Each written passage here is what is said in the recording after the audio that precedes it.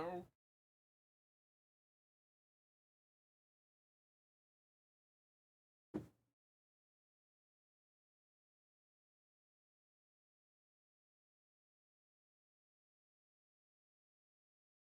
Ow.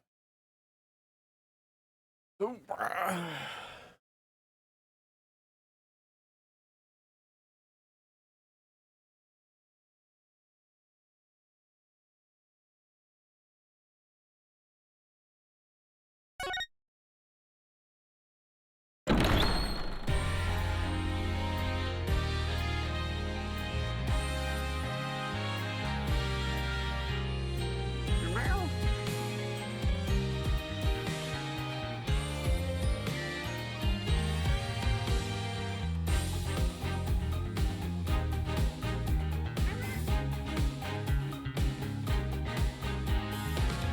Whoa!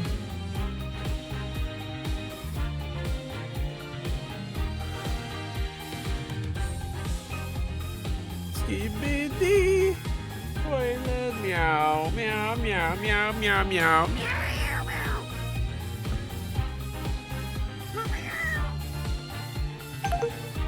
What'd you do? Did they? She just... Did he just made a clip? What the fuck?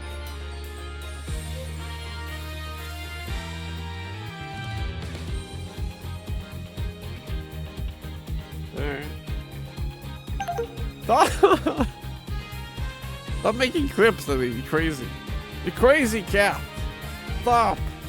Stop.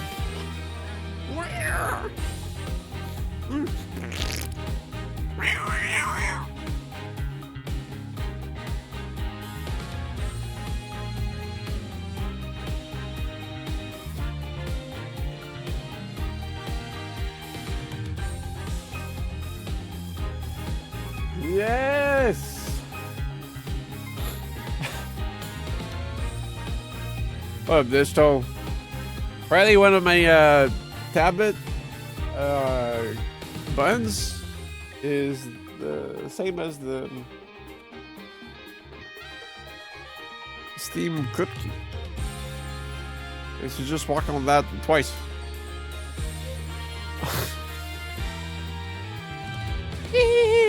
Oh, what a goofy cat. Was right to say no last night?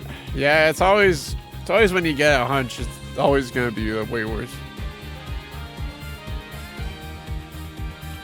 8 a.m. Ah, I was wondering like 8 to 8. What does that mean? You meant like between 8 a.m. to 8 p.m.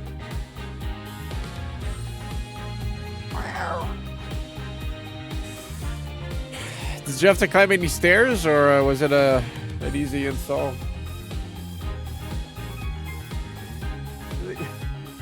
He's got the zoomies.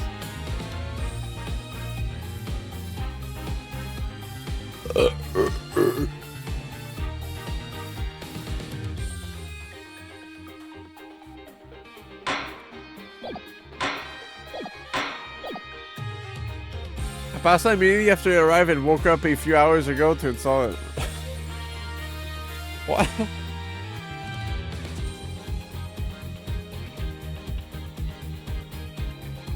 Oh, you got it in, and then you installed it.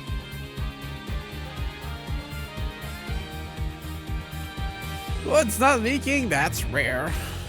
What? The first godlike dishwasher on the planet? What? Mine's not leaking. I'm just making a joke. Hey, it's just a little gag, huh? A relatable gag. How about this world shirt? What's up, Nico? Are you energized today?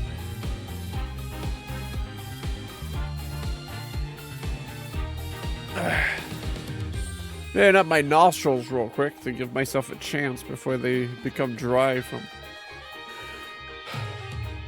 breathing through my mouth instead. Because I'm reading 5 million words a second.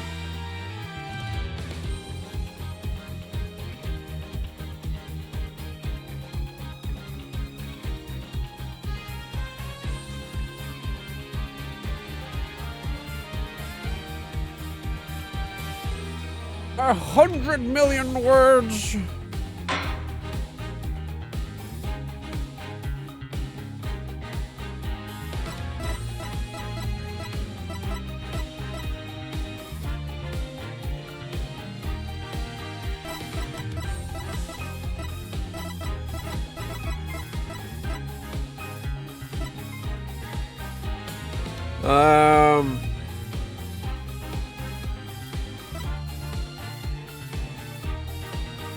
This is 30 seconds difference. I don't know if this is when I saved before the intro. We want to watch the intro again. It should be yeah. The split saves for each game is crazy.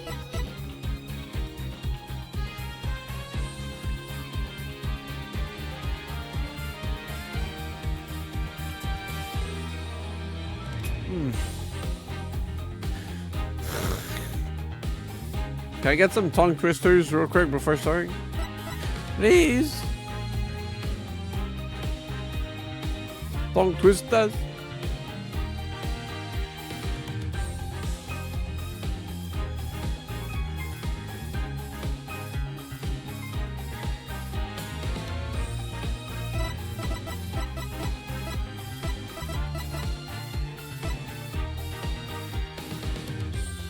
Fine, I'll look him up myself. Tongue twisters.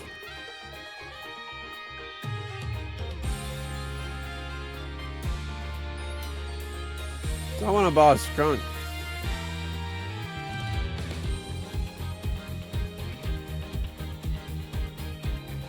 There you go.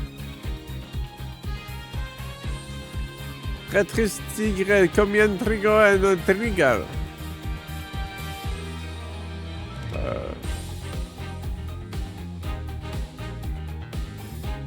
Wait, it says like the Google searches is a tongue twister about skunks, and then it doesn't show up. Apple, you need for this next year, you'll need a talking your parallel. Where's the skunk one, bro? Oh, okay. A skunk sat on the stump and thunk the stump stunk, but the stump thunk the skunk stunk.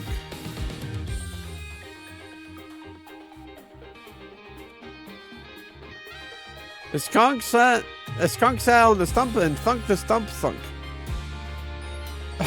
The skunk sat on the stump and thunk the stump stunk, but the stump stunk the skunk stunk. The skunk sat on the stump and thunk the stump stunk, but the stump thunk the skunk stunk. Lesser leather, never weathered, weather better. Lesser leather, never weathered, weather better. Woodchucker. 6 sticky skeletons, 6 sticky skeletons, 6 sticky skeletons. Which washes are Swiss wristwatches? Which wristwatches are Swiss wristwatches? Which wristwatch, wish. We surely shall see the sun shine soon. How much would a woodchuck chuck if a woodchuck could chuck woodchuck? How much would a woodchuck chuck if a woodchuck could chuck wood? He would chuck as much as he could, and chuck as much wood as a woodchuck would if a woodchuck could chuck wood.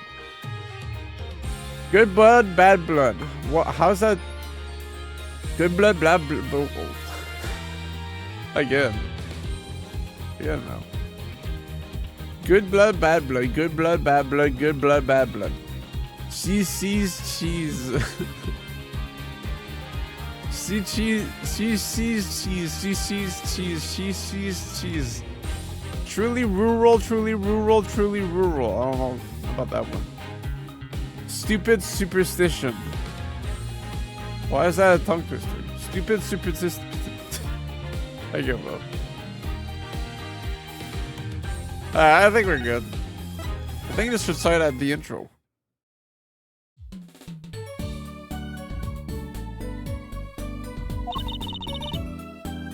No. Alright, that was 30 seconds difference. Why are you reading tongue twisters so I don't stumble on my fucking reading? Let's rock! We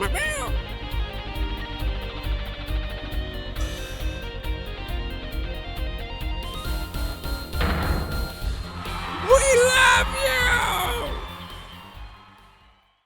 We gotta rock! Rock on, everyone. This party's not over yet. Get out your handkerchiefs for our special guest. That's right, baby. The night's just getting started.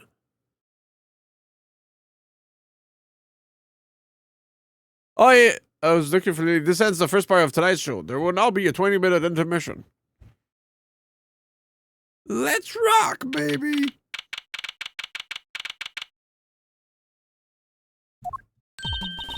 This is so cool. Us at a governor's concert?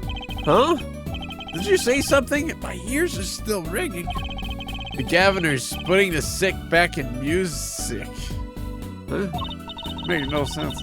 Well, I thought Mr. Gavin was really nice, sending us those tickets at 20% off.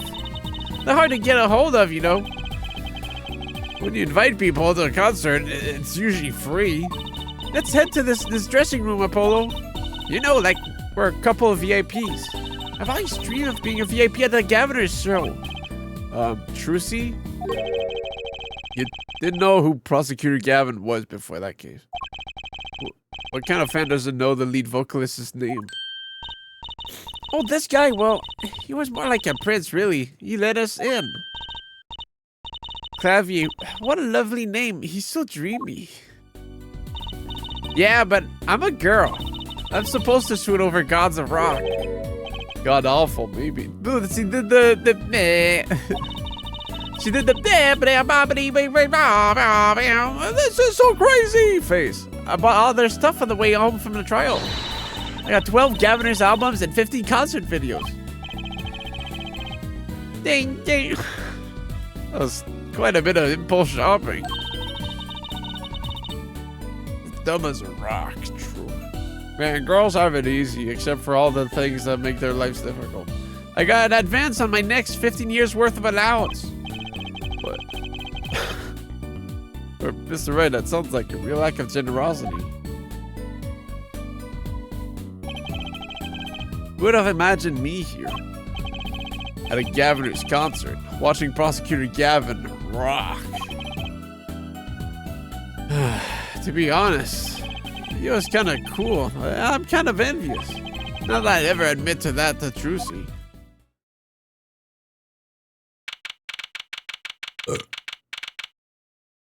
Yeah. You made it. Mr. Gavin, thanks so much for the tickets. And the invoice you sent along with them. You were incredible up on stage, Mr. Gavin. Well, nothing like music to brighten the mood after a trial, yeah? And we're almost ready for our next act. I'm looking forward to it myself. Now, La Miroir's singing, right? The siren of the ballad? Oh, yeah. That flyer said she flew all the way over for this show. That's right. I happened to catch her show while overseas. Her voice is divine. I knew I had to invite her to perform with us. La Miroir... La Miroir? La Miroir says, you praise me too highly. What? Who's this guy? He's huge! Allow me to introduce to Mr. Romain Letous, La Miroir's manager, and her interpreter, incidentally. It is a great honor for us to be here. And a great honor for La Miroir to be heard in this country. Yo, it's just speaking in fucking, what's the word? What's that font? Not papyrus. It's... God, I said it the other week. Wingdings, yeah, that's it. That voice. I wish I could understand it. It's beautiful.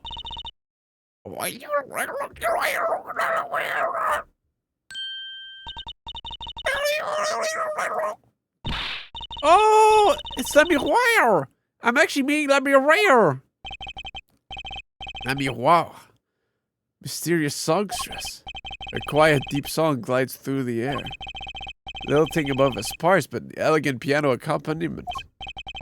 Now this is music. She's a real artist. The Mirage says, we have a long look forward to this joint performance. Ah, la miroir. La miroir. Your voice. It is art. Yeah, without his piano to guide me, it is but a voice. What? Shit, kid. I've seen this kid somewhere before. He plays piano at all of the La Miroir's concerts. He's cute and he's a really good pianist. Good pianists are a dying breed, I hear. My nose, it's all you're giving up. I need to clear it up. Need to heat up my nostrils.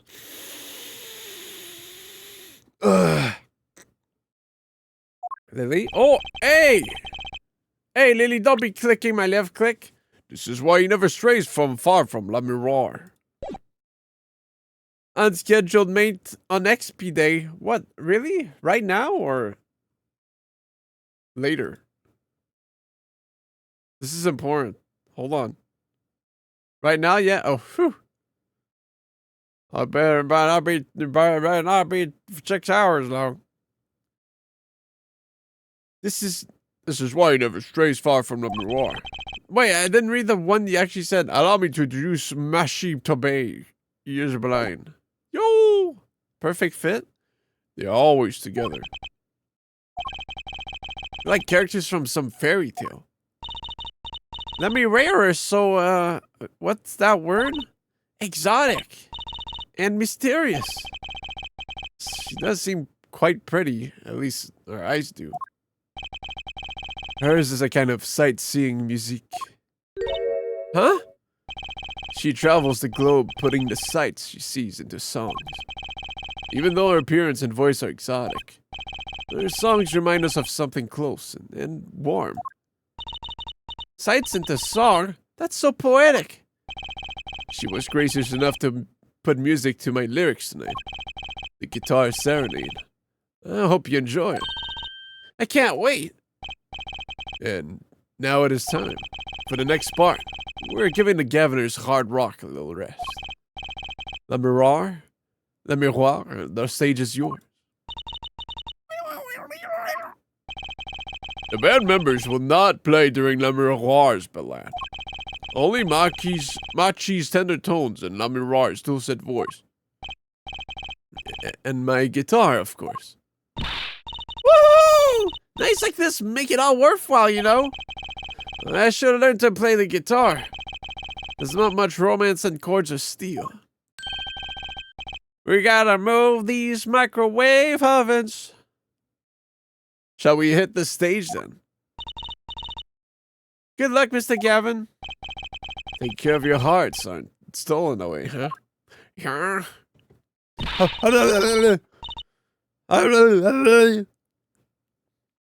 drew on the mirror. What? Yeah, he did. Come on. Because he's full of himself. What a loser. I'm way cooler than him. Let's get back to the concert, huh, Polly?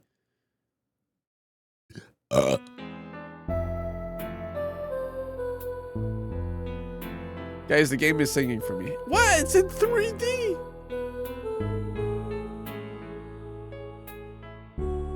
Not anymore.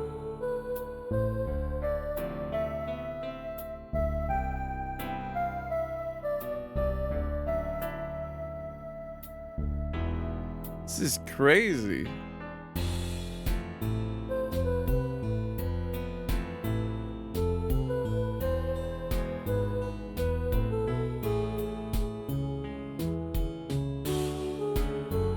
Let's pre-record it. Damn. Yo, his guitar's gonna explode, bro.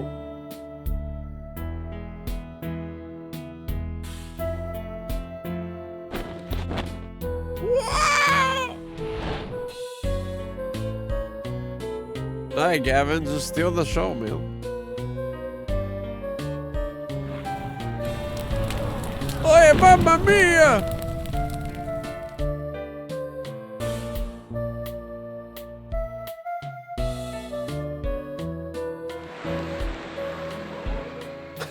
Was that part of the show?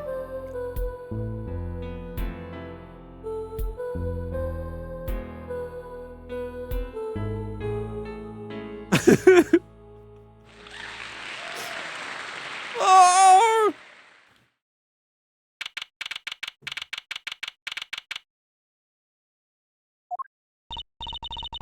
Wow, wasn't that very amazing?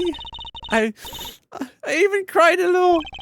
I was surprised Prosecutor Gavin actually burned his guitar. Yeah, that even surprised me. And I'm a magician. What a production. What a destruction. I don't think Prosecutor Gavin was expecting it either, oddly. He looked as surprised as I was. Is that what they call risking life and limb for art? I think he's my new hero. I'm not sure I'd call that art. More like fart. Well, what are we doing here? Let's get going to Mr. Gavin's dressing room. It's 20 minutes till the last part of the show. How many breaks does this band need?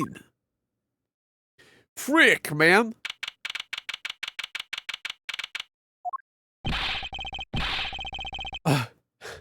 What the heck was that? I was never consulted about it. Sorry, Mr. Gavin, sir. I've asked the man in charge. I play new rock, not great balls of fire. Speaking of fire, have a good mind to fire whoever's responsible. He seems upset. Polo Justice, were you the one who tried to torch me? Hey, I didn't do it. So much for risking your life for art. Bro, the guitar serenade is ruined. Ruined! Well, let's try to talk to him at least. I'm not sure that's the best move right now.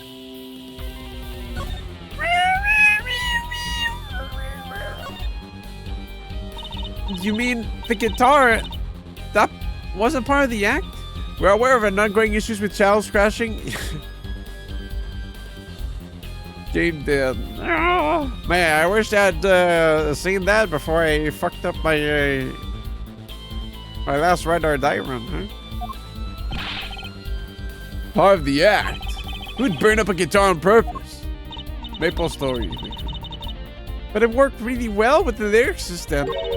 Burning on my heart, fire. Burn my love away, all away. Huh? Wait, you think the audience thought it was? Sounds like you got lucky. You probably thought it was part of the act. At least I did. You got lucky and didn't even realize it. Anyway, that guitar was the Ferrari of guitars. All the speed, all the sound, and all the price. If I burned one of those at every show, I'd go broke. Usually frugal for a rock band. Unusually. Fraggle. Try saying that to Mr. Gavin. Today's been one disaster after another. My hog won't. My guitar case is broken. Daddy told me there'd be days like these. It means tuna? Achun means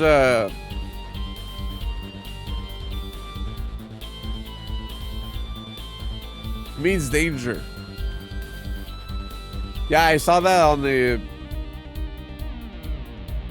Google. What wasn't Lamira's song incredible? Google says attention, it gave me danger.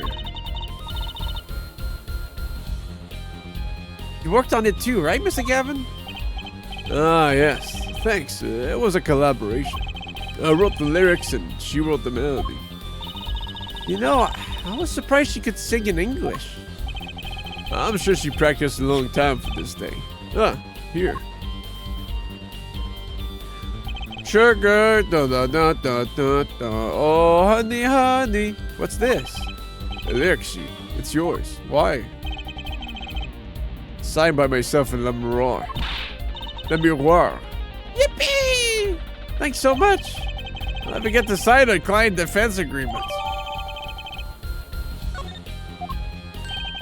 Almost time for the third act of the night. Oh, there's more? Yes. Lamira's part is done. What's up, coach? Now it's time for us to drop our groove again, yeah? Hope you're ready to catch it. Woo! Ready, Apollo? I think I'll pass. Eh? I like the bit with La Miroir, but the rest could use a volume knob. Turn the way down. Apollo, you're getting old. If it's too loud, it means you're too old. Does 22 qualify as old to a 15-year-old?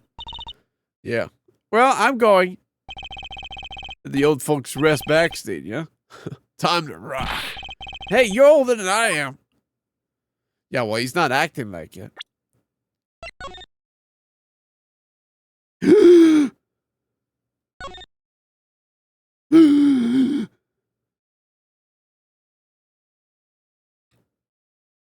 I'm sure this will have a use. Some RL singers can actually sing in other languages fluently without actually speaking them. I know a Japanese VTuber that is able to sing the opening of Elfen Lied perfectly. Yeah, well, I mean, it's the phonetic sound. Speaking it fluently, you know, it's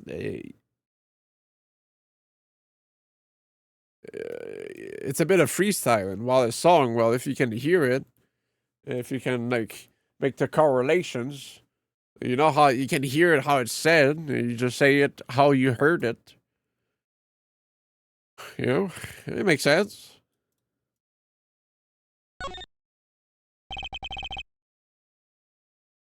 But I guess in this case it's different because Le Miroir is also making up the melody of the lyrics, so how the lyrics sound like. So some kind of magician. I thought it was interesting. Yeah, well, I'm just saying it makes sense. That's why they're so good at swearing. Yeah, because they know how to say it because they hear it all the time. The design is that character I saw in the hallway, but with sunglasses. What a strange mascot. He looks like he's crying. Since when was Rock about crying? You should name this guy Emo. Nice one, Apollo. The police officer looks ready to rock. Some kids must see this and actually want to be cops. Somehow I don't think a rocking defense attorney would work too well. A police uniform. Next to it is a policeman's hat and a pair of handcuffs. Guess the man is really into the police. Must be Prosecutor Gavin's bad influence. I thought rock and roll was all about being rebellious. Oh, can you see? You belong to me. Thick leather gloves and sunglasses. Maybe I'll try these on. On second thought, no. There might be evidence for one of Prosecutor Gavin's cases. Huh? Yeah. Oh, shit. A delicious bowl of stew made of plastic. Huh. The bottom of the bowl has a G on it. They sell these at concerts? Whatever happened to t-shirts? Every move you make. C'est bon, la merlasse. Change this angle from the ceiling. They aren't glamorous, but I bet Detective Sky would have something to say about them. Bzzz, there's lack oil. No clues here. I don't know what yield means.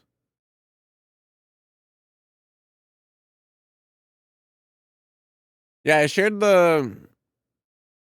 that song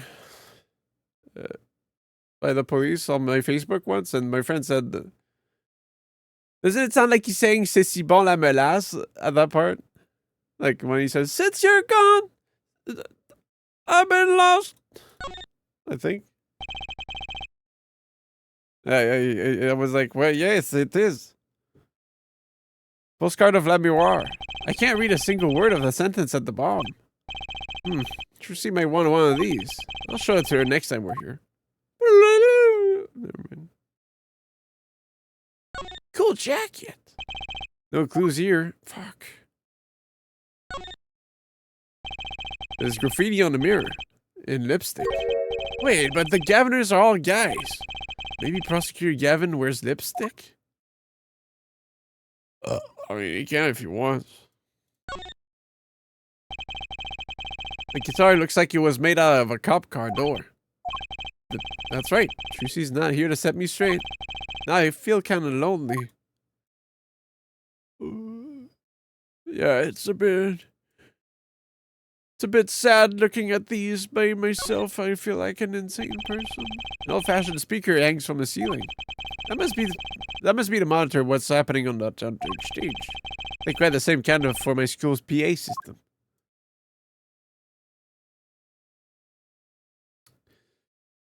All right, I guess I'll go for a little walk.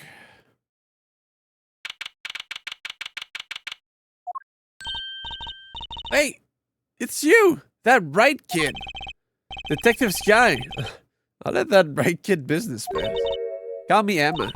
There's no need for titles once you've shared a bottle of fingerprinting powder. That's a new one. So, Emma, what are you doing here? Isn't it obvious? I'm snacking. You think I want to be here?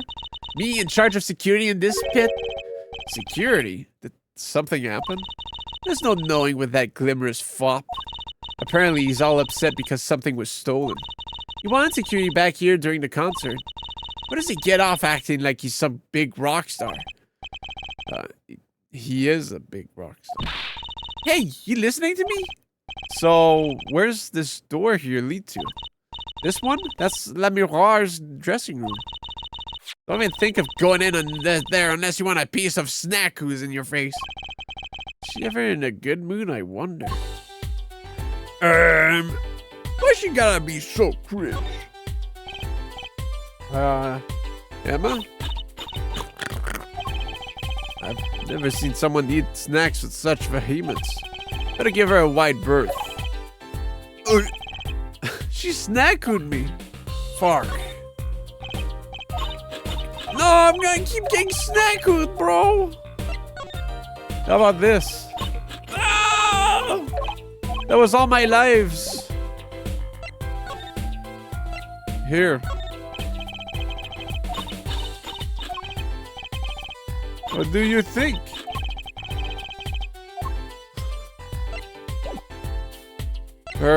I mean, what's this then, huh? If you're just gonna be standing there. What's this, some kind of headset earpiece? Why would someone leave this in the hallway? Ah, yes, good input. Maybe that Miroir's bodyguard dropped it? Emma, will you stop eating those snacks for 1 second and listen? Ha! If you think you're going to pull me away from my snacks just to hear you mumbling. On and on about whatever, you're just going to be sorely disappointed. At least I got her to stop munching. So we're not gonna pick that up. Shit, I fell right back into it, man. Her. Kill her. It's a Snacku PvP fight. That's a pretty sturdy looking box there. Maybe it's an instrument case. There's a guitar next to it. Don't even think about taking that. I don't think I could even if I even carry it. Oh.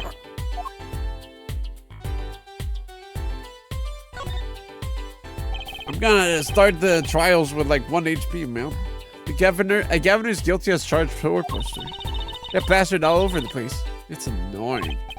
Well, this is the concert venue. It makes sense. Why? Everyone here is already here. Why advertise to them? People like to see the poster at the concerts. It's part of the experience. Do you have to find fault with everything I say? She snacked with me.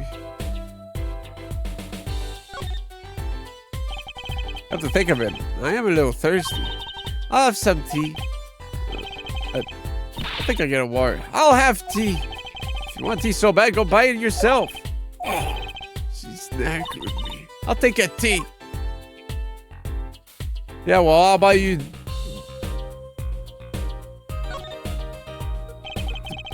Throw yourself out of here. I give up. What's that odd-looking doll doing here? Oh, that's a blue badger. Could you try either talking or munching, but not both? She serves me right by my way. Sorry, I don't speak snack.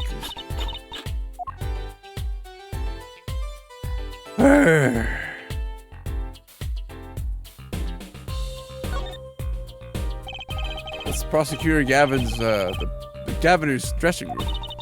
Put so much as a hand on the door and I'll snack you. Hold on! But I just came out of there. Don't play smart with me.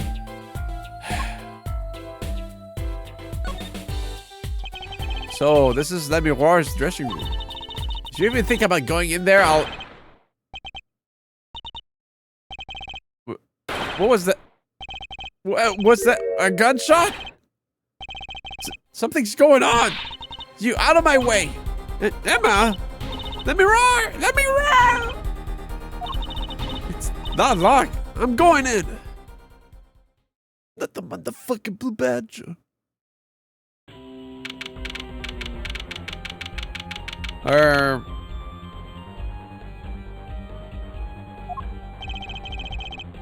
It's an awful noise. It's a concert. Oh. Ah, it's Lamoureux's manager. Mr. What's his name? Latouche. Oh no. Hey, you. Me? What's this room for me? I'll have to call for backup. Right. Understood. You want me to make sure no one comes in, right? And don't touch anything. I'll be right back. What's going on? I just talked to him and now? He's alive. Mr. Latouche, can you hear me? Who did this? Shot. I was shot. Yeah, no shit, man. Who shot you? I don't know. Ask. Ask? Ask what? Ask witness. Witness? There was a witness? Who? Cold. So cold. Witness. You're cold? Don't worry. You're going to be fine. Help is on the way. Can't see. Hang in there, Mr. Latouche. Tell me, who was the witness? The witness is Siren. Siren? How can a siren witness anything? He was killed by Mr. Latouche! Yipes, Emma? What was that? What? Who's there? What's wrong? Emma, did you see anyone just now? Huh? No.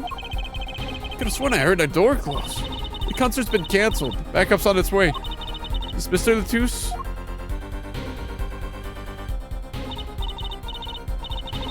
He's dead, isn't he? That's terrible. I lost him. Romain Latouche shot. And I heard his last words. The witness is the siren. Whatever that means. Damn.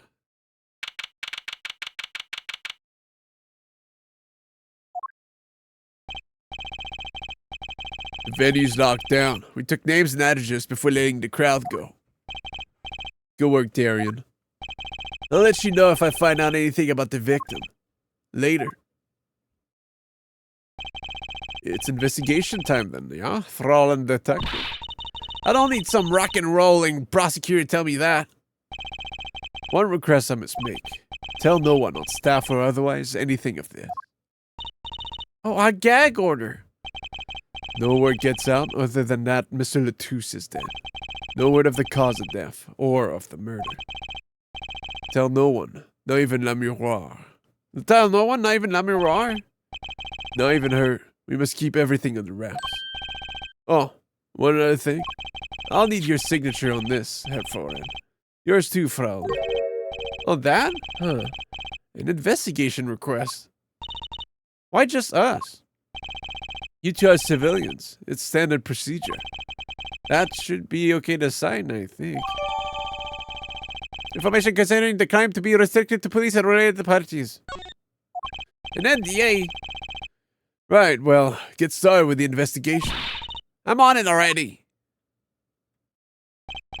And one tip for you. Huh? Me? Try not again the Fräulein Detective's way. She's in a foul mood today. Gee, I wonder why. We were all questioned as witnesses. And now none of us can go home. We'll investigate, alright. Oh, wait. We'll click on everything. Somehow I don't see us getting back to that crime scene anytime soon. Still can't believe I was there when it happened. Not an experience I care to repeat anytime soon. This is no time for navel gazing. Let's crack this case.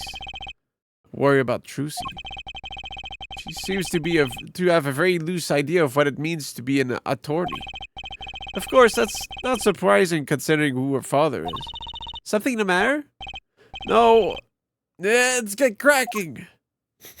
I'm the only one who was there. The only one who heard Mr. Letus's last word. The witness is Siren. First order of business is to find out what he meant by siren. Siren? Oh, this is all new dialogue because Trucy's here. What's that? It looks like some kind of future phone. Not a phone, a transceiver. It's called a headset. What's a headset doing on the floor? Wait, do you think Mr. Letus might have been wearing it? Like one of those bodyguards? I don't think he was wearing one when we first met. The LED on this thing is lit. It must be on. Oh, I'm just gonna leave it there.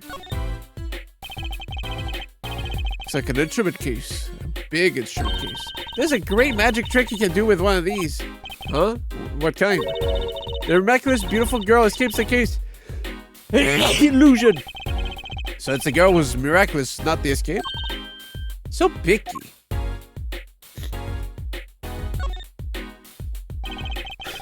Counselor poster for the guilty as charged tool. I love that name. Guilty as charged. Seems kind of negative to me. Well, why don't we do the opposite? Magician Trucy presents innocence as charged Thor. It kind of loses its impact, doesn't it? What's she gonna ask for? I'm thirsty, Apollo. Want something to drink? How about this one? A steel samurai soda. Now in real steel flavor. Huh? Here, my treat. Hey, this isn't enough change. The machines outside are cheaper. This one is highway robbery. What? That's the Blue Badger, the police mascot. Does the Blue Badger have something to do with the band? Well, yeah. The Blue Badger is the governor's mascot, too. Huh, go figure. Hear those things fly off the shelves. I'll have to take a closer look at one someday. Well, they can just steal their mascot? Where'd they hear? The Mirage dressing room. The scene of the crime. We're not supposed to go in there. But aren't we involved? Aren't we duty-bound to investigate? Sadly, no. Though the situation being what it is, now may be our best chance to do some snooping. It's the governor's dressing room. The crime scene was the Mirage dressing room. Next door. Never know where the clues might be hiding, Apollo. Let's case this joint. After you, Trucy. PI, private investigator. Trucy PP. Hello. Let's go back to here. Huh. Looks like nobody's here. Our security Gavin's probably busy with the case too. No rest for the wicked. No rest for us either, Apollo. Let's get rocking. Rock, rock. Let's rock. Does she actually want one of these? Look, it's a postcard of Le Miroir. Why are these letters at the bottom? I've never seen these before. It must be a native tongue. Borginian. Borginian, huh? There you go. Whoops. Whoops. Court record.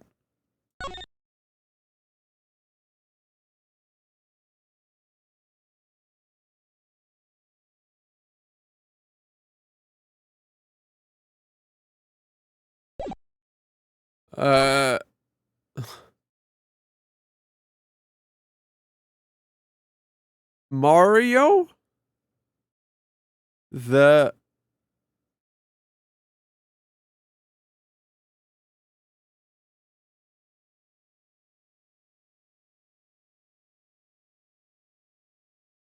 travels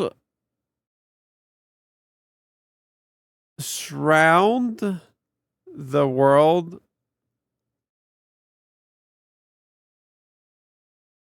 at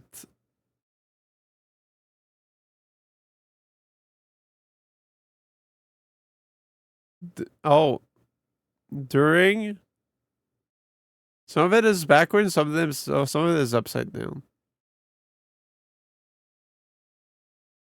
Egg egg during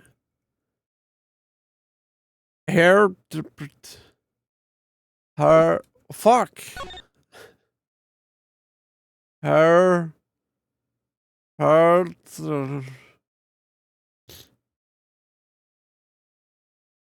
Salic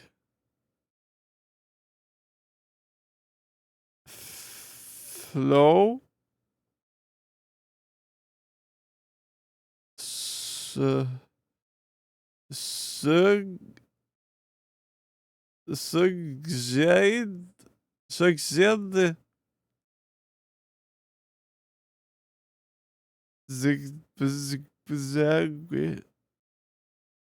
suck on these nuts. Cool.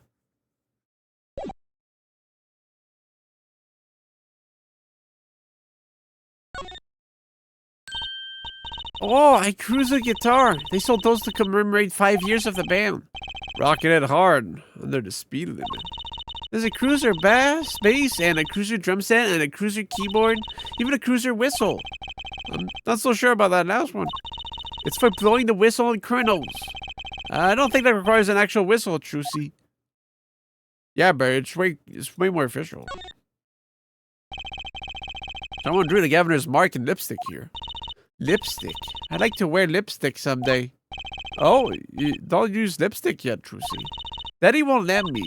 Not until I learn to play piano, he says. You'll be waiting a long time then, I'm afraid. Yeah, if he's your coach, good luck. Police uniform hangs on the stand here. Oh, I want to try it on.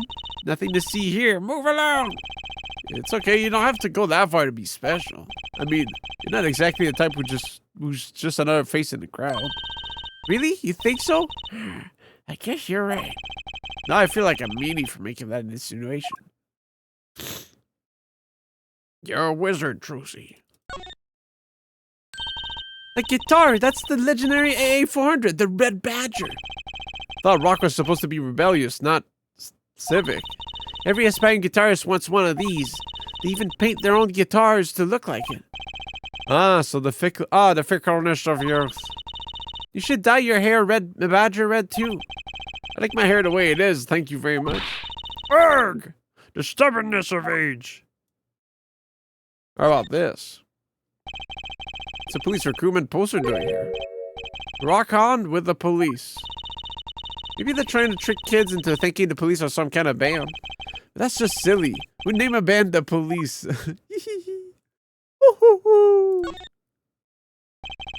Space is decorated like a high school dance. Though I think our decorations were paper, not chains. The governors are into chains. It's part of their image. Huh, no kidding. Ever since they used chains on the cover art for Gonna Lock You Up. They really into the whole police thing, aren't they? It'd be cooler if they turned that red light on. They'd have to turn on the red light. Yo! Turn on the red light! That's not... That speaker looks familiar. What? Oh, yeah. Like the one for the PA system back in school. Yeah, that's Roxanne. It's not the police, though. Oh, we have one of those in my classroom, though. Too. Wait, is it? Or, no, I'm thinking of Rosanna. That's Toto. Roxanne is the police, right? Yeah, okay. Yeah, I was thinking of Rosanna. Rosanna, yeah, since you went away. That's right, she's still in junior high. I feel old. Emergency music. Let's mute the VOD real quick.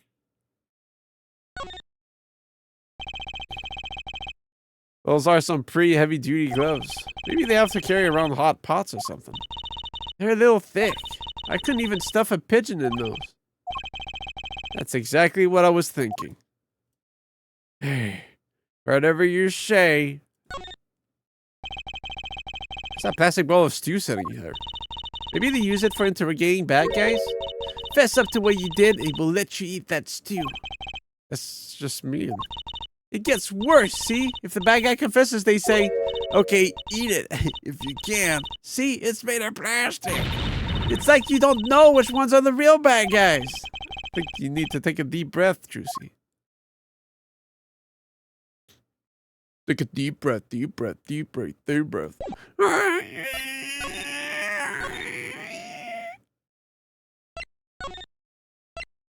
Can I go in? No. I thought they said I could. Oh, it's you. I figured you'd come. You have to let us investigate the scene, please. You're attorneys, no? Shouldn't you wait until you have a client? The Tuesday tell me to ask the witness the siren. With his dying breath, no less. Doesn't that count? Grant me all you want. You'll get no snacks from me. Please? Make a poor let me right. Oh, well, I suppose. You did find the body with me. Great! Let's get to it. Right. Just try not to touch anything. She's letting us look, and she's not munching her snacks. This bodes well. There are clues here. I can feel it. Leave no hanger unhung. No spot unspotted.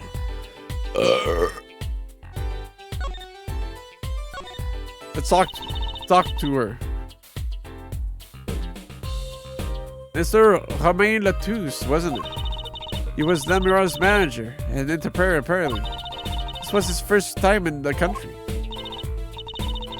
So I'm guessing you didn't know many people here. Doesn't seem likely.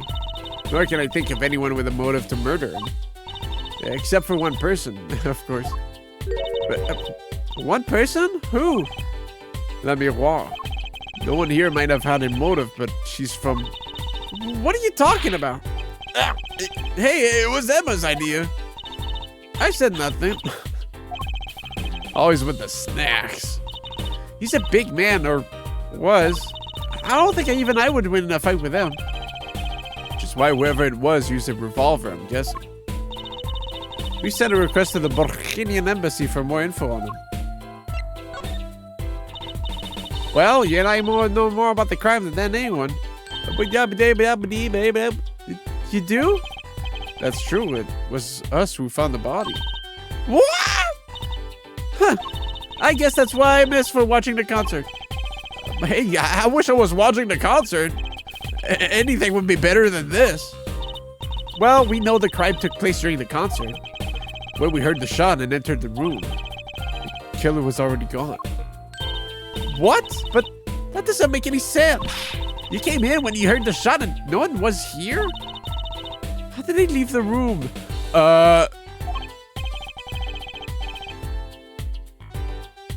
That window is a little too small, isn't it? Sus vented. The mirror history of the disappearing killer. Imposter vented. It was a gnome. What's wrong, Apollo? Your mouth is catching flies. Nothing. It's nothing. Maybe that's how the killer escaped. That's what you were thinking, right? Think you have an Among Us reference in the next game? They gotta, bro. Sus Among Us. Phoenix Wright will say that like firsthand. Sus Among Us. Something's a bit sussy around here. When we arrive on the scene, the killer had already fled. He or she must have had a way out. Yeah, Nightwalker says, I'm gonna vor you. And that air vent is one possibility. It's much too small. Not if the killer were about your size, Trucy. I didn't do it. I was getting up the dance floor at the time, thank you. I know. Of course I don't think you did. It's hard to tell with you sometimes, Apollo. Hey, what have I done? Step ladder time. Huh, another ladder. Actually, it's technically a step ladder. Well, hello, Miss Fancy Pants. Please forgive my lack of ladder discrimination. I'm less worried about the step ladder and more worried about why it's there. Why is the ladder there? Well, to climb, right? To reach something on the ceiling? I still say it's a step ladder.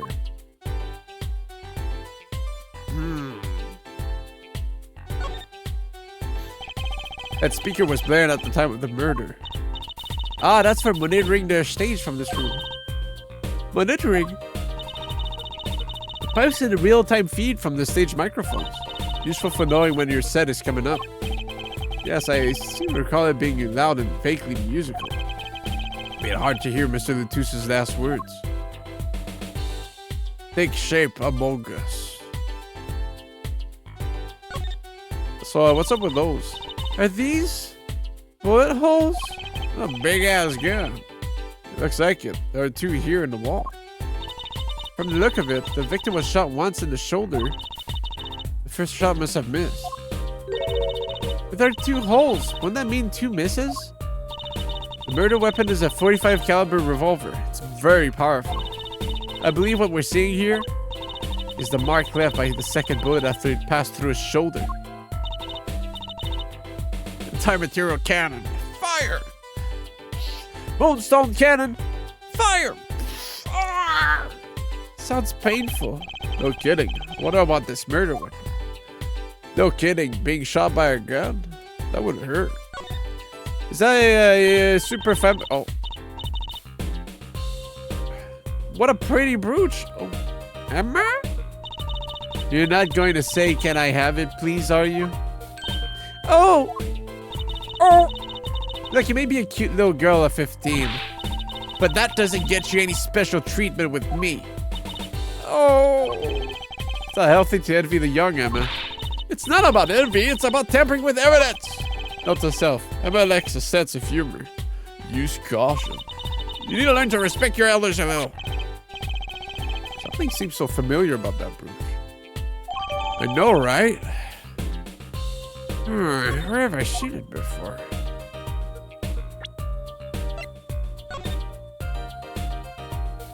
Is anyone's name on it? Sort of pin fastener for attaching things to clothes. Not a safety pin type though. So if it's not a safety pin, is it a danger pin? I suppose if you stuck it in your eye, then yeah, sure. But you could do that with a safety pin too, for that matter. Thanks for taking the fun out of my danger pin. Oh, you're driving a danger pin through my heart there. Oh, you're calling me cringe. Oh, well. Hey, look at it again for some reason. Oh, so she's still after that brooch, clearly. No way! If you want one that bad, get your daddy to buy it for you. Daddy always says, Trucy, if you want something, go find or borrow it. Oh, and when in doubt, beg. Leave it to Mr. Ray. Should be concerned about Trucy's future. But I'm more concerned about the owner of that brooch. That's one of the 4 gems. You need to open the gem door. Ooh, it is a Capcom game, after all. There's another Gaviner's poster here. I'm just about sick of seeing those personally. Maybe I'll tear it down. Aha! No tampering with the crime scene, Emma. Maybe there's something else I can tear to shreds. Don't look at me!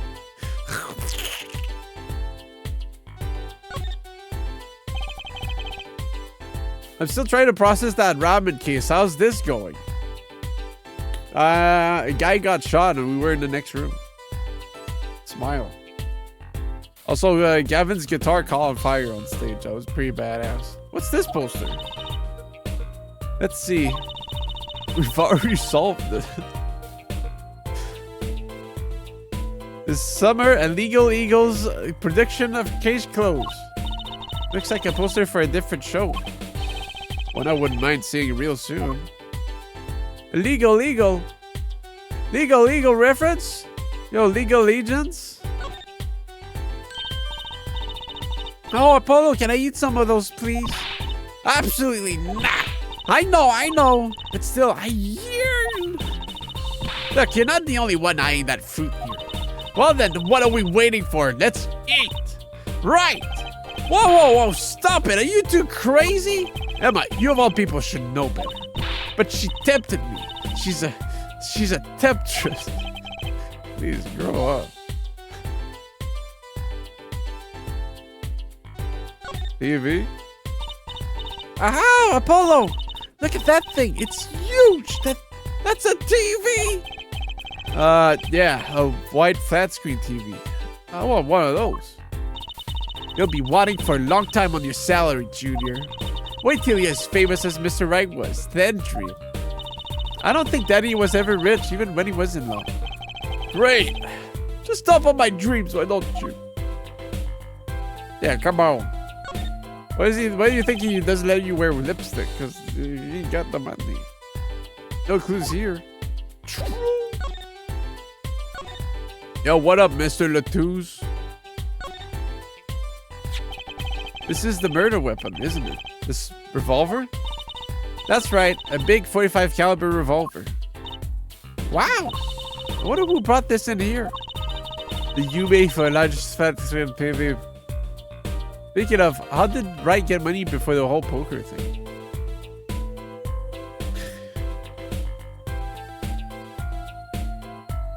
Well, what do you think he started doing poker? He won big money. It was like, damn, I'm good at this. I thought only police were allowed to have one of those. Why are you giving me that look? I didn't do it. I didn't. Listen, I was out in the hall eating snackers when it all happened. I know.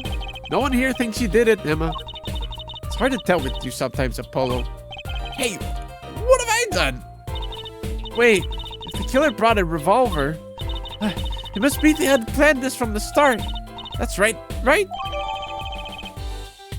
Yeah, why would they bring a gun in here if not to kill? Maybe it's to fend off those feral hogs running about. In case they got in here.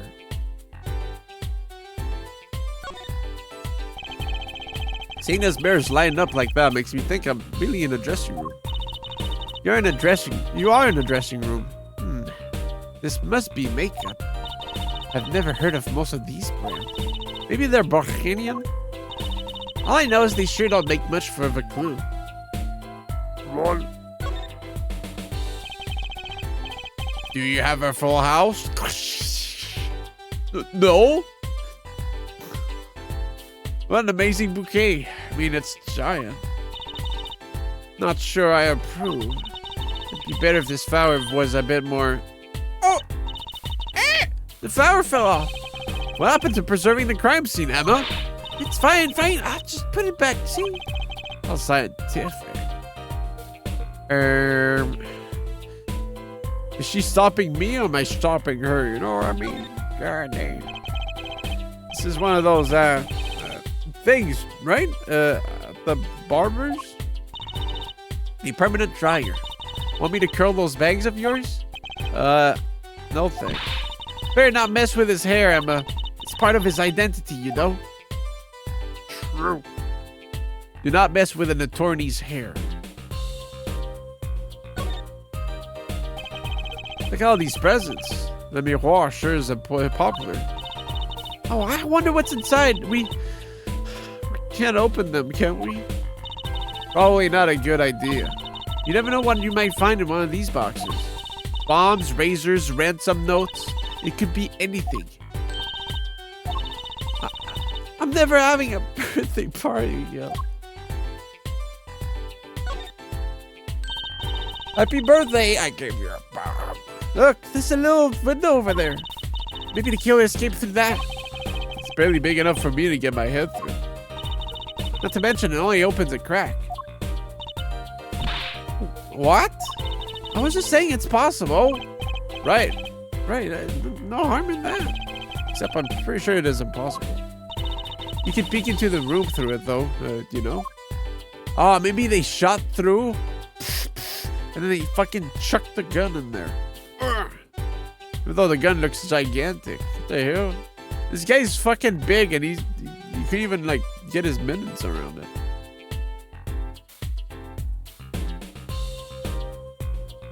What the hell? Oh, yeah, maybe I should look at him. That's a body, isn't it? Sure is. The victim, no less. Let's take a closer look. Go ahead, Apollo. You first. Me? No, you should go first, Juicy. Really?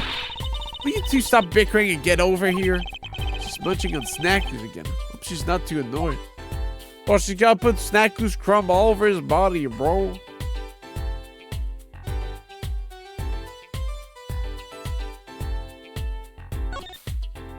The hand? Oh, look at his hand. Huh. He's holding something. Hey, no touching. You can throw all the snacks at me you'd like, Emma.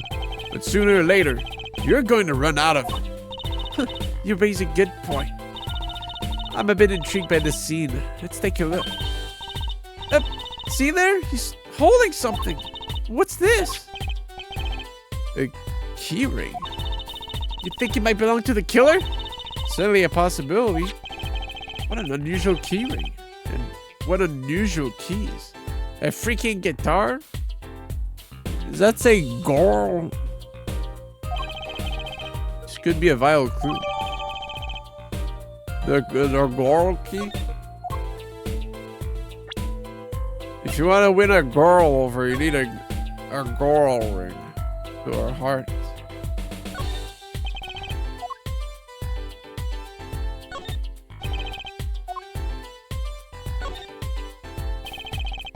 There are 3 keys on this heart-shaped key ring. Heart. Huh. This middle key is shaped like a guitar? I get it. It must be the key to a guitar case. A guitar case key. I bet I know who this belongs to. Yeah. There'd be no other way of knowing for sure. Not like this crest or something. That I... Huh? Really?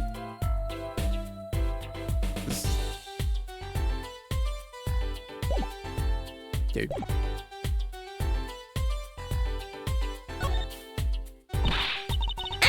Is that blah blah?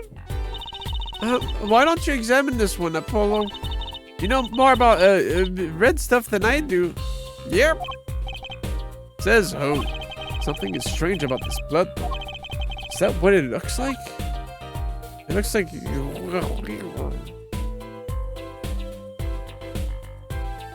Well, you do be having bloody fingers, so it is indeed that.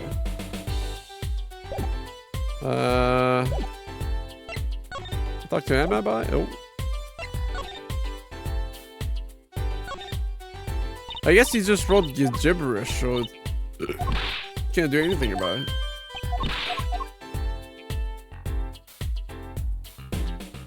I'll try to double kick him though. Okay.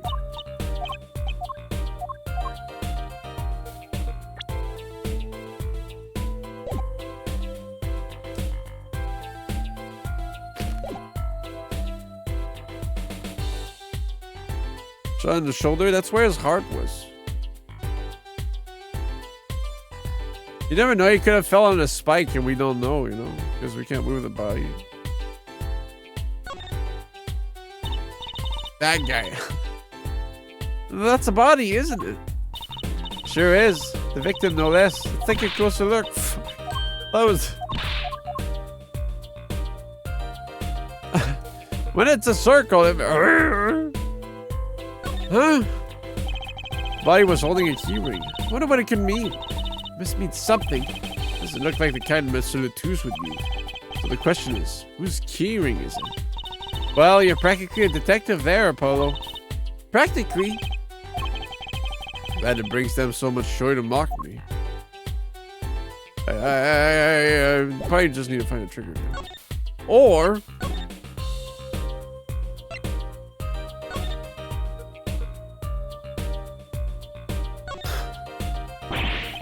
Yikes! Don't point a thing at me! Don't worry, I'm an old hand with firearm. I have one that shoots bullets.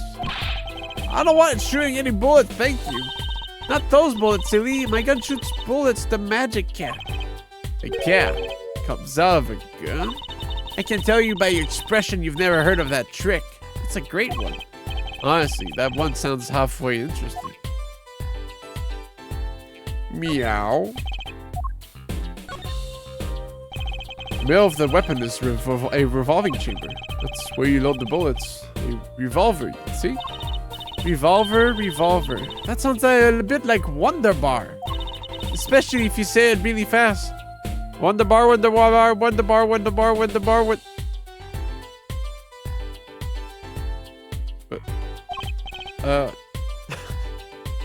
I guess.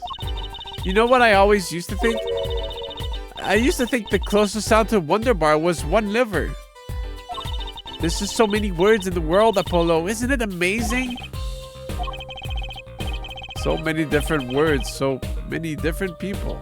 People like Trucy. What the fuck was that, Trucy? What the fuck are you talking about? I wonder what the Japanese pun was. It was, the pun was, kill you. Smile. No, I want a present. Fuck. LOL. Sorry, I'm too stupid for this. So, this is the murder weapon. This revolver is incredibly heavy. It's been fired twice. You can still smell the gunpowder. That's odd. What's odd? Huh? Oh, nothing. Hey, no fair, tell us! It's just, something about this revolver seems strange. Strange? What's so strange about it? Oh, it's probably a talk. What do you think about this revolver? Well, it's pretty big and heavy. That's right. It's a 45 caliber. That makes it one of the deadliest revolvers around. Even the police don't carry guns this big. Really? Yeah, it doesn't make any sense. You don't need so much power to kill at such close range. It's overkill. I'm not sure I see the problem. I mean, whenever I go out to eat curry, I order it extra spicy just to be sure it's spicy. Of course, I can only ever eat 1 or 2 bites. That's not a problem? There's another thing about a gun this big. It puts a lot of strain on the shooter. Strain? Yeah, say if you were to fire this revolver, the recoil would probably dislocate your shoulder. Ouch! It's like the shooter's a victim too. Yet the killer used this revolver and quite well. I'm guessing whoever did it was used to shooting. Used to shooting a higher caliber weapon. Huh. Well, that's about it. I think we've looked at just about everything there is. Guess you're right. I know how you're feeling. It is hard to know when to stop. But anything more involved has to wait until the squad gets here. Arr. I suppose. I'll go report the evidence. Sorry, but could you wait here till I get back? Huh? Oh, actually, we have to. Great, thanks. She left. What do we do, Apollo? She told us to wait. Great, now, how am I supposed to investigate? Oh, well, I guess it can't be helped. Let's go. Huh? Go? Time's up wasting, Apollo. We've got a lot of ground to cover. Well, that's true, but on second thought, why not? I'm sure everything will be fine. Of course it will. Let's go. Let's go. Let's take this for ourselves first. No snatching people's brooches. Darn. Maybe there's another one lying around here somewhere. There is. You can't have that one either. Don't be so stingy, Apollo. I think the word you're looking for is principled. Oh, Apollo, can I eat some of those, please? Better not. Emma will find out. Somehow she will. How could you eat those without telling me? Yeah, I'll make sure to leave some for her to eat, too. I don't think that's the issue here. Alright, let's not go Sosamogas. Is that a stepladder really that new?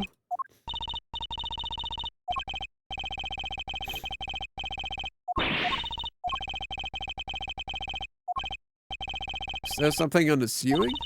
I still say it's a stepladder.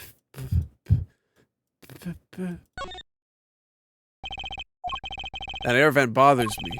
If Emma and I came in through the door, that makes that vent the only exit from the room. But it's much too small. Not if the killer were about your size, Trucy. I didn't do it. Hey. What? I was breaking it down.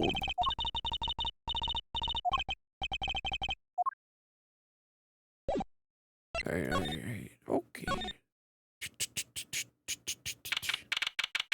Shark man? Wait. That's him. That's the killer. Who's there?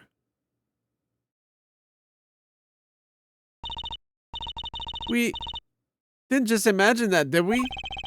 He's wearing a silk hat. Friend of yours? Hardly.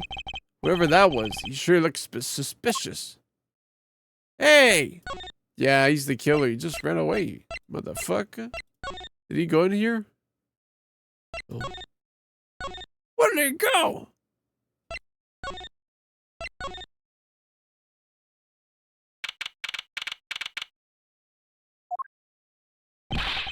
What is it with today? Problem after problem. Ugh. You ain't kidding. It's the two leading members of the Gatherers, Apollo. Clavier on vocals and Darian on guitar. They're so cool. The criminal always runs from the scene of the crime. I have a hard time thinking of Clavier as anything but a prosecutor, honestly. Huh?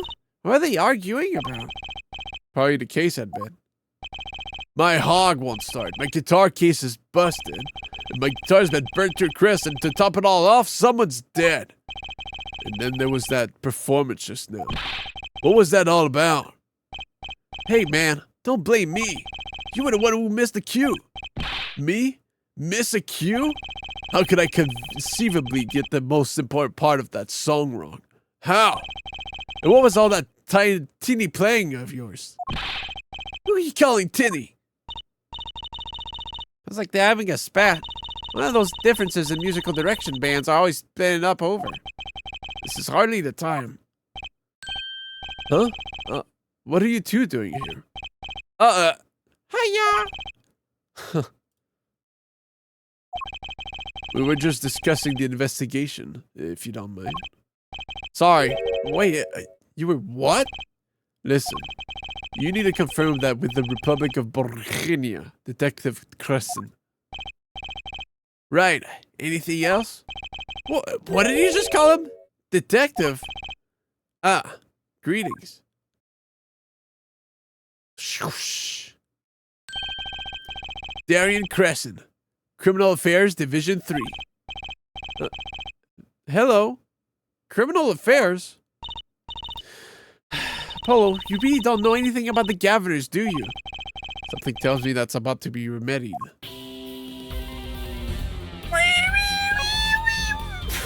I can't hit that high note, bro. About the crime. Which crime do you mean? I broke out penguin hoodie because it's warm. The murder, what else? Oh, that.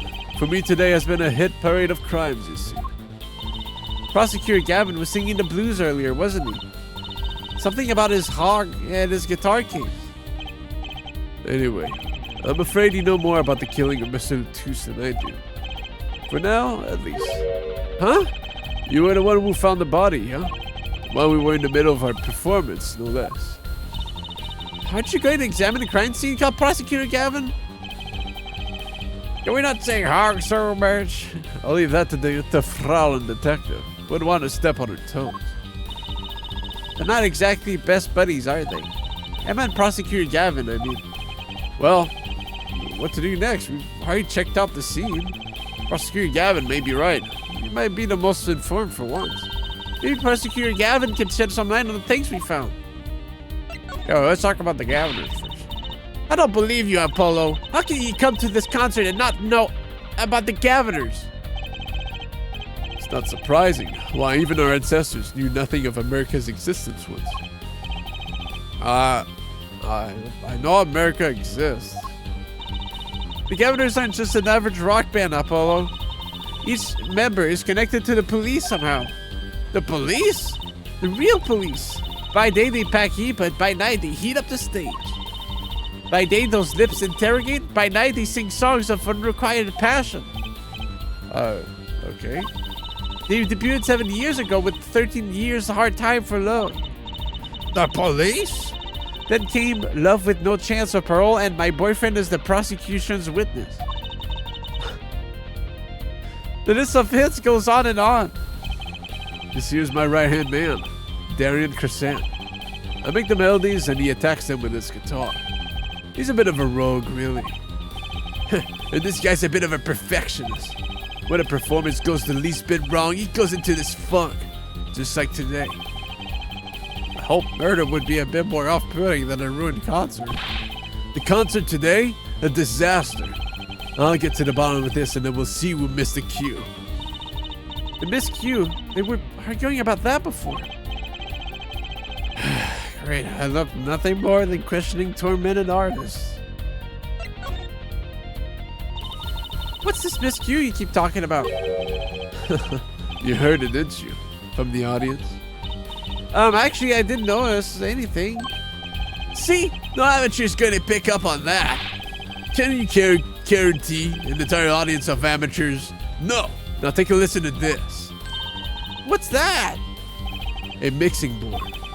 We used to record our concert today. Are we supposed to be investigating a murder? Well, we've come this far, may as well go all the way. I've always wanted to learn about the recording industry. Same, bro.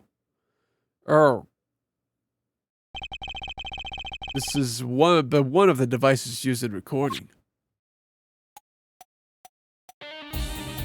Yo! We're a 5-part band. This lets us record each member's performance separately. Use the sliders to adjust the volume for each part. Check it out.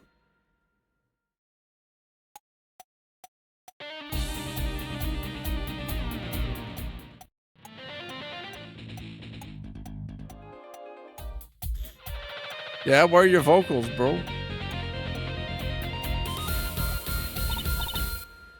Wow! Neat! So, could you say hear only the drum part? Of course. That's all we'll find a criminal guilty of missing his cue tonight. I'm more concerned with the other criminal, the one who kills people. You want help on the case? Then help me with mine. I guess rock and roll comes before prosecuting. Let's begin. First, we bring up the part of the performance in question. You simply choose the section of the song you wish to hear on the uppermost part. Like so. Ooh. There it is. Now listen.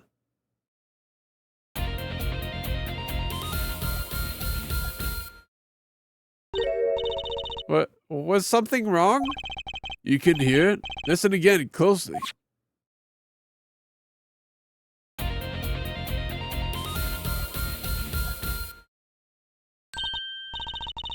The timing's a little off, isn't it? You see? There, right at the most important part. And even an amateur can hear it. An amateur with a mixing board, maybe. You're missing the point. We'll never stamp out the crime until we're perfect. Perfect! Here it goes again. Right, Herr Amateur, you will prove my point. Huh? Me? You will find a miscue. You will tell us which instrument, which part is the guilty part. But how? Did I not just explain it? Move the sliders with W and S, and adjust the volume for each part. Then you will find a part that hopelessly bungles the cue with A and D. You'll find it with your untrained amateur ears. Nothing to do but try, Apollo. I guess. I'll admit, this looks kind of fun. First, a quick review. You doopy. It's up to another section of the song with Q and E. You use A and D to switch parts, right? Got it. Once you find the guilty part, press R and point it out. Time to rock! Oh shit, did you hear the gunshot, bro?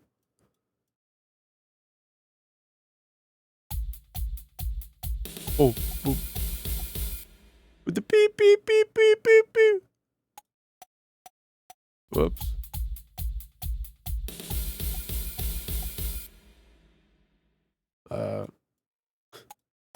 Fuck! I mean, that did sound a bit off, but maybe there's a high note somewhere else, that's why.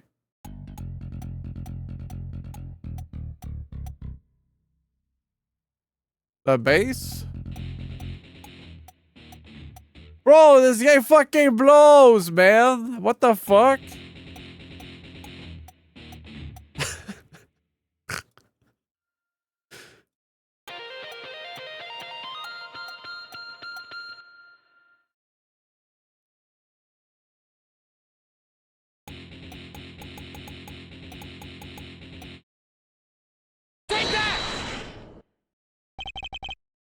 This part is off. Which is that? Second guitar. Ah! It was you, Darian. Oh well, looks like the cat's out of the bag. Oh well, that's all you have to say? That kind of attitude lets you killers walk free, Darian. Here they go again. Maybe it wasn't such a good idea to ask about the concert. It's starting to feel like we're just wasting time. It's all experience under our belts. That can't be bad.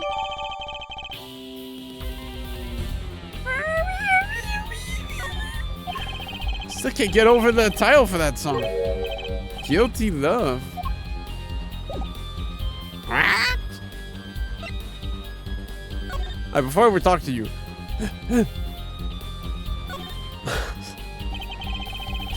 Look at all these electric devices. I'm guessing they have something to do with sound. Well, I guess then we can fiddle. Let's see here. Don't touch that. A healthy curiosity is the key to a good investigation. When in doubt, fiddle. That's what Daddy always says. They should require parental testing, Kelly. LOL.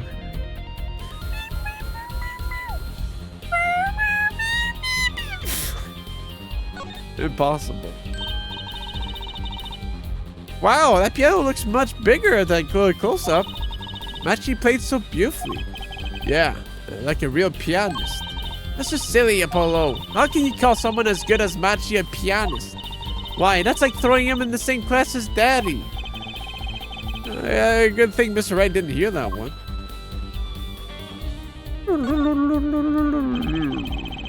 Oh, that's a big instrument case. That's a case for a contrabass, I think. You could fit 20 violins in there, I bet. It may look like a violin, but it's a completely different instrument.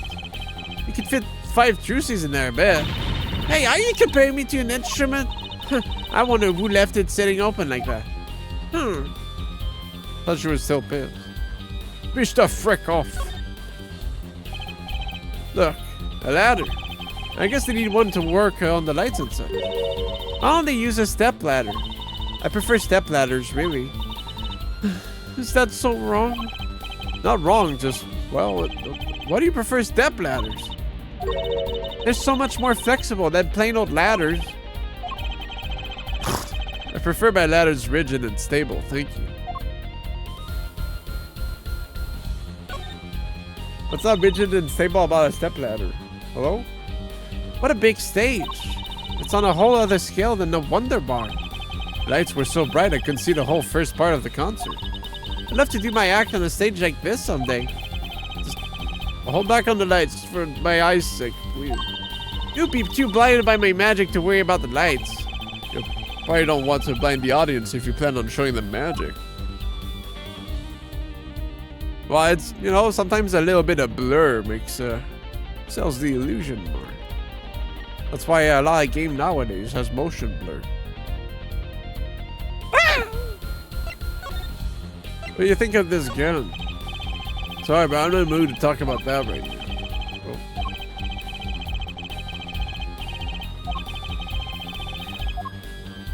Why are you complaining about him complaining, man? Fuck. I thought I was meant to show... Oh. Well, I'm wondering if you knew anything about this. That? Does it look familiar? Familiar? It's mine. That's my keyring. I've been looking all over for it. What? This is yours, Mr. Gavin? I knew it. Apollo, how can you make that I knew it face? This is the keyring that was... Yeah, I know. Thanks anyway. So, when did you find it? Actually, the victim was holding it. Like, he was trying to keep it from the killer. Even if it meant his life. What? The victim? You mean, Mr. Lataus had my keys? Indeed. When will my trials be over? Speaking of trials, I've never heard of Mr. Gavin whining in court like he has been today. Emma was right about the fop. I'll give her that. Apollo! Mr. Gavin, maybe we can help. Tell us about your troubles today. I really don't think that's... Tell us. And we'll keep mum about the keyring for now. Are you blackmailing me, Fraulein? Mom. You were saying something about your motorcycle not starting? It's something about your guitar case being busted. You're well informed. You did tell us. You mentioned it a few times. It all happened this morning. It's all this keyring's fault. The keyring? It's got all my keys on it, yeah? My bike key, my car key, and the key to my guitar case. Wait, so this keyring... It disappeared. I thought I'd put it in my jacket pocket. Prosecutor Gavin's keyring disappeared? Had to come to the concert by taxi. Oh, embarrassing. And in order to get my guitar out, I had to break the lock. Wait, this guitar wasn't the one then? The very one. Up in flames. There was a setup. And right on stage too. I actually thought that was part of the show. Crazy. And to top it off, Mr. Lataus's life was taken. Nobody told me about days like these. Strange days indeed. You think? What's wrong, Trucy? Well, I was just trying to make sense of everything. First, this heart-shaped keyring gets stolen. Then a very expensive guitar flares up on stage. Then Mr. Lataus dies. Latusi? Yes, and? Could it all really be just a coincidence? Coincidence? Meaning? Darian, can you make any sense of all this? Hey, don't look at me. What do you think, Apollo? Huh? I mean, either Mr. Gavin's having a really bad day, or all this was planned. You are thinking what I think you're thinking. Are you, Fraulein? I am. What? What? Hey, don't leave me in the dark with Spike here. The name's Apollo, but yeah, I agree. Don't leave us in the dark. What are you talking about? Haven't you noticed a connection, Apollo? A curious connection between all of Mr. Gavin's troubles today. Well, I have noticed. You know, something was bugging me too. That keyring and the guitar and the body.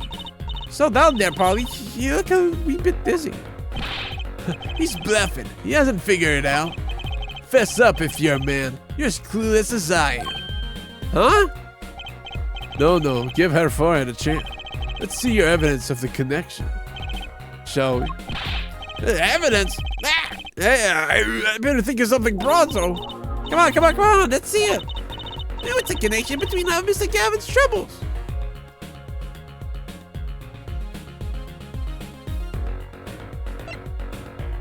I mean...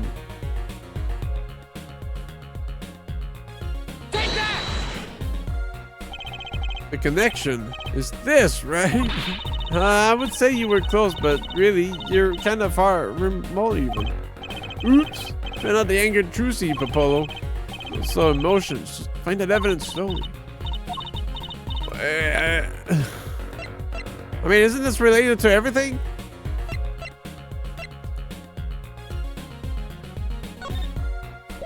The lyrics? Oh, yeah.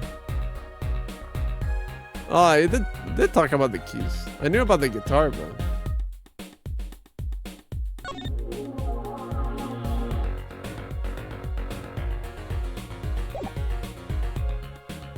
Take that! It's this, isn't it? The lyrics sheet. The guitar serenade? What's that got to do with anything? It has everything to do with everything. Though I wouldn't have believed it if the Frauen had pointed it out. What are you talking about, man? Enough with the riddles. Maybe it is a coincidence, or perhaps it means something. Don't you think, Frauen? I do. Everything that's happened to Mr. Gavin today is predicted in the lyrics to this song. What? No way! Look, just think about everything that's happened to Mr. Gavin. Let's list them in the order that they occurred. While reading this lyrics sheet. First, the keyring was stolen. And not just any keyring, a heart-shaped keyring. That's right there.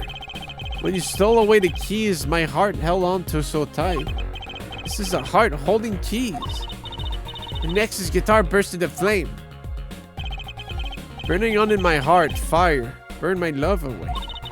Then Mr. Taos was killed. Like a bullet of love, fire, take my life away. But that's crazy. Yeah, no kidding.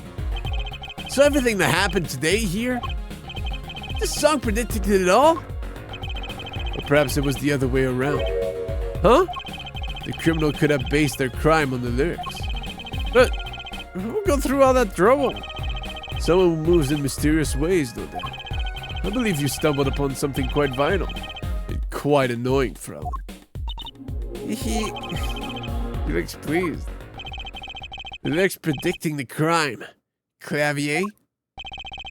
This is a bit more than just a coincidence to me. I have to agree. The keyring, the guitar, and the murder. The keyring must have been dropped by accident. Yet the victim was holding it. Hard to think it was unconnected. That's true. Prosecutor Gavin's as calm as collected as ever. So the criminal matched their actions to the lyrics? That sounds likely. Why would anyone do that? While we think about that, I'm going to get cracking on the biggest crime here. I'm going to talk to the Bulgarian embassy about this, Mr. Latouche. All right. Thanks, Darian. I'll leave the pondering of mysteries to you. I'm out of here. For a national, Mr. Latouche was killed. It seems like that would have been the point of all this. But they did more than that. They left us with not only a murder, but a mystery. Mr. Gavin sure is irritable today. Maybe this is the real Prosecutor Gavin we don't get to see in the courtroom. I've had enough, frankly. If you find any more mysteries, do me a favor and keep them to yourselves, yeah? Yeah! I guess this is all we're going to get from Prosecutor Gavin. That leaves Le Miroir to question. Prosecutor Gavin, do you know where Le Miroir is now? I had her go to my dressing room. That pianist Machi Tabaye, of course. She seemed rather shocked by Mr. Latouche's sudden passing. The governor's dressing room. Got it.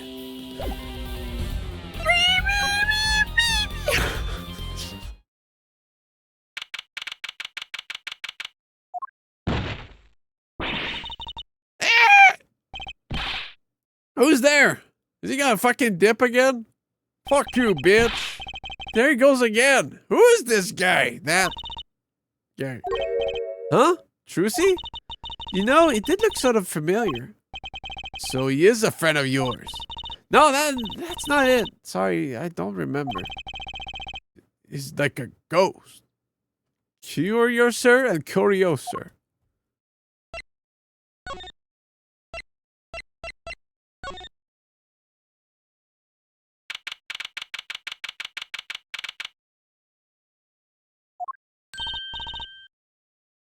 Ah, let me roar. What? What has happened? I heard that Mr. Latouche has died. Let me roar. You speak? I mean, you speak English? Ah, yes. I was invited here from the Republic of Burgunia. I am not Burgundian by birth. But wasn't Mr. Lataus your interpreter? Ah, that, yes, well. It was Mr. Lataus's idea. He thought it would add to the mystery, you see. Burger. Then your pianist is also... No, Maki Tobaya is Burgundian. Burgundian. He does not speak English. Now please tell me, what has happened to Mr. Lataus? Why did he... Actually, Mr. Lataus was... Trucy? Huh? Remember what Prosecutor Gavin said? Not a word. Well, now we're just sounding suspicious. But Mr. Lataus is your manager. That's not fair to her. I mean, isn't she a related party? Precisely what Prosecutor Gavin doesn't want to alert, I'd suspect. All we have been told is to wait here in this room. It is very unsettling. I'm sorry, we're trying to figure it out ourselves. Do you think I could ask you some questions? Of course, I am always willing to help. She's as calm as she looked on stage. I can't put my finger on why, but I like this La Miroir. What is it, Maki? What? But you'd be alone. What seems to be the problem? Maki, he is not good running around. He's not good around strangers. He wishes to go out for a breath of fresh air. Wingding's ass. Would that be alright? Sure, of course. If he wants to go kill more people. Fuck. Very well. What is it you wish to ask me about? The Republic of Burgunia. That's in Northern Europe, right? I've never even heard of it. I started out singing in a restaurant. Then a producer called me. Before I knew it, here I am. You don't say. You know, my daddy plays piano in the restaurant. Producers tend to look for talent, Trucy.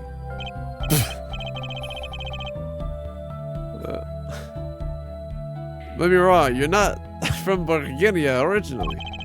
Were you born here? Well... Oh, is that supposed to be a secret? Image is everything when you're a star. I know a bit about that, of course. Yes, it is something like this. A contract, you might say. I'm also not to speak anything but Burgundian in public. Image is important, I guess. She's not all image, though. Her songs are lovely. A real landscape painter in sound. A painter in what? She travels the world turning the sights she sees into music. Is that what it says? Travels around the world.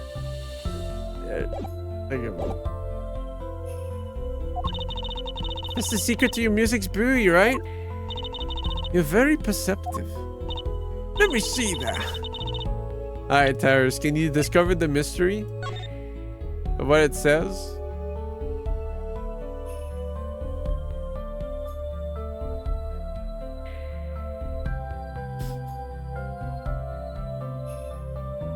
Wait. My God, we can both agree. Oh, I use your songs all the time in my stage act. I don't have to pay royalties for that, do I? Stop while you're ahead, Trucy. This landscape painter in sound, too, is an image. Yet without it, my songs would not be so widely heard. Even call you the siren of the ballad, right? Yes, in Burgundian, La Miroir means the siren. I meant the mirror. I fear that perhaps already I am not the siren I once was. Your pianist, Maki, was it? He's cute, like a porcelain doll. He's very European. I met him while singing in restaurants in Burgunia. He is an orphan, yet his playing is exquisite. Soon he came to live with me. It's like a fairy tale, almost. I notice he already leaves your side. Yes, well, he is blind. At first, I hesitated at dragging him around across the world. He doesn't speak English either, does he? He had never left Burgunia before we met. I made his presence part of my contract. Machi and I together are la miroir. Together, always. Mr. Latouche was my new manager. New? Yes, from 3 months ago. Around when I received Mr. Gavin's invitation to come. I met Mr. Latouche at my office. He was to be my manager and my bodyguard. And, as it turned out, my interpreter. Interpreter? Even though you speak English? Yes, but we were to visit more places than just here. We had a concert in Japan scheduled after this one. Though I fear that may have been to be cancelled now. Was Mr. Latouche from the Republic of Borginia too? Well, he was only with me for 3 months. I'm afraid there is much I do not know about him. And now I shall never know. No one will ever tell me why he has died. I'm sorry. Prosecutor Gavin said we weren't to talk to anyone. Mr. Latouche was a talented man. The siren of the ballad. That phrase was his idea, you know. I'm happy for him that it has become so well known. The siren? That's what he meant. Huh? Apollo? You are the siren, right, La Miroir? That is the meaning of my name in Burgundian, yes. It was the name my producer gave me. Why do you ask? It's very important. I had to know for sure if the siren was you. What do you mean important? I'll tell you. You deserve to know. The siren. It's an enemy in the EDF6. Turns out that's a very important word in this case. How? When we found Mr. Latouche, he was still alive. What? I heard him say something. His last words. Mr. Latouche, can you hear me? Yes, witness. Hang in there, Mr. Latouche. Tell me, who was the witness? The witness is... He said siren. Really? I was the only one there to hear it. But I'm sure that's what he said. Mr. Latouche said that? That's the witness. And you're the siren, La Miroir. Did you see what happened? La Miroir? Might I ask, are you with the police? Well, no, I'm a defense attorney. An attorney. Yet there have been no arrests, yes? Is that a problem? Does an attorney not work for a client? If you have no client, you should leave the investigation to the police, I think. Hey, it's being sus among us. But let me rare. I'm sorry, but I cannot answer your questions. I'm afraid you lack the authority to ask them. Why? If she witnessed the crime, why won't she tell us? I believe we are through here. I believe so. Jailer, turn her ass in. Is this yours? That reminds me. Does this brooch look familiar to you? My brooch? Yes, well, it may be mine. Yours? La Miroir? I was wearing a brooch earlier, you see? I must have lost it. Well, that explains the brooch we found. It was La Miroir or yours. Thank you. I was wondering where I'd dropped it. So this brooch belongs to her. That begs the question. Is something wrong, Apollo? What was this brooch doing at the crime scene? Is this also yours? Would you mind taking a look at this, La Miroir?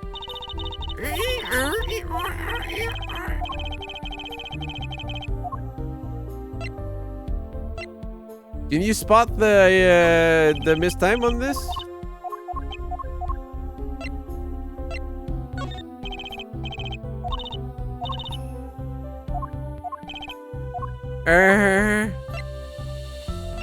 Well, what about this, huh?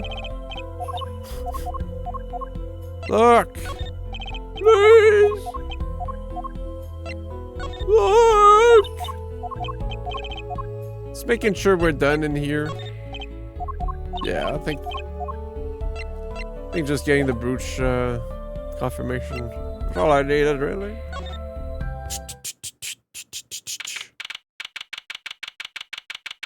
Is that fucking wizard here again? Whoa! Who's there now?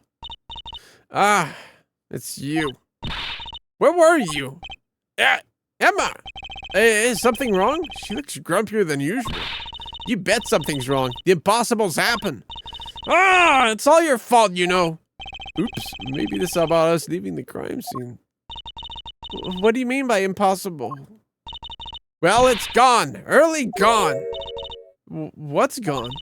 The body, stupid. What else? Eh?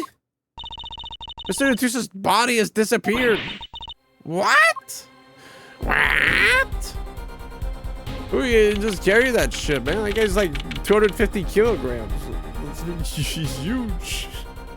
He's like an elephant. Prosecutor Gavin. From your vacant stare, I gather you'd heard the news. I heard Mr. Latouse's body was gone missing. Look for yourself. Quite the pickle. Quite the pickle. How can you just stand there? We have to start the investigation. There's no need for alarm, Frau Detective. It would take an insanely strong guy to move the body. I'm like, hey, come on now. I'm not that strong. Come on. All entrances and exits have been sealed. The body will not leave the building. So I suggest we go find ourselves a cadaver. There will be plenty of time to wonder the whys later. Well, you seem pretty sure of yourself, Mr. Gavin. Oh, we'll find him. I'm rather enjoying this. How could Mr. Latouse's body just disappear? Mr. Latouse? Well, you heard the man. I don't know who should be misspelling or saying that correctly. I don't even know what the spelling on that. I'm trying to make Trucy say everything wrong, but... Hey, I don't know if this is exactly the right time, but... Where do you think you'll find the body? Your guitar case? Guitar warrior. Yes, Darian? See? Geeter's gone missing. He was in the dressing room. Geeter? Who's Geeter? That's what I call my guitar. You like, man? Your guitar was stolen. What's up with all those damn guitars being fucked around? This hasn't been a good day for guitars or Geeters. Okay, body first, then guitar. And if someone finds that guitar, please bring it to her dressing room. Geeter's like a missing person, not lost and found, man. Letter. Well, this sure is a, what do you call it? A sausage? No, wait, it was a pickle. And it's your pickle. I told you to stay in the room. Sorry. Not much else I can say. It's alright. Top priority now is finding that body. You can make it up to me later. 10 bags or so of chocolate snackers should do the trick nicely. What's your sugar intake, Emma?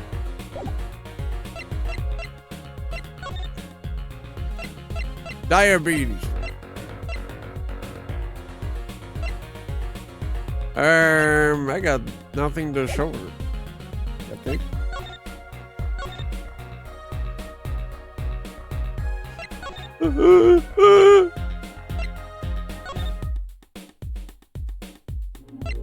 She's gone.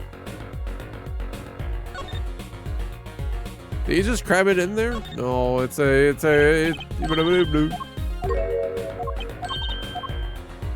check mark. It wouldn't be that.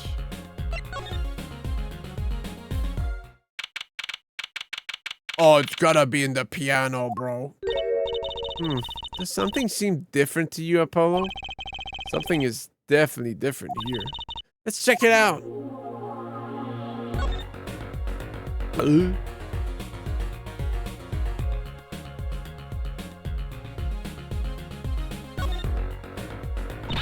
I'm not sure that's all that's important right now. Let's check out that thing in the middle of the stage.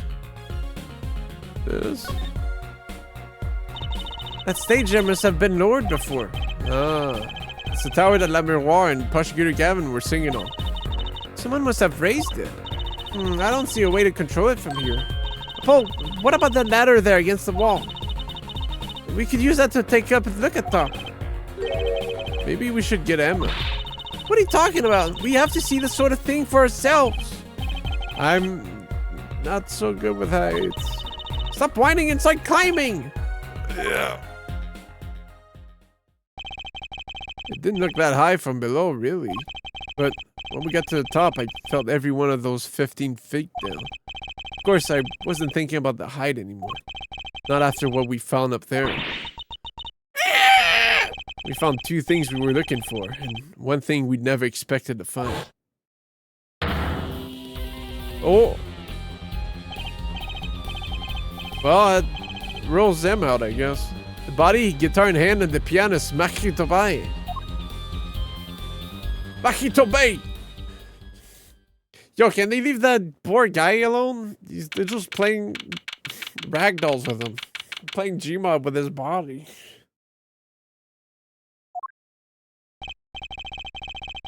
Wow, that concert last night sure went south in a hurry. No kidding. Why did they arrest Maki? Why? Oh, he's not dead. Don't look at me like it's my fault. Maki Tobai, the blind pianist. Arrested on suspicion of murdering Romain Latouze. Even though he's a small guy, it would explode by shooting that revolver. It's become a mist of Gibbs. I can't believe such a cute little boy could do something so horrible. Guess they had proof of some kind. What proof could possibly prove that? Morning. Prosecutor Gavin. What a night, huh? I apologize for being so upset. Mr. Gavin, do you know what's going on? Why did they arrest Maki? Why? Not like I'm like it's this fault either. It was tough for me too. We performed together that night after all. Yeah. Yeah? The powers that be say that given the circumstances, it could only have been him. What do you mean by the circumstances? How about that mysterious wizard? Lemuroy was invited from Borginia as an ambassador of goodwill. It is vital that this case would be wrapped up swiftly. That's all the powers that be want, really. Well, those are circumstances, alright. But what makes Maki the only possible suspect? Forehead? You seem to have forgotten that you're talking to the prosecution. The enemy. Ah, right. I think I like this side of Prosecutor Gavin better, actually. I'm not at liberty to discuss the particulars of the case. Especially not to the defense attorney. What? Did you just say me? The defense attorney? That's what I came to tell you. He's down at the detention center. He wants to request your services. He? You mean Maki? Maki wants me? So why is Prosecutor Gavin trying to like... Yeah, this Maki guy? Cut his throat, dude. I mean, he's a suspect. I gotta make sure he's fucking killed. Even though he did some sick notes during my track yesterday. This is what we've been waiting for, Apollo. Let's get going. Right. Shoot that kid. Good luck. I'm off to question Lemuroy. I mean, it is Prosecutor Gavin. It doesn't feel like he's been my enemy for sure so far. He's kind of just been... He's kind of like late case Edgeworth, where he's just like trying to be on my side instead. I hope I'm up to this.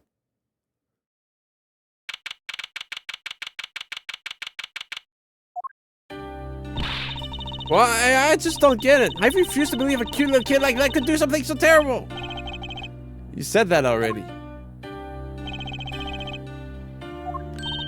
Maki, everything's going to be okay.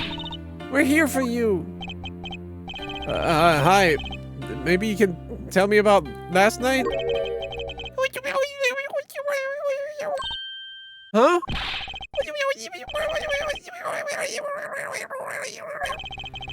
That was when I realized how tough it must be. A little kid like this? In a country so far from everything he's ever known? Maybe Lemuroy can help? But didn't Prosecutor Gavin say she was with him? Good luck. I'm off to question Lemuroy. Well, what are we going to do? That's, a good question. Can't think of anything we can do but cope with this and hope for the best at the trial tomorrow.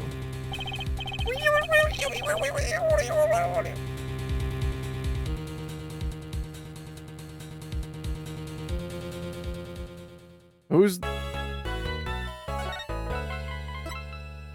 gonna be on the stand, dude? Hello?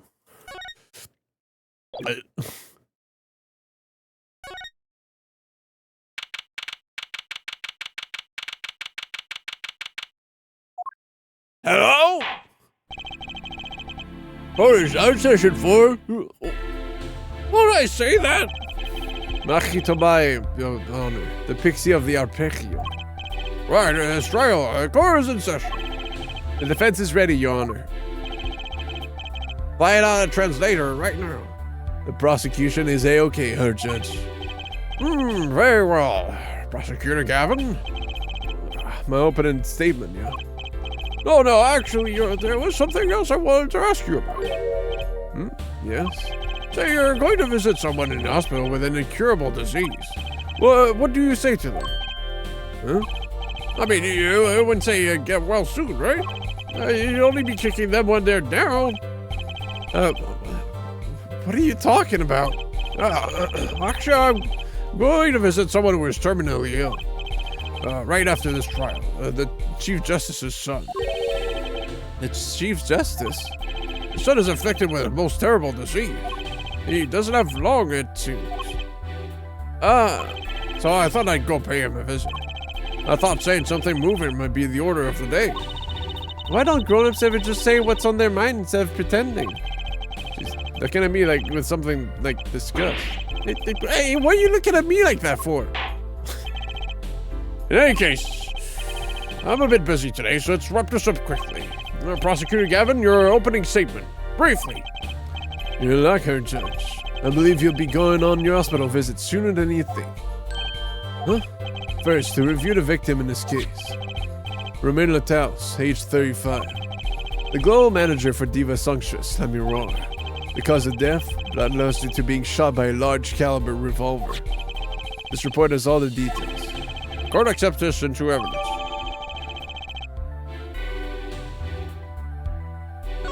Loss of blood. 45 caliber, that's quite large, isn't it?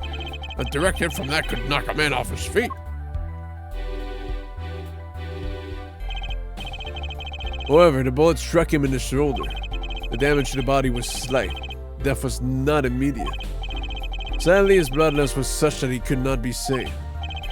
I suppose the victim's condition could have been much worse, considering.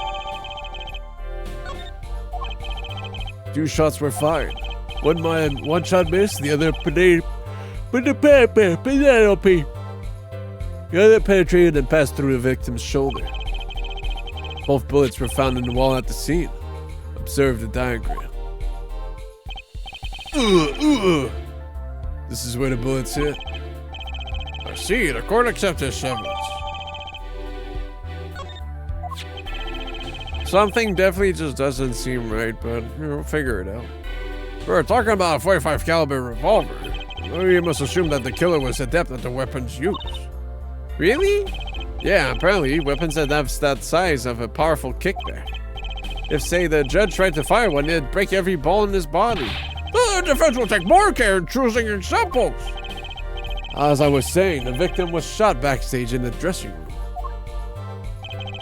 This dressing room has only one entrance, this door. That does seem to make a case, yes? However, there were witnesses who heard the gunshots. He's talking about you and Emma, huh? Yeah, when the witnesses entered the room, it was empty, save for the victim's body, of course. But that's impossible! Exactly. This murder was impossible. For all but one person. One person? That is, of course, the defendant, Maki Tabaye.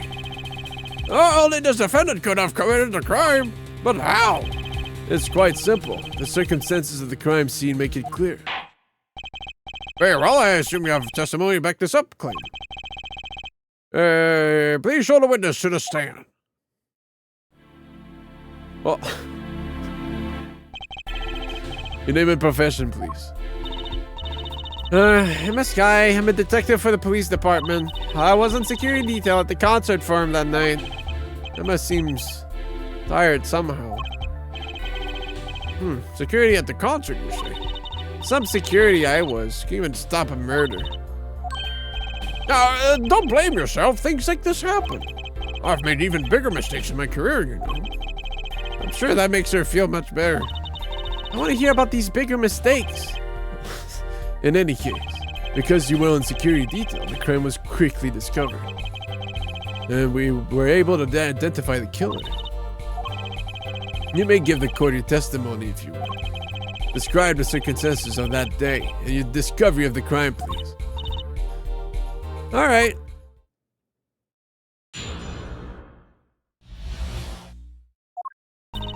The night of the murder, I was on security backstage at Prosecutor Gavin's request. The only people involved with the concert in some way were allowed backstage. At the beginning of the third set, I heard shots. I went into the room filled with blaring rock music and found the body. I examined the scene and determined that only the defendant could have done it.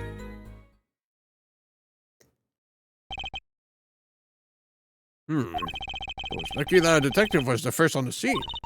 But that door was the only way out of the room, right? Yeah, pretty much. Then I don't get it. How can they say that Maki did it? Looks like we need a bit more information. Very well, the defense may begin the cross-examination.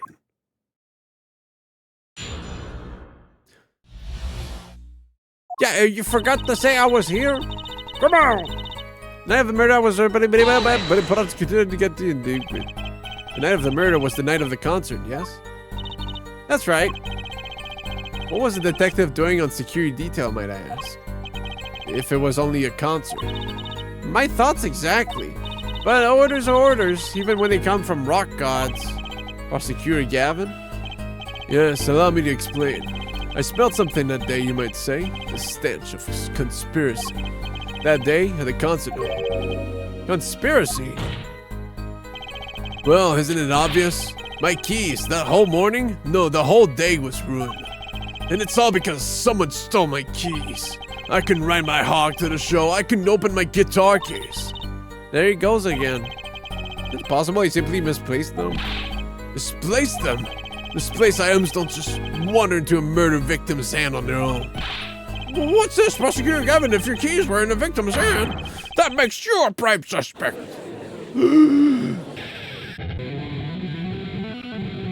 Well, he does have a good alibi.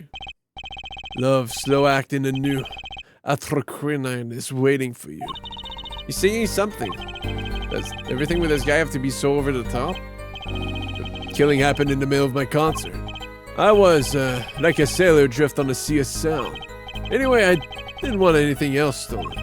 So I put the detective with the most time on their hands on the task. Oh, I see. I can accept that. Well, I can't. What do you mean, time on their hands? Please, the testimony.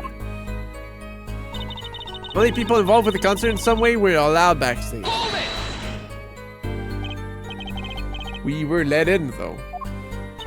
I didn't know about that. I certainly didn't invite you. I give the Frown special permission to be there. I wanted to see her again. Oh boy, did you hear that?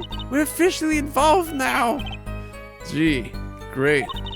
Some of the hangers-on tried to get backstage, but I drove them off. So no other outsiders were there then. And then, at the beginning of the third set, I heard shots. People were getting crazy back there. We were having a chat when we heard the shots. You were the one chatting. I was eating snackos. Hey, no snacking in court. And you're sure the shots came from the Mirage room? Yes, absolutely. Hey, I'm the one being cross-examined here. Here, this'll keep you quiet. Thanks. So, here I am. We were there, hard to be mistaken about that. Please, either talk or eat. Not both at the same time. Right, so after that, me and Mr. Lawyer there opened the dressing room door. I went into the room filled with blaring rock music and found the body. Yeah, I'm gonna throw one over here. Rock? Blaring, yes. When you say rock, are you referring perhaps to this rock and roll music that's so popular these days? That's right. When we went into the dressing room.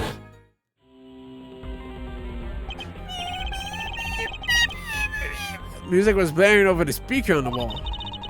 They pipe sound from the stage into the backstage through speakers. That way people in the back can hear when they're supposed to be on stage. They have to be so loud? You don't listen to the governors with your ears. You feel it with your entire body and soul. And I have the backstage monitors at full volume. When we walked in the room, the band was playing Guilty Love, I believe, making it easy to determine the time of the crime. If you could hear that music playing, then everyone on stage for that song has an alibi, including myself. Anyway, I closed off the scene and started my investigation. She burped the snack. I'm trying to keep it immersive. I examined the scene and determined that only the defendant could have done it. How could you know something like that? As I said, it was clear from the circumstances. Listen, we know there was only one exit from the room, that door. The small window only opened a tiny crack, and I was standing in front of that door. So, how could the killer have fled the scene? There's only one possibility. The air vent. Sus. Oh! But that air vent was too small. Who could possibly? Exactly. But there's certainly no way you could get through, nor me. The only one who could fit through was a child. A child? 14? Remember, access to those rooms was limited. Only those involved with the concert were allowed.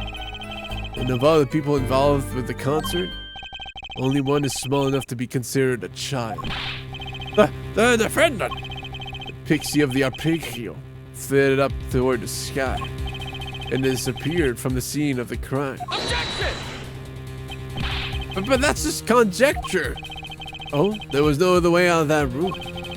You were there. You should know, Herr Forehead. And there's another vital piece of evidence. Evidence? What? Marks were found on the air vent grill.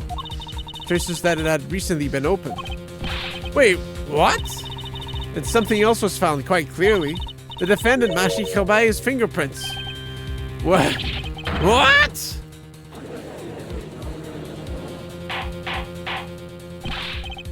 Order, order, order! That air vent was the only way out of the room. The defendant's fingerprints were found on the grill. Well, Herr Forehead, what fairy tale does this suggest to you? I think that Mr. Latouche was defending Maki, and he blocked the shots from him with his body and told them to run away. Smile. I think you adore barbecue. Only one could pass through that vent, that doorway to heaven. And that one is our pixie. Why are you looking at me, Apollo?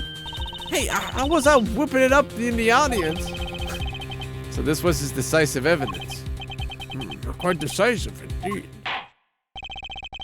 I believe that's enough of that. The prosecution has a rather convincing case. The only way in and out of the crime scene was watched, making the defendant the only one who could possibly leave the scene. Simple and decisive.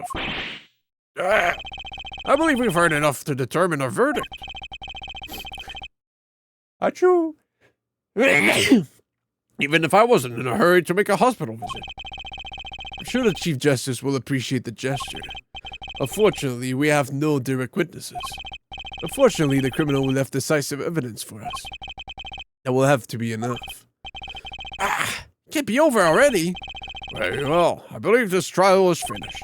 If the defense has no contradicting evidence, the prosecution has presented our proof clear and plain. If you have contradicting evidence, it better be clear and plain.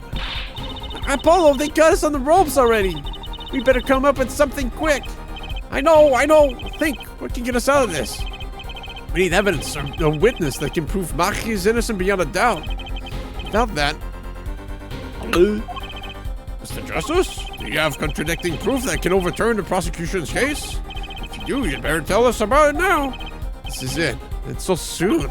If I mess this one up, it's all over. The court wants contradicting proof?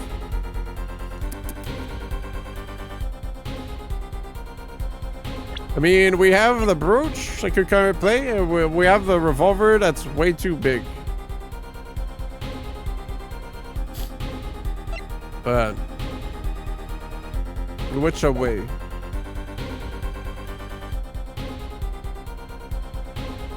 So I think we'll go with the gun. Defense is prepared to show contradicting evidence. This should be interesting. What sort of evidence? Yes, what sort of evidence, Mr. Justice? Show us evidence contradicting the prosecution's claims. Take that! It's the only thing that was in play as well. We're not just gonna like inject something. That's possibly out of context. The evidence does more than contradict. It flips the whole case on its head. Thank you for presenting evidence as both clear and plain as requested. Yes, clearly and plainly wrong. Fuck you, man. If I'm afraid the only thing flipped on its head here was you as a child, Mr. Justice. I guess that wasn't it.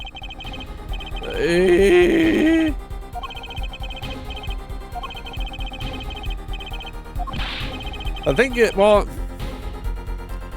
So that house does talk about, like, ask the witness. So we know there's been a witness. I mean, we have to bring in Mirar. But do we, like, call a witness to make it more dramatic, or do we show the brooch?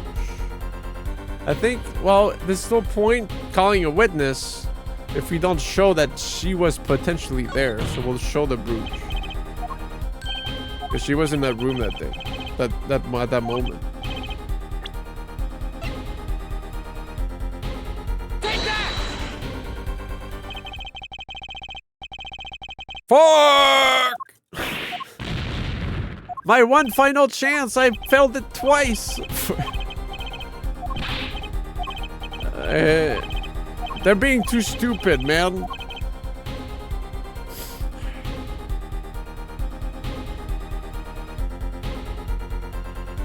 It's over for this kid. We really gotta kill this child, Apollo. Please, just get it over with. If I can try to call for Mirari.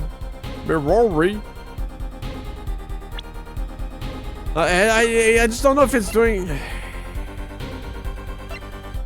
It's doing the thing where it's like, I don't have a thing, and then like, ah! A nuclear bomb is about to hit Japan. Japan, Rika. Ameripan. It was suicide.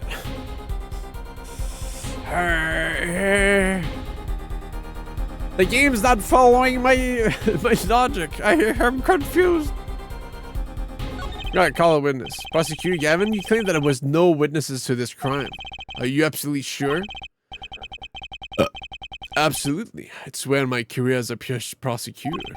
And on my million-seller hit song, I'll troquinite my love. There he goes again. That's too bad because there was a witness.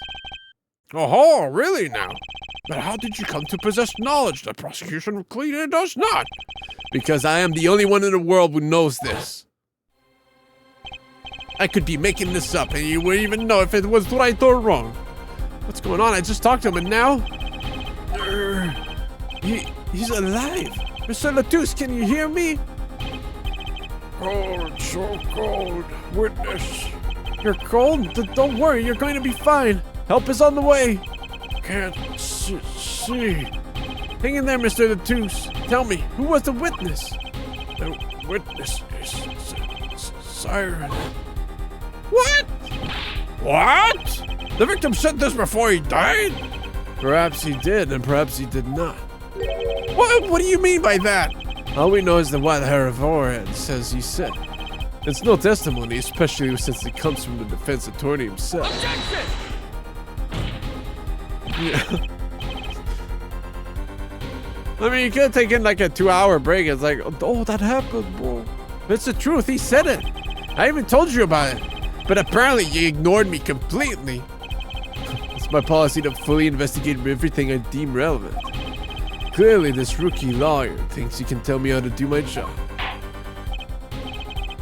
That's enough! Mr. Justice, we need clear contradictory proof from you. This witness of yours is unknown to the prosecution. I hope you're right. Failure carries a stiff penalty. Perhaps a stiffer penalty than was usually called for. There's no backing up now. Let's hear the name of your witness, Mr. Justice. Oh, I was gonna present the brooch here, but... Oh, shit! Well, let me roll. Recall Mr. Letoux's last words.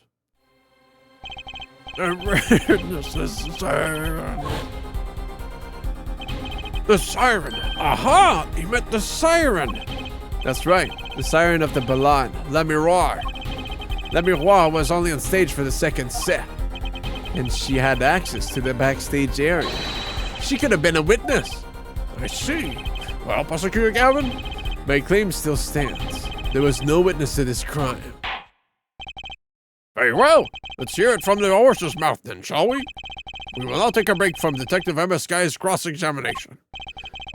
Please show La Miroir the witness stand. La Miroir would say nothing the night of the murder. Not today, though. They will drag that story out of her no matter what it is. Gavin, smile. It is my distinct honor to welcome the siren of the ballad to our courtroom. You are too kind. You can speak English? Yes, I can. Though I am not very good. There is much I do not know. You speak so well. Have you spent time here before?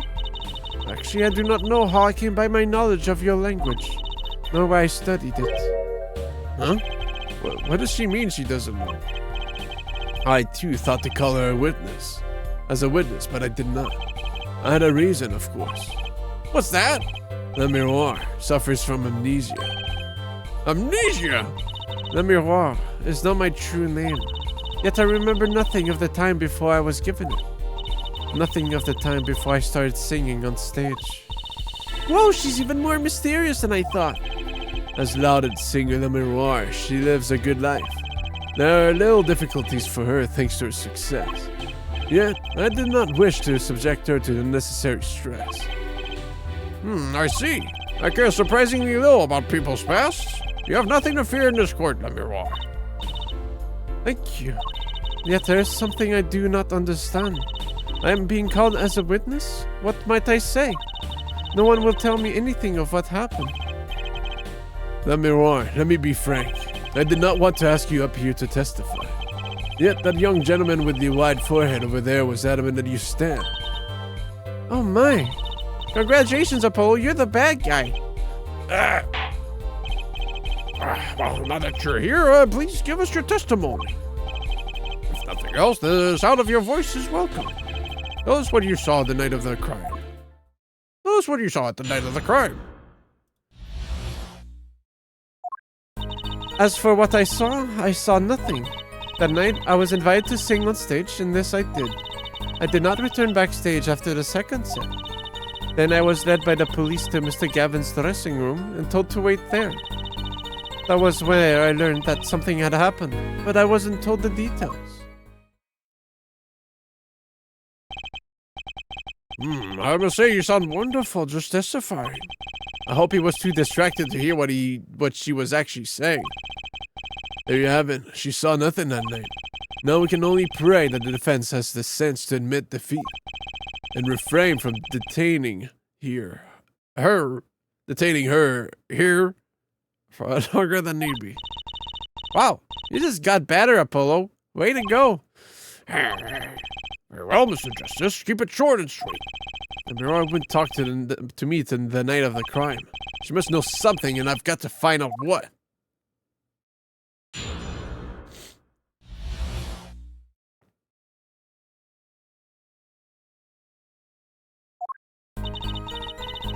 Oh, I thought I lost 3 HP, but as far as I saw nothing. But you must have seen something. Mr. Letoux named you. Mr. Letoux? The Towsy? How can I tell you what I don't know? La Miroir, He said you were a witness with his dying words. I did not know what he meant to say, but that night I was invited to sing on stage, and just I did. It was a great concert. You heard me sing? Thank you. I was hoping to get an autograph later, actually. Of course. Mr. Justice, this is a cross-examination. You're out of line. If anyone desires an autograph here, it's me. Oh, one on my gavel would be nice. The judge. Oh, what's this? It's my autograph. Now keep this trial moving.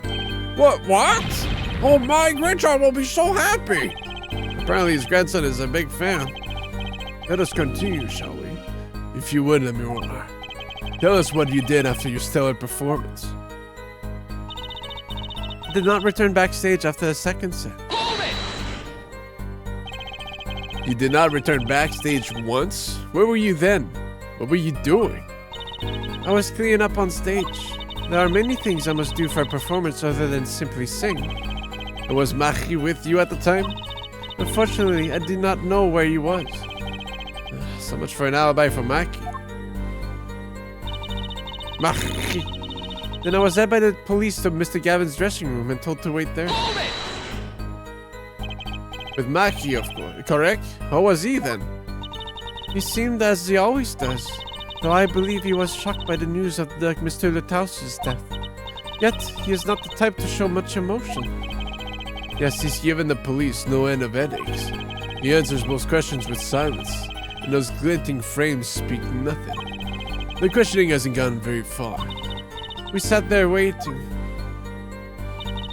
That was where I learned that something had happened, but I wasn't told the details. How was the incident explained to you? I was told nothing in detail, other than that Mr. Luthaus died. Of course, investigations require some security. But Mr. Luthaus was my manager. I wanted to know more. I should have been told. Both Machi and I were beside ourselves with concern. Allow me to apologize, but please understand. Keeping you in the dark was as painful for me as it was for you. Yes, I understand. Think, what doesn't ring true about her testimony? It's hard to imagine Lemuel lying. She might not be lying, but she's hiding something. What would she tell me the night of the murder?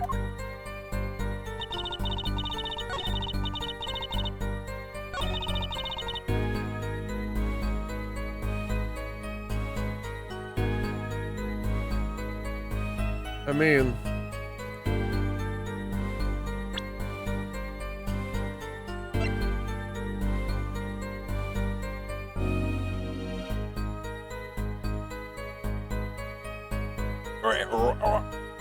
this could work. So far, that's probably the only thing I can think of. Sorry, Lemuel, but I have proof that you're lying.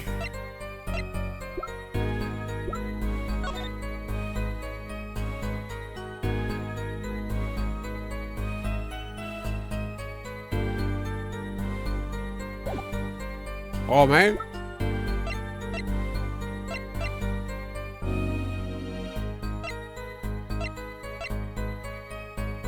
Objection! I'm sorry, Lemuel, but I'm having trouble believing you. You remember this brooch, do you not? Why, that's Lemuel's. She was wearing it for a song. Yeah, I wanted to check if I could, see that, but, I had no proof of that. But thankfully, Gavin's there to fuck it up. Care to add that to the testimony, Prosecutor Gavin? What? This brooch was found after the murder took place. At the very scene of the crime. What? Lemuel, how did your brooch get backstage if you did not go there yourself? And as Prosecutor Gavin has just told us, you had been wearing it during your performance that night. What is the meaning of this, Lemuel? Please explain. Lemuel? She says English is quite difficult. That trick's not going to work here. Your forehead may be large, but you are a lawyer truly. But you have missed one important fact. What now? In fact, at the time of the incident, I went backstage, but only for a moment. What? Think back at the moment of the crime. You know whereof I speak. Is she really saying all that? That's what she's talking about, Apollo. What's she talking about? I mean, why wouldn't the incident occurred? Is she talking about that? What's this room for me? I have to call up for backup. Right, understood. You want me to make sure no one comes in, right? Mr. Taos, can you hear me? Oh, it's so cold. Lily took another clip. Witness. You're cold? Don't worry, you're going to be fine. Help is on the way. Nice clip. Witness, this is siren. Siren? How can a siren witness anything? Yipes! Emma? What was that? Who's there? What's wrong? Emma, did you see anyone just now? Huh? No? I could have sworn I heard a door close. One of the wingdings is Ryu doing a Hadouken? Oh. Hold on. Hadouken! What?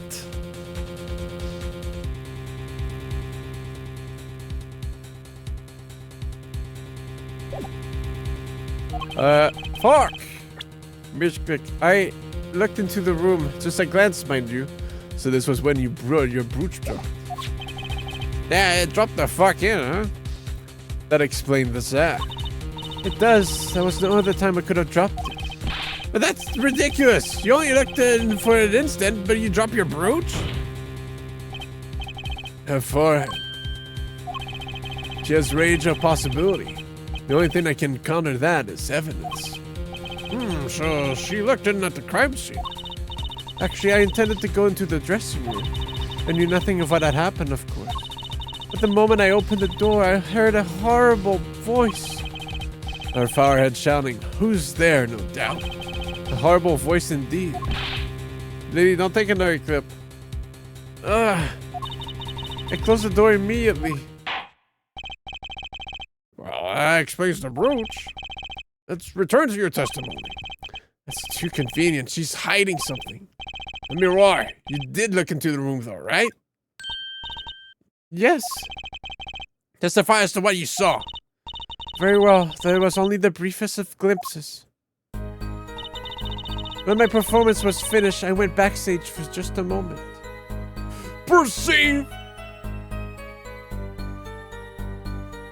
Is this new? Yeah. I mean, yeah. What did you see in that brief glimpse? I had only opened the door slightly when I heard that horrible voice. And shut the door. I've always wondered her forehead. Is that voice of yours lack of volume now? My cords are steel, man. Just back off. Saw nothing. The late Medusa body was behind a wall. Hold it! That's gotta be a Sus Among Us frame there. A wall? Was there a wall there? What is that in English? A division, or partition, I believe. It was a large dressing room divided into two halves. The murder took place in the inside half. I guess that partition might have hidden the body.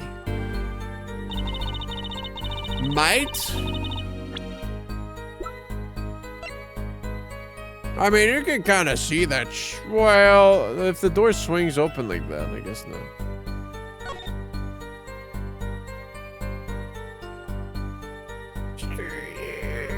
You could have seen the head.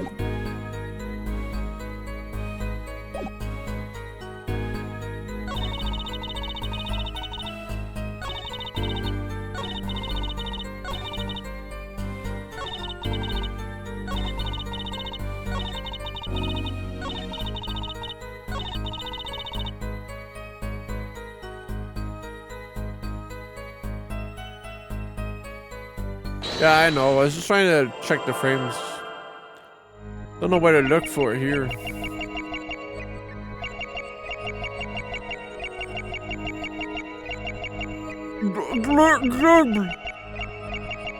Oh, she's gulping.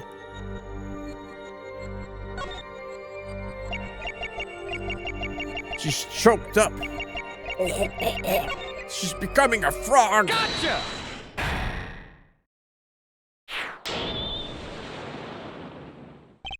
Yeah, I was like, well, it's not a hand this time. There's no hands on screen. Am I gonna look at her boobs? Like, bulge or something? But then while I was scrolling down towards there, I noticed it. Lucky catch, I guess. Laid Mr. Littause's body, you say? Yes? You know something more about Mr. Littause's death than you are saying. What? I could see you not trying to remember, but the effort made you swallow. You can't fool my eye. Nice little spit you got in your throat there, huh? It is true. It was so terrible after all. Why did Mr. Littause have to be shot? One moment, Lemuror. Yes? What was that you just said? Why did Mr. Littause have to be shot? Yes? She was hiding something. I knew it. Lemuror, I'm afraid you haven't realized it, but your words just now contradict your testimony. Eh? How could that be? Take this! Lemuror contradicted her own testimony after your privilege to prove it. Did she? I notice you're breathing. Very suspicious indeed.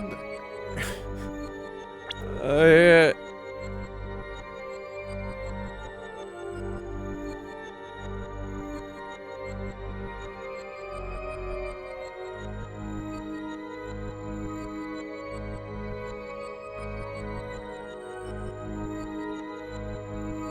Oh yeah,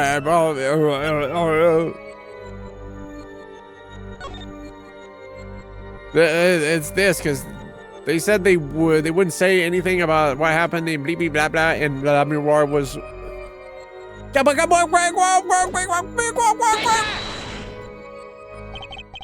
Tell me, Lemuror, how did you know he had been shot?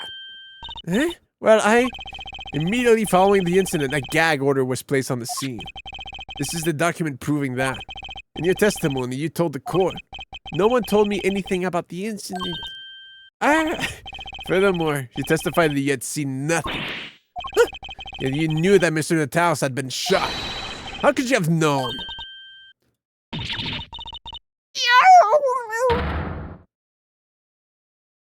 Soul destroyed. To the shadow. Lemuror, you aren't hiding something from this court, I hope. That sweet song of hers was sounding a little too sweet. Now I remember. Mind crunch.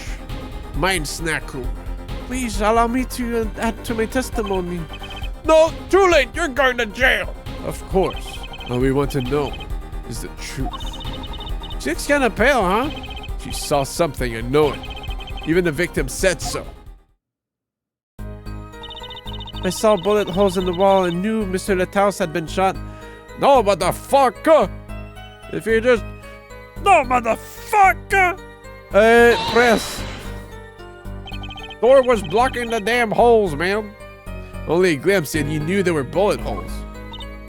Yes, I recognized them immediately. I've seen bullet holes before, you know.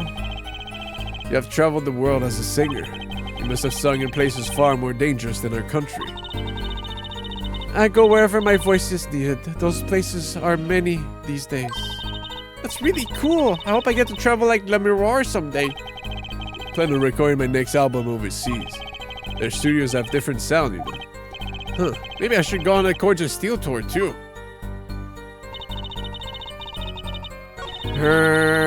I presente the mappe. As if she saw his slap. Let's not fuck around with this, bro. Put those cuffs on our hands. But lies are hiding becoming such a creature. And then, never mind, they call you the siren of the ballad. A put down worthy of our prosecutor, Mr. Justice. Such put-downs are hardly becoming of you, Apollo. Stop polishing your forehead and start polishing your character, huh? Come on, can I be cool for once? Stop insulting me, man. This is the right answer. Shut up. Observe the diagram. Let me roll. You licked it from the door for just a moment. Correct? Yes, that is so. There were bullet holes in the room, yes? But they were in the wall the door's on. Eh? You see? Assuming you merely glanced into the room, you couldn't have seen those bullet holes. Yeah!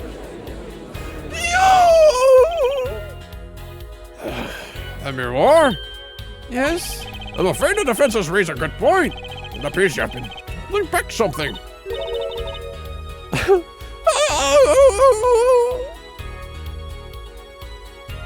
I must tell you what it is that I saw. Yes, the happenings in this trial are being recorded. And I'm certain it will be on the news in Virginia. You understand your reputation is at stake? Falls to you to avoid tarnishing. Personally speaking, I still believe that cross-examining her will yield us absolutely nothing. Are you dumb? But she knew Mr. Latals died. And he named her as a witness. You must have seen something, Lemiroir. Very well. Lemiroir, please continue your testimony. Very well, I shall.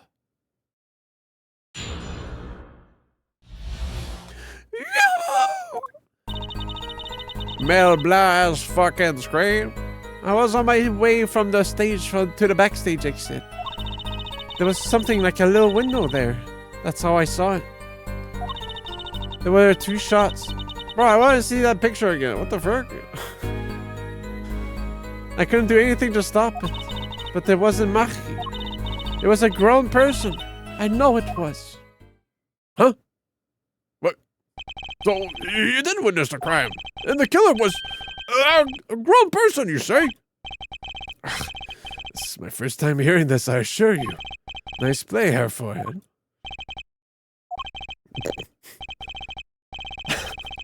No words. Very well, Mr. Justice. You may begin your cross-examination. Great going, Apollo. You were right about Lemiroir. What's wrong? You don't look too happy. This whole thing smells fishy. That's what's wrong. Huh? Stinky fish. I was on my way from the stage to the backstage exit. Hold it! So you were heading toward the dressing room? Yes. So this is a little before she opened the dressing room and dropped her brooch. About the same time Emma and I heard those shots. I was on my way back. There was something like a window there. That's how I saw Hold it. it! What exactly is something like a little window? Yes, well, window is the best word I know in English. I think this is how it is said, yes? Achoo. God, I'm so sneezy. I'm sneezy tonight. Need not worry, Lemiroir. Your choice of words is impeccable. There is a small window in the dressing room in question. Perhaps the defense remembers this detail? A little window on the wall. I saw the crime from there. That's some big hands for sure. There were 2 shots. I couldn't do anything to stop it. Hold it! Gone like... You're certain you heard 2 shots fired? Yes, quite certain. I was on my way to the backstage exit. This was when I heard a faint sound, like a gunshot. Wondering what it had been, I peered through the window. That is when I heard the second gunshot, much closer. And there were 2 bullet holes at the scene. Look at the contradiction so far. It all happened on the other side of that window. There was nothing I could do. But it wasn't Mac. Hold it! It wasn't Maki who shot. Are you sure? Yes, quite certain.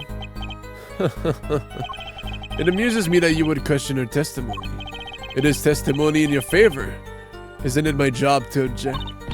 Yeah, Paul, what were you thinking? Trucy, let's just listen to what Lemiroir has to say. Can you tell me how you were so sure? Yes, of course. You see? It was a grown-ass man shooting that gun. Hold it! Grown-ass man with a grown-ass job. Grown-ass taxes. A grown-ass car. Grown person, that's a little vague. I'm sorry. My skill with your language is lacking, I know. Apparently you can at least see whether the shooter was male or female. It was a man. A young man. And you're sure of that? Yes, his voice was quite clear. Voice? Looking at this diagram, it seems the dressing room was quite cluttered. It does seem likely that you wouldn't have had a clear view of the shooter. As a singer, I rely more on my ears than my eyes. When I hear a voice, I do not forget it. That voice was the voice of a man. So you heard a voice, but wait. Couldn't that have been the victim, Monsieur Latels? Absolutely not. Did I just say that I do not forget a voice? If it was Monsieur Latels who spoke, I would have known. Indeed. So you were at the window, and you heard the shooter's voice. The voice of a young man. Apollo, this is a good testimony. That proves it wasn't Maki. Yeah, he never speaks. Indeed. If this turns out to be true, it would cast us in a considerably different light. What is the defense's opinion of this testimony? It's pretty good. Oh, I'd have to say it's pretty good. It's vital, even. It shows that the shooter was a Maki. Huh? Surely you can't be serious, Her Forehead. Why not? The Miroir. I understand why you would want to protect Maki. Yet remember, you are the siren of the Ballad. And lies do not become such a creature. What does the prosecution mean? Apollo, what's he talking about? How come no one bats an eye when he says stuff like that? I recall the state of the crime scene quite well. The state of the room? Yes, and when the murder took place. I weren't calling her a creature.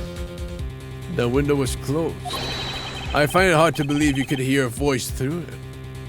Huh? What? But I'm sure. The Miroir, I have nothing but the highest regard for your musical sense.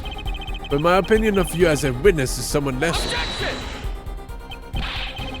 But she's the only eyewitness we have. Objection! So you say. And the victim named her the siren as the witness?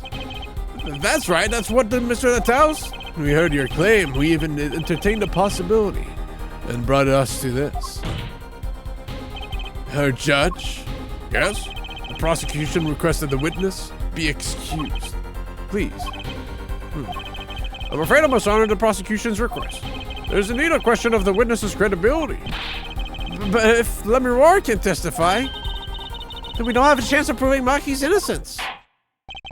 This cross-examination is over. Prosecutor Galvin, you may continue making your case. Danke. Now, where were we? Oh, yes. I would like to hear from Frau and Detective again. Objection! Yeah, this witness, no, let's get her out of here. Wait, let me hear the Miroir's testimony one last time. But the cross-examination is already over. Well, it's just some words, but they might not make sense. Until such a time as a need arises, this witness may leave the stand. I'm sorry I cannot be of more assistance.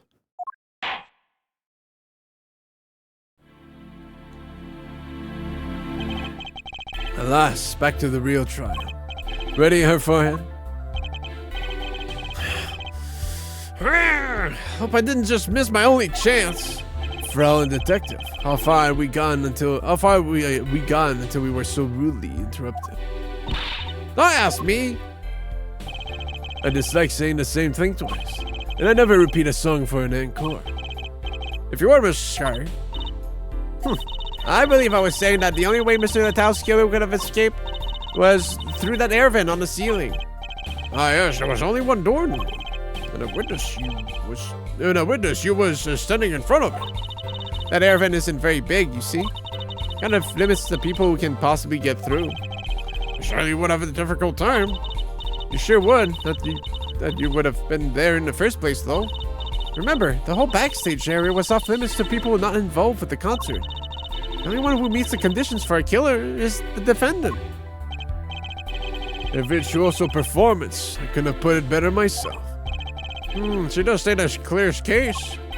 Though reading the report, something caught my eye. Oh? What's that? The circumstances of the defendant's arrest. The circumstances? Again? Hey, that's right, Apollo. Remember when we found Mackie? That was bizarre. Nah, yeah, dude, Mackie's fucking strong, dude. What can you say? He's right. Why did Mr. Natas's body disappear from the room and end up on the top of the stage tower? Holding a guitar, no less. A perceptive observation there, Judge. Thanks. It was kind of an accident, really. But you work in this job long enough, you get a nose for things. The judge sure seems pleased with himself. It's the first time he noticed something by himself. Very good, Fraulein Detective. Perhaps you can tie it all together for us. Why was the body moved? And how does that lead us to the killer?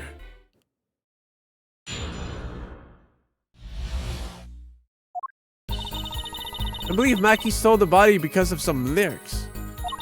He moved the body to match Lemuro's song. No one in this country had moved a motive to kill the victim, and Mackie practically left his signature at the scene. All of his evidence clearly points to the defendant.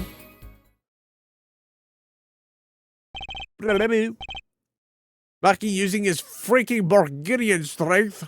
Yeah, I mean, Borginian? You know the Borgs? Yeah. The invasive species in Star Trek? They're strong. Lemuro's song. Yes, the guitar serenade. You notice it's code too, did you not? It's code? Code B, A, or S? How many challenges? All the events that day followed the lyrics to our song.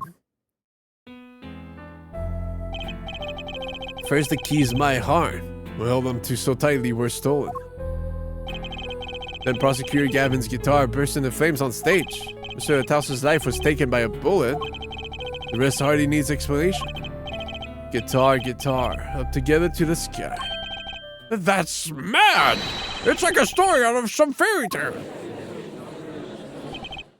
I admit I'd forgotten about the song. But there it is now, waiting for me. The grand finale, as it were. Hey, you know, I was the one who first noticed that. This is so freaking stupid, man. Mackie's both blind, and he freaking can't understand English. How the fuck is he supposed to understand these freaking lyrics, man? Are you stupid? I've heard of jumping rope to songs and counting the songs. But killing? It's a wild world out there, Judge. Very well. We've heard one song and dance. Let's get on to the cross-examination. I'm not so sure I'm going to be doing much singing. For the things I want. For the things I want. I'll write a song and dance. Song and dance. I believe Mikey stole the body because of some lyrics. This case is contained very frustrating by a lot of Ace Attorney fans, including me. Who would steal a body just to match some lyrics? I didn't believe it myself, but it can't just be a coincidence. As the Fraulein Detective says. Let us begin with the first verse. If you would, Fraulein Detective. What? You want me to sing it? You're the witness, yeah? How did you want me to sing? I warned you, my fierce vocalist is not trivial. Fine. Let's look at the first part of the lyrics, shall we? Well, you stole away the keys, my heart held on so tight. Indeed, my favorite heart-shaped keyring was stolen that morning. Next, we go to the right page of the lyric sheet, where we find burning on in my heart, fire, burn my love away, all away. As we know, Prosecutor Gavin's guitar burst into flame. Greatest detective took me 120 hours. That's crazy. That's gonna be like 16 streams. Like a bullet of love, fire, take my life away, all away. Damn, you suck, Towers. Still gotta be 120 hours for me because I read it out. So it's double just reading text. Mr. Latouse's life was taken by a bullet. Bravo, Frau Detective. You're singing? It's not bad. Now for the finale. I might have walked away from my computer a few times. Fallen asleep. Guitar and guitar up together to the sky. As it says in the lyrics, Mr. Latous. Mr. Latous was found with a guitar high in the sky over the stage.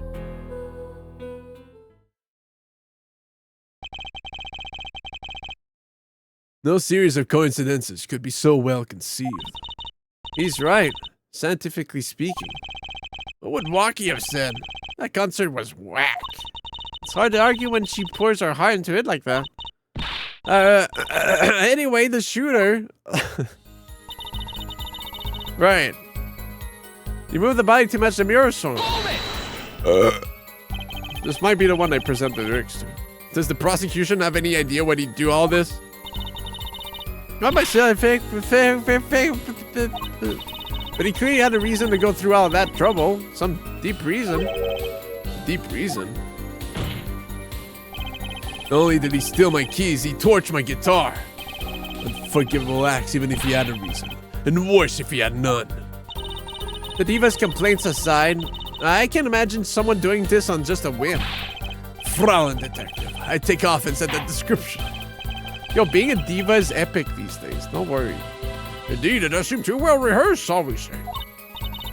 Yes, this crime was planned for sure. This crime is... No one in this country had a motive to kill the victim. Hold it! But Mr. Latous spoke English. He may have come to this country before. I looked into that, I assure you. Oh? It was his first time in the country, it seems. Apparently, he learned English on his own. Great. He played Sven co-op. You see? No one here had a motive to kill him. Certainly not in such an elaborate fashion. It does seem difficult to imagine. Unless our famous prosecutor did it as a publicity stunt. What did you say? Prosecutor Gavin, you did this to promote your song? Of course not, and I'm quite dismayed by the ludicrous nature of her claim. Why would I need a promotion? Everyone already listens to my music. Even in my textbooks at school. And I'd never heard of them. What does that say about me? I was just kidding. Don't get all worked up, Glimmer Boy. The Mikey practically left his signature at the scene. Hold it! What do you mean by his signature? The bullet holes in the wall, of course. The bullet holes? The revolver was fired twice. One shot missed and left a hole in the wall. That means what exactly? That dressing room isn't exactly spacious. Picture the shooter facing off with the victim in there. It can't have been more than 5 feet apart. It would be difficult, almost impossible to miss at that range. Difficult to miss, you say? Very. Oh, could he be blind? Assuming the shooter could properly aim. No, he can't be serious. Marky, he can't see. That's why he missed? It's the only explanation that makes sense. He used sound and other senses to fire the gun. Poorly. That reminds me, the monitor in that room was blaring at the time, yeah? Hardly ideal conditions for tracking by sound. A blind shooter. No wonder he missed. I knew those bullet holes would come back to haunt me. Think, Justice, what'd I do now?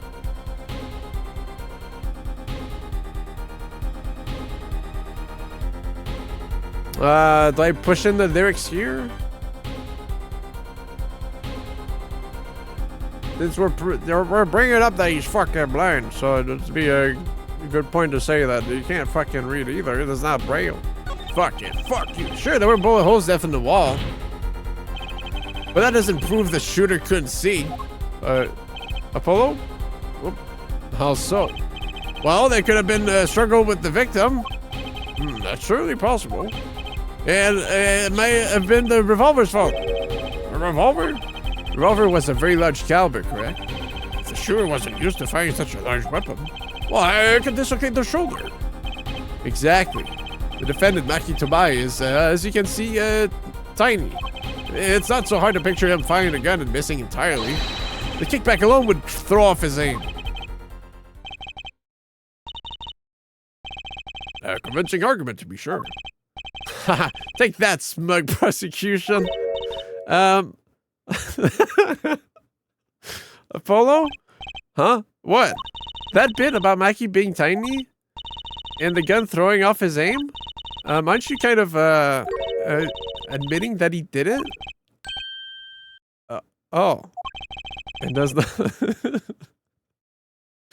does not matter what you missed. What matters is that the shooter was, without doubt, the defendant. Even the defense seems to agree on that point. Cripes! I really put my foot in it this time.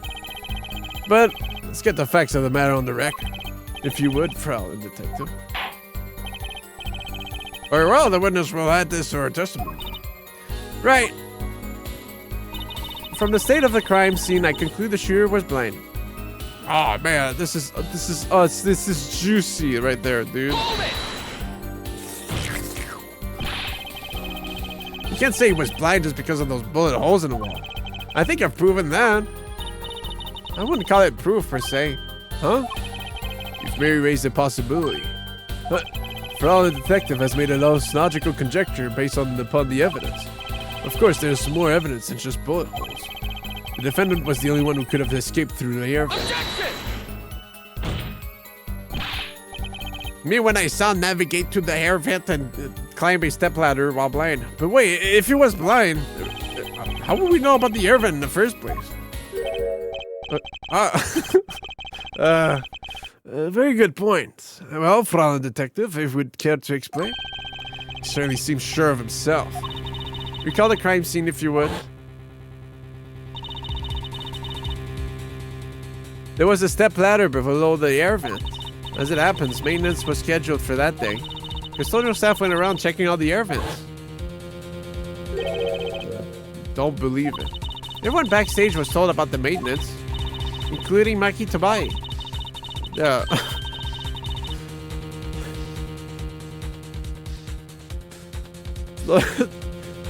Mikey's just standing there and some guy comes up.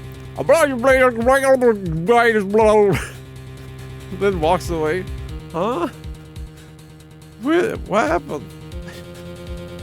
You would have known that there would be a way out at the top of that stepladder.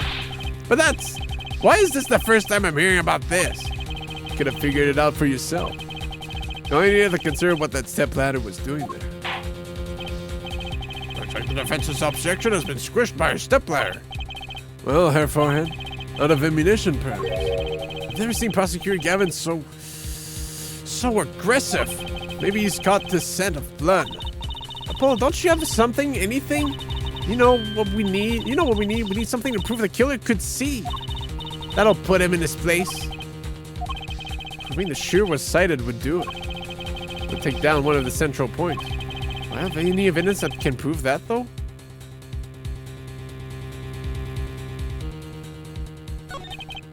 Fine, I accept the prosecution's challenge. As I knew you would, Herr Forehead. What exactly am I up against here? The prosecution is saying the shooter missed because they couldn't see. Therefore, Maki, who's blind, did it. The defense will please present their evidence. Evidence that overturns the prosecution's claim that the shooter could see. Okay, so we're trying to say that the shooter could see. So, aka this. They just threw me a bunch of words.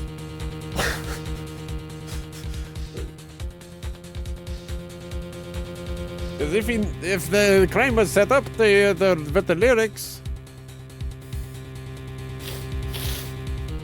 Because in the flashback from Let Me Roar, we could see that he was wearing gloves.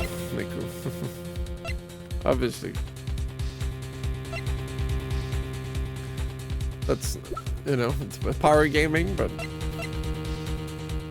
Yeah, but what if he heard the lyrics from someone who was translating them to him in Portuguese? Fuck off. Take that! I'm not sure that overturns anything, Mr. Justice. Wrong evidence, I'm guessing. Oh, these stupid. I have to think. There must be something. Anything. This doesn't look so good, does it, Apollo? No, it doesn't. What do we do? First, we don't panic. Even though Machi's case is leaking water by a gallon, Gallon's on a roll and it's up to me to stop him. Alright,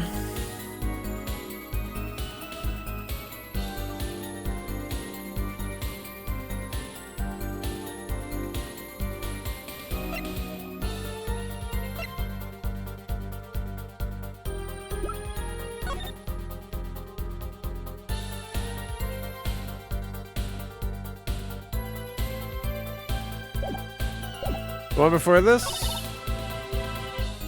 That was implication that the two bullet holes imply that he missed because he can't see because he's blind. So the shooter was a blind person because he shows shit at shooting.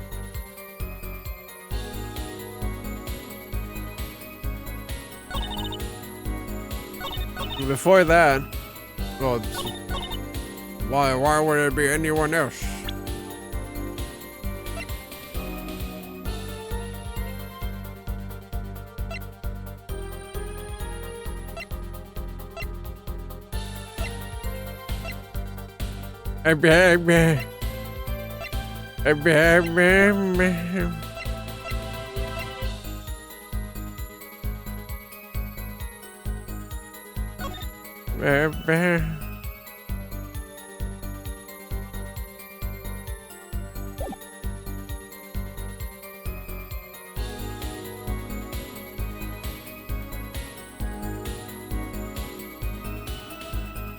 Oh!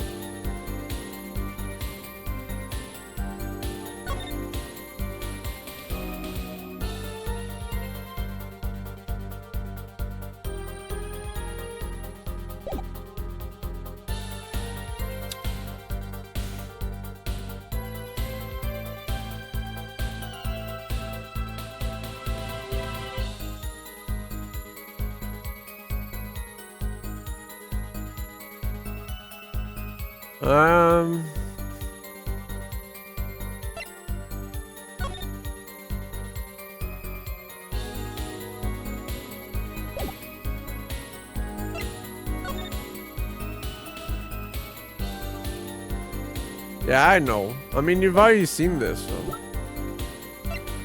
Of course you'd glue the pieces back together. Me? I've never seen this. For real this time.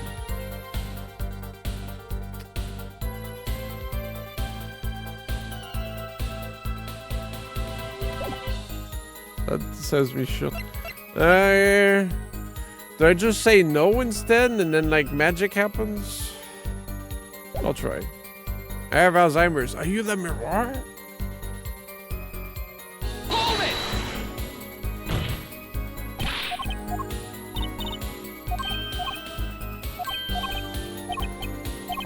Objection!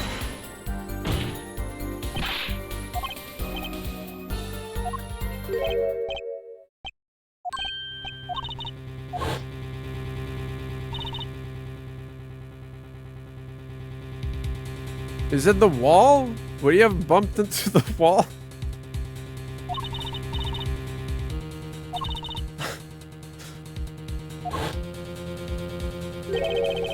There's no way he could have made his way. Well, the room looks like shit too. How can he navigate all that? Yeah, Gavin does say that the place was cramped and it was like all messed up. There's no way he could have found his way to the step ladder.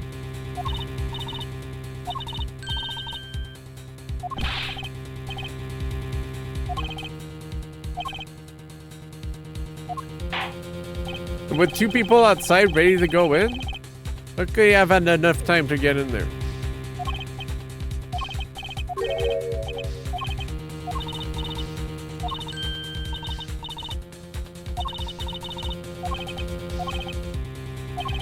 Fuck, I feel like that makes sense.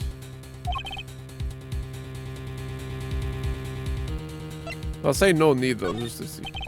I can't think of anything that proves the shooter could see. Your face does not exactly project confidence. Maybe you should just accept it and move on. Apollo, grow backbone. Very well, the witness may continue her testimony. Right. You even get a word in edgewise. Yeah, I'm thinking it's the map. It's too much shit to navigate through. I got a whole damn chair there. You got a damn wall. Like, ooh. I mean, they even got fucking Tampax in there, dude.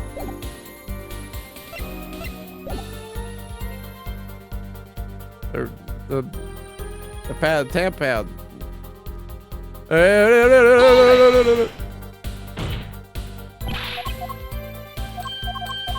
Objection!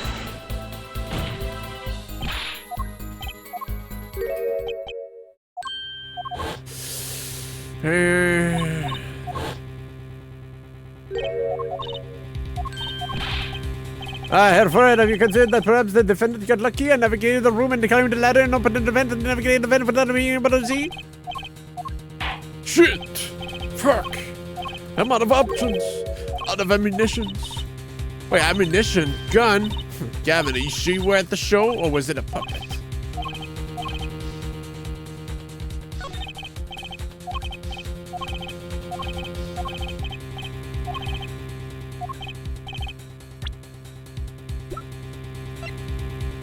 I don't need more life. Fuck off, man. They're so dumb, these people. These guys are so dumb. Do they not listen to logic?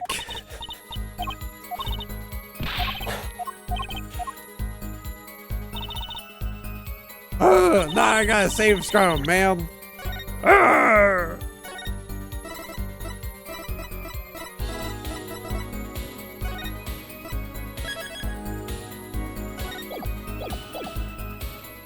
What the fuck, then? Is presenting there like the red herrings? Let's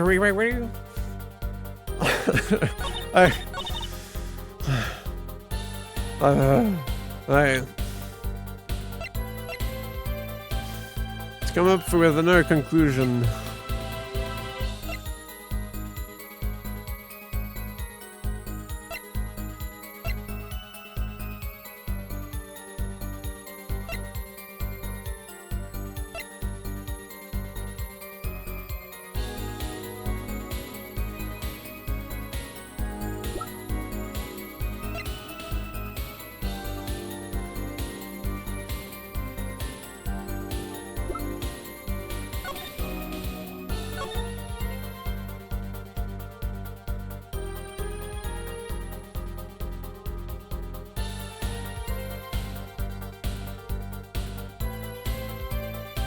Whoa, whoa, whoa, we are bad boys.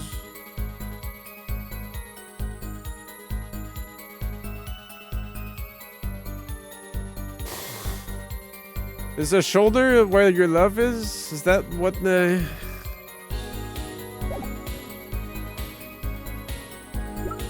Is that the clue? I showed this? The climb?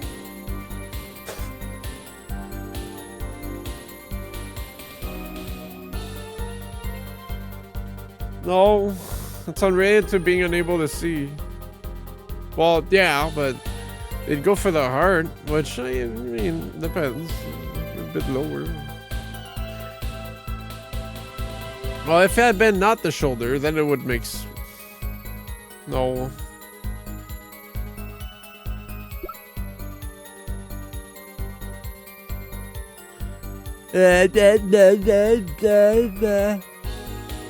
Would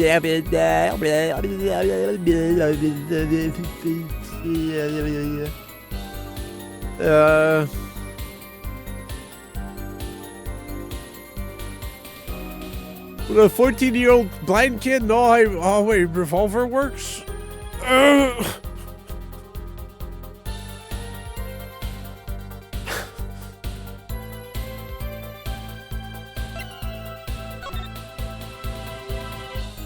Yeah, you gotta pull back the pistol, you know? The hammer.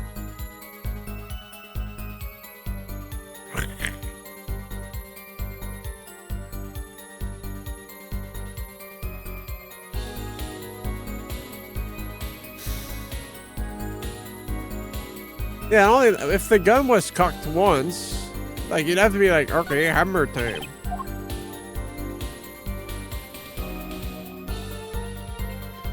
With such tiny hands, no way you could reach her. Oh, that's why his name is Max Speed. Oh. Oh.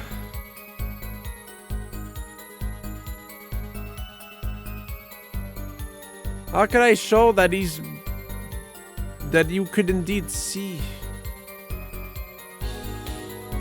the guy? Remember that was the time that goes by against we success and superpowers. We're trying to not make that happen, Koji. We gotta go the other way.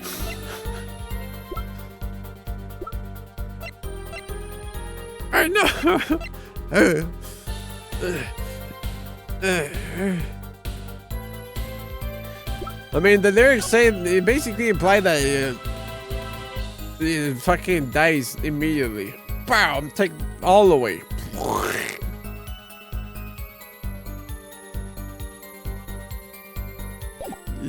No, that's cringe, man. Trial and error.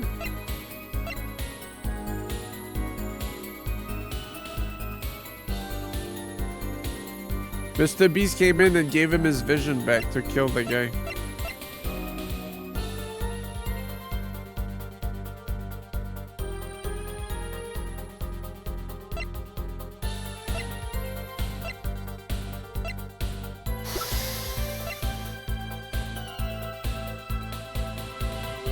I figured it out. Mr. Beast gave the 1,000 people back the vision and stole the vision of a no. Eye for an eye, after all.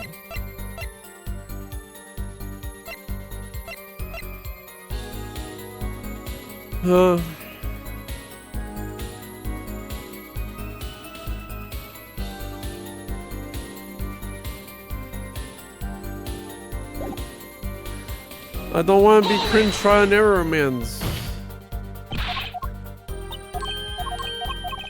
If I no, please.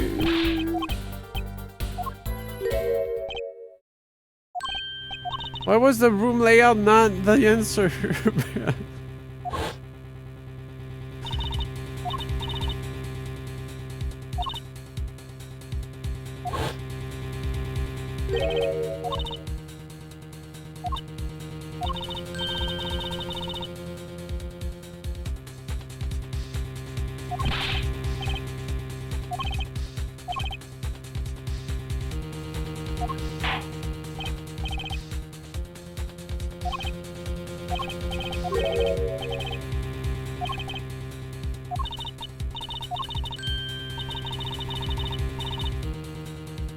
The brooch?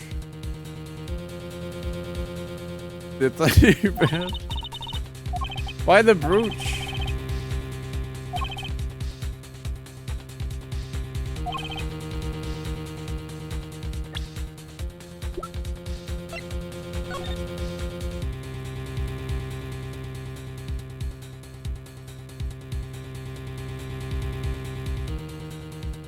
We did find the brooch near the square on the left, which would be like a tumble, like oh. But I mean, we already went over this.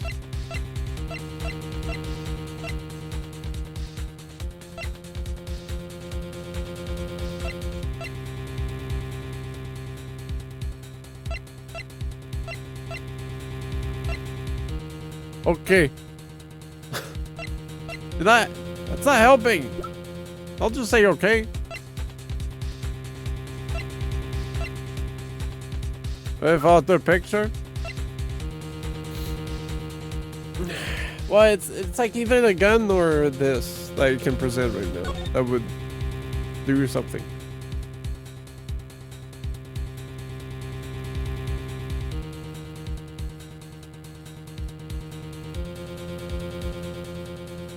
I don't know what this would imply, but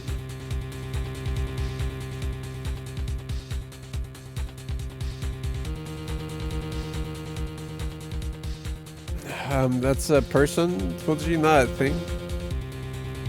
I'll have to call it it. I mean, he's not the blind guy. And from the actual, well, unless it was a setup, but it's not a setup. He was alive at that point. It sells the whatever. It's just game over.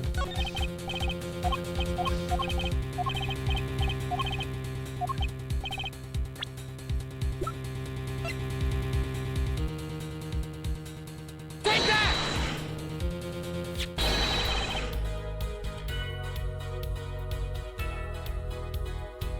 I explain, Apollo. I've got no clue. That is that evidence. The photograph of the crime scene. I don't care much for the smirk on prosecutor Gavin's face, but this is no time to think twice. Time to press on. Yes, Your Honor, the crime scene. There's something in here that decisively contradicts the prosecution's point. Smeared blood equals fuck.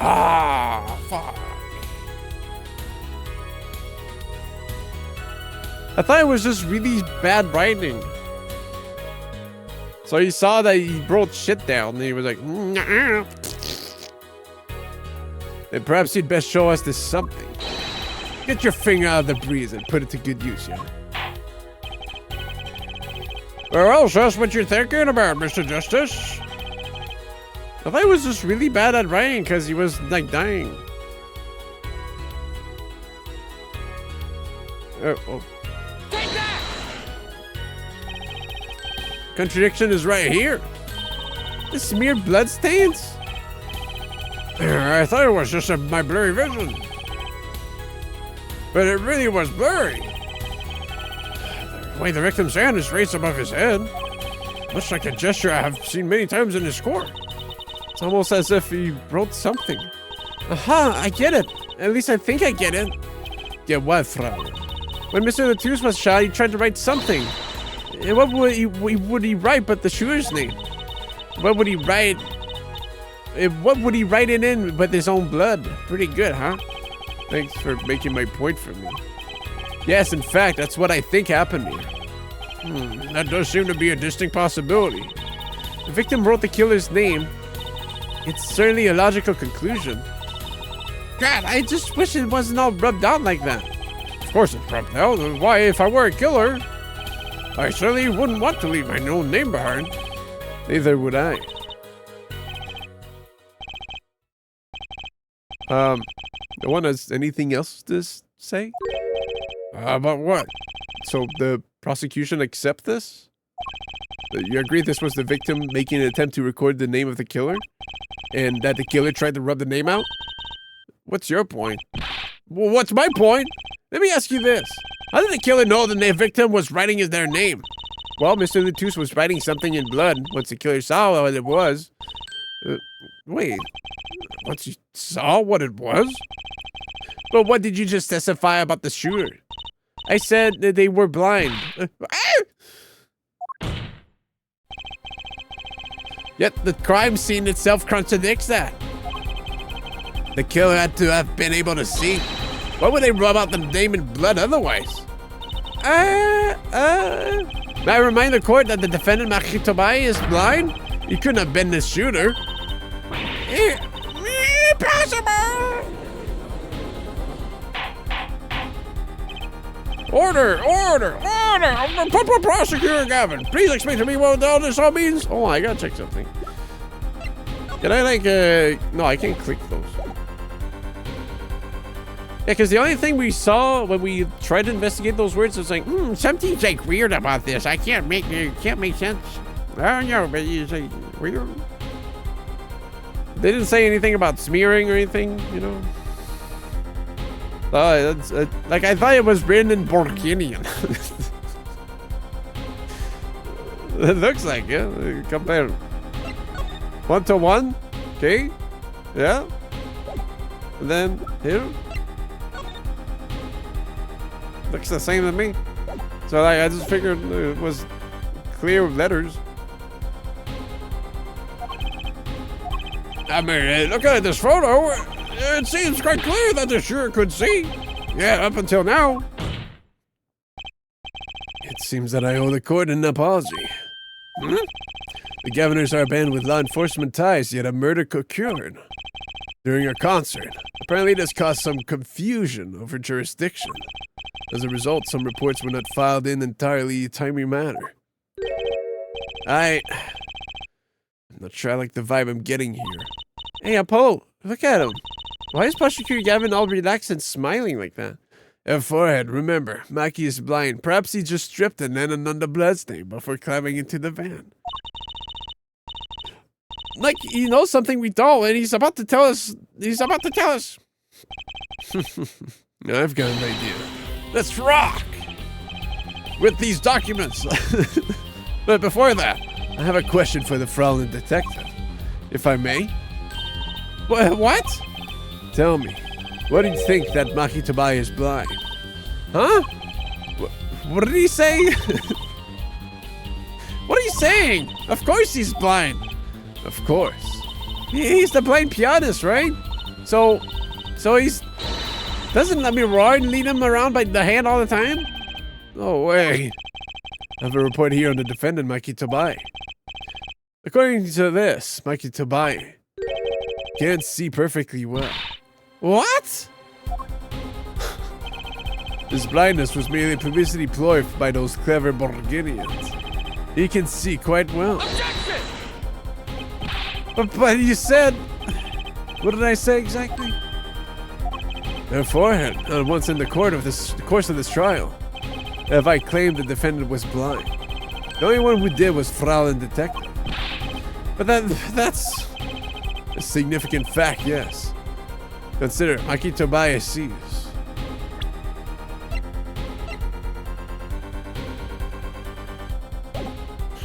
It's vague enough, I guess. And he was the only one who could have fled through the air vent. I see no problems with this. He could have said, like, clinically blind on this card, you know, but it just says blind pianist. That's just his title. But what about the bullet holes in the wall? Yes, the bullet holes. I believe her forehead neatly explained those for us. He didn't miss because he couldn't see. It was a kickback from the .45 caliber revolver. A simple accident, in other words. How's that? I'm afraid your objection has just flown off for the brighter skies. This is where the real fun begins, her forehead.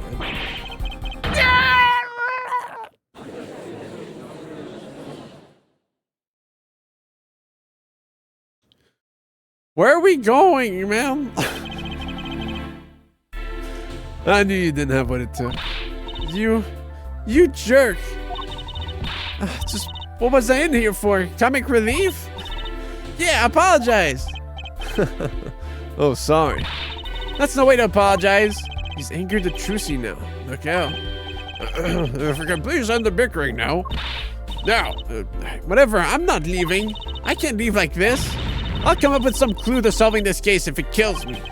Your testimony has already given us enough to convict the defendant. Don't say that. Ha ha ha ha ha! Ha ha ha!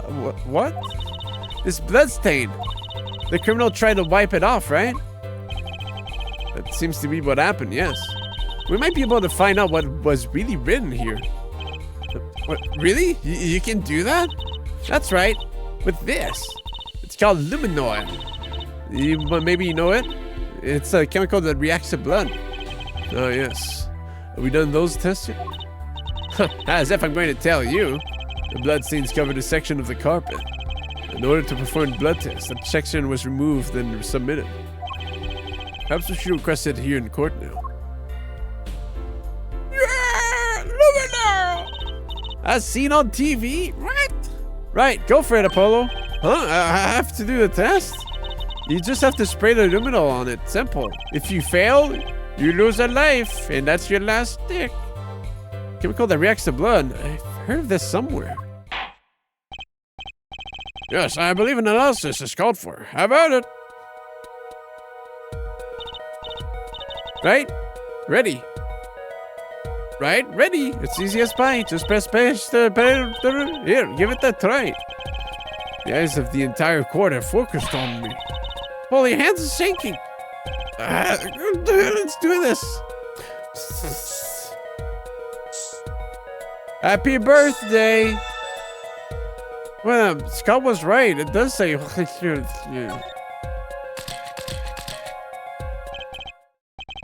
Wow, it really works. What the fuck? Bozilexib.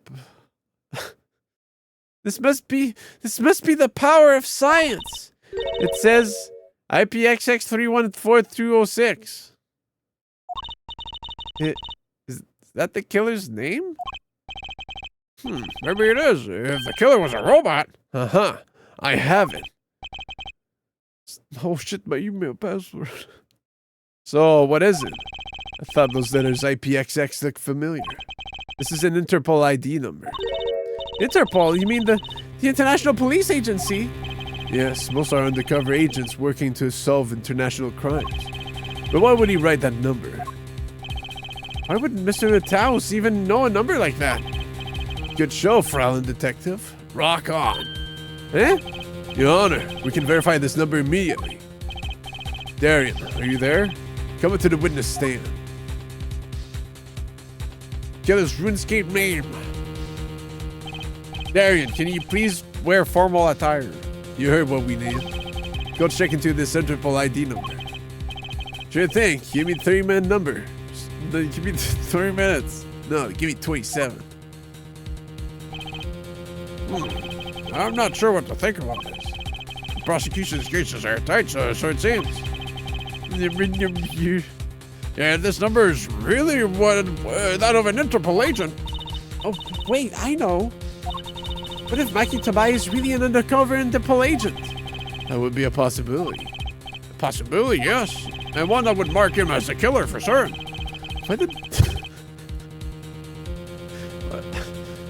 Shut up. Why did Lataos know an Interpol ID number? That's what I want to know. Well, we have some time while we wait on Downey's report. Let's work on unraveling another mystery, shall we? A curious mystery concerning Maki Tobai. What are you talking about? Fraulein Detective, please accept my apologies. I received word that the defendant could, in fact, see just before the trial began. It seemed too much of a bother to tell you. You had me until that last bit. Does this not raise a rather straightforward question? Well, sure. Why did Mikey pretend he couldn't see? Exactly. It makes little sense. What do you think, Herfoyan? Huh? Me? Mikey Tabaya pretended he was blind. Do you know why? How could he know? Wait, Prosecutor Gavin knows why, doesn't he? He's known from the start of the trial. He's been leaning on us the whole time. Something wrong? Do you think perhaps this is all some kind of game? No, the moment I heard that report, I knew why. I suppose people who have sold over 1 million records really are something else. I just feel like Gavin's just gonna ruin his reputation once I poll him. You know, it just seems like he's talking nonsense at this point. What does that have to do with anything? Like, he won't be able to sell a single record after this. He's gonna be cringe. That was the reason why Maki Tabai pretended to be blind. But it wasn't for his own sake. Getting the picture now? He's picking on the blind? Rock on, man. It wasn't for himself? Well, Mr. Justice, can you present evidence that shows us why the defendant had to feign blindness? Wait, well, I don't know, man. The fuck? I have no idea. They're fired and disappointed in you. Unless you're merely feigning stupidity? Huh? Keep it up, wise guy. Recall the relationship of everyone and Maki Tabai. In particular, their arrangement over the years before visiting your country. Emerald and a pianist. They would always walk together, she leading him by the hand. Even when they got on stage, she would lead him to the piano. She would walk all the way over there with him. That's right, because he was blind, or so we thought. She led him at all times. All times. All times. Yeah, we now know that Maki could see perfectly well. Why keep up the charade? Well, wasn't it part of their performance? There is a simple explanation there, Judge. Maki did not need to be led by the hand at all. Which means... Ah! You don't mean... I do. It was the other way around. The one who needed to be led by the hand was Le Miroir. What was this? So you mean to say that La Miroir is... she's... Blind as a bat, Judge. What? What? Please! Somebody get this conspiracy theorist out of here, man. This is crazy, Prosecutor Gavin.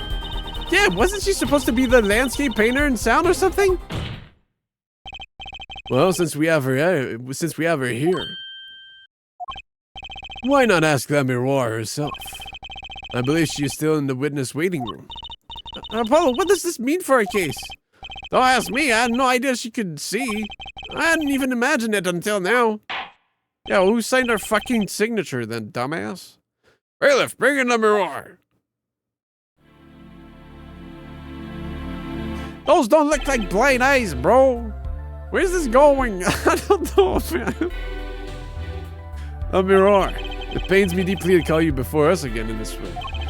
I didn't want to stress you, but now I really want to stress you. You're blind, right? You're a blind person, and yet I must. Please do not be concerned on my behalf.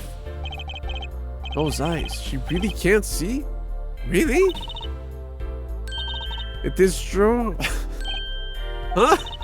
How funny it is that a tiny lie born in the Burgundian countryside would one day go to entangle the entire world. So you are? Yes, as I mentioned before.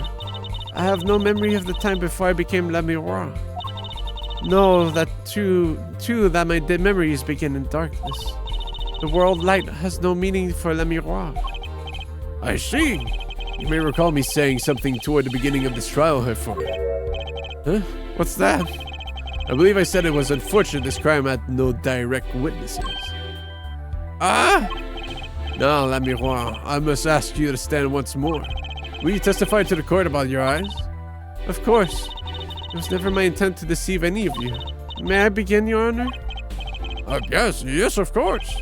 I admit I am a little lost here. Same, bro. I think we're all a little bit lost here, Your Honor.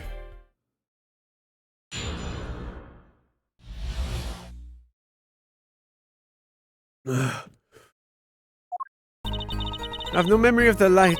I debuted in a world of darkness and sound. The producer came up with my PR line before he knew this. So silly as it may sound, I had to pretend I could see. Everyone on my staff knew, of course, but no others.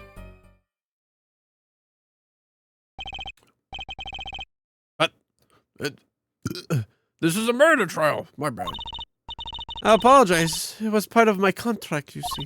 I was to keep my blindness a secret, no matter what. Music is everything for me. I never imagined something like this would. She told us the truth in the beginning, when she said she saw nothing. Very well. Does the defense have anything to add? I'd like to cross-examine. But what is there left to ask? There was one thing in her testimony that bothered me. Perhaps it is best we let you get it out of your system. Someday you'll come to understand the importance of thinking for yourself. Very well, the defense may proceed. However, be aware this court will not tolerate any questions deemed too stressful to the witness. Okay. There's only one part that bothered me. Just let me ask you about that, and I'll be happy.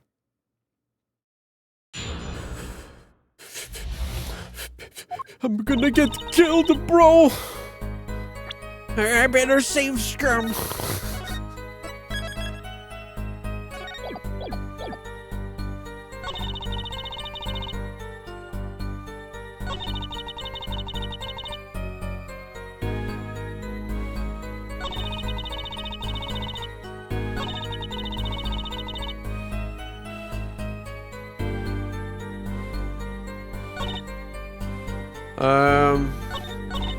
I'm just gonna press anyways.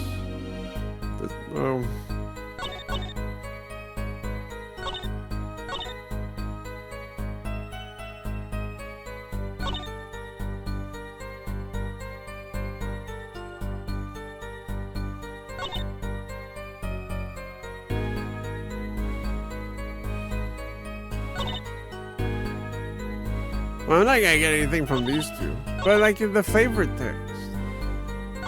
If I could kill me, see if I can. So you don't know why you went blind?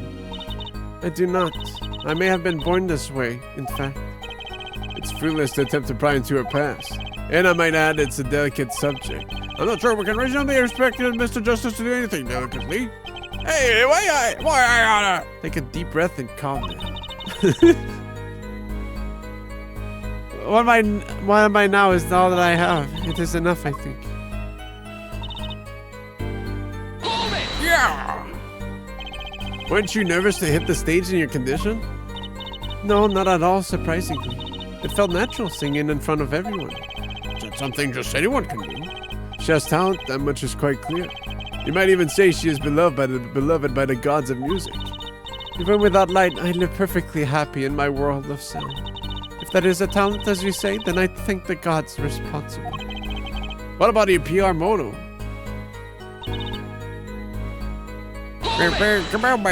PR line. Perhaps your music reminded him of the Borginian scenery. No, it was quite the opposite. The opposite? According to my producer, my music has a certain global quality. Global? Multicultural, if you will. Hard to pin to one region. When people listen to it, they picture the country closest to their heart. Which is why my music has reached so many. What a lovely story.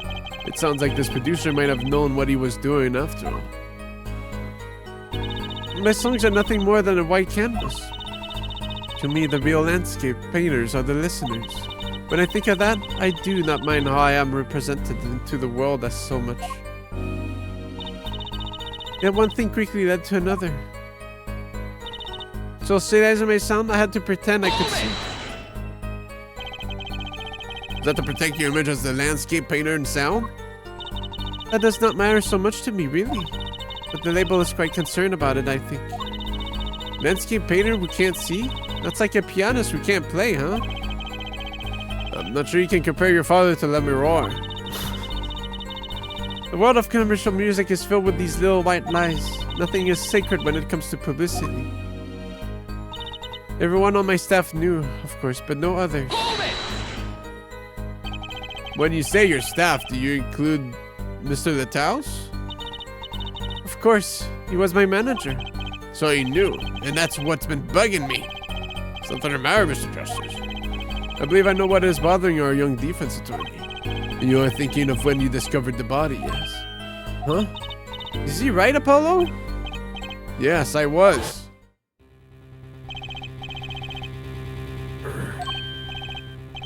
He's alive. Mr. Lataus, can you hear me? Cold, so cold, witness! You're cold, don't worry, you're going to be fine. Help is on the way. Can't see. Hang in there, Mr. Lataus. Help me. Who was the witness? The witness.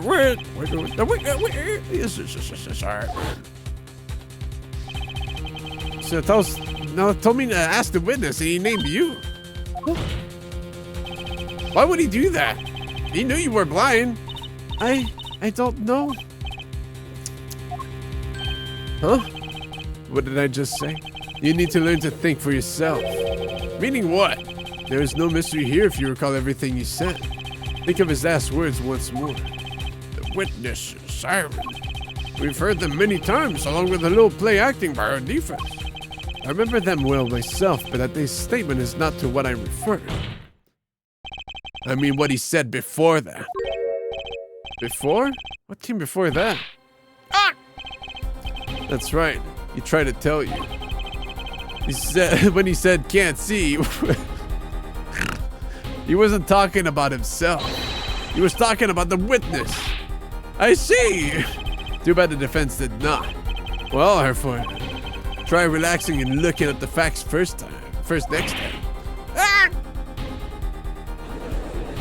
Well, if she can't see, why'd she walk in the room like that and lose her brooch there, huh? Order, order! Recall Lemuroy's earlier testimony. I was on my way from the stage to the backstage exit. There were 2 shots. I couldn't do anything to stop it. She couldn't have heard those gunshots. I thought you would prove that. That is not the most important point. The moment he was shot, Mr. Taos witnessed her through that window. Why else would he have named her as a witness? But I really did hear them. 2 gunshots and the man's voice. Fortunately, such a thing was impossible. The window was closed. We have already run a simulation, of course. But it was so clear. If I heard that voice again, I would know it in an instant. Your Honor! What is it, bailiff? Can't you see we're in a session here? We have the results back from the investigation. The investigation? The Interpol number that Mr. Taos left us. Well, let's hear it. We will continue this cross-examination afterward. Detective Crassan, your report, please. Detective Croissant? Ask Interpol about that number. I'm sure you'll find their answer intriguing. Quick work as always, Darian. Well, tell us about the number. Is the defendant a secret agent? IPXX 314206. The agent registered under this number was Romain Lataus. What? Our undercover Interpol agent was Mr. Lataus himself. He was apparently in the middle of an operation. So when he wrote those letters, he was trying to tell us his own identity, and a cautious killer tried to wipe them away. Mr. Lataus was an undercover Interpol agent. So him being Lamiroir's manager was just a cover, most likely. There's one other important detail I found. Well, out with it. It concerns that 45 caliber revolver murder weapon. Apparently, it belonged to Romain Lataus. He had an Interpol permit to carry firearms, a big one at that. The registration number on the revolver matched. 45, yeah, it's a big-ass revolver. So the victim was killed with his own weapon, which makes sense. It's hard to imagine someone who wasn't an Interpol agent with such a large revolver. So the victim was an Interpol agent on an undercover op. I wonder how that ties into everything. It's got to tie in somehow, you'd think. Yeah, somehow. Thanks for looking into that for us, Detective Crassan. It's a great help. Oh, no problem at all, Your Honor. I'll be heading out. Hey, fuck are you? Wait! The man's voice. Is something the matter? That voice just now. Darian? Mr. Darian, is it? It was him. I am sure of it. It was him? You're insane. Oh, so when he scratched those notes, he actually like teleported into the room to shoot the guy and then blink back and then like, oh, guys, sorry, to do something for a split second. Of course. The voice I heard, talking to Mr. Lataus when I heard the gunshots fired. Hold on here. It was him. It was Mr. Darian. Is this some kind of a joke? No way.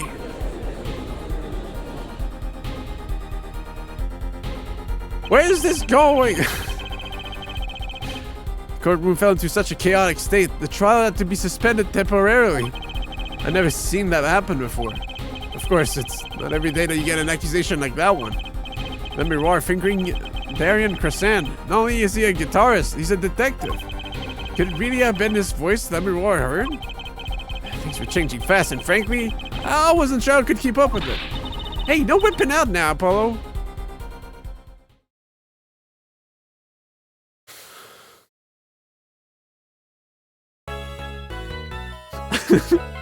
I didn't want to say it, but I'm glad you did, Terrace. What? That's uncalled for. What is she doing?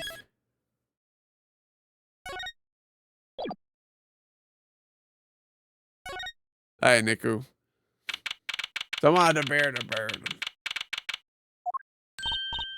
Hey, Apollo. Phew, I got my lives back at least. What? Well, you know, actually, nothing. I mean, something, or maybe not. Out with it. The suspense is giving me an ulcer. Well, you know, the trial today, I was thinking, if you gave it a score, what score would you give it? Score? Gee, I guess I would, maybe, well, it's as bad as you. See? It's so vague. Clearly. But she avoided a guilty verdict, which is something. Though I can't say I'm any less confused about the case. Ask Interpol about that number. I'm sure you'll find their answer intriguing. IPXX 3014322696969696 Romain Lataus. The victim, Mr. Lataus. Who would have guessed he was actually an undercover Interpol agent? What a mess. We don't have any idea what he was investigating. Well, true, but we know who shot him now. Lamiror told the whole court. Wait, that voice just now. It was him. I am sure of it. That voice I heard talking to Mr. Lataus. When I heard the gunshots fire. Lataus. It was him. It was Mr. Delrian. Delrian. It was another mystery, Apollo. I love mysteries. I don't. Speaking of mysteries, what's Mr. Wright up to? I wouldn't mind asking his opinion. Now that you mention it, I haven't seen Daddy around. What, is he some kind of stray that just wanders in and out at will? I wouldn't say that, but he has been going out a lot. Some top secret mission, he said. Top secret? Anyway, you can't just rely on him to save the day. You've got me to help you. We'll be fine. Fine. Right. Well, time's a wasting, as they say. Let's investigate. That's the spirit. Lamiror dropped a bomb in court today. It was Darian. Lamiror said she's never forgotten the voice, right? That's so cool. I guess. What's that called again? Elephant ears? I bet that's what they're called. Somehow, I don't think that means you think what it'd be. And she has to be wrong this time. Wrong? Why? I mean, those gunshots were right during the concert. That's right. I was burning up the dance floor at the time. Right. Did you happen to look up on stage? Maybe at Darian even? You bet I did. He's one of the Governor's guitarists after all. He's so cool. Oh! Right. Oh, all the Governors have a rock-solid alibi. He couldn't have shot Mr. Lataus backstage. But Lamiror heard him, didn't she? She heard Darian backstage, right? Somebody's either wrong or lying very badly here. An Interpol agent. I was wondering, what is Interpol aid anyway? Huh? Interpol? They're the guys who catch international criminals. Why can't they just call them international police instead of making up some silly name? Yeah. Anyway, you think he was investigating Lamiror? What? Why would anyone do that? She's not a criminal. She couldn't be. Don't be fooled by appearances is all I'm saying. Remember, I'm a magician, Bolo. I can spot a palm coin at 50 paces. Only if it were that easy. In any case, we know he was working on something. I wonder if it was something that has to do with something. That something being our case, the last something, I mean. Something like that. Frankly, the whole thing is making my head hurt. What's Mr. Lataus up to? Aha! Trucy? Was that another one of your tricks? It wasn't me. I can't even make Mr. Hat laugh like that. Is it the magician?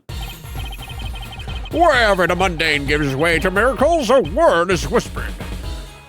Grummarai. Hey, the other day.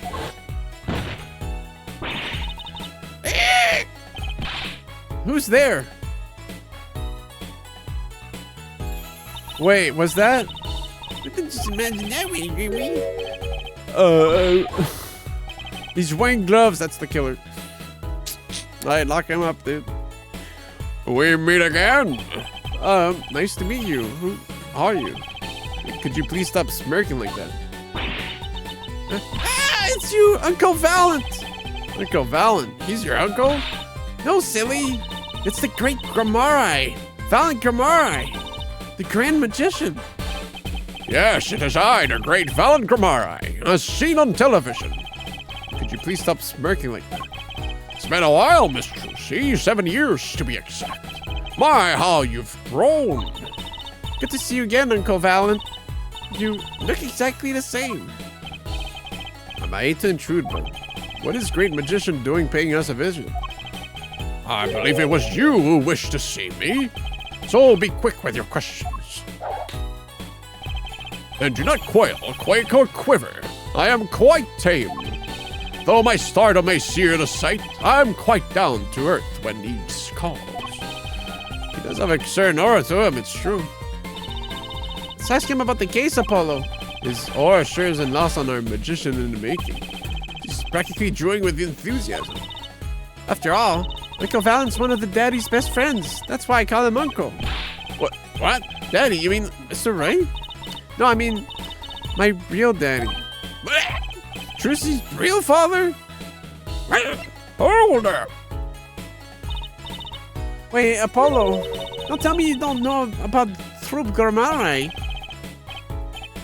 Troop Grammary? Oh, no. But it does sound kind of familiar. Oh, lost life, lamentably listless lad.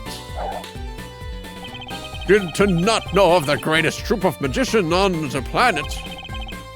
Valen Grammary. The name began to surface in my mind. It was a name I'd heard on television as a child. You bet you've heard the name. He made a cruise ship disappear and blew up in an amusement park. Oh, and he made all this gold disappear from a safe. And then he escaped from a high security prison. You said he's a magician? I opened a lock to hearts chained by mediocrity. This is a true miracle of Troop Grammary. Wait. What, Apollo? I do remember seeing you on television a long time ago.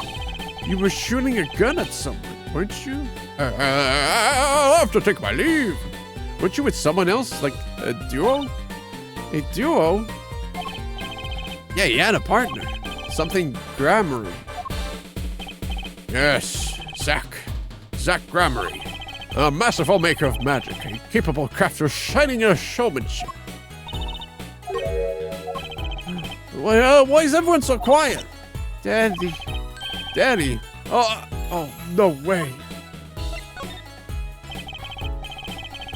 Once upon a time, Troop Grammary included 2 grand magicians. Myself, Valen Grammary, and my partner, Zach Grammary. The Zach was my real daddy. Juicy's father, a magician.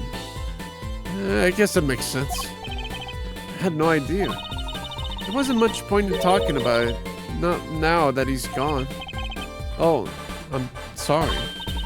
No, it's okay. I'm not lonely. I've got my daddy after all. And you make me laugh, Apollo. Got him good for comic relief at least. Not that I see daddy around much these days. I've been remiss in remembering my reasons for my visit. Reasons? 2, in fact. The first being, of course, to see you, Miss Trucy. You don't know how happy I am to see you again, Uncle Valen. I'm sure you are. Not one from Odyssey, are you? When I encountered you at the Colosseum the first time in 7 years, I could fain not contain my emotions. I wept oceans. And to learn you now defend that poor pianist, that blinded boy, 'twas a hot topic of talk amongst the staff, you know. And defend him you did. Well, it wasn't all my doing.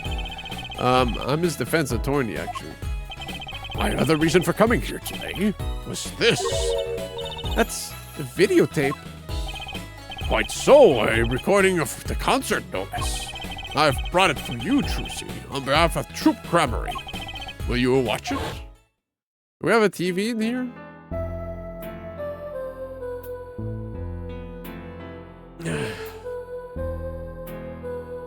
Oh boy, time for the videotape. Let me tell you something. Ace Attorney, you fans like me, we hate the videotape.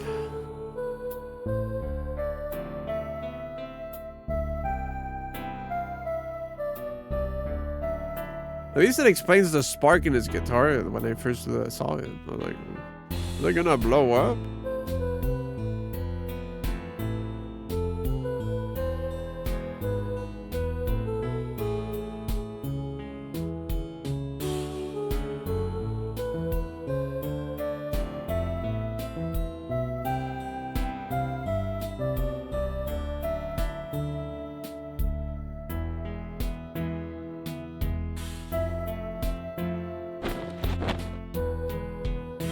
How'd she do that if she was blind, huh?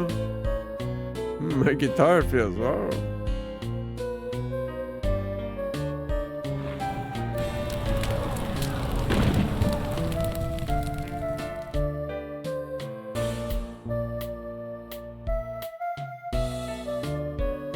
It's like something Paul Stanley would pull, dude.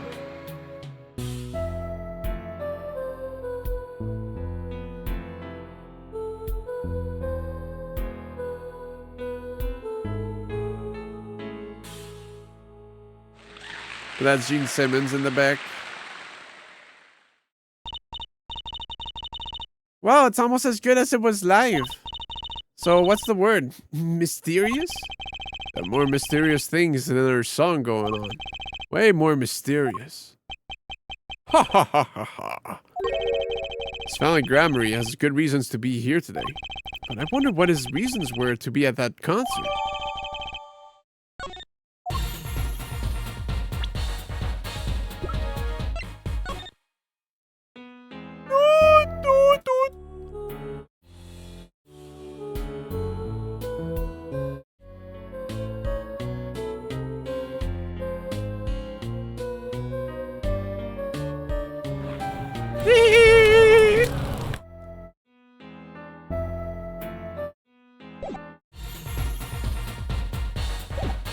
Cool. Alright, bye. Oh man, I gotta examine the room, examine the spaghetti. What do you think, Uncle Valen?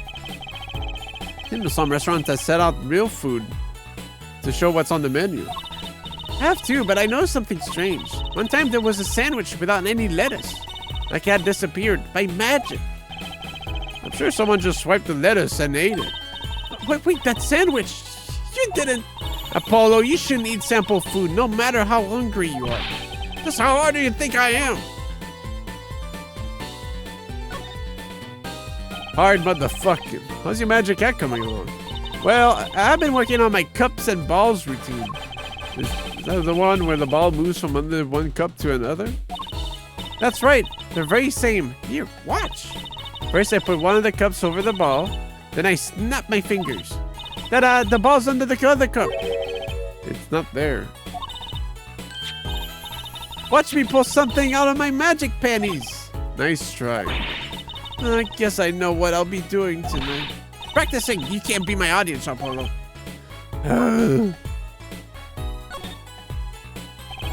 Favorite photograph showing one of Trucy's favorite magicians. She talks to her daily for good luck out here. I almost forgot. I hope I become famous grand magician. Oh, I hope Apollo becomes a nice attorney. There, all done. I suppose if you're going to talk to inanimate objects, a photo isn't so bad. Zach? Could it be?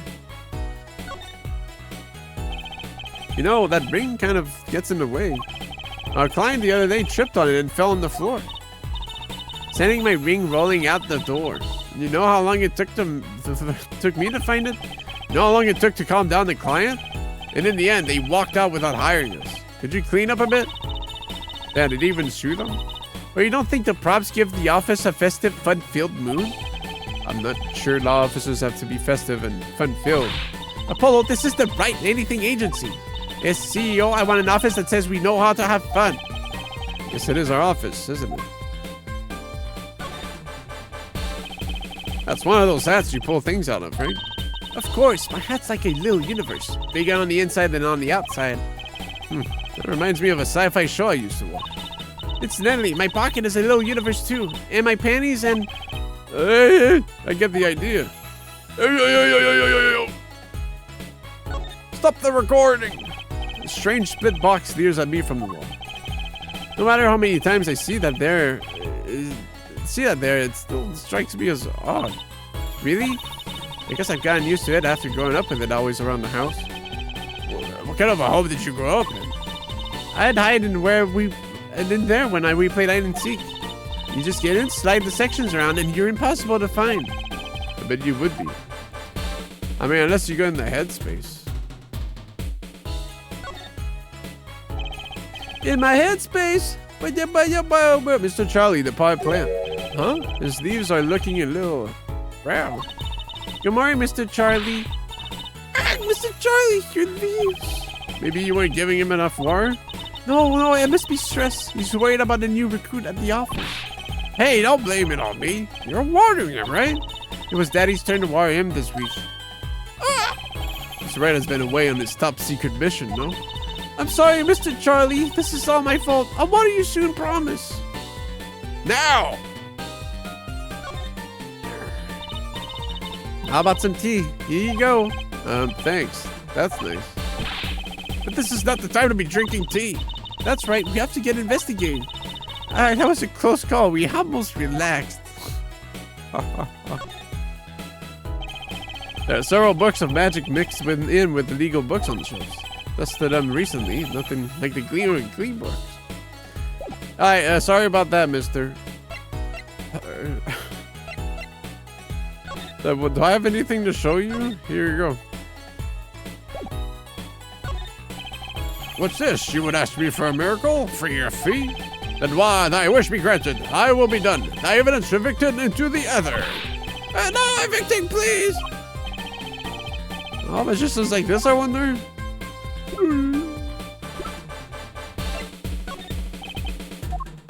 Damn, he doesn't know about the brooch?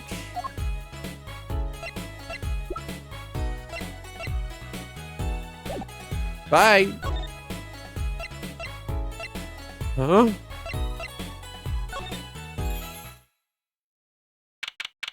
Oh. Woo! What a great day. It's perfect weather for sleuthing. The weather matters for an investigation? Don't some days just feel like magic days or defense days? Sure. Let's get started, shall we? Right on. Show us your stuff, Apollo. What stuff? Your voice training. This is the perfect place for it. Enough at home, thanks. Oh, there's no need to be shy. Keep that up and you'll never make it on the big stage. I'm happy in the courtroom, thank you. I am a lawyer. Then you're in luck because it's lawyer weather day. Let's see if we just want to face this blue sky and shout, objection! Look, the weather has nothing to do with my lawyers. Let's get going already. Well, let's go to... I gotta go back here. You make yourself comfortable, ma'am. If you want some tea, feel free to serve yourself. Yeah. If you're just gonna stay there, I guess. There's gonna be no one? Like, he may not be guilty, but he's still a suspect. They don't have any decisive evidence. Yeah, but only someone as small as him could have gotten out of that room. Right, at the air vent. And he lied. Lied? Machi Tabai Kensi. Kenny? Are you sure it's just not Gavin making up shit? Maki! Speak of the devil. He looks like he's doing okay. I forget, why did we come here? It's not like we can talk to him or anything. Words are overrated. Feelings are what matters, Apollo. It's kind of hard to build a court case on feelings. But since we're here anyway, might as well get what I want to say off my chest. You need someone to complain to? I'll listen. I think she's actually worried for me.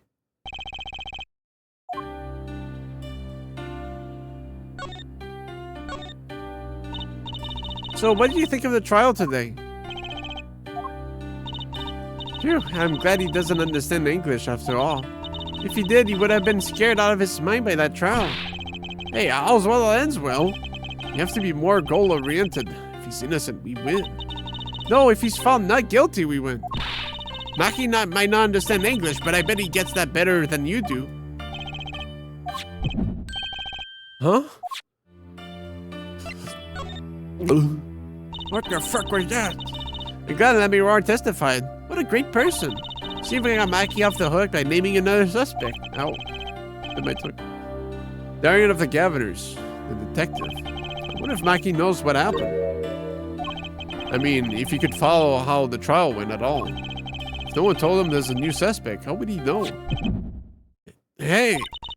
What is it, Apollo? No, it's nothing.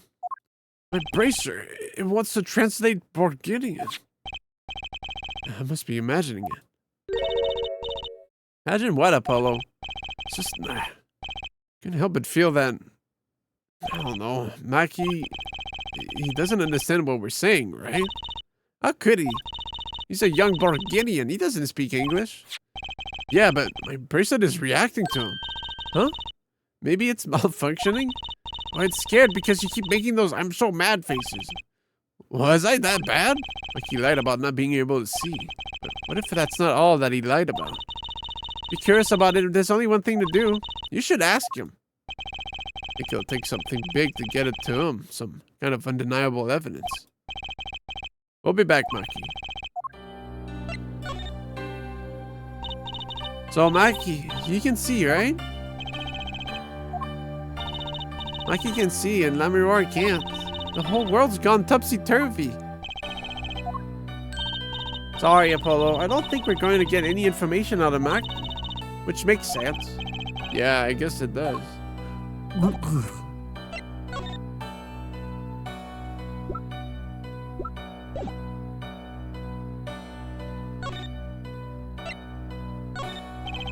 You better start speaking. I think he said, I'm sorry I cannot speak your language. You are a very beautiful, fair maiden. This is why I never trust a translator.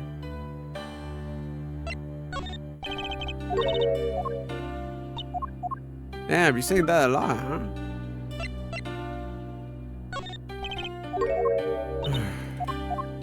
It was probably something we gotta find back there, then. Yeah, you have fun here, man. It's a hot day to be wearing all those clothes, for sure. So, I wanna start melting, you know?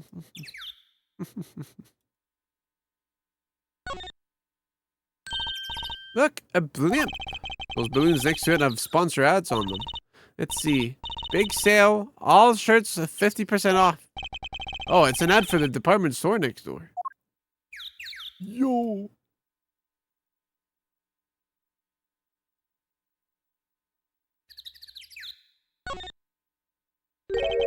What's that? Creature there. Oh, that's the police mascot, the blue badger. Eh? It's life-size. Haven't you seen them around town, patrolling the streets? Yes, not even Law and Order has a mascot. I run from that thing even if I wasn't a criminal. What does its head wobble like that when it walks? It's freaky. I don't think you're showing that true blue badger spirit, Apollo. I think you're being cringe, dog.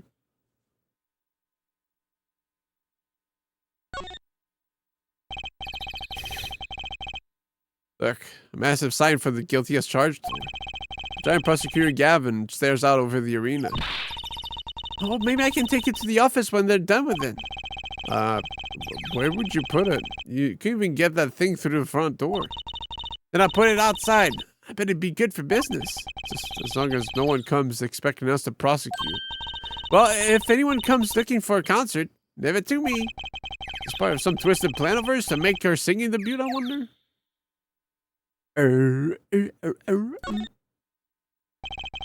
Sunshine Coliseum sure is living up to its name today. It's huge! And Mr. Gavin got to play on that enormous stage. I'm so jealous. Someday, I'll fight my first battle on this stage. Battle? Well, yeah, it's a Coliseum, isn't it? They don't do gladiatorial contests at these places anymore, Trucy. Really? I had no idea. I wonder why they stopped. Sometimes I worry about her. It was thanks to Agrippa.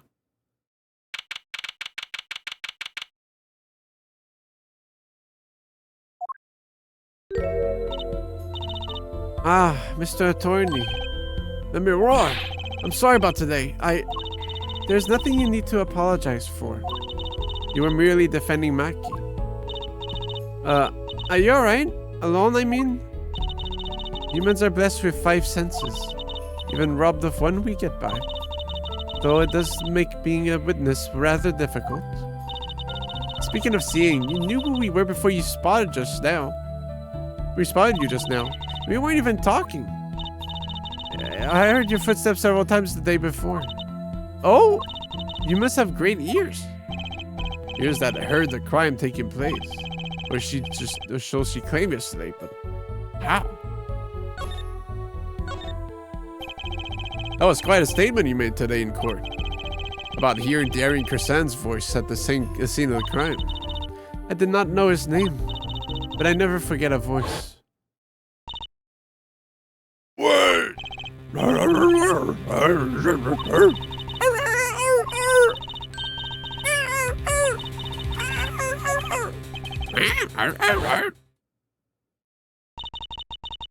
As I said in court, I was on my way backstage from the stage. That is when I heard his voice. Guessing Darian and Mr. Lataus were talking about something. The next moment, I heard those gunshots. Why didn't you call security? To be honest, though, the noise was quite frightening. I don't know where the buttons are on the phone. I never imagined the gunshots might be real. And I was quite in a hurry myself. I left the scene at once. So it really was Darian's voice that she heard. Yeah. At least he surely thinks it was. She actually just heard him say shit when he missed the notes. Fuck! Fuck! Shit! And then Maki before my debut as I met Maki before my debut as Lamiror. I was singing in a restaurant in Borkinia. He was playing the piano? Yes. He was very kind to me when he learned I could not see. Is that when you started playing opposites? Maki pretending he could see? Oh, yeah, it wasn't that. That began after our major debut. After I became known as the landscape painter in sound. Must have been tough for Maki. Pretending he couldn't see, and all the while acting as your wisey. We had hands always. He would write this finger on my palm to signal to me things I should know. He is a smart, gentle boy. I can see what she's getting at. Maki would never harm a soul. About Mr. Lataus, see? Ah, yes, he was an Interpol agent, I hear. So you had no idea? Of course not. No one did. I guess that's what it means to be undercover. But someone was after him. They had to know who he really was. Why did he pose as my manager? I did not understand. You have no idea? I can only assume that he was investigating me. But why? What makes you think that? Perhaps it is not so, but I cannot deny the possibility. Because of my condition. As my present is veiled in darkness, so too is my past clouded from memory. Clouded, right. She's an Omega killer! The darkness that I fear is not the darkness that I see whenever I open my eyes. The real darkness lies in my heart. In your heart? I have no memory of the time before I became a Lamiror. I awoke from darkness into darkness, you might say. I was singing in a restaurant those days. What was it that she said about not being able to remember the line? I did not know my past. Perhaps I committed... Wait. Yeah. Perhaps I committed some terrible crime in my past. If you're blind, you don't need to open your eyes to see darkness, idiot. Yeah, say that to her face, huh? Everything had becoming before Lamiror is lost to me. But I don't think you... I just did. No, you typed it. She can't see your text, bro. She can't read. I can't think of no other explanation. Why else would an agent of Interpol approach me? Do you think your past might be related to this case? Here, I'll help you.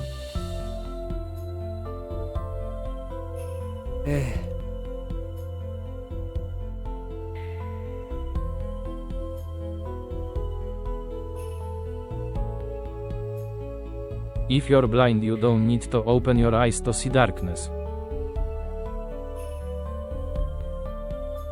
Ah, shit, I wasn't from Trucy. Oh, well, whatever. I mean, you're such a sweet person, Lamiror. I thank you. Maki, too, tells me this often when I fear where I might have been. She's in the room. What? Yeah.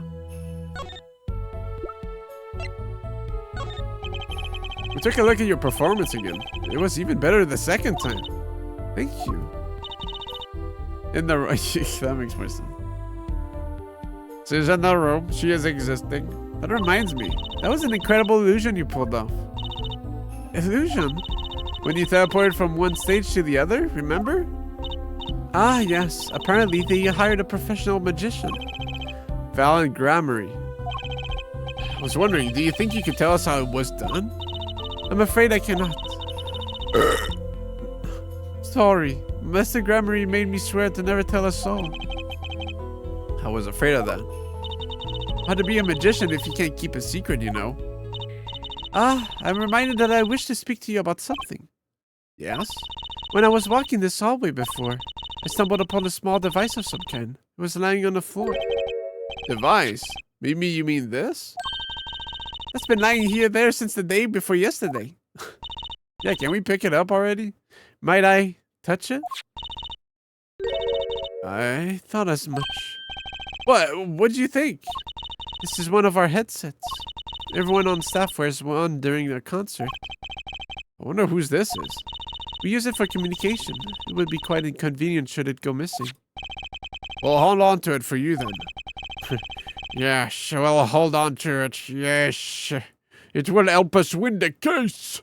We'll give it to Prosecutor Gavin when we see him. Yes, that's best. Thank you. So can I put it on? Yo, there's like earwax on that, bro. It said attached to Trucy. Attached? I'm not some kind of robot, Apollo. Everyone on staff was wearing one of these headsets. This might warrant some further inquiry. Yo, can I see wax prints?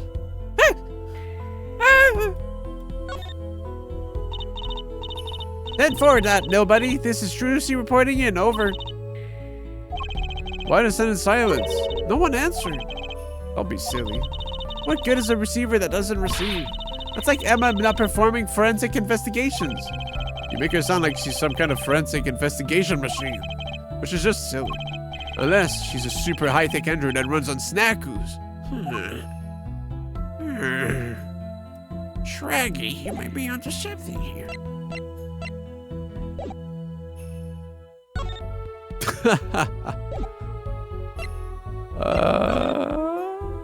Can you tell me what that says on the bottom? What? Oh, yeah, she's blind.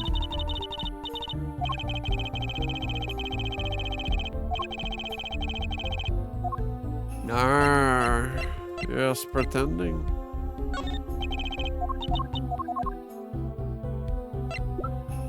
I think that's the most of it. Maybe you should talk about Mr. People. That's what you want, Trey. You want to make a big sandwich. Anybody in here?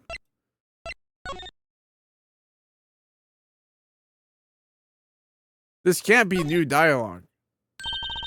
A guitar, that's the legendary.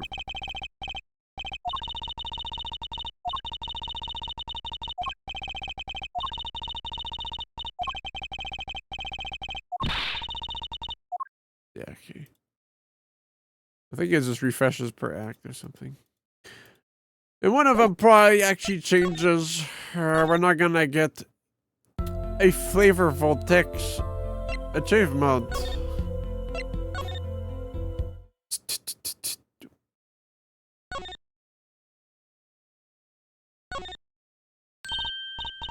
Look, it's fruit. Fruit, Apollo. Fruit! I heard you the first time. Sure is a lot of fruit. Not anyone would miss a bit of watermelon. I know, I'll make it vanish into my stomach. Better not, they might make you pay for it. And if you have the money for that, you should probably repaint the office first. Watermelons aren't that expensive? No, these could have been imported from some exotic locale for all we know. Oh, you're missing. I mean, like, that was already the different text, dude. The shooter must have used that to climb up to the vent. All this tragedy because someone left a step ladder here. I don't think Mr. Latouche was shot because of the ladder. You think it was Maki? I guess. The nerve end is pretty small after all. Does that prove he was at the scene? Did he escape in the time between the gunshots and us opening the door? 7. Hawk 2! They found Maki Tobias' fingerprints on that air vent. What's with the long face? It's a little lackluster, you know? Lackluster? I mean, using the air vent is so obvious. No one audience is going to pay good money to see a trick like that. Things must look different through a magician's eyes. It'd be much cooler if the killer got out through that tiny window. Don't go there, you'll get your head stuck. Yeah, they did rip out the carpet. The murder weapon, so it belonged to Mr. Latouche. That thing makes more normal revolvers look like water guns. Mr. Latouche was a big man. How about the person who shot him? Wouldn't they have to be about his size?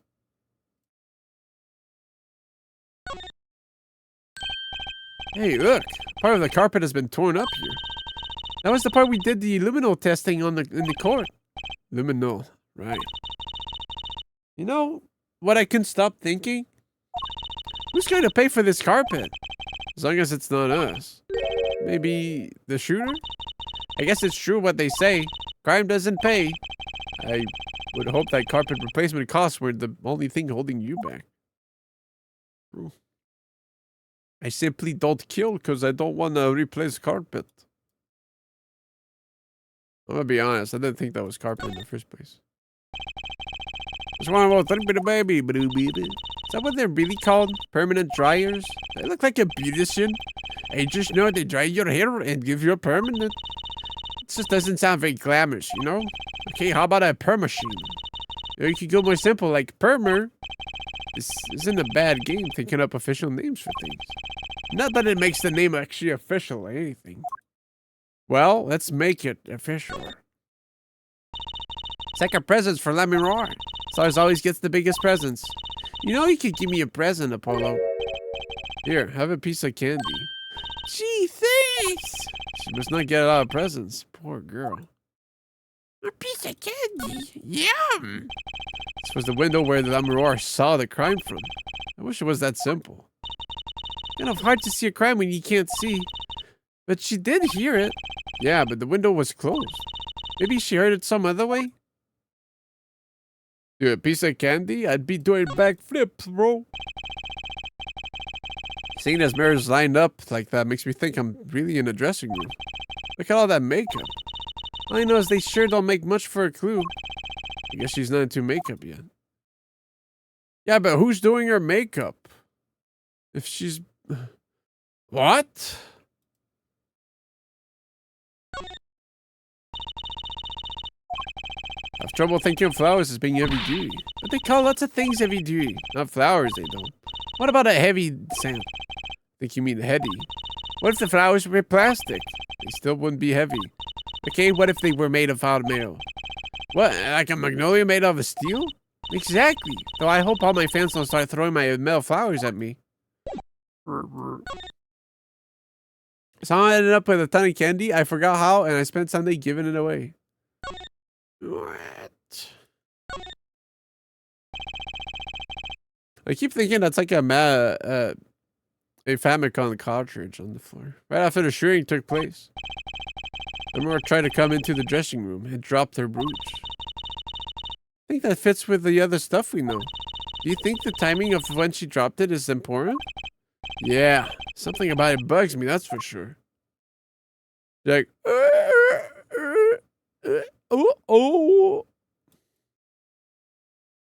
I mean, there's a fucking Crescent, Darian.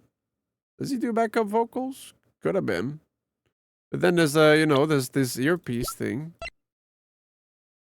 Could have gone through that.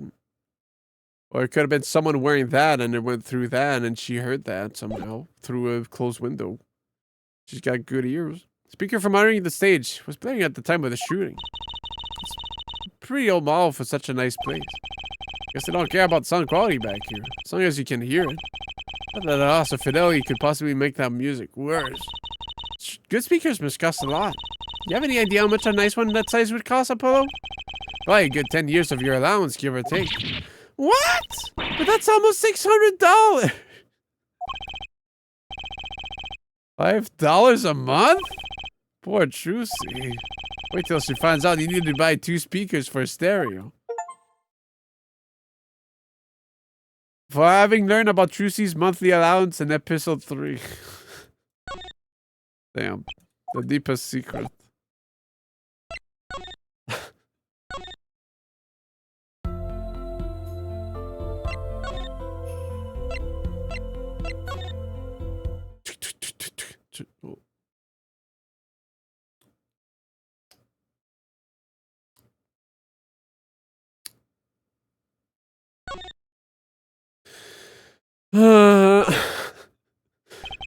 Look at all the electronics. They must be sound related. Doesn't seeing a bunch of machines like this make you want to just fill with them? I've already read this. No, if you're going to make an omelet, you gotta break some eggs. That's what Daddy always says. These eggs are kind of expensive. That was different for a second. And she played so beautifully. Yeah, like a real pianist. That's just silly, Apollo. How can you call someone as good as a Maki? No, that one I've seen.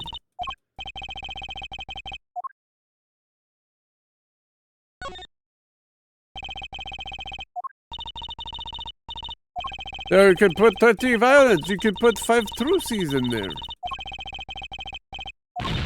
Hey!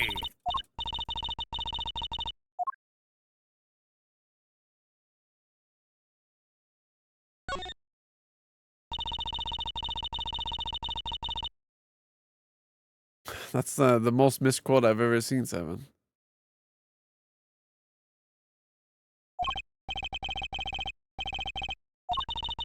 Not like it would have been nicer if we found a dead body close to the ground. That's new. It's like I believe we found Maki in the midst of the house up on the top of that tower. Yeah, I used to not like high places. Now I hate them. Was he going with the... Yeah, sure, brother. Not like we would have been nicer to find a dead body closer to the ground. So that reminds me. Daddy's bad with heights, too. Huh, no kidding. He took me on the Ferris wheel ride a while ago, you know. Halfway through, his face got all green and he mumbled, "Objection," over and over.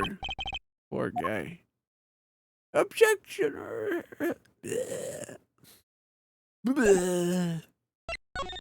Oh, I'm gonna puke.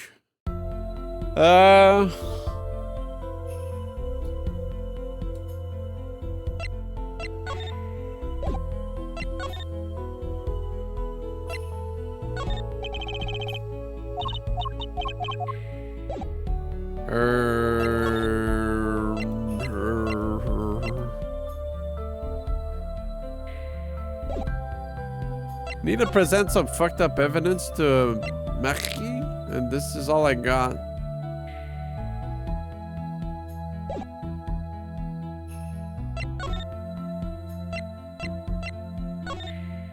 Well, I guess I'll present that. Oh, do you have one? No, I need this.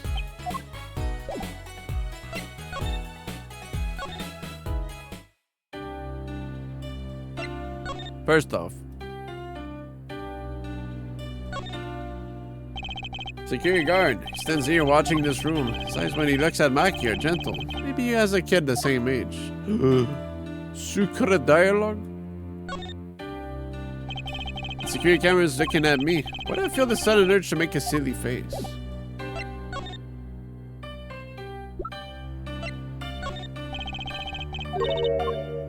Fuck. Let's just try and error this shit.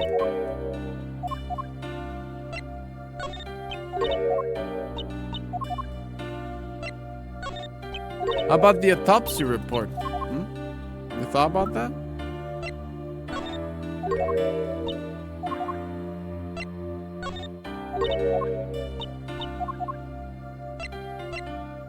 Is it that?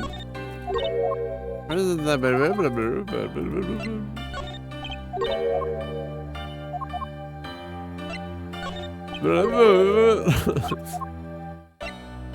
Running out of options here.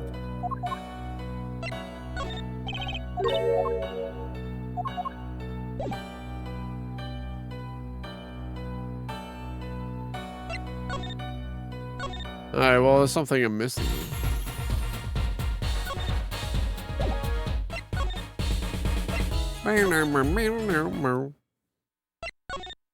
Time for a little trigger hunting.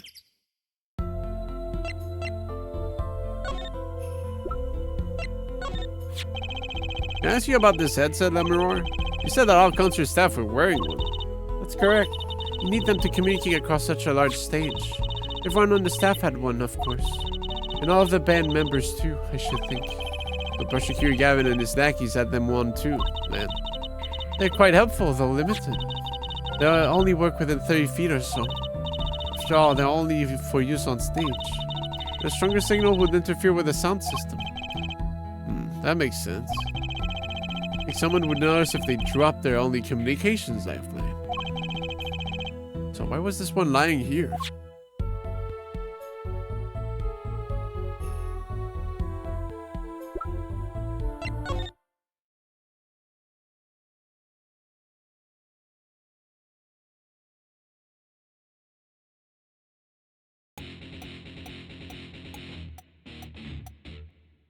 It is an electric guitar.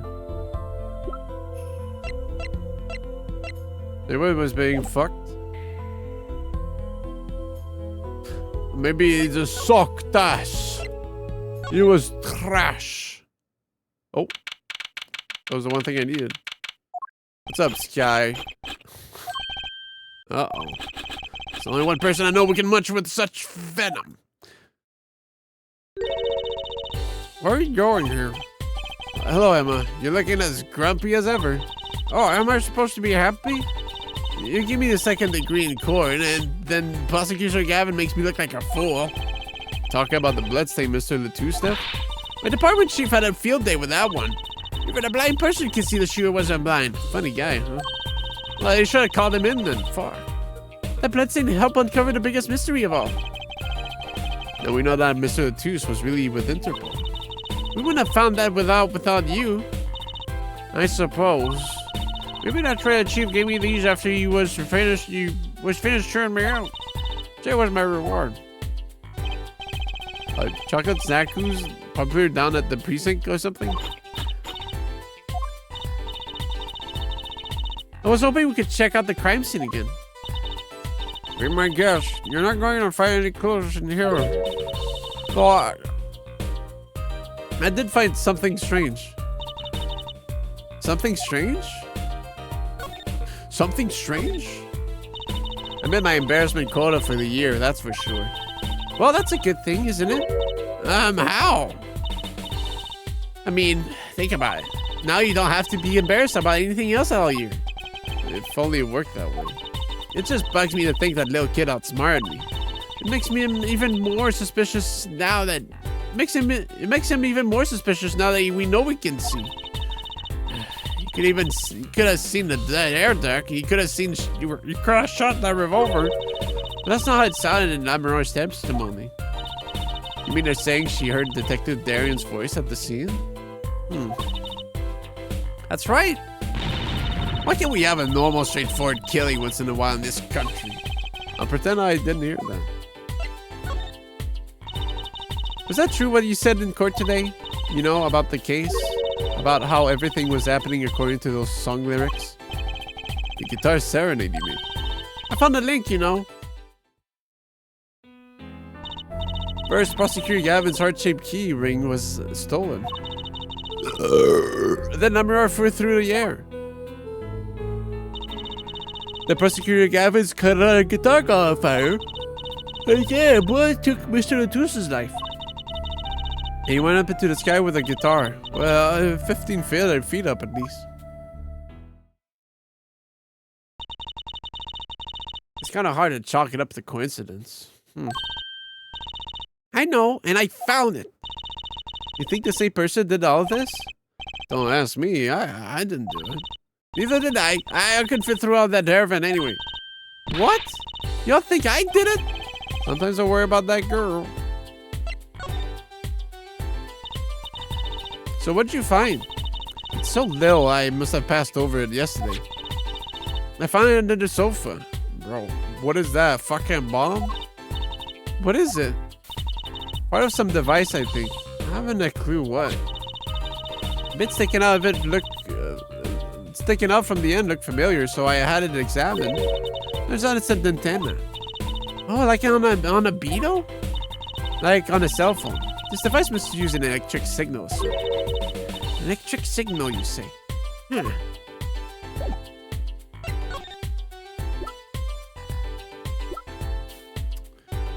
Okay. You think you take a look at this? Oh shit.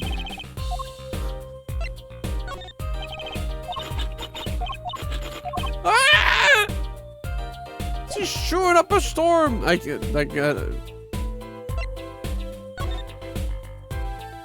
have to pick it up myself.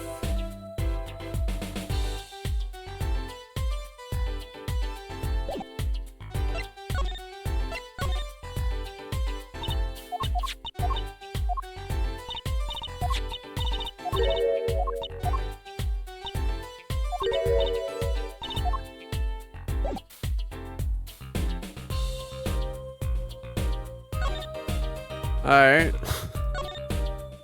That's cool.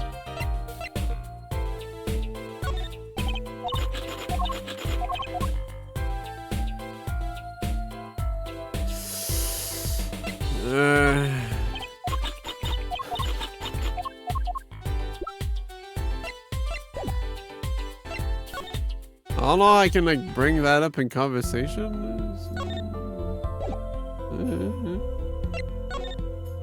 Maybe it did another trigger somewhere. Fuck. I can't even like bring that up to Marie.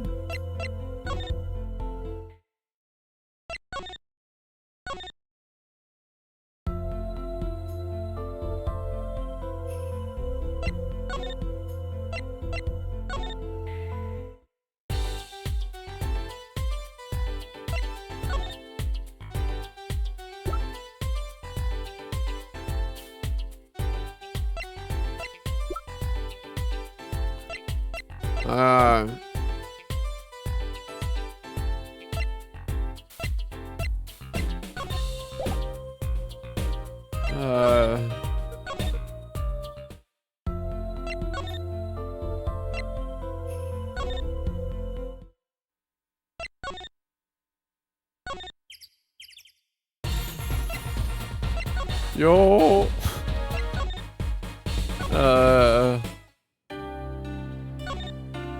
Fuck.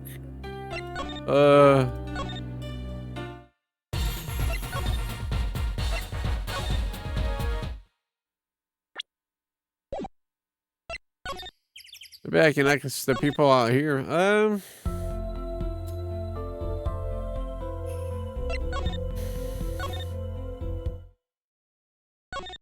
Well, when in doubt. Fuck. Those are some pretty heavy duty gloves. Maybe you have to carry around odd pots or something. Read this?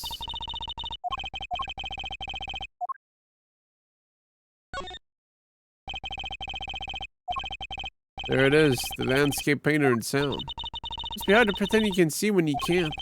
Yet the way she sings so effortlessly. You think she had a life easy. Some people are just impressive like that. You know it. It just makes me think about how much further I have to go. I hope we can solve this quickly and not add to our troubles. Why's that plastic bowl of stew sitting there? I bet they use it for interrogation. Bishop, or you're gonna eat.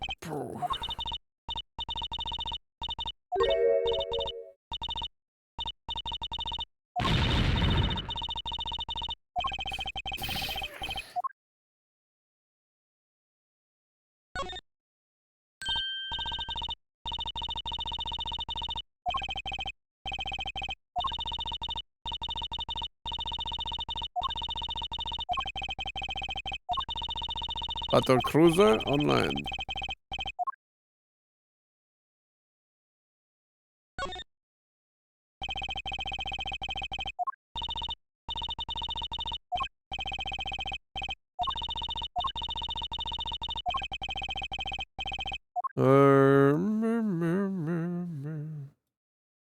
Not sure. Well, could be a tool hidden here. No. No. Now, I'm guessing something else to do with Emma, because, I mean, I did all the triggers on the mirror.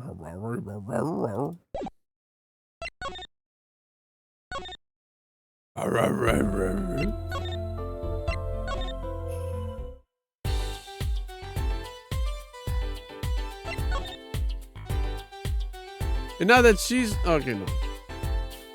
Well, kind of. The fruit... Oh, it's the same as last thing, I think.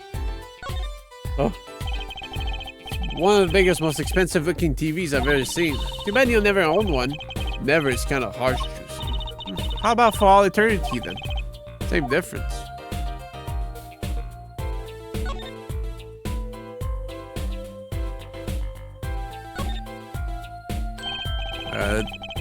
She did say to check her hair. The carpet's been torn up here. That's the part we did the luminol testing on and torn. Luminol? What's luminol? It's luminol. Get it right. Ugh, Emma's kind of scary when it comes to science. It's letting the word and not inside her wrath again. Mirror weapon. So it belonged to Mr. Latouche. That thing makes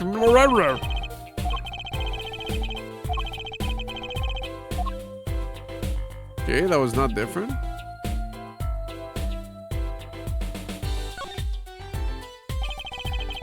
It's just the window where the La Miroir saw the crime from. What's that simple? And I'm right there, bro. I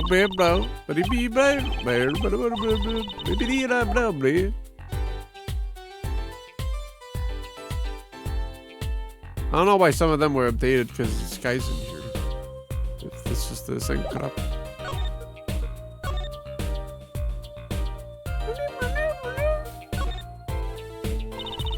You were supposed to. How many of those they put up in the main? Plus the Security guy looks so cool on stage. You should learn to play some guitar too, Apollo. You can accompany my magic act. It'd certainly be a novelty act, if anything else. Think about it if I ever lose my attorney's badge.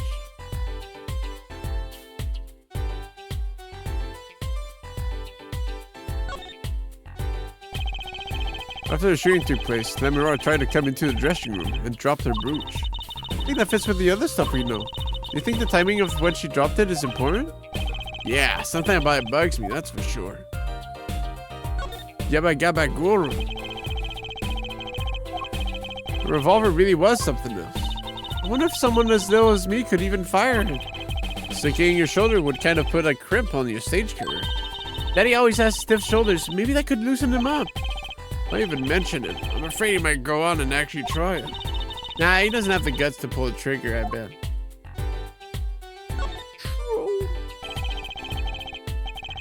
Just ran out of time with the shooting. It's a pretty old ball. Such a space. Money $600. 6 million.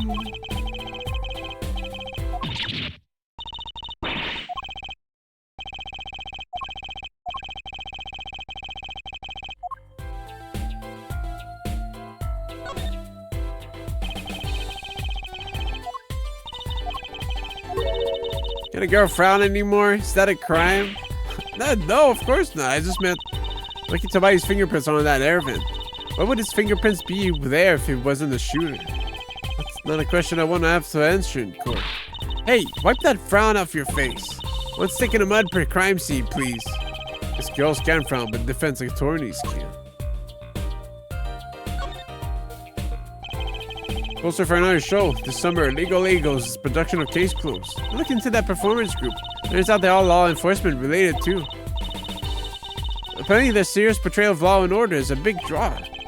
It sounds so boring. It's probably pretty interesting. You're a complicated man, Mr. Apollo Justice.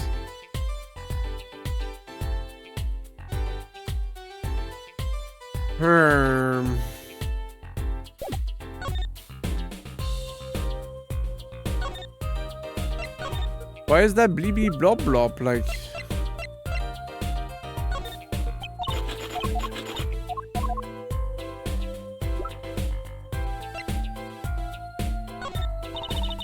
Would they have to commit their crime according to the song? Seems like it'd be more trouble than it's worth. Maybe they were trying to throw off the investigation? That's certainly possible, but risky, don't you think? Just getting someone as big as Mr. Taos would be tough enough. Maybe snacking fee, but sometimes she actually makes some sense. Skibby-skibby-skiboo. Conchatize me, Captain.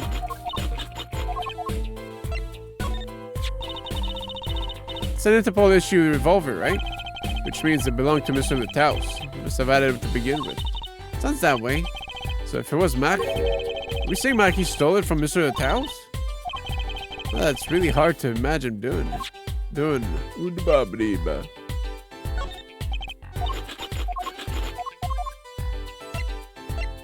How about this?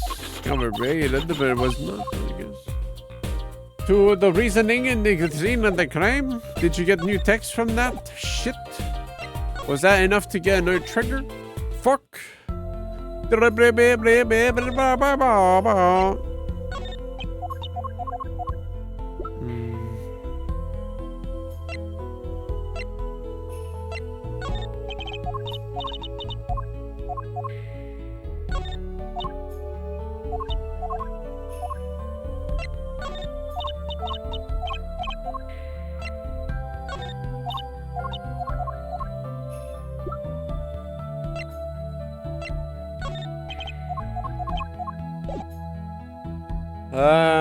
Fuck.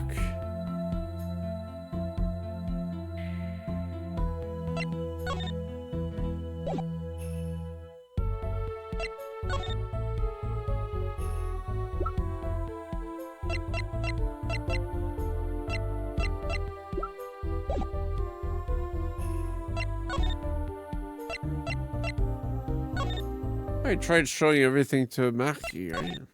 Pretty sure.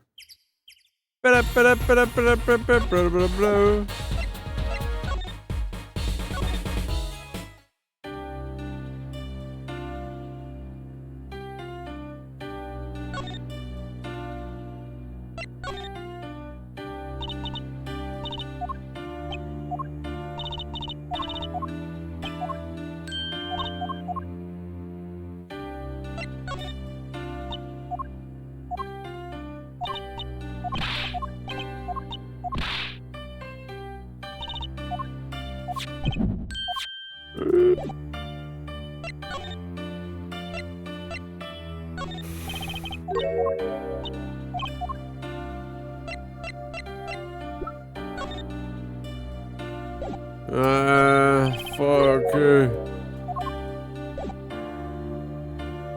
I can't. It won't let me.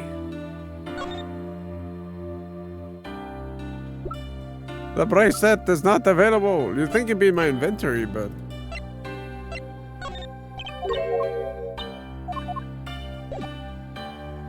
I need to, like, find a piece of evidence that I can lead into that, he says himself.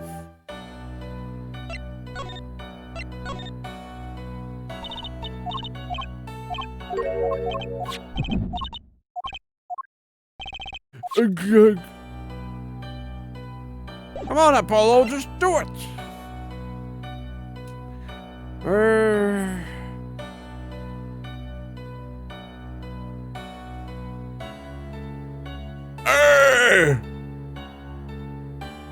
What is there to do?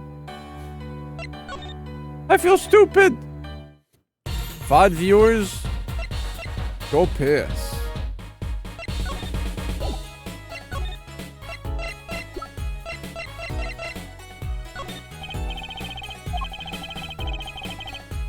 It's not in the middle of the song there. Oh yeah, that's right. Yeah.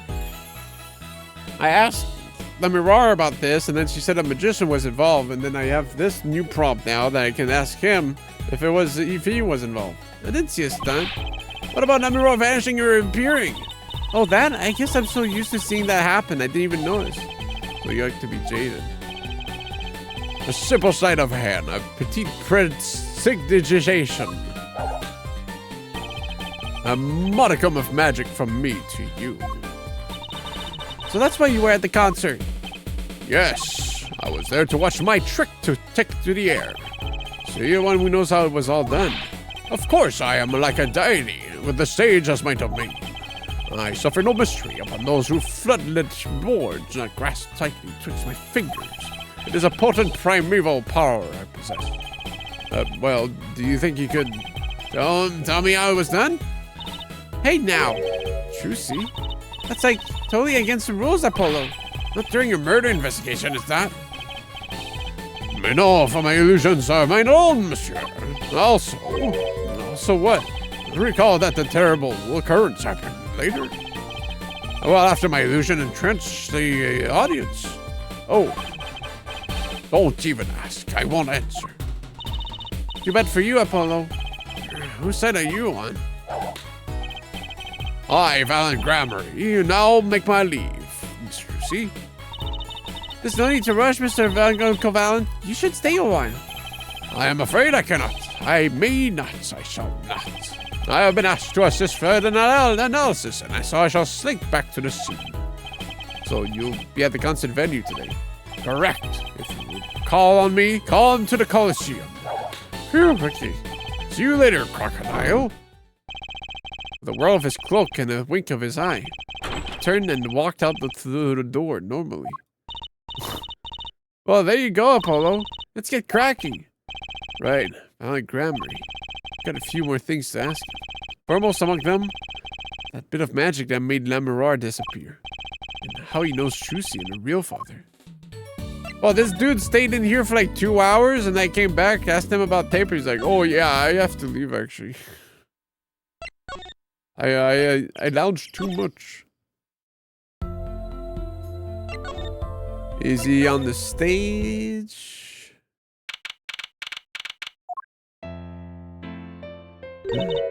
That song, isn't that the one Lamoureux was singing? Yeah, you're right, the guitar serenade. Well, I'd love to do a show on a stage like this. Come to see that. The house is full and as one, the audience sighs with wonderment. There I am singing my ballad, rose petals swirling through the air. Not bad. Wait, aren't you a magician? Oh!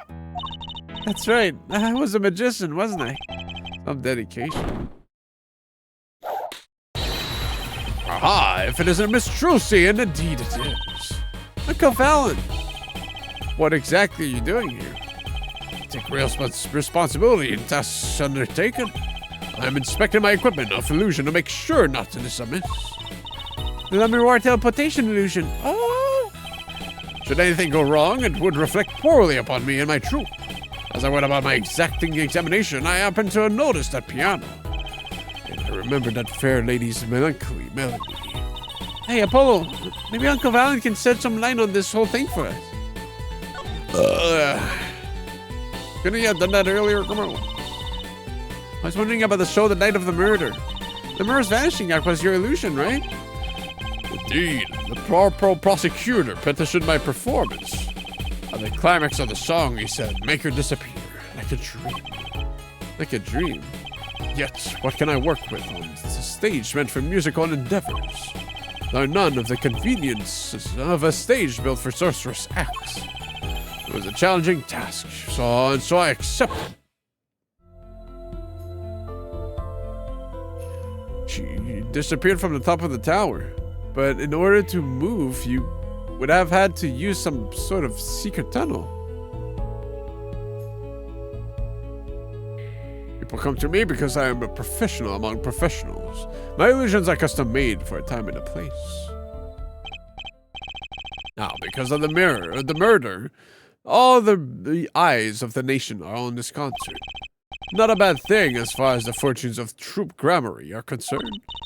So you were here checking up on your trick to make sure you went well. Well, it did. Now, speaking of pianos, that piano over there troubles me. Troubles you? Why? Why? Why do you ask? Why? I think it's probably quicker if I just go check it out myself, thanks.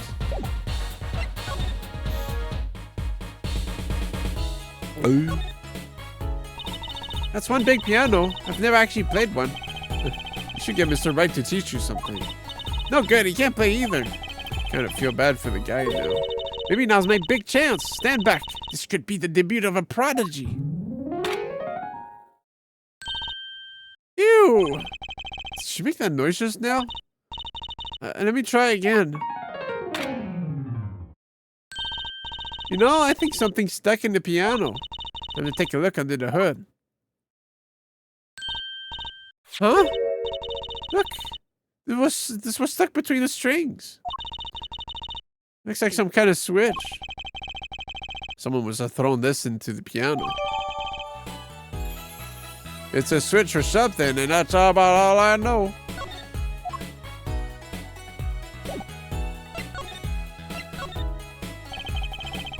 I know what you're thinking in that head of yours. Grammar, yes, you say. I recall seeing him on television. Something of that sort. Actually, yes, you're right. Wow, he just read your mind, Apollo. Or everyone tells him that he made a good guess. It was 20 years ago. A young magician, a genius of his time, came down among us. His name? Magnifi-Grammary. It was he who began the great troupe Grammary. At his prime, not a bad day passed that he did not play upon the screens of every TV there was. The real magician is that cat. How is it doing that? Take shape among us. I do have a vague memory of someone like that on TV. Yet several years ago, that time came to an end. My troupe pulled a vanishing act, yes. Cries of magic no longer heard. The TV screen a barren waste, stripped of illusion. That's not true. I still went out to all your shows. Like that one in the parking lot down at the supermarket. When you start playing the supermarket parking lots. Supermarket marking. You know you're in trouble. We hone our skill at these small venues, always awaiting our time. Yes, one day we will rise up from obscurity onto fame's shining stage once more. I do this not only for the magic that is Grammary, but for my partner. Your partner? You mean? Yes, Zach Grammary, Trucy's father. Before he disappeared 7 years ago, there was no name higher than Grammary in show business circles. None. Yeah, I will see us return to glory. I, Valiant Grammary. Our founder, Magnifi-Grammary, was truly a genius, a worker of miracles. I'll never forget the one I saw when I was ill. How you made that whole jumbo jet go, what happened to the jet again? Or at least someone doesn't remember it as well as they thought. Of all the would-be magicians who came to his door, only Zach and I had the talent. In no time at all, Valiant and Zach were the shining stars in the Grammary crowd. Cool, huh? And Zach Grammary was my daddy.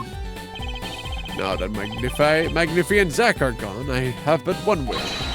Let it be I, Valiant Grammary, who brings the Grammary miracle back to the big stage.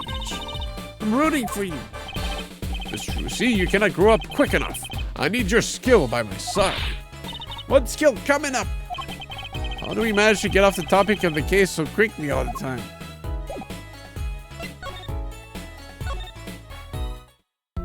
Let's go hit that switch inside the Lemiror's dressing room for fun. Just for kicks. Do you think you could take a look at this? Huh, a small device. Looks like a transmitter. Transmitter? You press the switch here and it sends out the signal. No idea what it's for though. A signal? You mean an electronic signal? What is it, Apollo? Sam, you know that strange object you said you found? Oh, this? Let me try pressing this switch.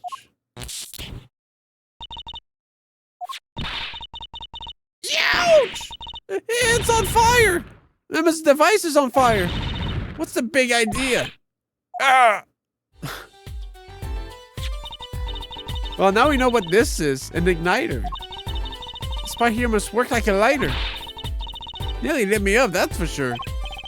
Hey, don't look at me like that. I didn't do it on purpose. What about all the times we were pushing it earlier on the piano? You didn't care? I suppose at least we're getting somewhere with this case. Hey, Apollo! Let's ask Emma more about this switch. Unless she has some first-hand experience. Too far? Oh, yeah. Yeah, that makes sense. Or too far. Yeah. What are you trying to do? Burn me alive? Come on, it was just a few sparks. Says you. You weren't the one holding it. There's enough sparks flying around here just with you two talking. Anyway.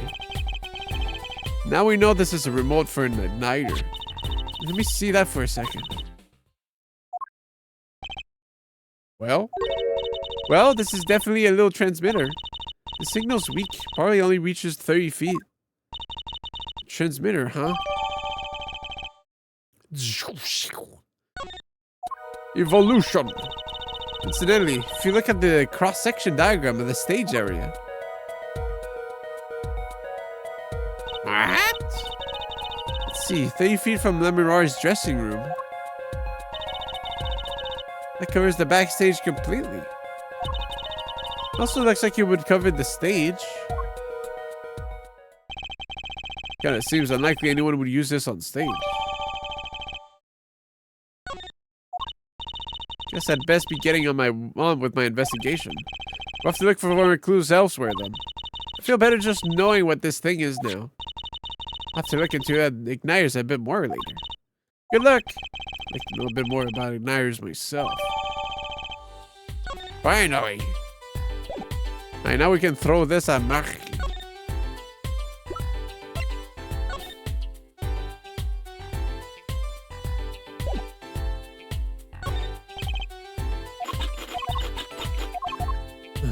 Yeah, great investigating you're doing. Huh. All she does is eat snack.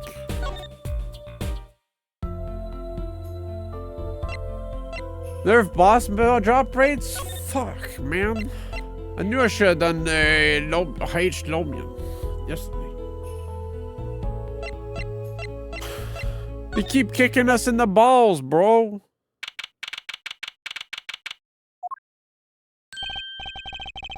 What, come to laugh at the murderer?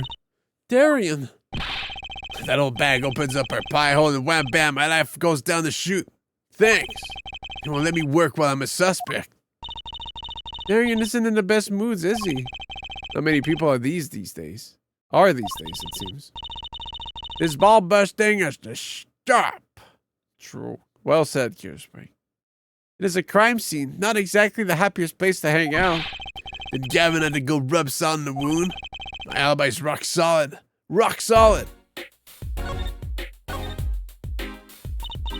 So about your alibi? You have to ask? The shooting happened right in the middle of the third set. That's right. Music was playing when we heard those gunshots. I thought Mr. the Two's dead. Every time I've tried, they didn't give a fuck, man. Got 10,000 witnesses who saw me too. Right there on that stage. The guitar playing was something else. Thanks, little lady. See? He has to? I'll try. This whole thing's a sham. Can't believe they aren't letting me work. There's no need to yell at me. It's Lemuroir's fault. She was the one who said she heard this voice at the moment of the crime. Man, I never even talked to that whole windbag. How could she possibly identify me? Oh, hold on. We're having a conversation, bro. If you want to talk about the case, talk to someone else, okay? Don't want Gavin having another one of his sissy fits. See? And if I present that, it's the same crap. Yeah, I think it was just a right thing. It's like there was an achievement for showing it to everyone in the first game. But now, you know, if there's one, I've been missing it. They won't let you work? He won't let me work. Gavin says I gotta lie low till the suspicion is clear. What suspicion? You can be such a stick in the mud. Mr. Gavin, a stick in the mud? He may look all flashy and showy, but he's straight as an arrow, man. Except when he's depressed. You hear him whining the other day? Oh, you mean the thing with the mixing board? And then there was that performance just now. What was that all about?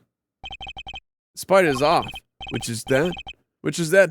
Second guitar. It was you, Darian. He's just a perfectionist is all. Not a bad guy, really. Well, I think the Gaviners are the best. I have in all your albums. Band's fine too. Gavin can write a good tune, I'll give him that. Come to think of it, I haven't seen Prosecutor Gavin around much. Oh, him? He's down at the prosecutor's office, most likely. The prosecutor's office? I've never been there, have I? Down, the victim should have come in from Interpol. Normally I'd be down there dealing with it. Normally. Apollo, let's go check it out. I've always wanted to see the prosecutor's office. Yeah, that's not such a bad idea. Right on. Time for me, okay? Oh, and screw you.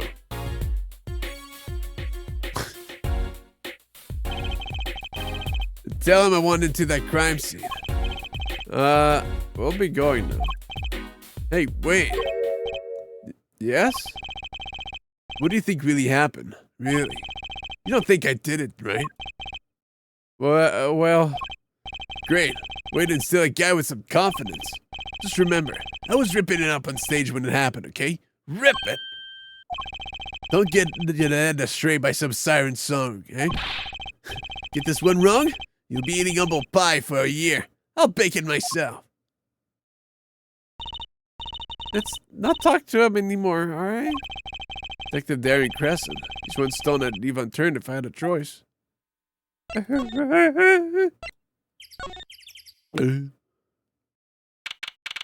the fuck? Damn, look at his gaming keyboard. Crazy. So this is it. The governor's head's office. It's not the man's office, it's the prosecutor's office. Yeah, so that's why I'm asking. What is this creepy thing, object, whatever? Looks like Prosecutor Gavin is on the phone. Oh well, guess we'll have to come back. Or we can hide behind that bookshelf real quietly. That's eavesdropping. Why? We'd just be waiting quietly so he won't notice. What if we heard something scandalous about the band? Make a good reporter for a gossip mag. What? A replica? So where was he after it in the first place? Yeah, the house. The house? Look, don't talk to me about those Borginians, okay? Just give me that report, Chomp Chomp. And stop leaving mysterious objects in my office, okay? It's times like this when I start to miss Darren. Huh? Hiya! Just thought we'd drop in. Hope you're not mad? How could I be? There's not enough tea in the world in any case. Have a seat. Prosecutor Gavin, the philanthropist. Philanthropist. Watch and learn, Apollo. So, who have you come to see? Huh? Clavier, lead vocalist for the Governors? Or Prosecutor Gavin, scourge of the courtroom? What do you think he means, Apollo? I think he's giving us a choice. You can either ask him about the concert or the case. Which way to go? That reminds me. Did you see the paper today? Yes. I always read the TV section. Good girl. How about you, Hair Forehead? I read the funnies. Then you will not have seen this. Concert of Tragedy, the prosecutor's deadly song. Oh, is that a new show? Haven't heard about that one. It's not a show, it's an article. News, you know? Oh, does this have anything to do with the case? Since getting back from the trial, my phone's been ringing off the hook. How does it feel to take a man's eye for the song? Have you ever hummed a man all the way to definite row? Do you think you could sing for me over the phone?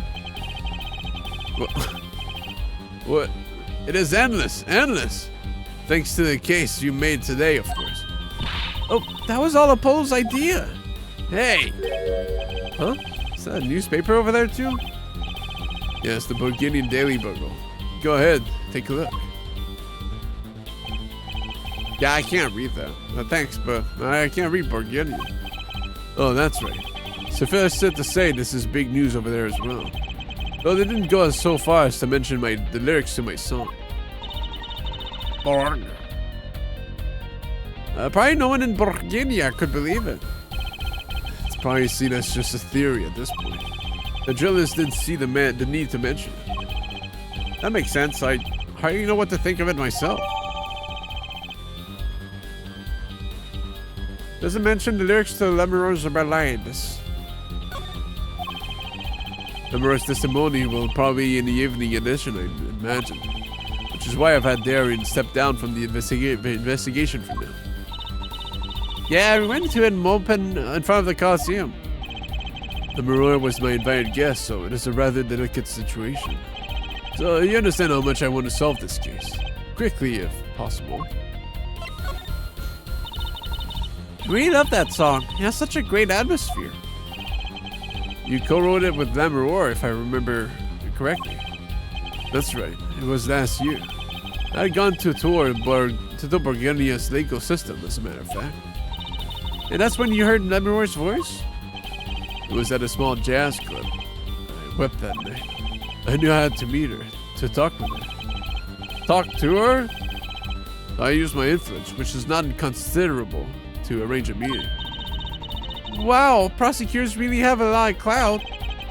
I think he's sort of a special case, Trucy. Thankfully, she liked the work I did and wrote a song right there backstage. Maki on piano, that dulcet voice, and myself on the guitar that I borrowed from Lamoureux. And music history was made. Probably not an experience your average lawyer would never have, like Apollo say. It is a memory I hold dear, and the song we wrote that night was this. And that very guitar is right over there. You mean this charred lump? Oh yeah, there it is. Don't call it a lump, that's a piece of history. It's only brown, not really charred. No matter, I shall never sing that song again. I wouldn't have used that guitar again either, even if I could have.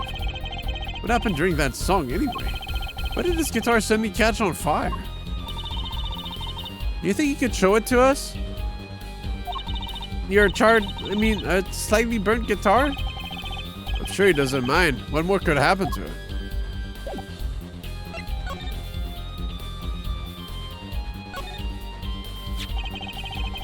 Oh, he's an impressive bit. The entire pyrotechnics that did this. It's a guitar from the concert, isn't it?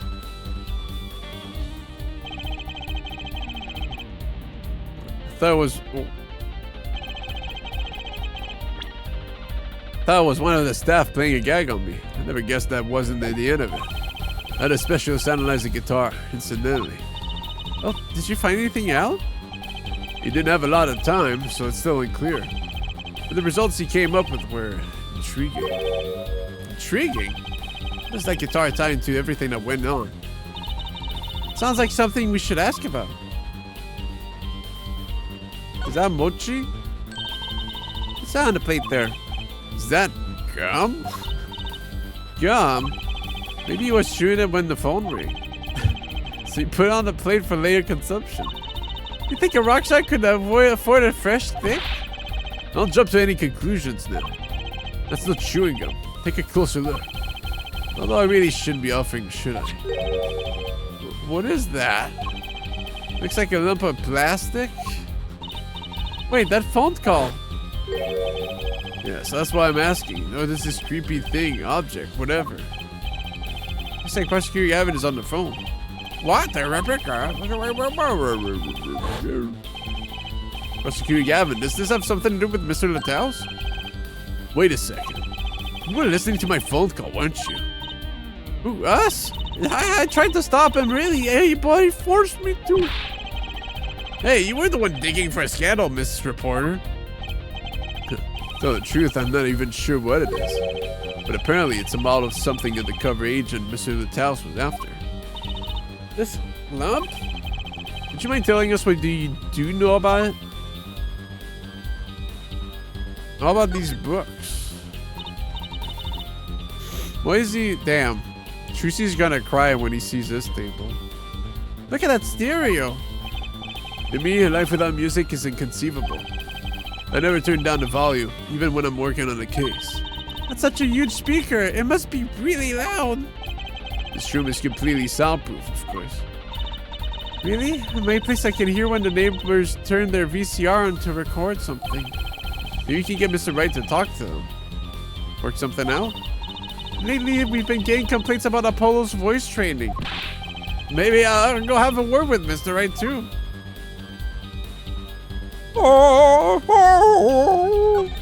What is this scream? What the fuck?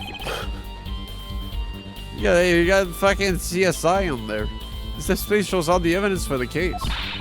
Look, Apollo, he's got 3 televisions. Hey, don't look at those too closely. I'm still sorting out the details. Each monitor shows evidence for a different case. He does them all at once?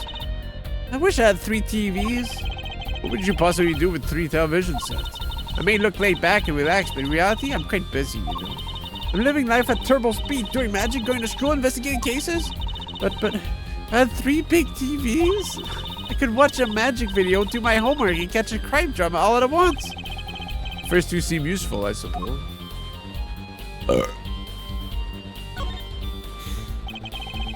Look at all the guitars. Why so many? You can never have too many guitars. They're all like my lovers.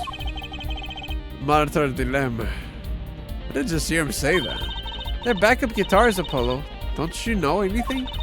Rock and rollers always smash their guitars at the end of a show. No wonder it's so hard to make it as a musician. You know what? You should try rocking a little, Apollo. Breaking his guitars while he watches? That might be a little too rocky. Of course, I would never do such a thing. Did I not say they are like my lovers? Don't you smash your lovers, bro? Do I seem like the kind of a man who would do such a thing to the one he loves? No, not at all. I mean, you're Mr. Gavin, upstanding prosecutor. What happened to Prosecutor Gavin? God of rock. God of cringe. Hey, saw you finish the Neopets. Wish I was able to be there past the first stream. Brandy, you had 2 weeks, man. But yeah, I did finish it yesterday. Yeah, I'm kind of good like that. What can I say? Now you get to listen to me read for 6 hours. Or more? What's wrong, Apollo? You look confused. I was just wondering where the work chair in this office was. You're looking at my favorite chair right now. That's a massage chair, isn't it? That is an ergonomic, adjustable office. I love the ones with the vibrating rolls on your back. Those feel great. Did I say something wrong? No, I merely realized the futility of an explanation. I would never have finished it without my help, of course. We didn't have the damage to crit almost time. Yeah, I don't know, man. This level 230 is crazy. The mod tools in. Yeah, it's all good, Brandy. It's the case with everyone. Smile or frown. Hey, you know, it's nice to catch stream if first place. You know, thumbs up. It was a beautiful instrument. It was played lovingly for many years. A guitar befitting a woman like Madame Miroir. How did it end up here? She gave it to me. I mentioned how much I enjoyed playing it that night, and she made a present of it. So this guitar is from Burguinia? That is it. That it is. We can carry it on the plane. Changes in the air pressure and immediately ruin the wood. So we vacuum packed it in Lamoureux's studio. I used a special shipping service available to me for transporting evidence. They brought it right up to my office for me. Pristine and untouched. And now it's charred and burned. See, prosecutors do have a lot of clout. I still think he's a special case. Such a valuable guitar. It's too bad it got burned.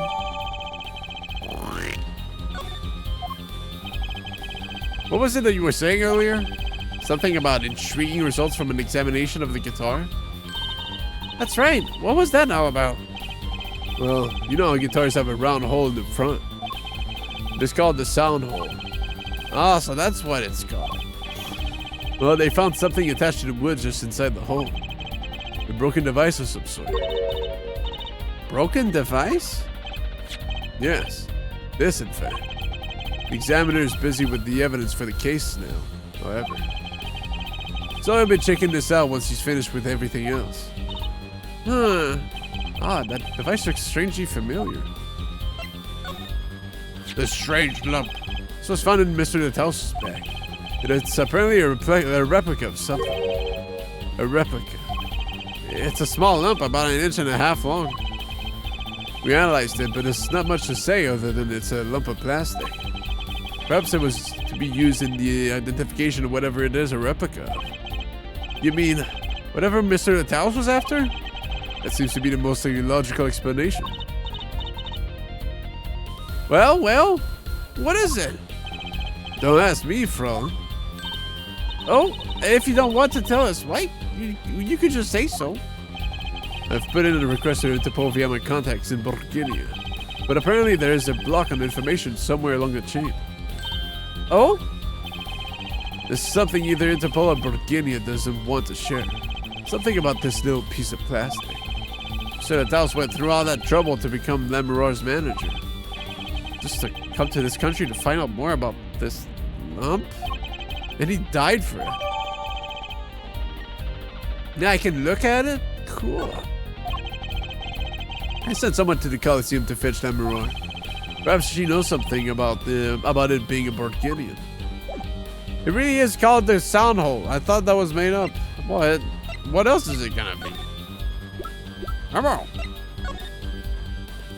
Yo, look at. Oh. Sample, huh? Think they put a big enough label on it?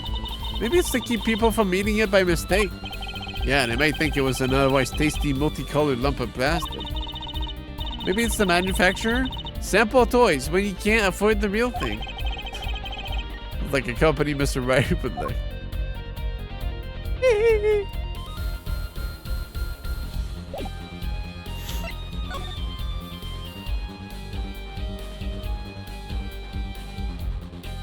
Yo!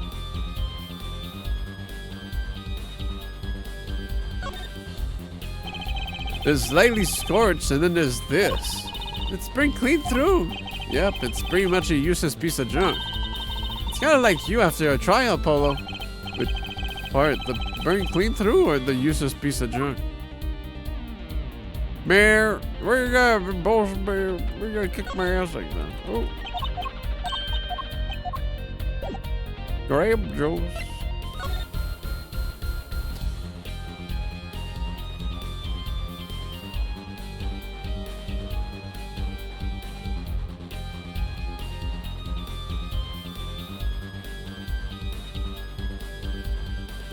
I really don't know when this is gonna come and pay, man.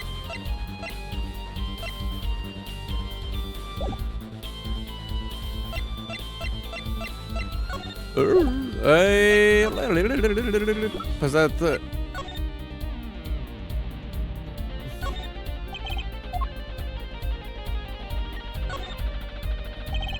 All these little parts, it's pretty complex. I'm guessing this is where the fire comes out. Other than that, I think machines run even if we don't know how they work. That's what Daddy always says. Not really saying you want to go around repeating Trucy.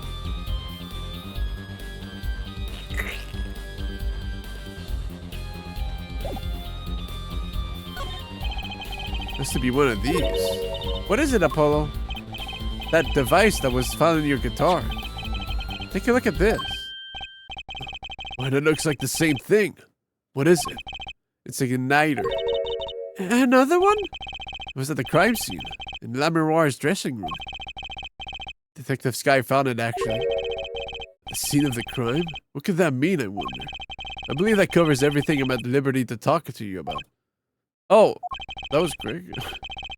Thanks for dropping by it for it. Thanks? Why, you gave me so much information. That igniter, for instance? Oh, that? I've never met an attorney so forthcoming with the prosecution. It's a big help. Or perhaps you're just a tad naive. Huh? I guess I could have hid it, but somehow showing it felt like the right thing. I could say the same to you, Prosecutor Gavin. Huh? Thanks for the information. About the strange lump of plastic. The one that Mr. Latouche was investigating. Hey, that's right. I've been thinking, Herr Forehead. We encounter many incidents in our lives, all of us. Not all of them simple. Especially not the ones where people are killing to song lyrics. That is why I try to at least remain simple inside. And I keep a simple goal, to discover the truth. That's why I like to keep relations civil, yeah? That is all. Sure, I can't live with that. Mr. Prosecutor? Frown. Can I ask you why you sing in a band? Because I want women to turn and look when I walk down the street. That's pretty simple, too.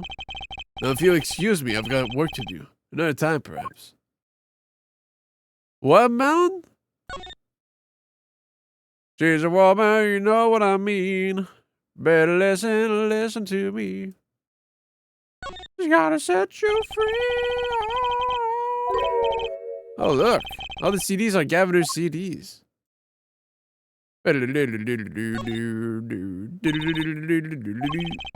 Why the sudden silence, Trucy? Oh, I'm sorry. It's nothing really. I was just wondering, why wouldn't it be cool if that replica just happened to vanish? The young magician at work again. Though a simple disappearance would kind of lack a punch. What if it hatched into a dove or a person dressed like a dove? There she goes. The charred remains of what was once a fine guitar. Mr. Gavin got it as a present from Lemuroy. And he had it shipped back from Borginia in a vacuum-sealed case. Kinda sad how it ended up. Not to mention there was an igniter placed just inside the sound hole. Wish I knew why.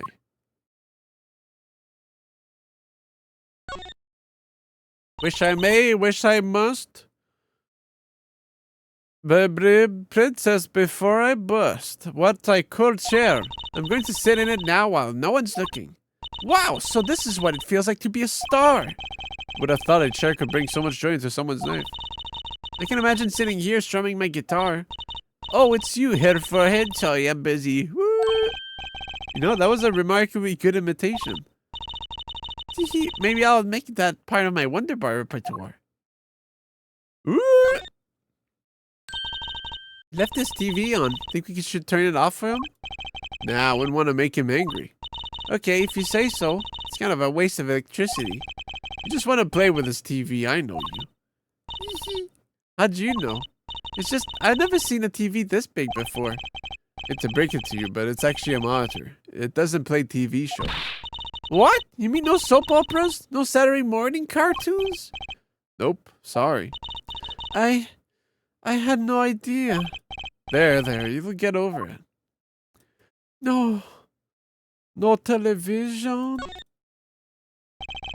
These guitars are vintage models, probably pretty expensive too. They're even tightly under lock and key. Aren't you good at picking locks? Apollo, you don't want me to. Well, I do kind of like that cherry red one. Cherry werewolf. I'm kidding. Oh, that's too bad.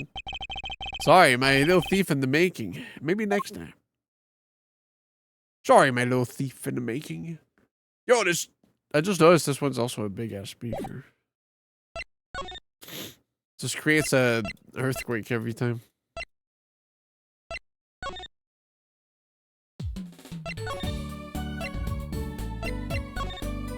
This might be it. Fuck! Looks like Maki isn't questioning. The police must have a Bulgarian interpreter. That's not fair. I wish we could talk to him. I guess we'll just have to come back later if you want to see him. I guess so.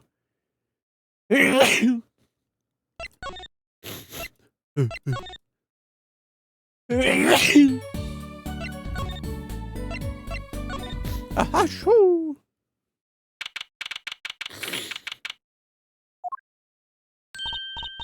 Oh, it's you. You came at a good time. Hello there, Emma. What's up? Either of you know where Lamiroir is?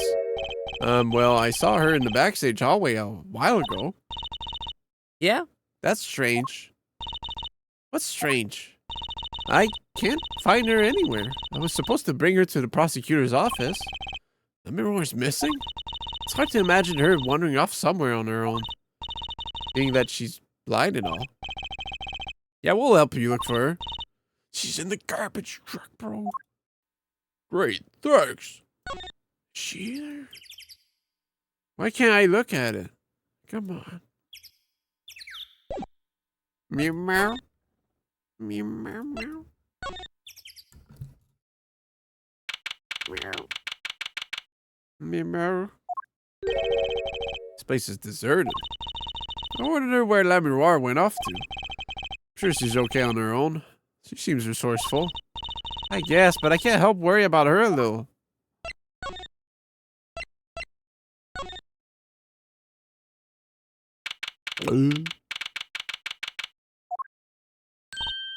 Huh? The stage is pitch dark.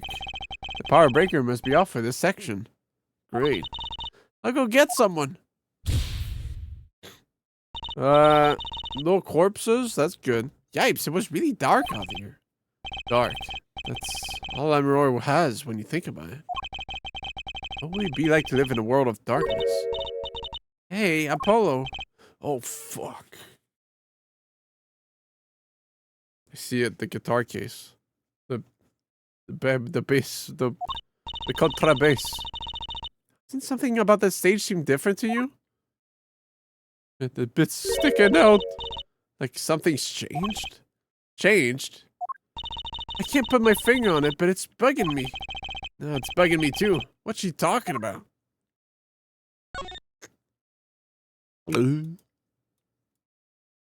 Could fit 5 trucies in there? Oh, God. Hey, that case.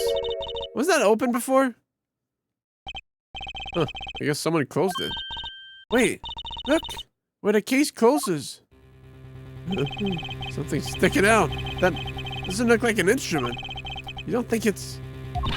Let's open it, Apollo. Oh, it's not that bad. Let me roar! Let me roar! Emma! We have to get Emma! Dude, what a noob, man. Why you did the rope decal? Emma was taken directly to the hospital. Emma ran around barking orders, making phone calls. Trucy just clung to my arm and cried. And me, I was still in shock.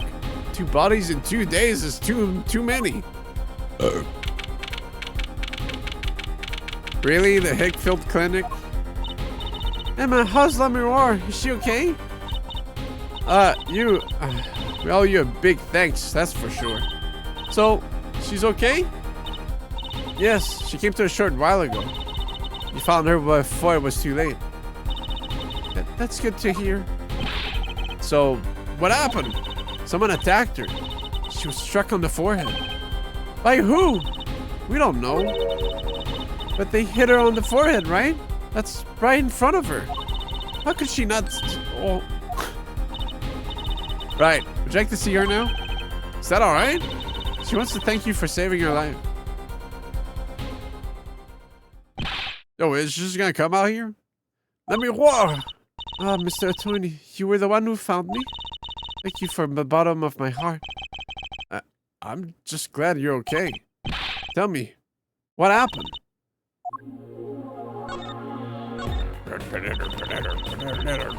It was after I spoke with you in front of the dressing room. I sensed someone approaching. I thought it might be someone coming to see me, but they said nothing. When I went to return to my dressing room... You were hit? I knew, that very moment, I knew the assailant was trying to kill me. No.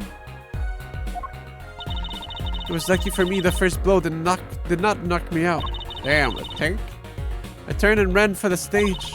Someone was chasing me. I could hear footsteps. Yet I reached the stage first. Why the stage? I had overheard maintenance people talking. The power to the stage area was off, they said, for electrical work. Ah! Darkness is my ally. There was a contrabass case near the stage. Oh, she just locked herself in? That is where I hid. So the assailant couldn't see you. Once in the case, I'm afraid I passed out. Wow, that sounds like a really close call. That's why the dress was just sticking out arbitrarily. Because it was on the spot. Do you have any idea what it might have been? Unfortunately, no. Whoever it was, they said not a word. Yeah, dude, she's kind of a boss for that. Kind of a badass. Too bad. Yet when I consider that I was struck right on the forehead, I must conclude that whoever hit me was taller than I am. Good point. She's sharp. You're much taller than I am. You're about as tall as Apollo. So that means it was likely an adult and probably a man. Could it be him? But why would anyone attack you, Lemiroir? The detective asked me this too. But here I give the same answer I give to you. I do not know. Huh. Alright, right.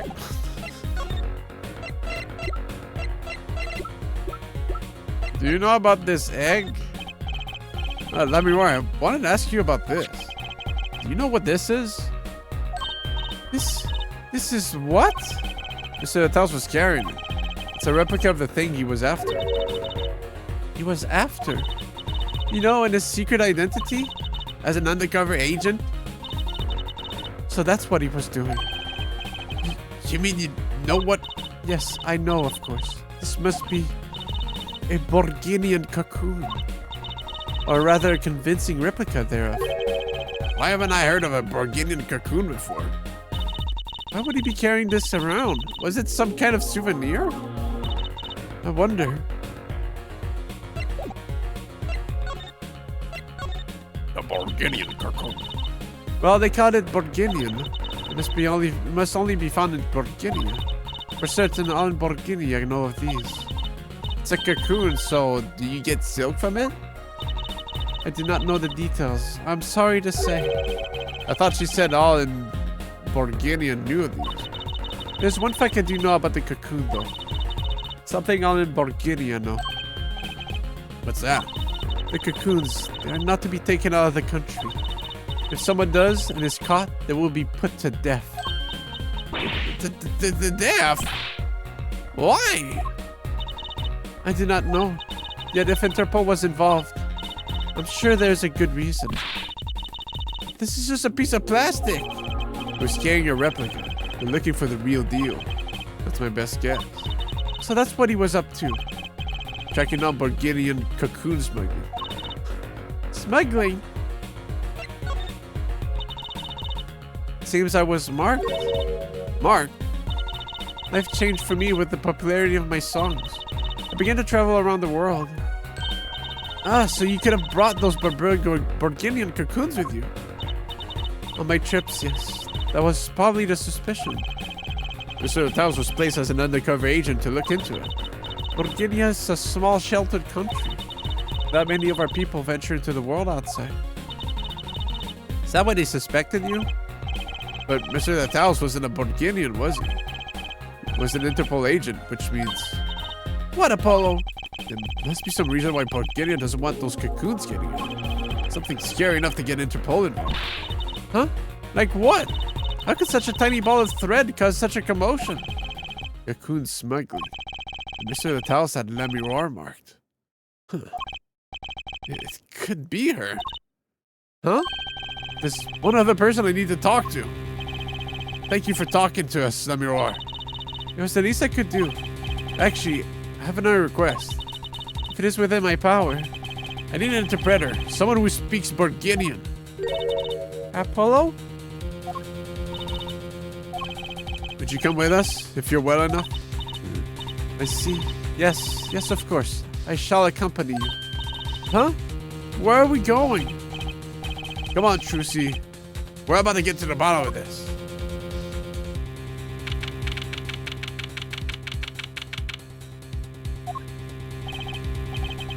Maki, we come to talk to you about the case. Maki? Did you interpret for us, La Miroir? Yes. Maki, I'd like to talk to you about when we first met. When we still thought you were blind.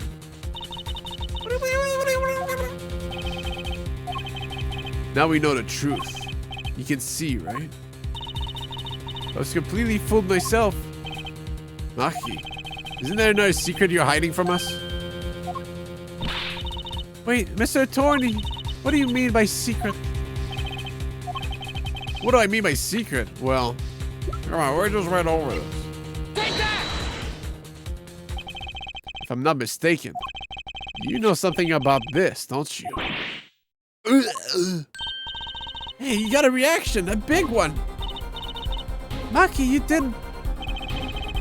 Trucy and I are trained to see people's uncertainty. Not that we would have needed any training to see that one. Mr. Attorney, please tell me what this is all about. The Miroir, please interpret. Very well. I know you know something about this by your reaction. If you won't tell me, I might have to give it to the prosecution and have them look into it. He asks you to wait. Do not be so hasty. Maki?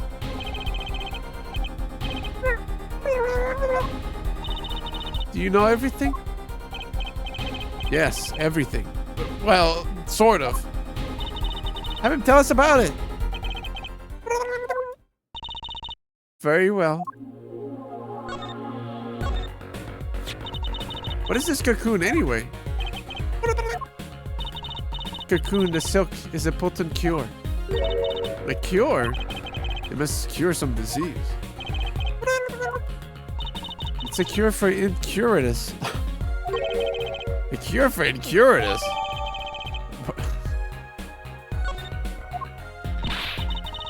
That curse are raw. Unobtainium. But if it's a cure, why keep it in Borginia like that? I wonder what it is.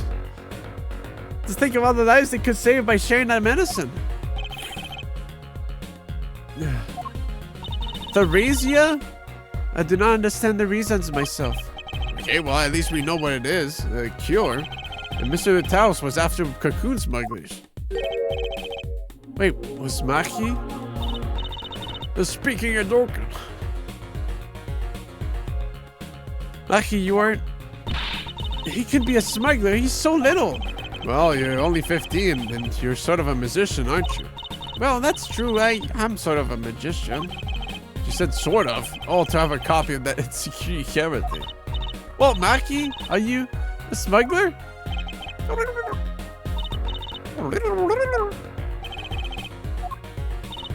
He won't tell me. First he plays blind, now he plays dumb. I wonder. Do you think he brought a cocoon to here to sell it to someone? If Maki really did bring one to the country, was he planning on making a deal for its sale? I can't go home. Can't go home?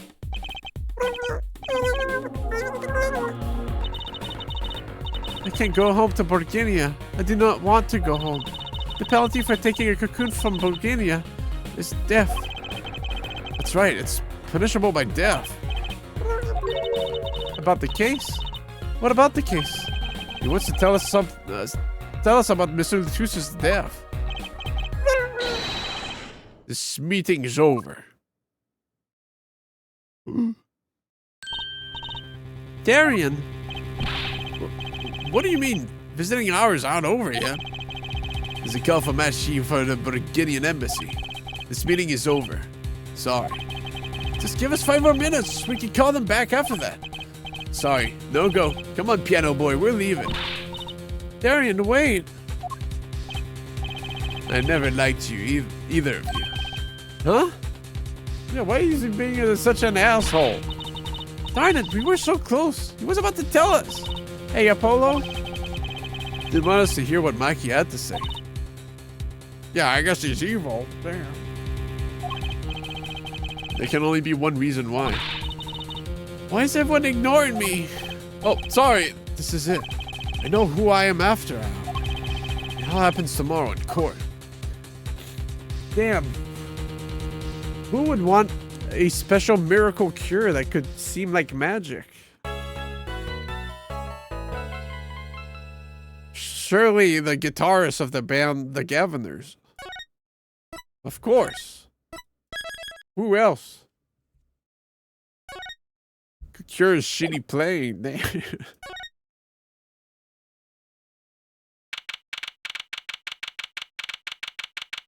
Then the card part. It is getting 6 hours in, but it can't be more than 1 hour, right? If we all put our brains together. But this might be the end of this case. What do you guys think? Mayor? You do it at the end, and if you You either do it and end it, or you put it off until next week and get through 3/4 of the next case. We must study for 48 hours. We must combine brain cells. I mean, we could do it now. Because then, after that, like... I mean, I don't know how long the cases are. How long is the last one gonna be? You know?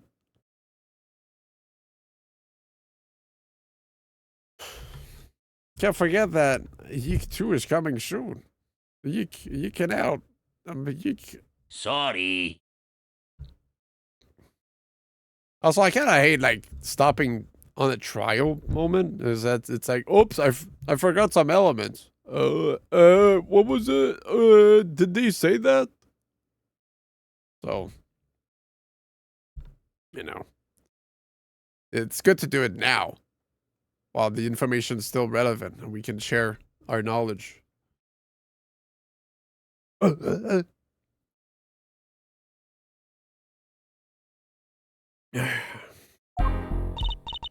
Well, this is it. Today's the day it all goes down. Then there was yesterday. The meeting is over. Sorry. Just give us 5 more minutes. We can call them back after that. Datters is just gonna be sad because he doesn't sleep, but sorry, no go. Come on. I never liked you either. Hey, we're so close. He was about to tell us. Hey, I think I know why. Time to bring down a little justice. What was that? He is heard but unseen. Who's that talking? Fallon Grammary, I exclaim as he walked in through the door. Normally. You aren't the witness today, are you, Uncle Fallon? Ha ha ha ha. A professorish position. How could I stand to stand upon the stand? Why, my secrets would be free for the plucking. I might even have to sign autographs. That is why I intend to remain hidden for the entire day. Oh, with vanishing magic? Indeed, I will jump upon an express train and express myself to the next town over. But before I go, a word of warning. Warning? What? Grand Grammary glamour resides at the root of all that has happened. Do not forget this truth. A glamour, a spell, a sorcery, a great illusion. Miss Trucy, though it pains me to part so, I need to get in line for a ticket. Farewell. And there he goes. He sure seemed happy about that illusion thing. Does nobody know he was, like, here? Shouldn't, like, they stop him? He could potentially be a suspect. Oh, big illusions are the bread and butter of a magician. You can't pull off a show without one. Master of Illusion? Yeah, they simply erased his name off the records. Well, I mean, he wasn't there. The big illusion is always a spectacle to remember. Usually, it involves cutting up things like people or elephant, or the Eiffel Tower, or anything really. So he was talking about what we saw at the concert. Mirage disappearing act, and Prosecutor Gavin's exploding guitar. I wonder what he meant by it, being at the root of all that has happened. Well, it's about time. Shall we go? Excuse me, sir. Yes? The scheduled starting time for the trial has been changed. The trial will not be commencing until 10:30 a.m. Sorry for the inconvenience.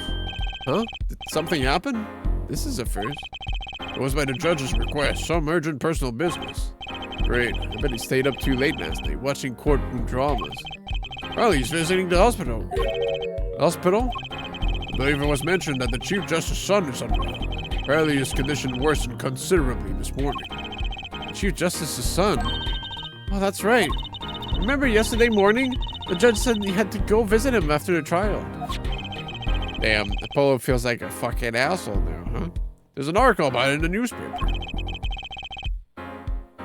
You could read about it yourself. It's incurious. Wait. Curious? Where have I heard that before? I'll let you read that article for us, Apollo. Just leave the TV guide page to me. Try not to lose the page for the funnies if you can. Wait, so it could be related to the Law and Order then.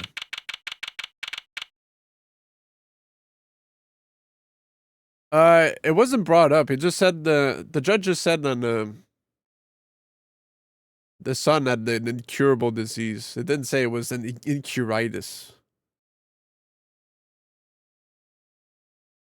So I mean, if it's like if Law and Order, because that's the chief guy.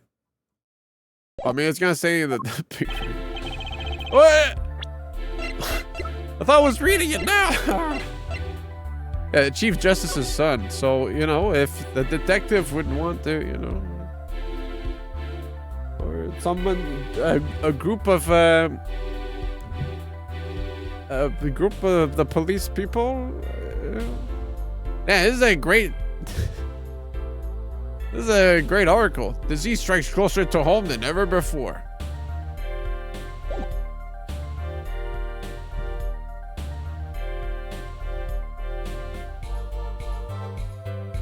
Wait, it is like Therasia, bro. They're using it as a weapon. Then they have the cure made in the house. Next thing we know, we're gonna be walking into the traps. They get some gum. My apologies for the delay. Court is on session for the trial of how do you say this name again? But Keith, I don't even know, man. I suspect fortissimo.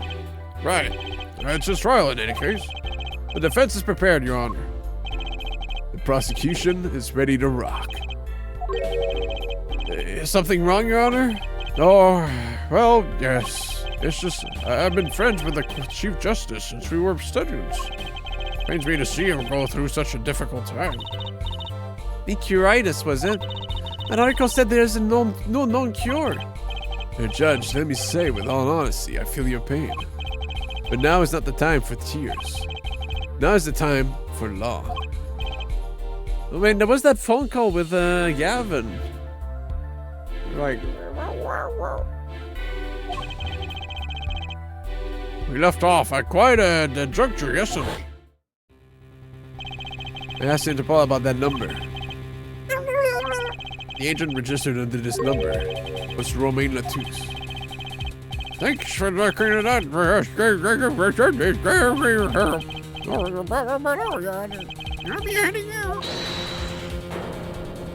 Oh?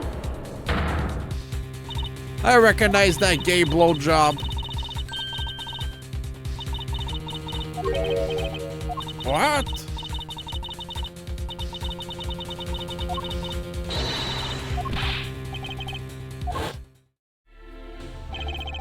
What a sensational ending. Who would have thought Darian would have guest starred in a season of Cliffhanger as a suspect? Ask the prosecution to look into this matter. Please tell the court your findings. Darian Crescent is a member of my band, the Gaviners. He is also a detective, making the current charges serious indeed. Yet after investigation, I have found no cause to alter our case, nor filed new charges. And your reason is? What you wear her forehead? He has an impeccable alibi. An alibi? Let us review the facts again, shall we? The concert held on the night of the shooting was in 3 sets. The Gaviners ripped up the stage during the first set. For the second set, our guest took center stage. The only performers appearing there were myself, Lamoureux, and Maki, along with a drummer and a bassist for a total of 5. The shooting in the dressing room, however, took place during the third set. A drummer and a bassist? Oh man. It's not looking good for a croissant. Lamoureux and the defendant Maki Tobai. Oh dude. And his little stringy poo-poo sucked ass because he had the little...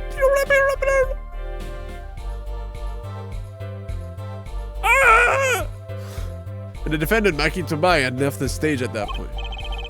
And the Gaviners were already rocking. This is when 2 shots rang out at the scene of the crime. Shots heard by Detective Emma Sky, mind you. And Apollo, you heard them too, right? I sure did. And I was getting snack-cooed at the same time. Furthermore, Lemuroy herself witnessed the moment of the crime. Well, perhaps I should say she heard the moment of the crime. What she claims to have learned Mr. Latouze and Detective Croissant talking. Croissant. But that's impossible. Detective Croissant was. Precisely. Detective Croissant was on stage getting his groove on, no less. Voila. A perfect alibi. Does the defense have anything to add to this? It's true. When I heard those gunshots, he must have been on stage. Still, there's something here that doesn't quite add up. It appears the defense has no objections. I believe we can safely say that Darren Crescent's alibi has been acknowledged. Which means that Lemuroy was sadly mistaken. Her testimony cannot be true. Very well. Of course, if we discard her testimony, then I see no evidence keeping us from declaring a verdict. If indeed there are no objections... Oh, Apollo, if he declares a verdict now... But the prosecutor Gavin's case is airtight. The girl might have been lying to protect Maki, but how can I rely on her testimony? Wait, what about yesterday in the detention center? About the case? What about the case? He wants to tell us about the Mr. Latouze death. This meeting is over. No, don't play that part again, man. Maki was trying to tell us something. I know it. Maybe the best thing to do is ask him. Under oath. Well, the court finds a defendant. What was his name again?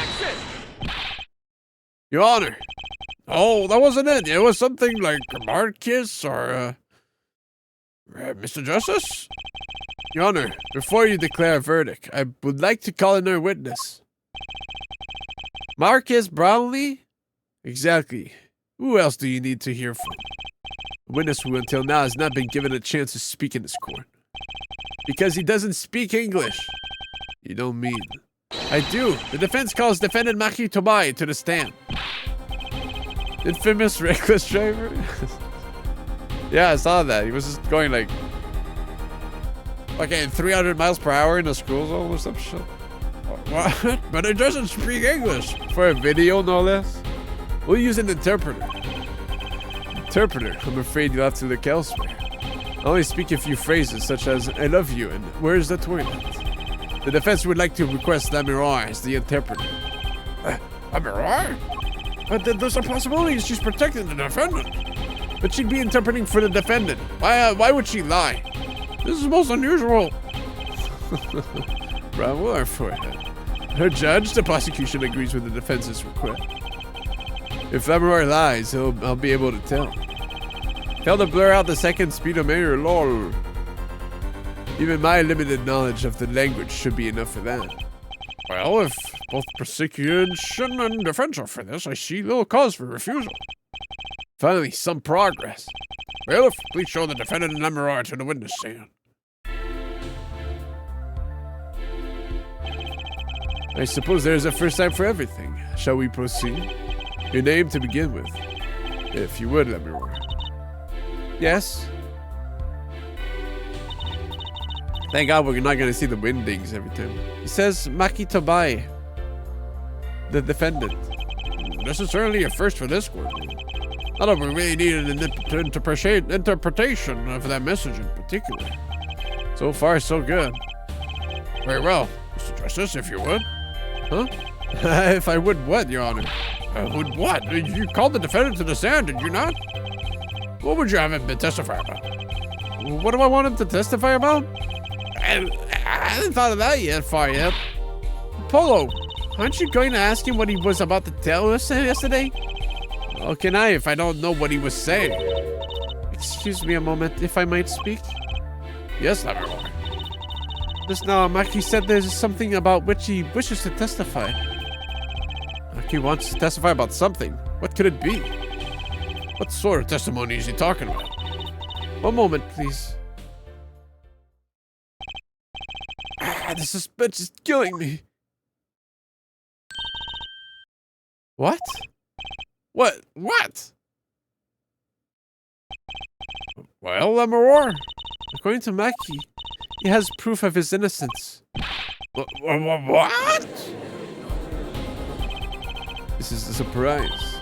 Yahoo! Victory, Apollo! We did it! This is sounding too good to believe, and I know what that usually means. If that's true, then this is final testimony. I mean, Marky, please testify to the court. Very well.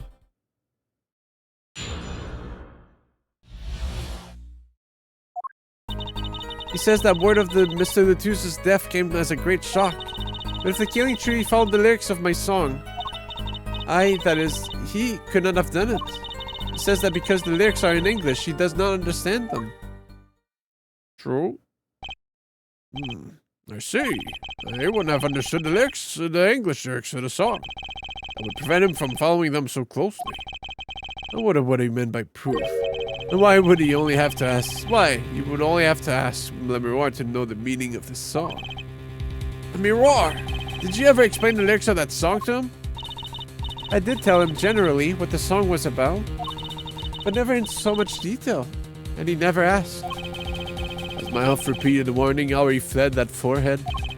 Lemiroir might be protecting the witness. Well, anyway, let us proceed with the cross-examination. Mr. Justice, if you would. Yes, Your Honor.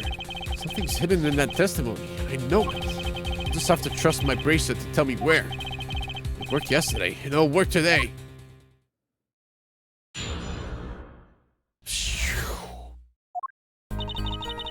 It says that word of Mr. Latus's death came as a great shock.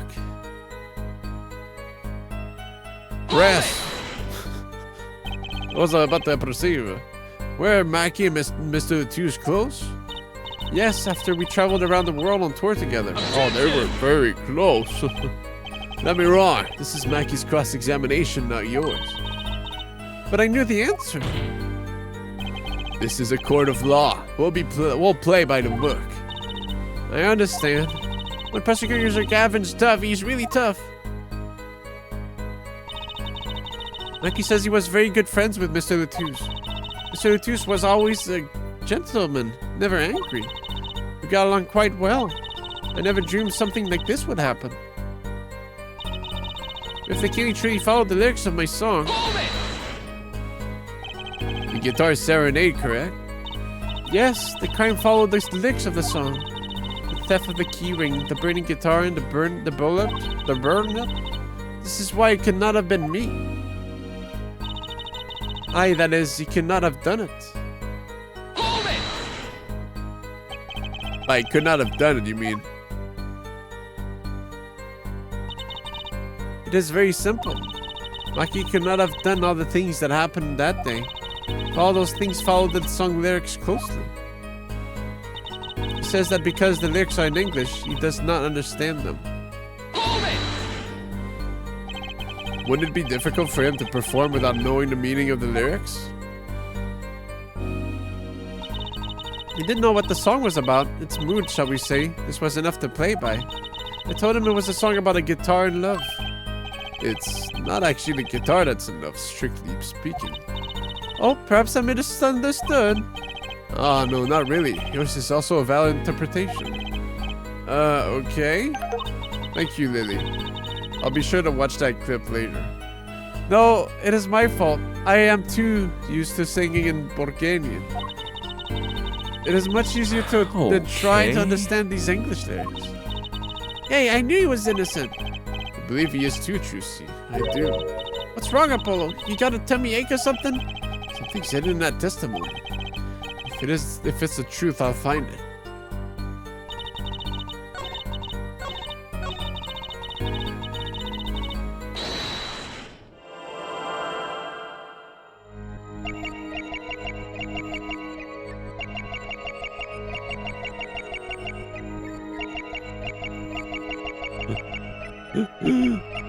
He's freaking out! Apollo did bring up that it was weird. Like, it feels like he is listening to us right now, but maybe he understands it, but he can't speak it.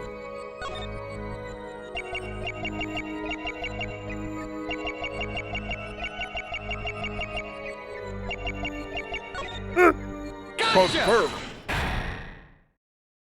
It was like, yeah, there might be more to his lies than meets the eye. Transformers. Maki, you can't fool my eyes. Huh? He glanced toward her the very moment Lemuroir said the word English. Why? Don't bother interpreting that. He understands me. Maki, tell the truth. You can understand English, can't you? What are you saying? Of course he can't. Does he continue this charade? Mr. Justice, Mikey says this. I know the word English. Huh? Before coming to this country, he heard me speaking English. He learned the name of this language, that is all. What? Give me a break. Is that such an unusual word to understand? Do you not know Espanol, for instance? Well, yeah, but... I am sorry, but he truly does not understand your language. Well, then explain this. How does he know the crime followed the lyrics? Have you always been such a suspicious-minded lad? It is simple. So simple it hardly requires an explanation. He read about it in the newspaper. The newspaper? Oh man, he just set himself up for failure, dude. The Burgundian Daily Bugle. You can buy it in this country these days, you know. They have already begun to report about this case in their homeland. I was right. What is wrong, Mr. Justice? Your eyes, they are quite fierce all of a sudden. Like he's lying. Maybe it's time to show them proof that he's lying. It doesn't mention the lyrics Lemuroir's band, Ballad. Take that! Should have read the item description before spouting that bullshit. I have here a Burgundian newspaper, the Burgundian Daily Bugle, as a matter of fact. Indeed, there's a feature article about the case. Could you read this for me, Maki? Burgle. That's right. It doesn't mention the lyrics. What? What is this all about? I'm sorry, Maki. You couldn't have read about the lyrics in a Burgundian newspaper.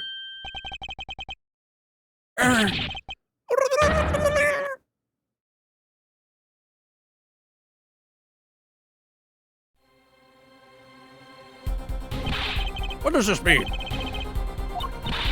But I don't see how it's possible. I know. You must have heard the lyrics when the police were doing their questioning. Yes. Not possible. The subject of the lyrics was not brought up in the police questioning. I read the full report myself. So the lyrics weren't in the newspaper and the police didn't mention them. The only place you could have heard them was in this court. In English, no less. The witness will explain to herself, himself. Like he says... Yes? It is true I read the newspaper, but this is not where I learned of the lyrics. I was mistaken. Now I remember. Oh, now you remember. He says he heard of the lyrics from me. What? Is this true, Lemuroir? Yes, I'm afraid I had forgotten it myself. And it looks like her forehead's been jumping to conclusions again. Seems so, yes. No! I was onto something, I know it. I can't let this chance slip away.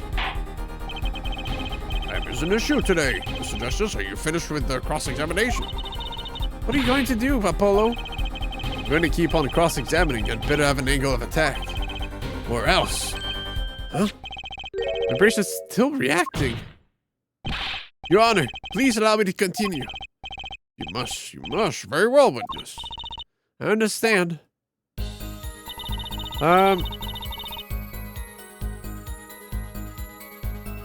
Fuck, I forgot the, it did shine twice. But I did not realize they were talking about two different topics. I mean, it's not too hard to just look at his eye. I'll just do that. It's not like I'm getting kicked in the balls. Unless he has another little gwag. Well, he definitely didn't do it. I mean, that'd be bad if he did.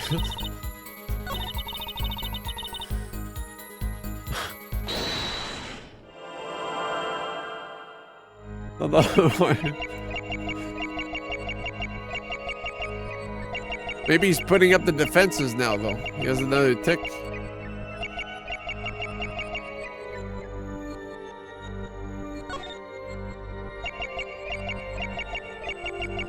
There's not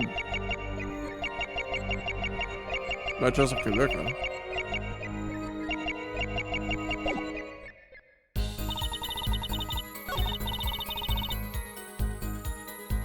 Yeah, there's no way he cares about him. No, it's only him. When we went to the detention center, it pinged for him twice.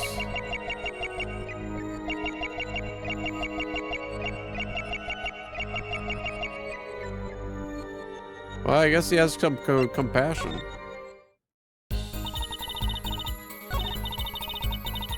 But maybe.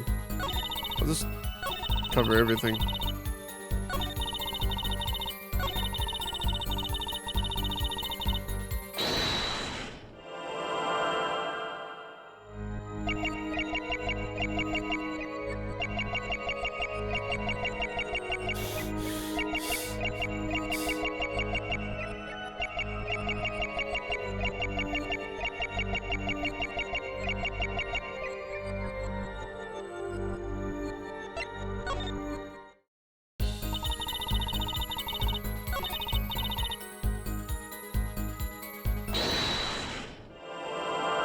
This is our throat shit here.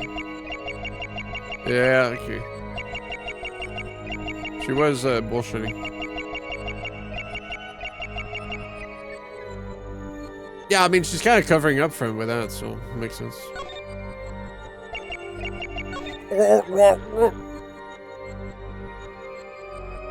Me when I eat a big burger. Oh, it's a big bite.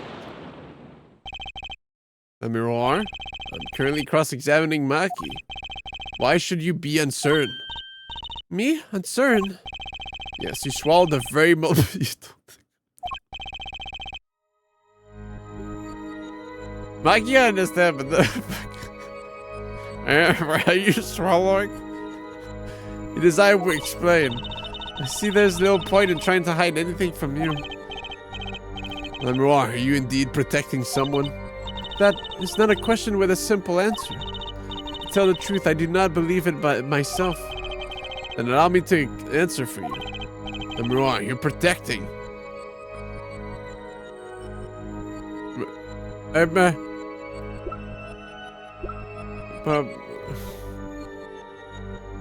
Take that!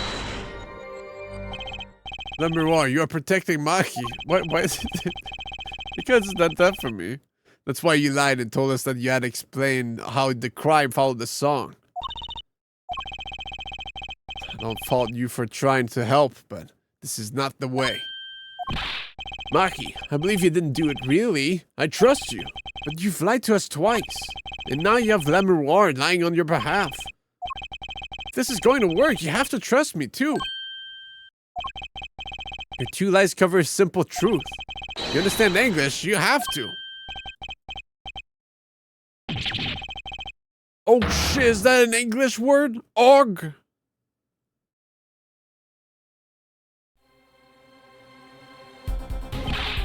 Goodness, is this true? Do you understand English? He's screaming English. Yes, a little only. What? First he could see, now he can talk. And you did not know about this, Lemuror? Get there! No, I did not. It is quite a surprise. How many secrets is this witness hiding? This is last. Maki, could you tell us what really happened? No shooting. I did no shooting. So you weren't in the dressing room when I heard those 2 gunshots, correct? Apparently the answer to that question isn't simple either. I was in dressing room, behind desk, manager, on floor. Which would be after the shooting, right? Then there is voice. Voice? My voices. Was it you and Emma, Apollo? So when Maki went into the dressing room, Mr. Latouze had already been shot. Then when we came to the door, Panel high up. I take off. Run away. Run away. So it was you who escaped through that air vent. As the prosecution has upheld all along, no less. The defendant has admitted to being at the scene. But we take this as a confession. Objection! No, he's clearly denied that he did it. I know shooting. Manager on floor. Already on floor. Objection! The victim had already been shot, you say? I find that hard to believe. The defendant understood the song lyrics. He was at the scene of the crime. This can only mean one thing. He is the shooter. Does the defendant have anything to say to this? I don't have the words for it. He's clammed up, Apollo. Let's ask Mr. Justice. Do you require any further testimony from the witness? Is that it? Is there nothing else I can get him to testify about? Wait, no, of course there is. What is this cocoon anyway? Cocoon the silk is a potent cure. A cure? Well, Maki, are you a smuggler?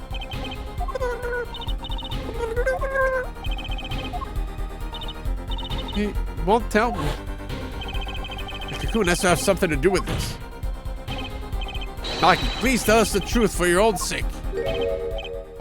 No, no more speak. Not to any of you. Damn, he just kicked me roar out. Yeah, we don't need you anymore. You go to the bathroom, I guess. I don't know. Wait in the lobby. So much for your precious trust, her forehead. Hey, you were the one who didn't believe him. Regardless, this brings us to an impasse. It does seem that the defense and defendant are at odds. I doubt we are likely to learn anything more of value should this continue. I see no other course but to declare a 5-minute recess. The defense will work things out with the defendant so that we might proceed.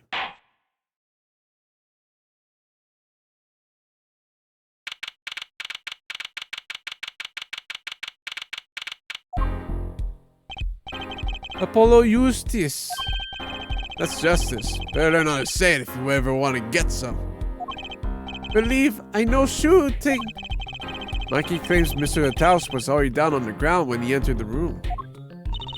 Maybe it was a trap and he walked right into it. Suddenly, I hear revolver. Close, very close. Then I hear voice. You heard gunshot. Yes, it's true. I hear revolver, but only sound. Wait, you're saying you went to the dressing room and found Mr. Taos already dead and then you heard shots? That's true. So, you were at the scene of the crime when you heard those shots. And you escaped through the air vent. I know. Huh? What do you know? I know if I opening vent, I can leave stage and backstage. So the vents went to both the stage and the backstage area. Is that what he means? Hey, he's right. Look. Apollo. Huh. Yeah. How did you know it was connected like that? Wait, I bet his father was the architect that designed the hall or something. I hear this from Magician. Magician? Don't look at me. Magician, huh? Well, at least we're clear on one thing. Lucky didn't shoot Mr. Taos. Yeah, but what does that leave us with? We're supposed to say you went into the room to find a body and then you heard the shot. That one's going to go over well in court. Not. Apollo, you're his defense. You're supposed to believe whatever he says, even lies. That's what Daddy always told me. I'm not just pretend you misheard him every time. So, what do we do? You sure you want to testify, Maki? No talking, no. Well, it was worth a shot. A cocoon. You think it has something to do with that doohickey you picked up? Well, that'll come into play when it comes into play, but right now we're just trying to, well, get an alibi from. Can't go home. Can't go home. Can't go home to Virginia. I do not want to go home. Penalty for taking a cocoon from Virginia is death. That's right, it's punishable by death. Of course, he's scared. Oh well, I guess we'll just have to try a different approach. That's the spirit, Apollo. So what's your plan?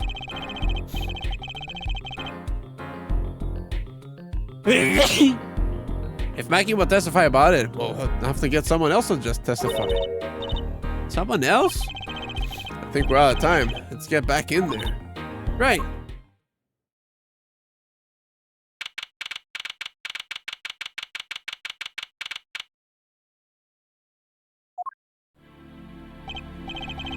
Court is now back in session. Mr. Justice, have you sorted things out with the defendant?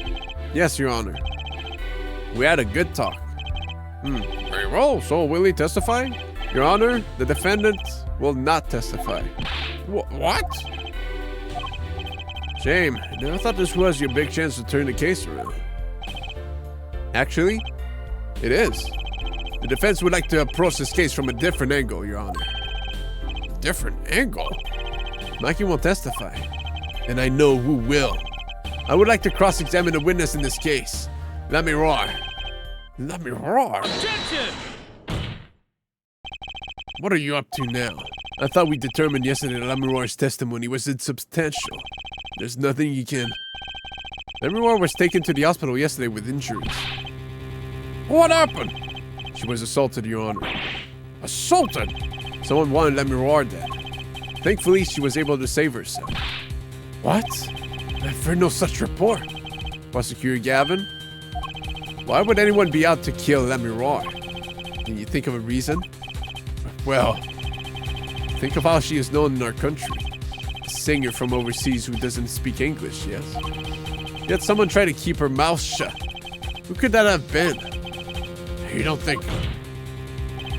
I do. It was the same person who shot Mr. Latouche.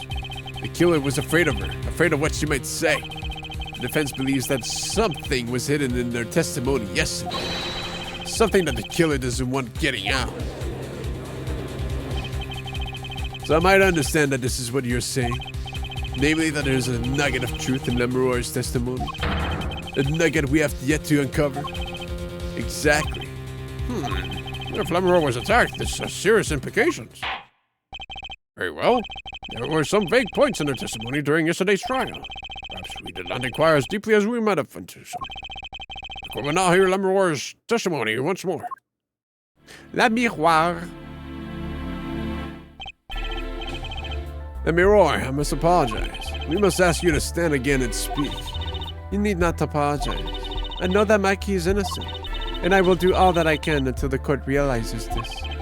Let's review your testimony from yesterday. You told us you heard 2 gunshots and the shooter's voice through the window, and that the voice belonged to Darren Crescent, yes? That is correct.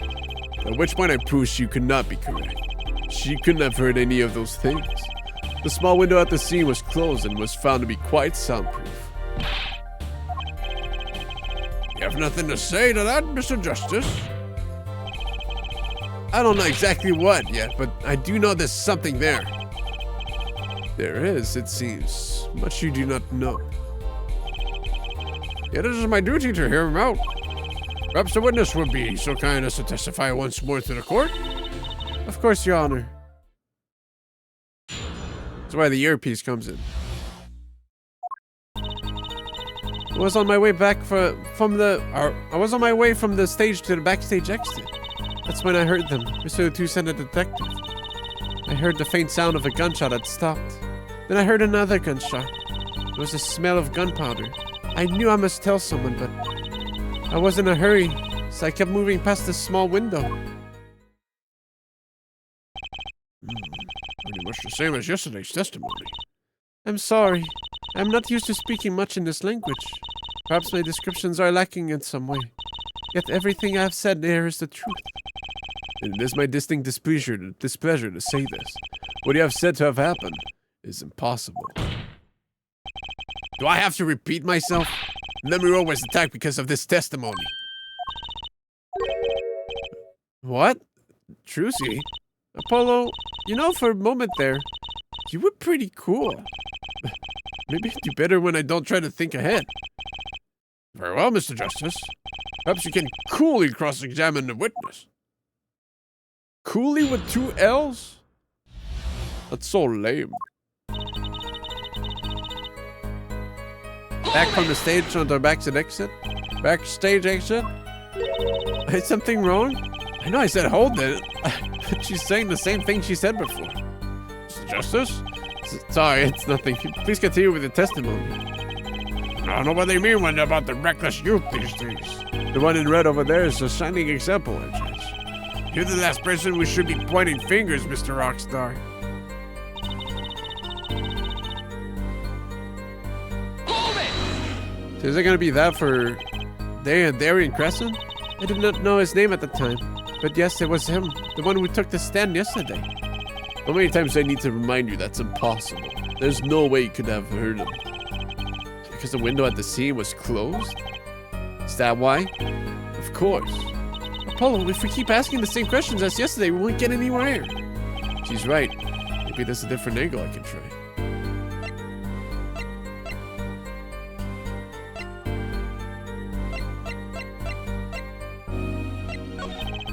Lemuel, do you by any chance remember what they were saying to each other? If so, please tell us. I've given it much reflection, but I was afraid of this. She doesn't remember. I only heard one phrase clearly. A whole phrase? You remember something that was said? Why didn't you say anything yesterday? Though my memory is clear, I was afraid to speak. You see, I do not understand what was said. This could be it, the clue I've been waiting for. Well, what did he say? It was the other man speaking, not Mr. Latouche. The shooter, then. Aaron Crescent. But what did he say? It's over. Press the switch, now! Switch? Switch? The shooter said this to the victim, Mr. Latouche? Oh, dude. I thought it quite strange myself afterward. It is a mystery. What could it possibly mean? Is Justice gonna shed some light on this? I mean, sure, I'd be delighted. It's very vital. Maybe you could add that to the testimony.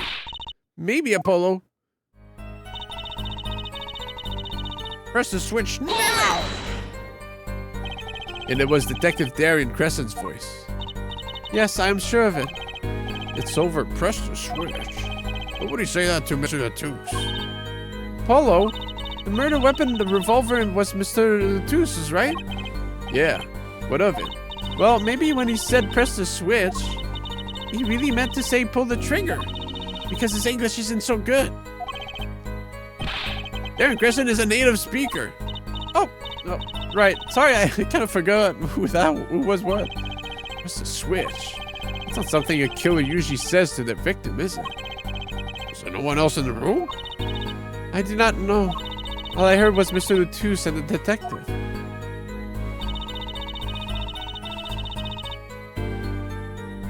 Hold it! See the rest of them? There were 2 gunshots. Yes, I heard 2, one after the other. Fits with the bullet holes at the scene. Nothing really new here to pick up. Yeah, Hold it! Did she talk about gunpowder though? Why didn't you tell someone immediately? Well, If it were me, I would have gone to the police right away. It's our duty as citizens.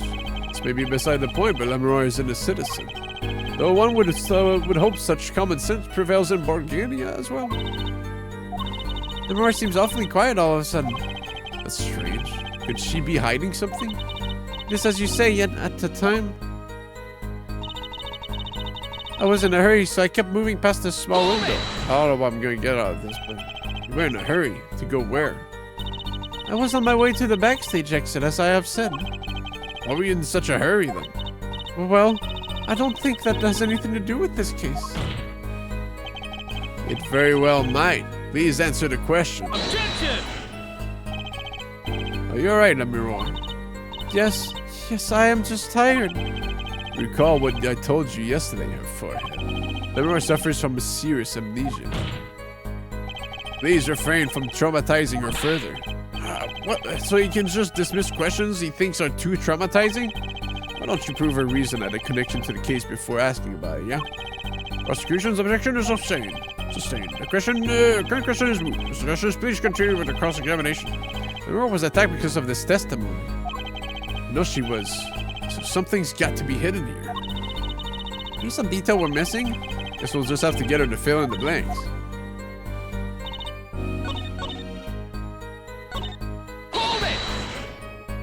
Is that a double extra bit of information thing you mentioned?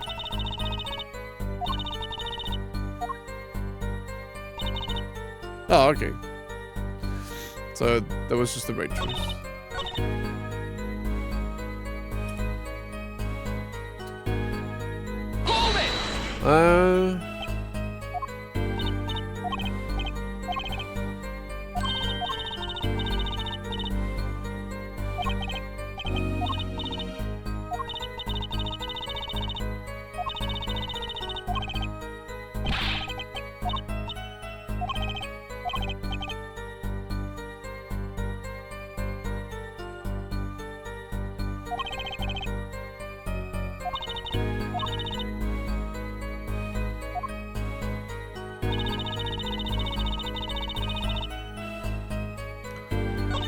Hold it!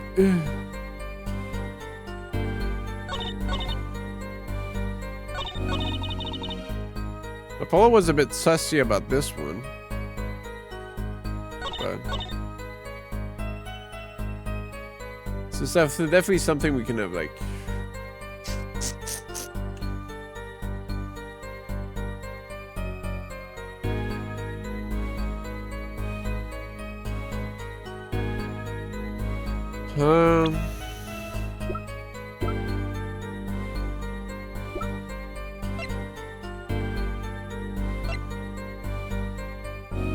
Definitely has something to do with these. But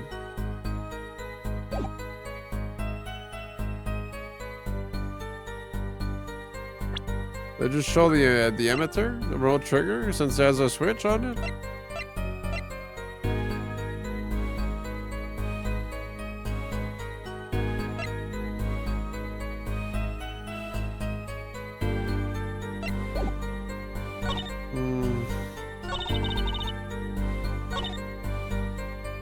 Hold it!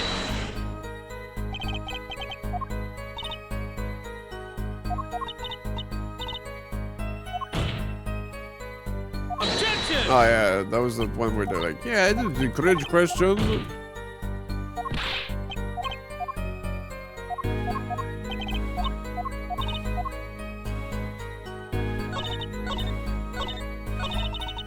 Hold it!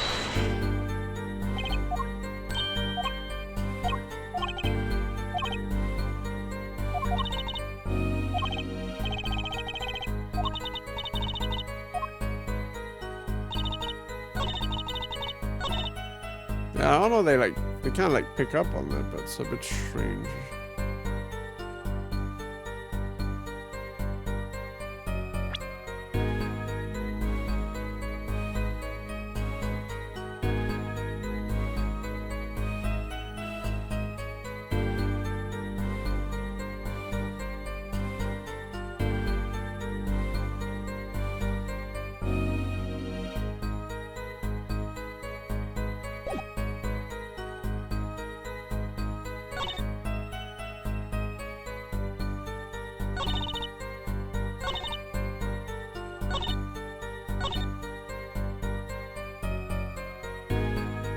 She is closing her eyes, accepting defeat.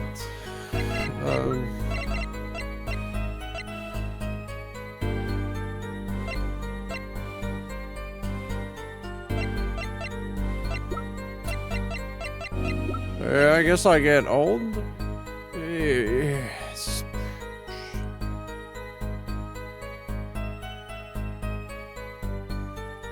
Objection!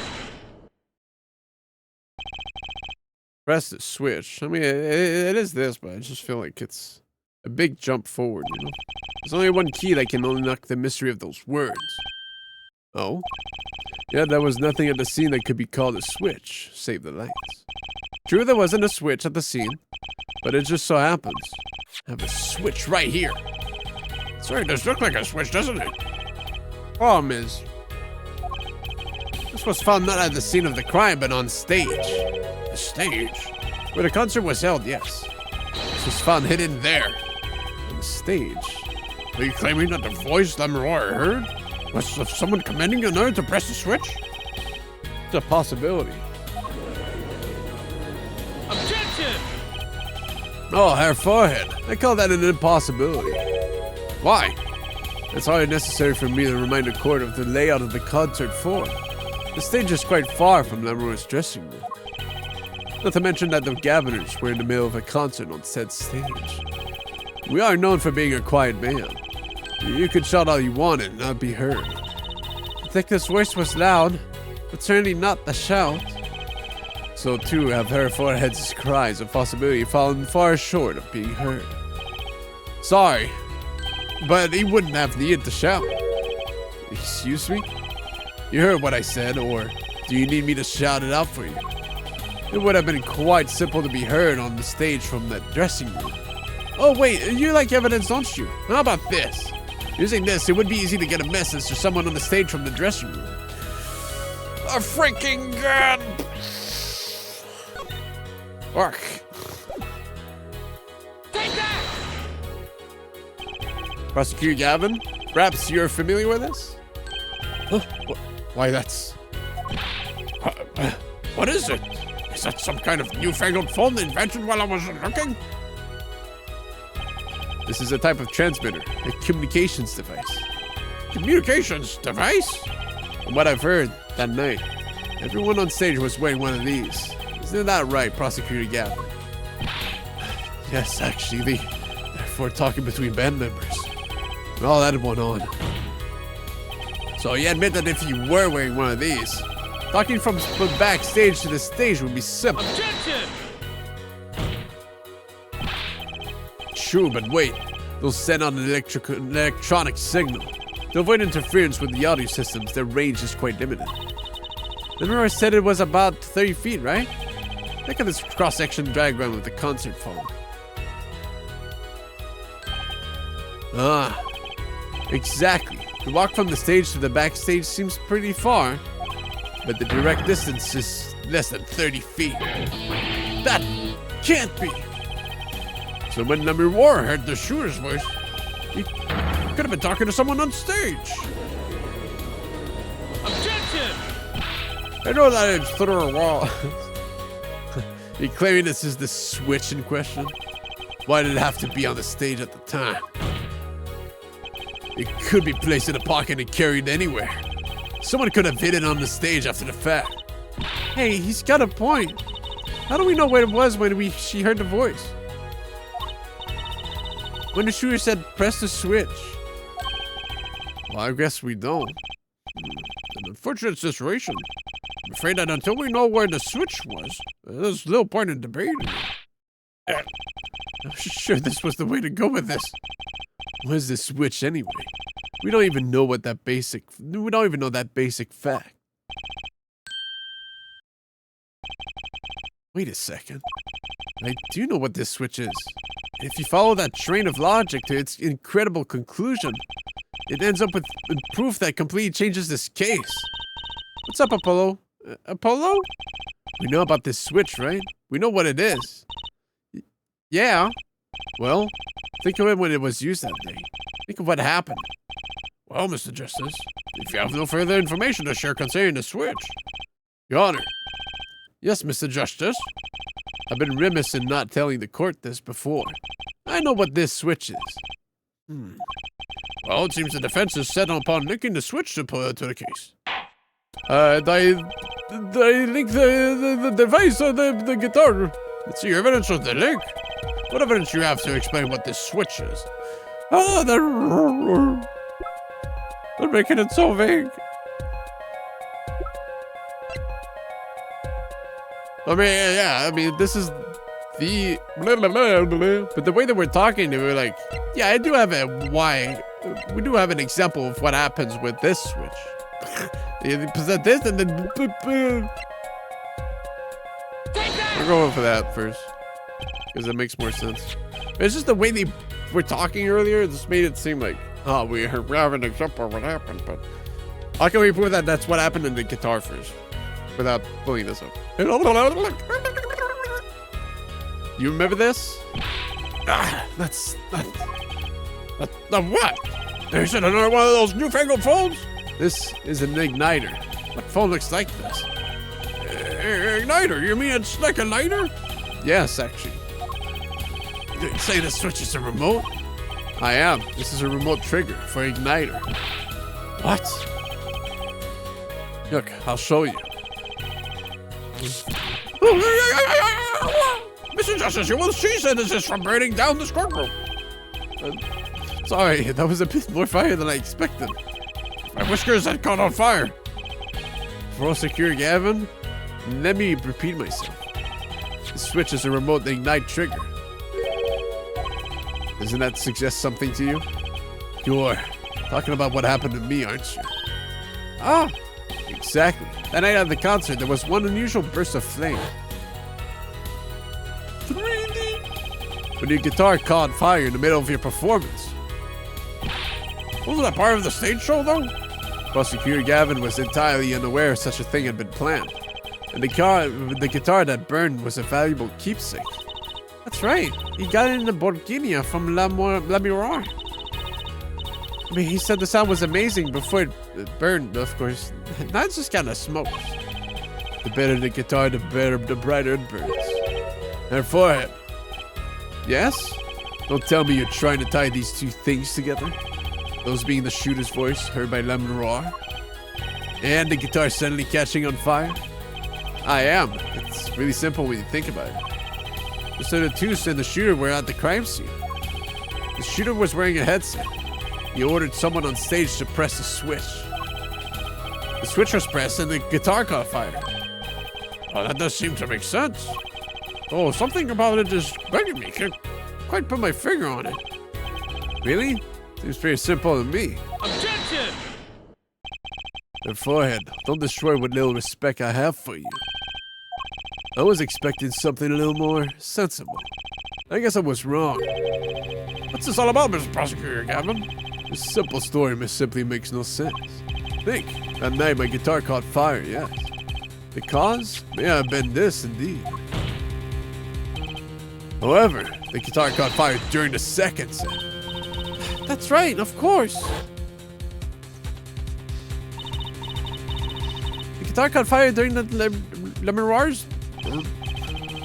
Indeed, yet the shooting happened during the third set. The two are utterly unrelated. Yes, that must have been what was bugging me. The whole premise for this is faulty. See, the story makes no sense. Objection! Are you sure about that? John Cena. Really going for the extra clip? Well, what do you mean, Mr. Justice? No, she dodged it. Maybe it's not the premise for my explanation of the switch that's at fault. Maybe it's our premise for the entire case so far. What premise is this specifically? I'm glad you asked. I'm saying that maybe the killing didn't take place in the third act. Objection! What's this? The detective Emma Sky heard shots and found the body. All of this happened in the third act. Objection! That shots rang out. And according to his testimony, Maki was in that dressing room at the time. Where are you going with this, Mr. Justice? Stay with me, Your Honor. He also told us this in his testimony. Namely, that the victim had already been shot. We all heard gunshots, but no one saw the shooting. This is insane. Just before the shooting took place, the shooter was heard on his headset, telling someone to press the switch. The next moment, Prosecutor Gavin's guitar burst into flame. We know that a remote triggered igniter was inside the guitar. From all these facts, we can draw one conclusion. Only one. The crime did not take place during the third act, but during the ballad performance, the second act. What? Order! But that goes against the evidence. What does, Your Honor? This crime was carried out according to the lyrics of the song, yes? Hey, he's right. Look! The bullet's supposed to come after the fire. You think about it the wrong way. Huh? Look, who gives a fuck? Why would the shooter craft the events of the day to follow the lyrics anyway? It's an awful lot of trouble to go through, with little merit for the person doing it. Well, I'm sure whoever it was had some reason. Yes, they did. The reason that made it advantageous to follow the lyrics. See, the order was reversed on purpose. Reverse? Prosecutor Gavin? The criminal followed the lyrics strictly, then yes. The shooting would have had to come after the guitar burst into flame. Yet her forehead has raised another possibility. It's claiming that the bullet came not after, but just before the fire. Couldn't have put it better myself. Or we were only meant to think that the shooting came after the guitar burst into flame. That was the criminal's objective. The crime followed the lyrics to a point, but that was the ruse.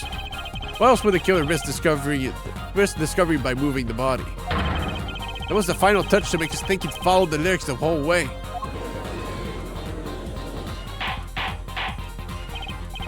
Order! That would explain this most unusual situation. It does. The killer changed the order of events to create himself an alibi. In other words, the killer was someone who had an alibi for the third set, but not the second. Objection! I was hoping it wouldn't come to this, but sadly it has. Let me tell you why your little fairy tale makes no sense at all. Oh, it sounds good, I'll give you that. You've given us a reason why the killer bothered following the lyrics of my song. But I question your logic, for it's flawed from the very beginning. Flawed? Yes, a contradiction there, forehead. One I've pointed out several times, no less. At the time of the crime, the small window at the scene was closed. How could Le Miroir have heard a voice through it? Oh. I know that you would like to divert our attention from this critical fact, but you're basing your entire line of reasoning on a false premise. Right. Le Miroir's testimony is my entire case. The voice she heard, the shooter's voice. What if she couldn't hear it, Apollo? Look, what do we have? A man saying press the switch. Near the crime scene, we have a switch, which acts as a remote trigger for an igniter. And last but not least, Prosecutor Gavin's flaming guitar. It can't be all coincidence, but how do I make it work? I see a more distinct, direct line of questioning is required. When the crime scene was investigated, immediately after the crime, that window was closed. Care to tell us how Le Miroir heard the voice? A key point to be sure. Mr. Justice, can you explain this to the court? Okay, Justice, you've got one thing to prove and one thing only. Le Miroir heard a voice, and she heard it during the second set. Think, how was Le Miroir able to hear the voice?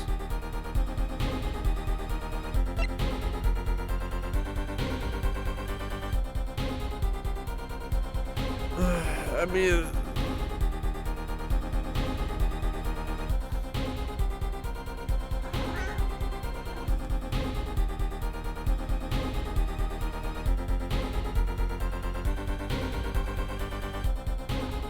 Meow.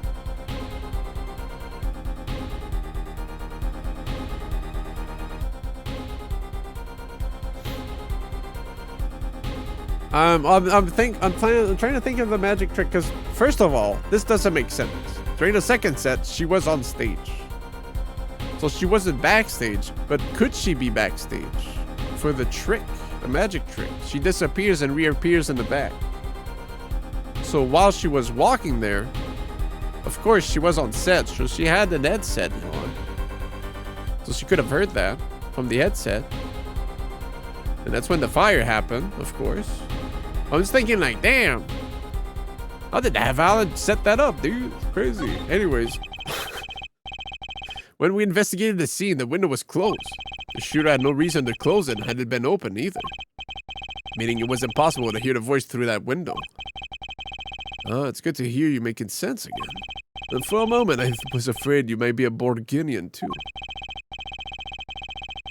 Yeah, well, because like we know, like from the kid talking about it, like there was a, you know, an access to the backstage, and who would know about that? Of course, Uncle Valen, because he's the one behind the trick. So he knows, like, he knows the interior, like the architecture of the place, because he's the one that came up with the trick. So he had to like do his research to make things happen specifically for, because he makes tricks for the location specifically. So, yeah. As I was saying, Leroy could not hear the voice through that window, so there can only be one explanation. She heard the voice from another location entirely. What's this? You do amuse me so, but it just means like that She was lying about that? Weird. You know, I thought you and Good Sense were back on speaking terms. Now I'm afraid you and Good Sense speak two entirely different languages. But I mean, we're gonna see how it plays out. Shall I interpret for you there, forehead? Leroy clearly stated she heard the voice through that small window. And there's only one small window at the scene. Are you sure? Huh? Think about it. Isn't there another small window at the scene? There is? I know that look. He wants us to ask him. Very well, you claim that everyone heard the voice from another location? Suggest to show us where this location was. From here. The vent? Did she vent among us?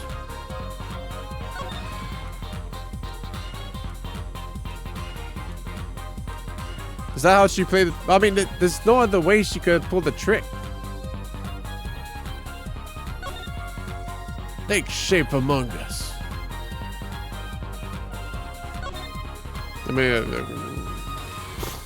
oh no! Look, get back up there, dude. Take that! This is where the mirror heard that voice from. That's no small window. That's the rear vent. What did she tell us? She said she's a Borginian, unfamiliar with her language. It's not a stretch to imagine she called this air vent a small window. Objection! You mean that cool drawing they made for that scene was a lie? No, you've done it. You've gone beyond ridiculous and into ludicrous. So everyone was up in the ventilation system listening to this man's voice? It's the only logical explanation, yes. Logical? I do not think this word means what you think it means, Forehead. Okay, what about it isn't logical? Harimir is saying.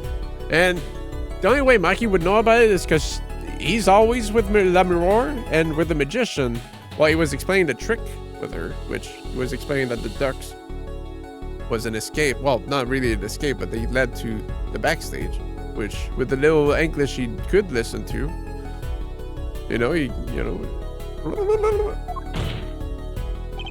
Why would Lamoureur be in the ventilation system? Hiding like a rat. No offense intended to her, of course. The explanation for that is simple, Prosecutor Gavin. Isn't it La Miroir? La Miroir? Isn't it La Miroir? You have been listening to our discussion here, yes? Yes? I admit it's had me quite confused since yesterday. Yes, the small window was closed. But why should that mean I could not hear through it? I fear the prosecutor might himself need an interpreter. Yeah, I mean, it's a fucking vent, bro. You can hear everything. I would have felt that she said she was crawling while hearing that, but the problem here is words. La miroir, the small window through which you heard the voice. Was it up high on the ceiling of the room? Not low on the wall? Yes, it was up on the ceiling. What? Order, order, order! We'll have order! Witness, you will clarify this statement to the court. Are you in fact saying that you were up above the ceiling of the room? That's where you heard the moment of the crime? Yes, in fact I was. I'm sorry, I never imagined it would become such an important point. Yes, well, why the heck were you up there? I believe it's time for another testimony. I'm not sure I can't. No, she's gonna do the magic trick. May I remind you, this is a murder trial. We'll hear your testimony. Tell us why you witnessed the crime from above the ceiling of that room. Please. Well, it looks like I'm on the right track.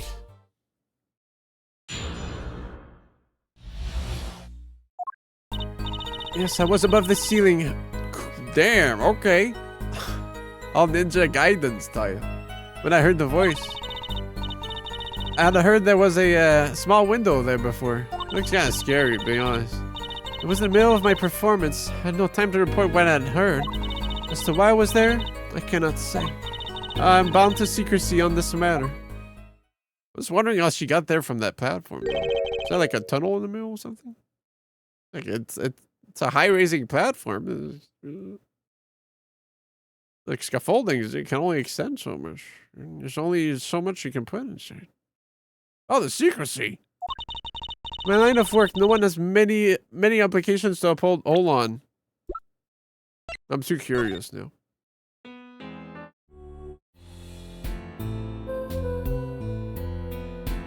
Yeah, like, how would she, like, go down? I guess that's what they call magic.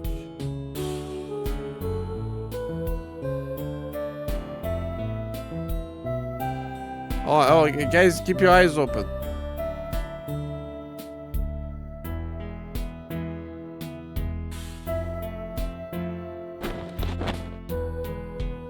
Well, there's kind of like a hole there, but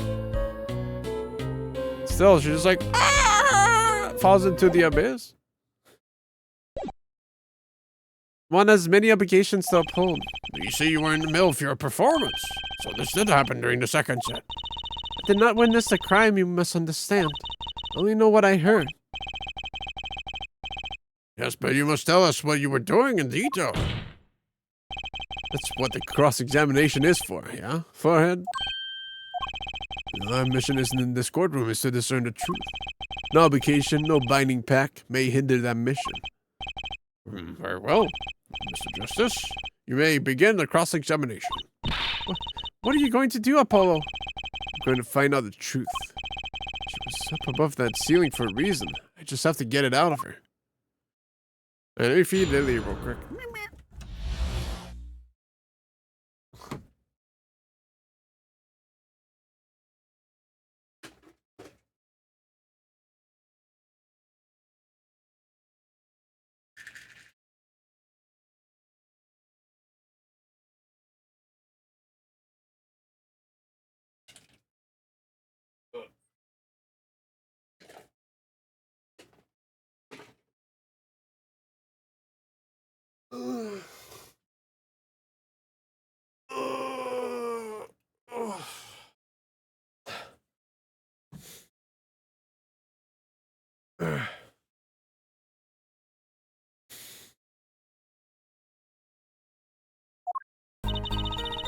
Yes, I was above the ceiling when I heard the voice. Hold it! Above the ceiling? Could you be more specific? I cannot. Because you're bound to secrecy. Yes. To tell the truth, I was not supposed to even say I was above the ceiling. I dare not say more. She respects the magics. Doesn't sound like I'll be able to coax it out of her just by asking. I heard there was a small window there. By small window, you mean the air vent. I only remembered I needed to be careful of where I put my hands and feet. I cannot see the light coming through the window, of course. The air vent grate could trip you up, certainly.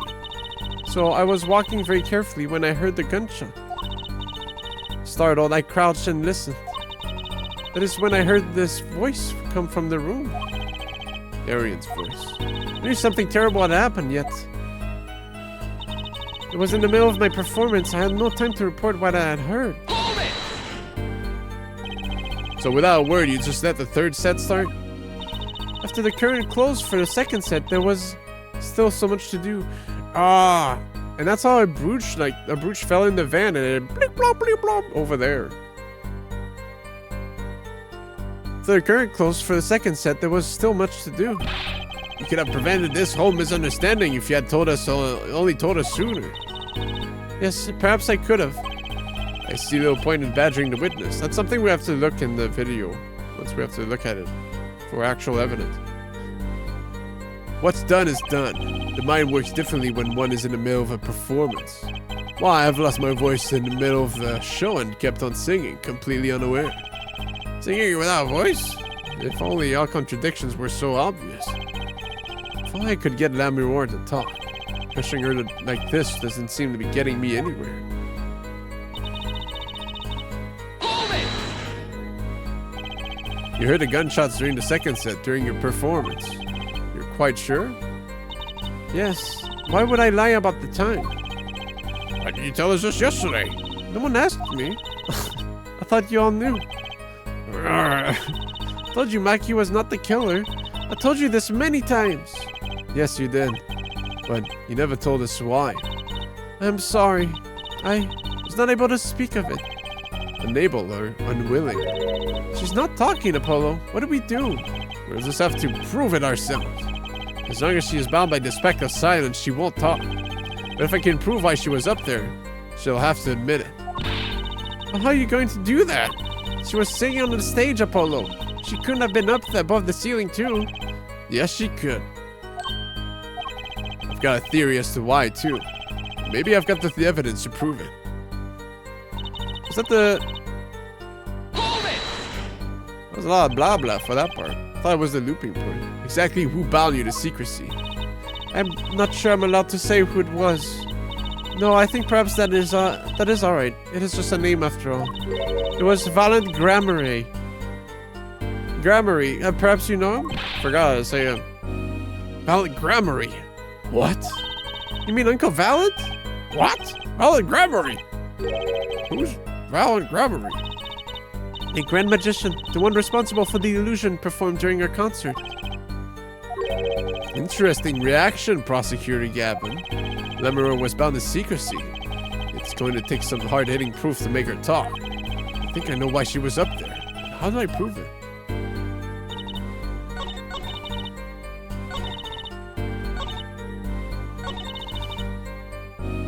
I can present the video.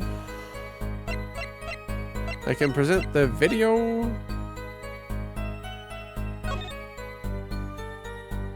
I can present the video. I can present the video. Let's present the video. Nothing else really. Lemuror, truth be told, the reason for your presence above that ceiling is quite clear. Especially when you consider what happened during your performance. What happened? Yes, it's all right. It's all right here on this video. Keep an eye on the brooch.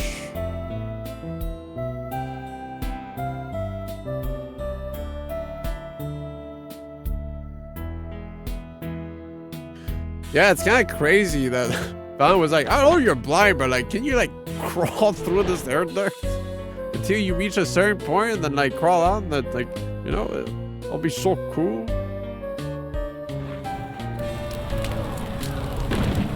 Also, yeah, she can't see this video.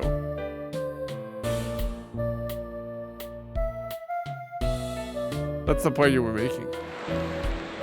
Brooch. Brooch is gone. Well, it's not giving us a good angle, but yeah, it's gone.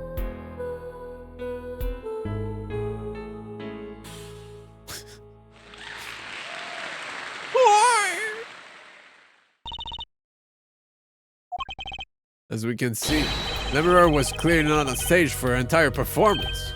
Though it saddens me to be so realistic. Lemuror is incapable of actually vanishing, let alone teleportation. So the only explanation is that she was hidden from view. And during that time, she moved to the back of the forum. Apollo! What, Trucy? It's not nice to reveal a magician's secrets, and it's against the rules. But I'm a lawyer, I'm not supposed to be nice. This is all very fascinating. How is it possible? There's only 20 seconds between when she disappears and reappears. She couldn't have moved that fast. There's something wrong, Prosecutor Gavin. This was his concert, his show. He knows how the illusion was performed. Aha! He's just realizing his own oversight. Let's look at the cross-section diagram again. Here we can trace a route through the ceiling. It goes from the stage through the backstage to the rear of the forum.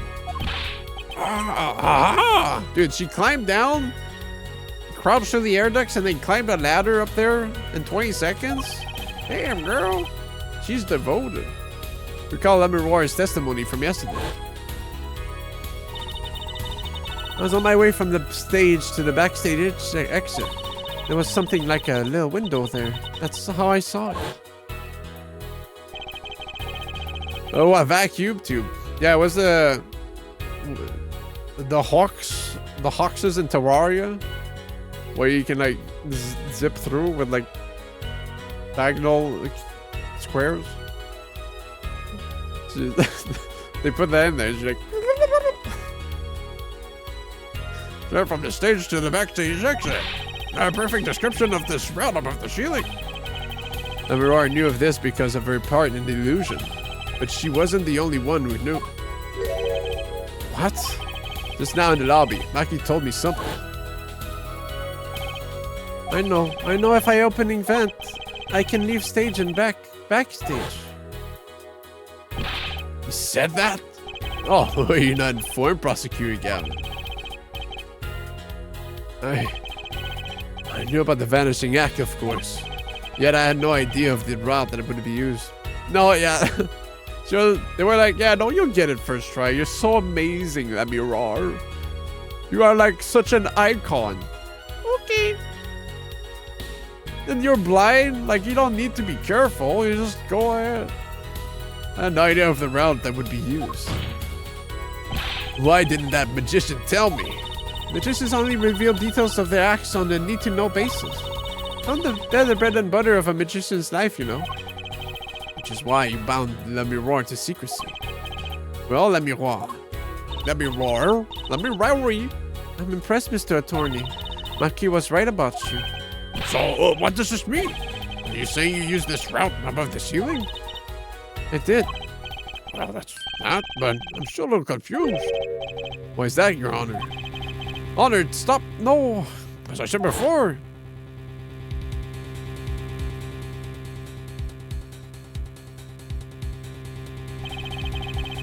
there was very little time between when you disappeared and when you reappeared. 20 second stops, how could she do it so fast? Especially if she stopped to hear the shooter's voice. Yeah, she didn't hear it murdered, she just heard like... Press the switch. That's a good question. Can the witness explain this to the court? I cannot. Very well, Mr. Justice. Yes? It's all up to you. Do your thing. What? How am I supposed to figure that? What thing, Your Honor? You need to explain how Lemur was able to teleport like she did. Or I'm throwing your case out with the platform. What do I get picked on? It's Lemur who isn't going along with the program here. As I've stated before, I am not at liberty to speak of the illusion that night in detail. And you'll have to tell us what you can. We'll hear your testimony on this.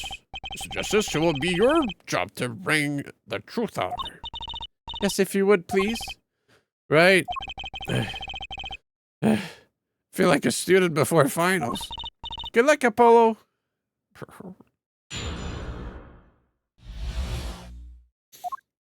I followed the route exactly as I was instructed. There is an emergency exit in the backstage where a stagehand waited. From there, one can enter the forum on the opposite side from the stage. The plan was for me to move in there in 2 minutes. I was on my way when I heard the voice. 2 minutes? 2 minutes, you say? The mystery deepens. I suppose it was too much to hope that the judge would come up with something. As does my curiosity.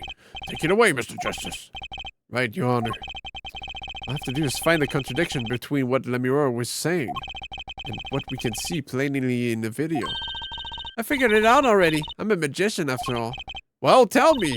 Not a chance. I can't reveal another magician's secrets. Come on. Hey, you're supposed to be on my side here.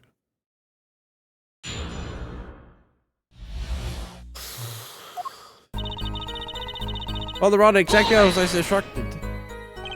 How did you proceed along this route? How? Why, I walked.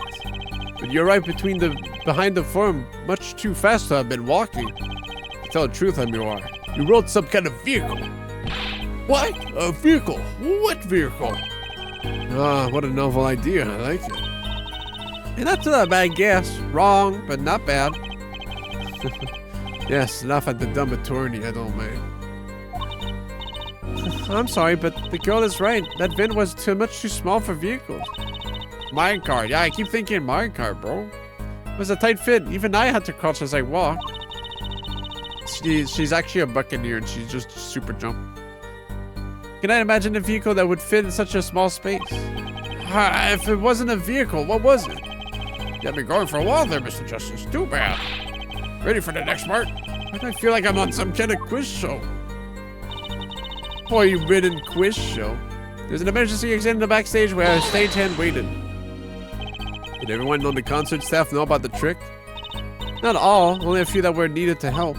See, like I said, it's on the need-to-know basis. But not many people knew about the trick. What were the stagehands required to do? I needed to open the emergency exit. The door to the stairs is locked, but once through there... From there, one can enter the forum on the opposite side from the stage. So when you came back out, you were behind the audience. Yes, that is how it worked. Not a bad show if I do say so myself. That's Uncle Valid for you. That old grammar retouch. But on the video, you were only gone for 20 seconds. How's that possible? It's the part I don't get either. Yes, it would be hard to go so far in only 20 seconds. The plan was for me to move there in 2 minutes. 2 minutes? Yes, it can be done in 1 minute if you are running. Running in that cramped dark tunnel above the ceiling? Haha, Mr. Attorney, have you forgotten? Dark or lit, it makes no difference to me. Oh, that's true, but... So you're saying that on the night of the concert, you made the trip in 2 minutes? Yes, though I nearly didn't make it in time. You see, I stopped halfway. Nora disappears on the video for 20 seconds. And she says she made the trip in 2 minutes. How? If you want my professional opinion, I'll bet the answer is right there in that video. Well, Mr. Justice, if you have some evidence for us, something that can explain the discrepancy between the video and the testimony. Evidence explaining the discrepancy?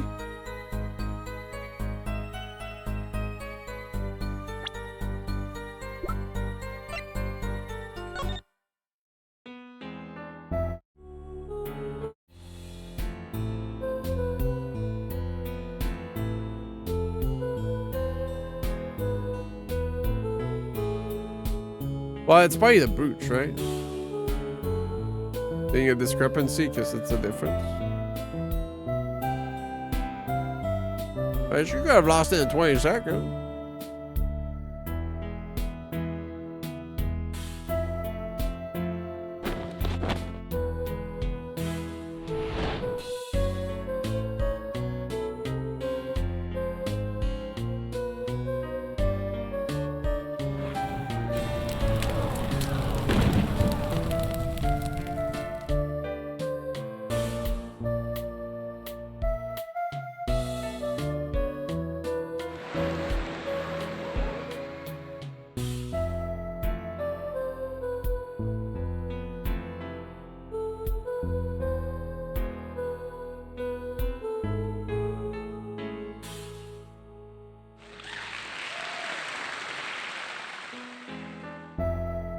The thing is, like, both Apollo and Trucy was there, so why can't they say, like, oh yeah, that was a little break. The videotape was just an edit. Yeah, actually Gavin was playing the guitar for a whole while before she appeared. Something, I don't know.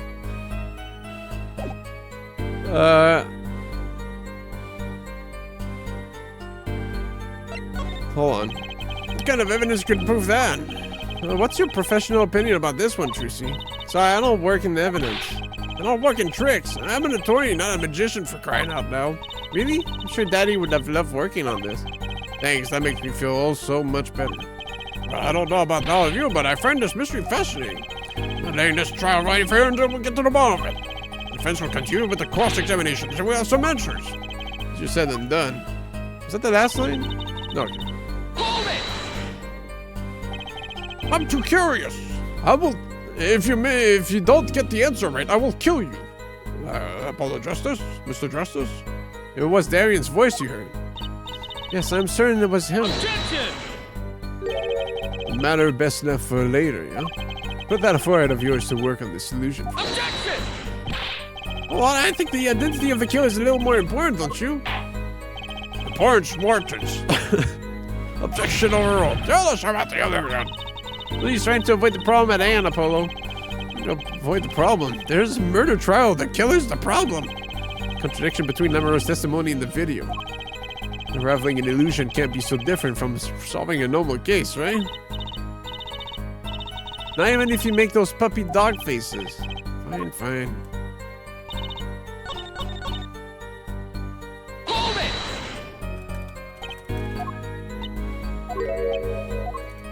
Maybe we'll get some extra context once we click the evidence trap.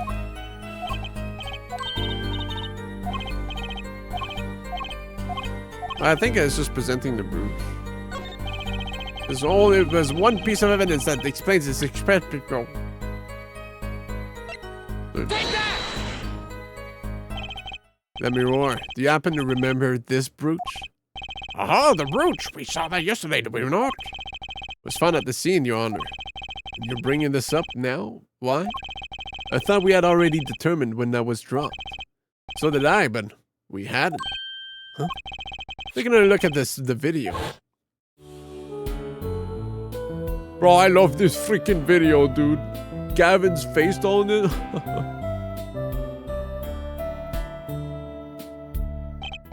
Here, you can see she's wearing the brooch. So she is. Let's look a little bit later. 444p? Yeah.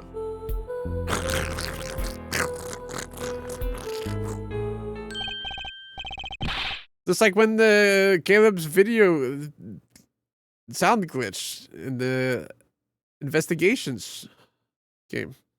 And that clip's gone now, so I can't show it. What? The brooch? Let's go! What? Yes. The brooch disappeared in the short space of 20 seconds. And it takes a full minute to run from the stage to the backstage. Which means there can only be one explanation. The Lamoureux we see before the vanishing act and the Lamoureux we see after are two different people. What?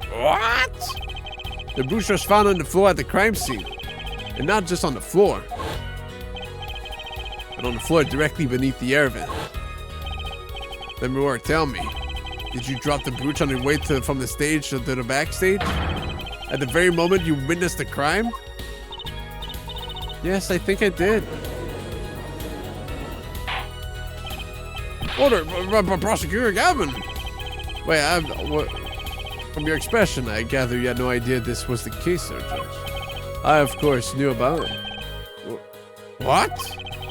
Don't get me wrong, I wasn't hiding it. It just never occurred to me that the switch and the shooting took place at the same time.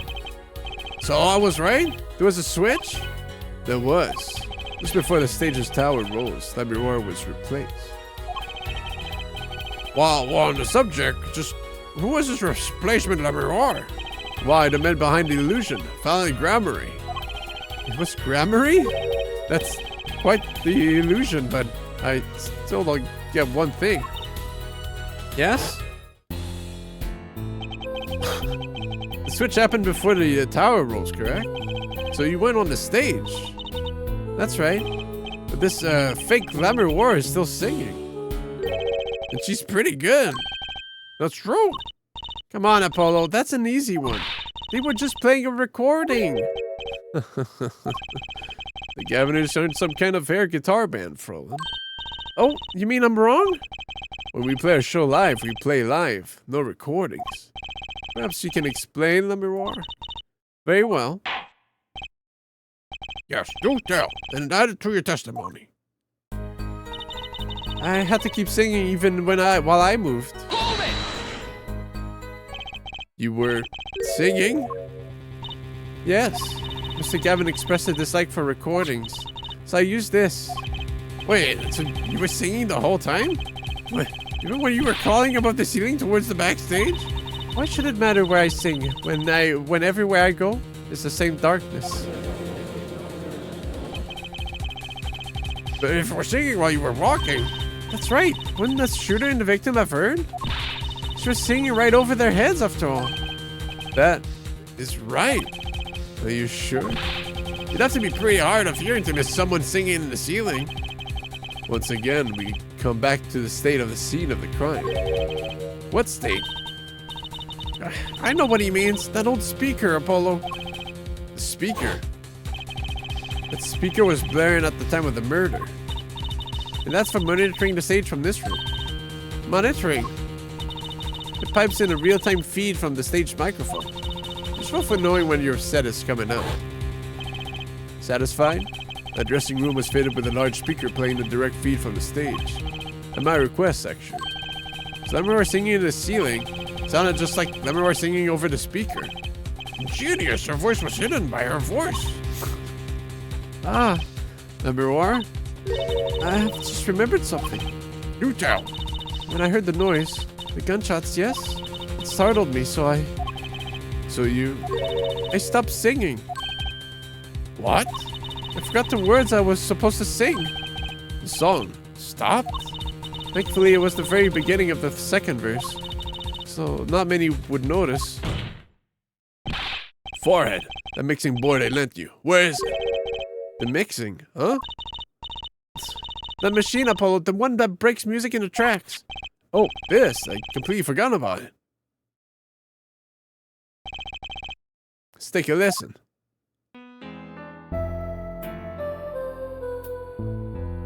Oh, I can't do anything.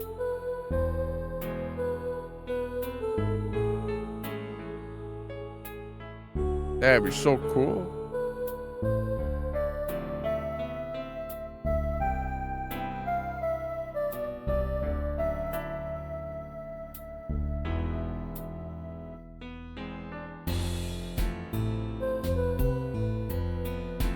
Well,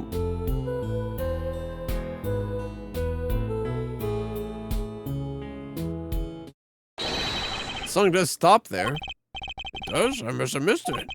Look at the lyric sheet. Pleasure. There's two pleasures. At the top of the second verse. See where it says pleasure, pleasure? Now listen again.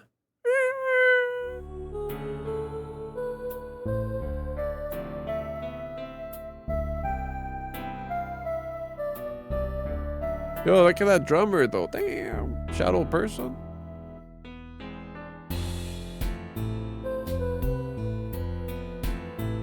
Yo, it's true.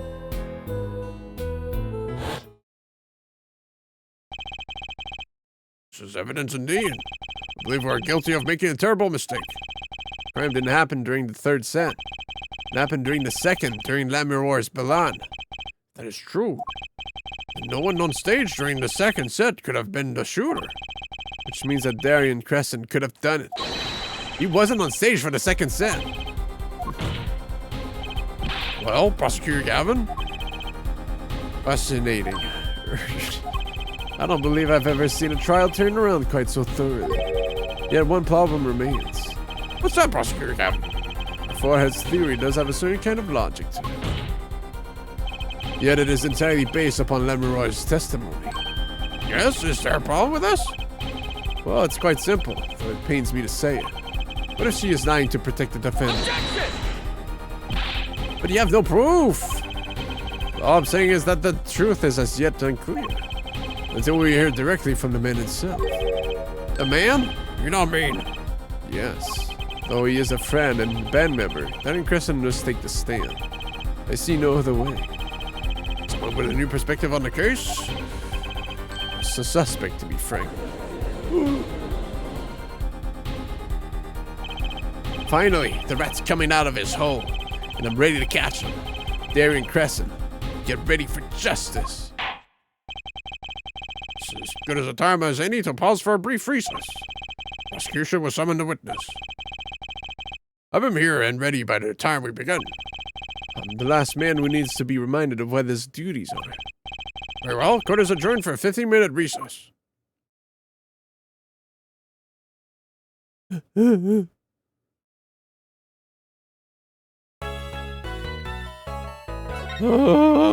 4 a.m.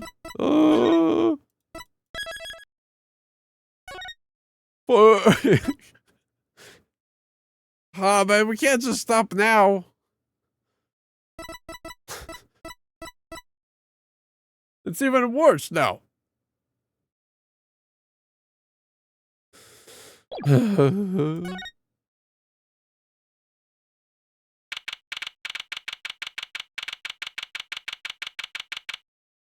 can't take that. Yeah. This is not to make him say, yeah, I did it. Polo, I can't believe it. It really happened during the second act? And right in the middle of the Amuro's performance. The reason why she was in that air vent, and that switch and the flaming guitar. When you link it all together, that's when you end up with... I knew he had what it took. Oh, shit. Oh, Daddy! Mr. Wright, you believed me? Not really. Huh? I just thought I'd make a cooler entrance and say, hiya. Why'd I even bother hoping? Where have you been lately, Daddy? You haven't been coming to the office at all. Ah, sorry about that, Trucy. I'm on a secret mission. Secret? You mean like you're undercover? Like Mr. Latouche, only shorter than not as well dressed. Oh no, what if you're shot too, Daddy? Why'd I do a thing like that to you? Anyway, I'm off for a while again. Huh? You're leaving? Oh, one thing before I go. What? Good luck. Right. Is that all you came to say? I think you have things pretty much under control. You'll get Maki Tobai off the hook, no doubt.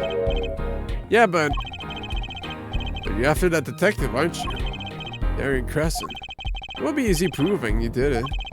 Especially not under the current court system. The current court system? What did Prosecutor Gavin say during the trial? The case is based on one fragile assumption.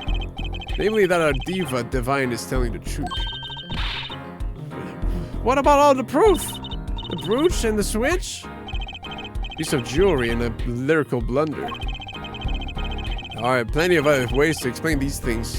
The flaming guitar too. All because you lack definitive proof of their connection to the case. But if the sultry songstress is lying, your case melts like butter in a frying pan, leaving behind a faintly sing scent of failure. So what do I do? Like I said, good luck. And be aware that it will be impossible to prove his guilt by conventional methods. Oh, that reminds me. I have something to give you from a detective friend. Detective Sky. Emma? Let's see. This bag of snacks. Here, this bag of snacks here was meant for me. Ah, here it is. What are those, Daddy? You don't look like very good snacking material. They were found at the scene. Analysis of the fabrics revealed traces of gunpowder. Gunpowder?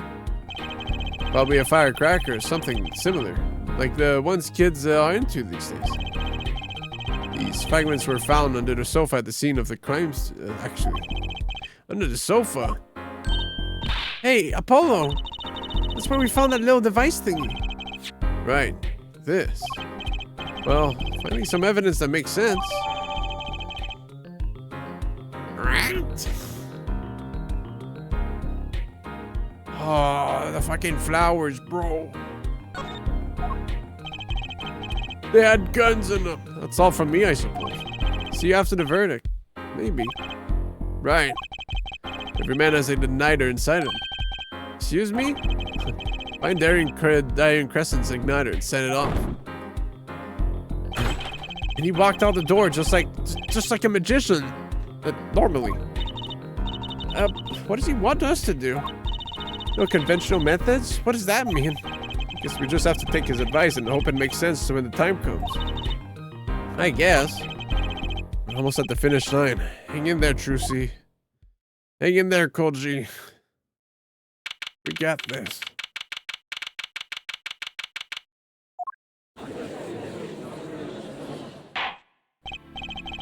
Court is now back in session. Prosecutor Gavin, where's Detective Crescent? In the witness lounge, ready to be called at any time. Very well. Might I add, I don't believe any of this. Darien was the first detective I ever worked with. We stopped working together when he moved to Criminal Affairs Division 3. But his guitar playing fires my imagination. That's nice, but it has nothing to do with the matter at hand. Correct? Oh, I know. Therefore. Very well. Call the final witness to the stand. Detective Darien Crescent? Sorry. Name and occupation, please. Darien Crescent. Detective Criminal Affairs Division 3. That's the International Affairs Division, for those of you who didn't know. And I'm a guitarist for the Governors. Maybe you've heard of us? You fully understand the circumstances under which you stand before us today. Yeah, I understand, Your Honor. What I don't understand is how you let this happen, partner. You gave me your word I wouldn't be standing here. The situation's changed. One big thing, Darian, don't call me partner. So much for the old friends. His renderings feels like so much different than the other characters. I see what you're doing, Darian. You're pressing the prosecution. Your Honor, if we could begin the trial? Yes, it's high time we did. Let's hear your testimony. You may begin with your response to Lemiroir's testimony. In fact, you have anything to say about it? Oh, I got plenty to say. Lying must be a national pastime in Burgundy. And wherever you're from, Mr. Justice. Conventional methods out of the window, huh? Here goes nothing.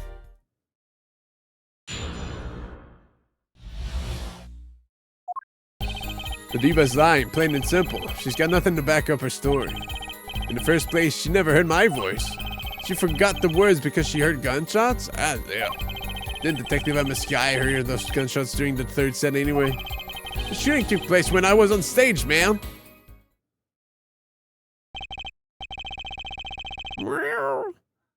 So you claim Lemiroir's testimony was a lie. Hey, don't get me wrong. I dig what she's doing, trying to protect that kid. And she's got the court eating vague statements out of her hand just because she's blind. You go too far, Darian. Look, all I'm saying is you've got a reliable witness. Why not listen to Detective? Detective Sky? Let's see. Mr. Justice, you may begin to cross-examination.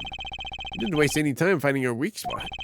Can't do this with Lemiroir's testimony alone. Really? Crazy cat. I'll have to find some other way to prove when the shooting took place. What is that?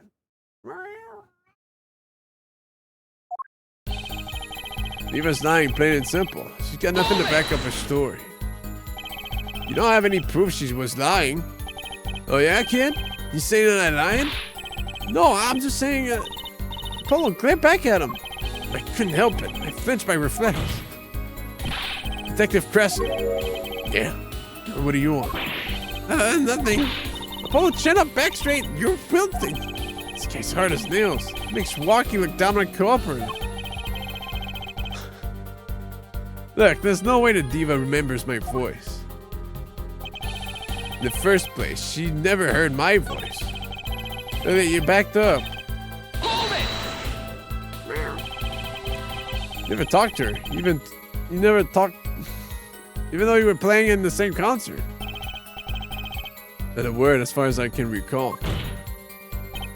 But weren't there planning sessions or something? Gavin took care of all that himself. Darren wasn't involved in any of the meetings. As if you can just go around remembering everyone's voice like that anyway. Only an idiot would believe that. Lemiroir's hearing is very insensitive. She could remember him if she heard him, I'm sure of it. I just can't prove it. And I need proof. She forgot the words because she heard gunshots? That's it. Hold it! We know she missed the words. The mixing board proved it. Oh yeah? It was a mistake, but blaming it on gunshots is just a lame excuse. What do you mean? The mixing board proves what? Proves that there was a mistake in the song. A miscue. So she just flubbed it up big time. That's all. She spins the story about a gunshot to protect the kid and cover it for her own goof. And I'd have to hand it to her. She wasn't sticking to it to me at the same time. Darian, watch what you say. Lemiroir is an artist. She just flubbed it up. That's no small accusation for a performer of her caliber. She got to you, all right. I can see it in your eyes. I tell you, most of her stuff is so pretentious, it's way over my head. Tickling a riff in the governor's ranks. Anyway, she's too close to the defendant. Her testimony can't be trusted. You ask me, I'd go with Detective Sky's story at the drop of a pick. Did Detective Emma Sky hear those gunshots during the third set anyway? Actually, I was there too. So I hear. Which means you heard them too, right? The gunshot? Yes. We heard gunshots. Neither I nor Emma actually saw the shooting, mind you. I guess you and Lemuroir got the same excuse then. You know one thing for certain here. There were gunshot-like sounds that emanated from the room during the third set. What we must determine is whether those sounds were actually gunshots. Like he heard them too. Remember he said he ran for the air duct when he heard them? So how do we figure out what those gunshots during the third set were? Meow. The shooting took place when I was on stage, man. Hold it! That could have been what the shooter wanted us to think. I'll tell you what the shooter that kid wants you to think. He wants you to think the diva heard me in that room. I'm back to relying on Lemuroir's testimony. Since I'm enjoying the Darien and Forehead show, there's no need for such tampering. I'll make us into some comedy duo. Does this mean the Gavin Darien show's canceled? Neither of your claims can be proven or disproved. We could argue for days like this and get nowhere. Sir Gavin is quite right. This court will near no further discussion on this topic without new facts. New facts, huh? He's pretty eager to paint Lemuroir as a liar, huh? Isn't he? Yeah, because the testimony is basically our entire case. This is tough. So what do we do? Got a few ideas. Just need to find another way to prove it didn't happen when he says it did.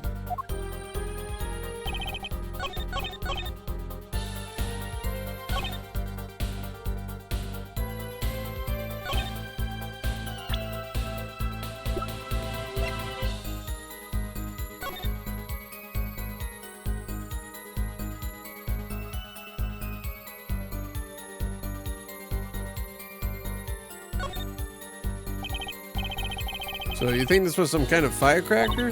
Yeah, or some of those noisemakers like you shoot off on New Year's. Did you know that in China they use firecrackers on New Year's to scare off evil? It's kind of the same thing. Really? I had no idea. Well, did you know this? It takes more than 500 peanuts to make 1 12-ounce jar of peanut butter. At least that useless fact got something to do with the evidence. What the fuck? I'm thinking this. What else would it be? I need 500 peanuts right now. How many peanuts? I don't have history on this? Oh. More than 500 peanuts. Not only 500 peanuts. Damn. Yeah, well. Yeah, Koji, but like, is it? Do we bringing this now? Fuck it, bitch. Going. Some things were found at the crime scene after yesterday's trial. What things? First was this small device. Is this a double router? That's a remote triggered igniter. Correct. And one more thing. Email? Okay. What are those? The remains of something burnt? No, their guitar, I hope. Traces of gunpowder found on these fragments. Whoever reported that it was something like a firecracker. Eh? How did Gavin know about this? What, you think Detective Sky works for you? I received the report this morning before coming here. That's when I made my decision, actually. What decision is this, Prosecutor Gavin? I registered Darien as a witness in today's trial. Just in case. This raises another possibility. It's gunshot-like sounds during the third set. There have been 2 firecrackers rigged to go off by remote control. You got an active imagination, don't you? But you shouldn't say every little thing you think. The explanation there seems a bit too convenient to me. Oh, Gavin, you're slug. Oh, so you're saying these firecrackers just happened to go off right when 2 witnesses came walking by? That's right. Darren was out on stage when it happened, Apollo. How would he know someone was backstage right then? If a firecracker goes off in the forest and there's no one there to hear. Get my drift? Why go through the trouble, man? Ah! How do I explain this? You may not look it, but Darren is a gifted detective. Shiny weakness, and he's sure to find it. You may not look it, partner. Gee, thanks, man. That reminds me. I happened to pass through that very hallway several times that day myself. I saw something odd there just before the third set. Something odd? A headset, the kind all the band and staff members were wearing. That's right. You picked this up in front of the door to that dressing room. What if that headset wasn't dropped in place? What if it was turned on? You could hear what was going on in that hallway. Oh, shit. Even if you were out on stage. Yeah, that was said that was on too. Meow, meow. Whose side are you on, Gavin? Listen to me, Darian. There are no sides in the court of law. Which is why I now turn to you, Herfoyle. I've got a question for you. Huh? For me? The igniter and the burned fragments that were found at the scene of the crime. It's certainly a possibility that they were part of a ruse to fake the sound of gunshots. Throw the headset from the hallway into the mix, and you could fabricate an alibi. But we're still no closer to proving anything. Those gunshots might have been real or fake. We can't say. You've raised the possibility that the shots heard during the third set were fake.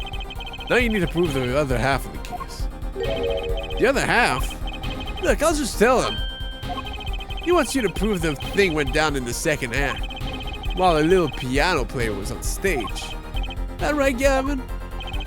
Indeed. You can't prove that. Then to continue this cross-examination would be pointless. Well, Mr. Justice, can you prove the crime took place during the second set? Yeah, I think. He'd better know, Apollo, but the lights were through. It can't be proven. You make it sound like someone else is going to come along and do it for you. Let's continue with the cross-examination then, shall we? Witness your testimony, if you would. This isn't going to be easy. Need some decisive proof and fast. You ready, kid? 'Cause I am.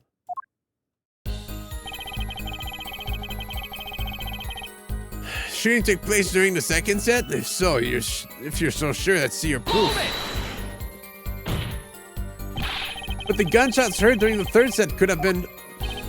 What, some kind of setup? I've heard that one before. We need proof, Apollo. We need to prove that the shooting took place during the second set. But if you know how to do that, I'm all ears. Maybe the gunshots are the key after all. What do you mean? Well, the mirror said she heard them, right? Right in the middle of her illusion, when she was up above the ceiling. But she forgot the words to her song, yeah. You can prove the gun was shot right when she missed those lyrics. We're home free, I think. True. Not easy, but true. Is there some way to prove that? Let's take a look through our evidence. Maybe there's something in there. Hey, aren't you supposed to be cross-examining me? Refrain from private discussions during cross-examination, Mr. Justice. Right, Your Honor. Sorry. So let me take a quick look through the court record.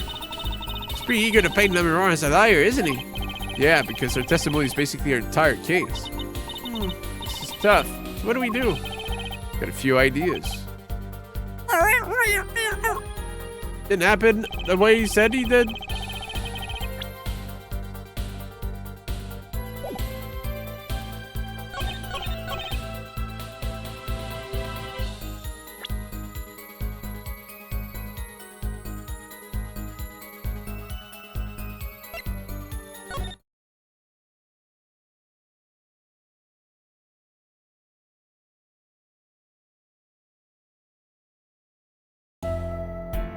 Oh, it's this now, okay.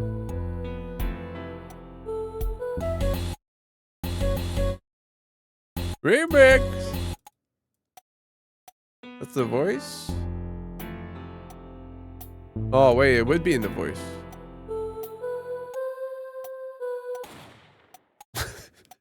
What was that?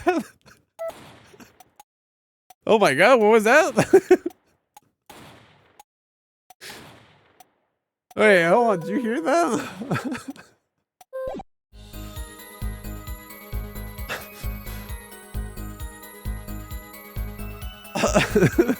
Wait, Koji, what? Did you find something? Maybe that's singing.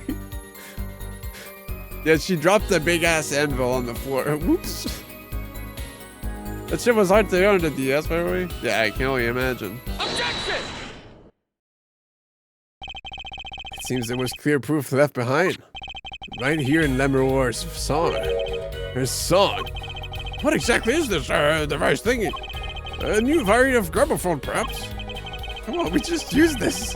Don't get me started on gramophone. Now play it out perfect. This device was used to record the performance part by part. Part? You move the sliders to adjust the volume. Each instrument is adjustable separately. Lemuel's voice included. Oh, but what does this prove? Imagine, imagine during, imagine during the previous testimony with Lemuel, like Apollo was like, wait, just playing with the switches, and like it gets to the second set. Huh? Wait, did you guys hear that? What the fuck? Alright, we're gonna jump to conclusions way faster. According to Lemuel's testimony, at the moment of the shooting, she forgot the words to the song. You intend to examine the recording at the moment, yeah? We might even hear those gunshots. Exactly. Ridiculous. How are you supposed to hear gunshots back in that dressing room out of stage? We've forgotten, Darian. We were all wearing these headsets. We were all deeply involved in a performance. The Lemuel's headset would have picked up what she had heard all the same. Yeah, we just might. Then let's go get analyzing that recording. Right now! Or stop singing when she heard the shots fired. Find that spot and I'll find a gunshot.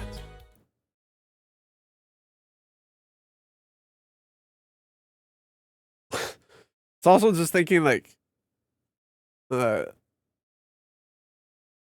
Apollo's thinking like through his court evidence, like shit, what could it have been? He pulls out the recorders. While everyone's waiting for his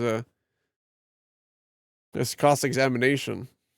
Man, what could it have been? He's just playing. What was that?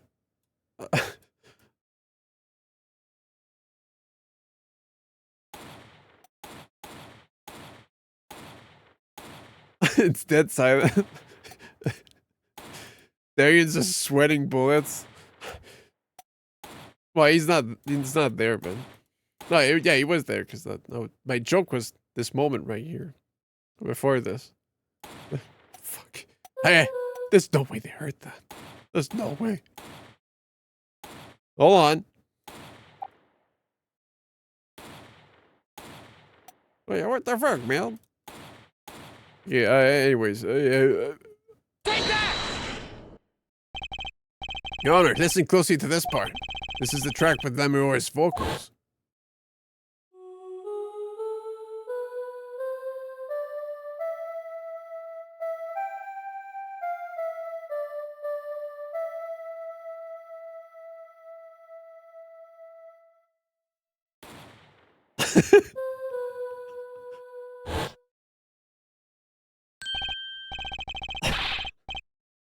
There's something very faint. Why, it sounded like a gunshot.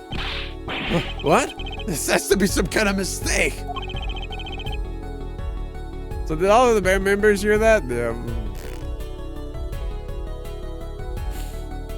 Well, I mean, for that set,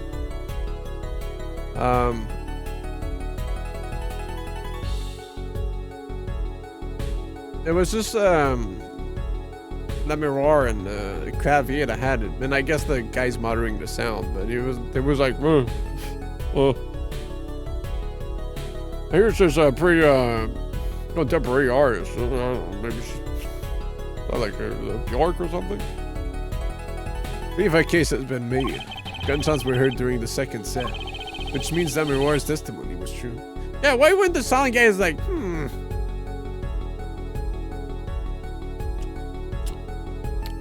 We checked the recording and like that's weird. Oh well. Yo, ship the videotape out, bro. Which means that Miroy's testimony was true. Ah. Gag order. Order, so she was telling the truth about what she heard. It was the other man speaking, not Mr. Taus. Well, what did he say? It's over. Press the switch now. Don't talk about the gunshots in the recording. Just after that, there was a gunshot. Then the guitar got fire. Detective Crescent, you weren't on stage during the second set. Oh, that's right. The drummer and the bassist were on there as well. Well, they had the headset too. It wasn't just Crescent.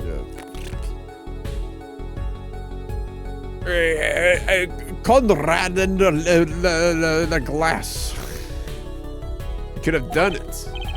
But why did we only hear one gunshot on the recording? Weren't 2 bullets fired from this weapon? The mirror was moving through the air vent, Your Honor. She must have been close enough for her mic to catch the first shot. But then, I was reading, bro. The gun fired again, and Mr. Latusa's life was taken. Then as she passed over the dressing room. Well, Detective Crescent. Once again, I'm reminded of something. A performance that day. Oh, your performance! Seeing a mixing board jogged my memory. You were there too, her forehead. What is it with today? Problem after problem. My hug won't start, my guitar case is busted, my guitar's been burnt to a crescent, to top it all off, someone's dead. And then there was that performance just now. What was that all about? This part is off, which is that. Second guitar. Ah! It was you, Darian.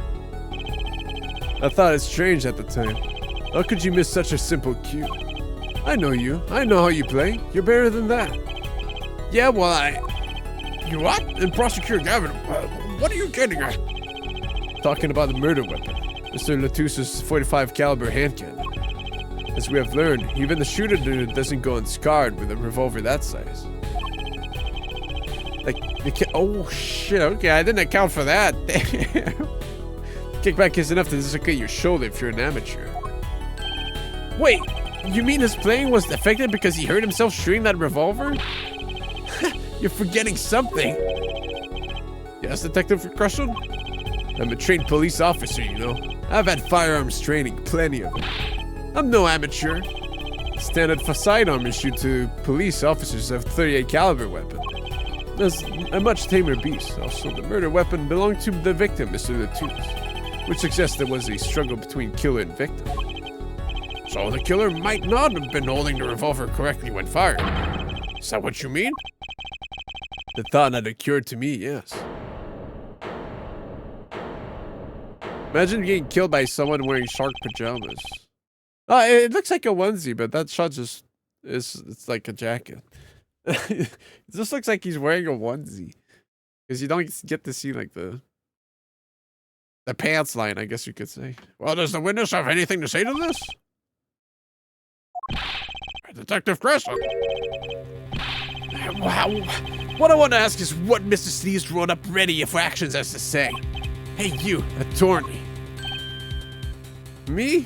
Well, it's not a jumpsuit. We saw like his pants. Like it's not one piece.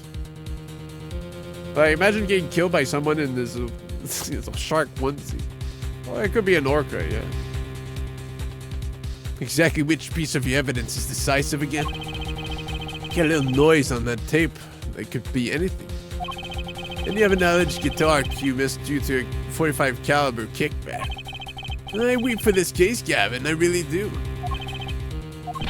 You can line up your little weak pieces of evidence all you want. I didn't shoot that manager. And that's the obvious truth. The witness has a point.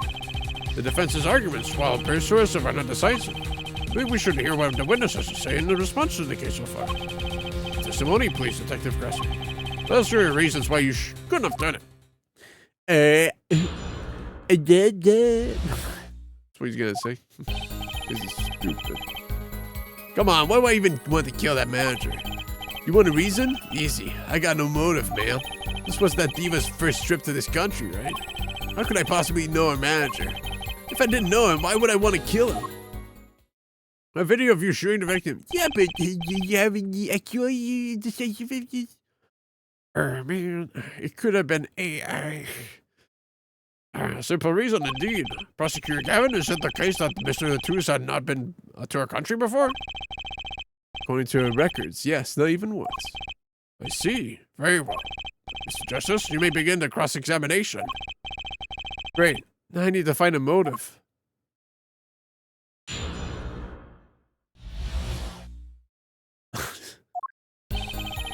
Oh, why would you want to kill that man? Hold it!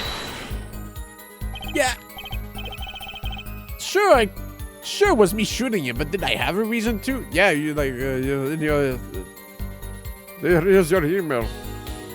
I hate this guy. Here's your Skyblog. Oh no! Her manager, sure, but Mr. Latus was. Oh, right, sorry. An Interpol agent, wasn't he? I just have trouble picturing that big lunk as an undercover cop, you think? And not a very good one, seeing as how he got wasted. That's cold, dog. Not that it matters, either way. See, I had no reason to kill the man, whatever he was. I hate Luigi. You want a reason? Easy. I got no motive, man. Hold it! But that's the same for Maki. No motive was proven for him. Come on, he traveled around the world with that old fart. He had plenty of time to come up with a motive of his own. Well, then I sure did. I mean, think about it. This was that diva's first trip to this country, right? Hold it! Darian, you're a detective with international affairs? Yeah? What of it? Even if this was Mr. Latus's first trip to this country, you still could have met him prior to the concert. Huh? Or don't you take any international trips in international affairs? That's right, well, Detective Crescent. That's your game, is it? Guess I better confess then. Confess? Yeah, it's a bit of an embarrassment, but I've never been sent overseas. What? But you're international. See, me and Plains got a different opinion. We don't like each other much. My condolences. Condolences for him, but he's telling the truth. He's never set foot outside the country. I can guarantee it. As it turns out, my division has plenty of work to do locally as well. It's a Japan American, but Japan money made a bummer. That's so unfair. How could I possibly know a manager? Hold it! So you didn't fraternize with him at all during the concert? Fraternize? I don't think we exchanged a single word. As if anyone would want to talk to that old Eastern blockhead. No, the ladies, that's a different matter altogether. So you see, if I didn't know him, why would I want to kill him? You sure about that? What? What? Wipe that look off your face before I do it for you. Listen, are you trying to kill me? Are you threatening me? Threatening to kill me? Guys, look at this guy up. So you try throwing out one of your wild accusations. I'll throw it back at you so hard you forget who you're accusing of what. The forehead. Perhaps it's best if you let your evidence do the talking, huh? Man, what evidence? That's what I want to know. So he's using this motive question as ammunition, huh? Well, I've got ammunition too. Evidence.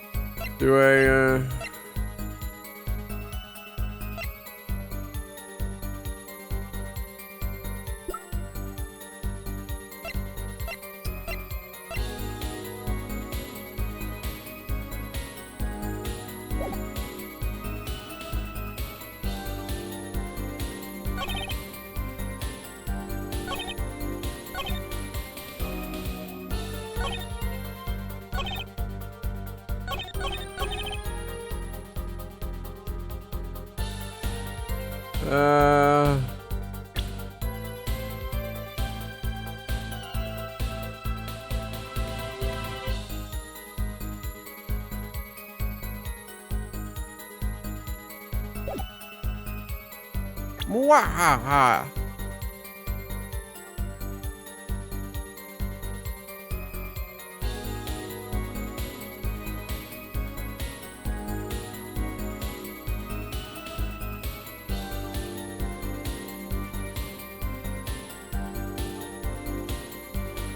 Ah.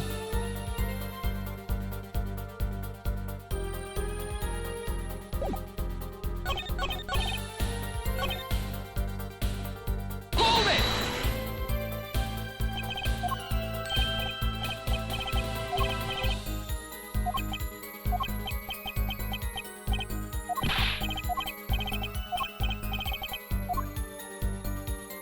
Hmm.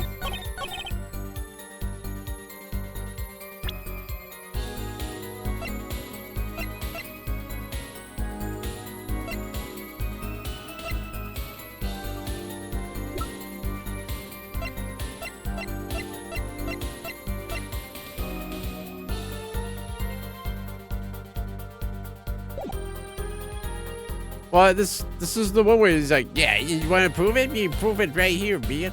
So, but like, what am I? Where? How can I make the link? Is the question.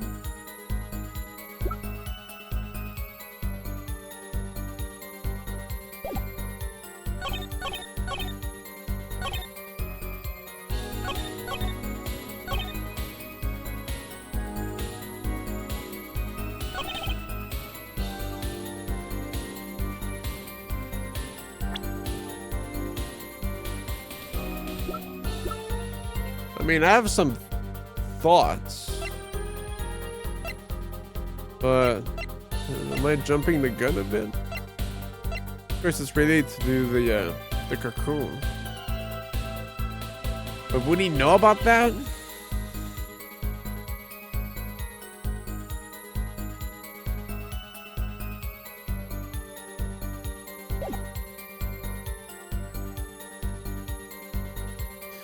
I feel like it's too fast. You know? It's not brought into question.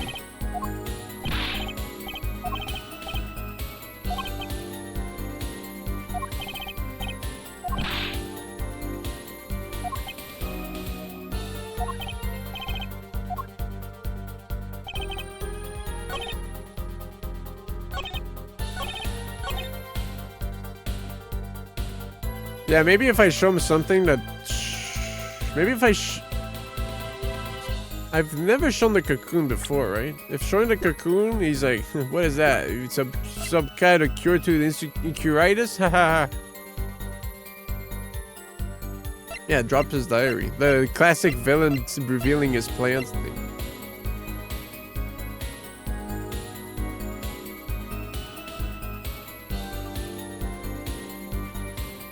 So, because Wright did say that it would be something that was not currently in court. So if we drop a bomb, that's like, oh, what is this? No one has any information or whatsoever. This is something we only know. I don't even. Gavin doesn't even know what this is. He's like, this is some egg, stupid ass crap. Your Honor, take a look at this. What's that? Looks like candy. It's not. Don't lick it, please. Detective Crescent. Ever seen this? It looks like a piece of candy. What is it? It's evidence. Don't lick it before you try it. Specifically, this is a replica of a cocoon. It was found among the victim's belongings. A cocoon? Never seen one that color. It's very only found in the Republic of Bulgaria. Nowhere else. Alright, but what is this cocoon replica doing in my courtroom? I didn't even know I forgot. Surely it has nothing to do with a motive for the killing of Mr. Nattels, does it? It does. Wait, I mean, I think it does. You don't sound so confident, man. A cocoon? Is it one of those silky cocoons? Kinda you can make well silk out of? Not this one. This cocoon makes a powerful curative. A curative? For what? Apparently, it is most efficacious at treating a disease thought incurable. It is the only medicine of this kind. However, it is illegal to take one of these healing cocoons out of Virginia. Whatever for? If it's such a miracle cure, why not share it with the world? Yeah, that's what I've been wondering. I looked into the matter at some length. Apparently, it isn't difficult at all to manufacture the remedy from the cocoon. Yet, if you change the process only slightly, you can easily make a large quantity of something else entirely. A deadly poison, in fact. What? There was an incident several years ago where some of these got out onto the black market. Bro, it is Theresia, man. It caused quite a commotion in the global community. Though the media was kept largely unaware. Intriguing.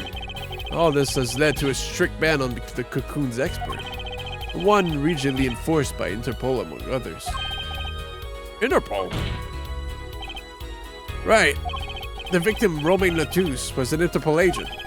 Detective Crescent, you insist on referring to him as a manager. But that is misleading. Romain Latouche wasn't killed as a manager. He was killed as an undercover agent. So I was trying to smuggle this gumball into the country? That's what you're trying to say?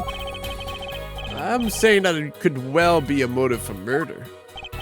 Oh, so I was going to sell it on the black market, make of myself a pretty penny. Ridiculous. I mean, totally unthinkable. Unthinkable, you say? Why? That's right. Well, why? Perhaps it's time for another testimony about the smuggling of cocoons business. Testimony after testimony, man. You got me till 6 a.m. International Affairs got a memo about these cocoons. Interpol's all hot and bothered about them. Can sell them on the black market. Too dangerous. Yeah, cocoon smuggling isn't exactly lucrative anymore. Man, I'm in international affairs. I know the deal. Indeed. Interpol wanted these cocoons bad enough to send Mr. Latouche to undercover. You kids think up the craziest things. But no way am I going to risk life and limb. Just to get my hands on some dirty cocoon money. Not the most noble of statements, but duly noted. According to reports, these cocoons top Interpol's list. Selling them to an underground organization would be risky. Very well, you may begin the cross-examination. This is the only motive I've got. It was up to something, and I'm going to find out what.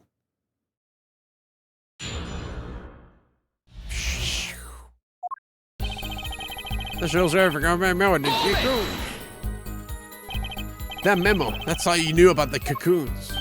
Oh, nice one, nice one. I'm running scared now. You had to know about the cocoons to plan this. So well known are these cocoons. I'm embarrassed to admit it, but I've never heard of them. Well, Lemuroy knew about them, though not their use.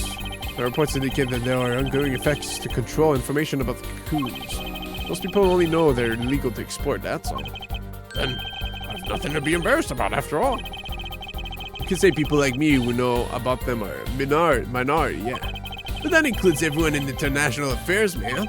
And everyone in Interpol too, for that matter. Yeah. Yeah. Hot and bothered. So there are other Interpol agents like Mr. Latouche. All over the world, likely. Deep undercover, most of them.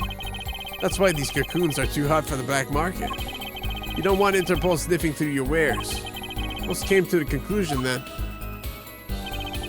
you can sell them in the black market too. Dangerous. Dangerous? Yeah, Interpol finds you, they arrest you on the spot. Or another marketeer might think you're part of a sting and take you out himself.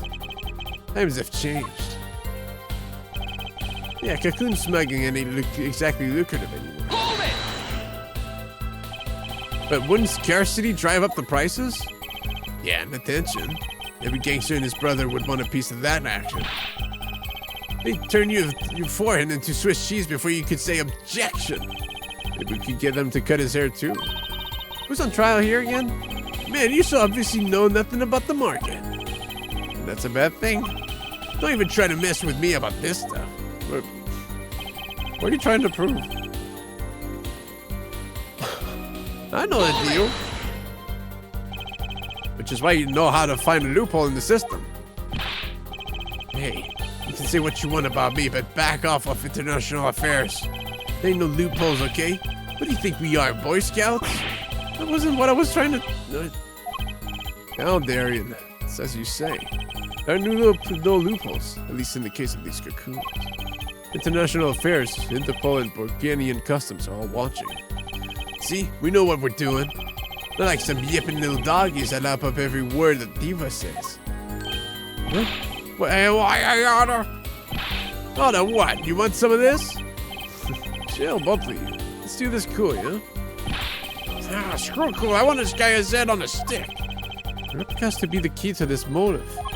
There's gotta be a way to find out what he was up to.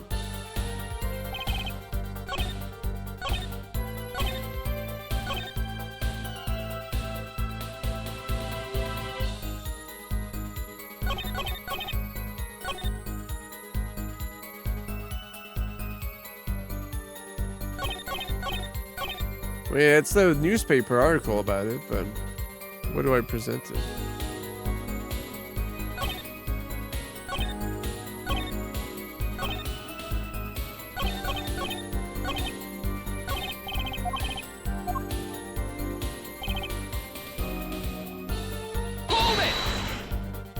Let me see context.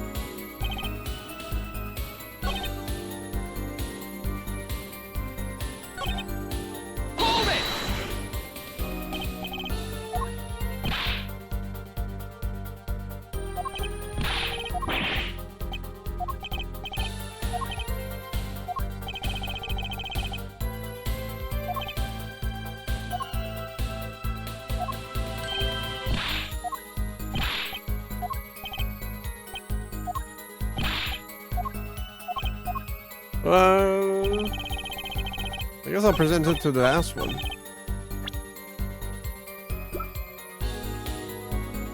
So a little refresh. This is all related to the case. We're not really in the case sensitive part right now. Objection! Maybe not that.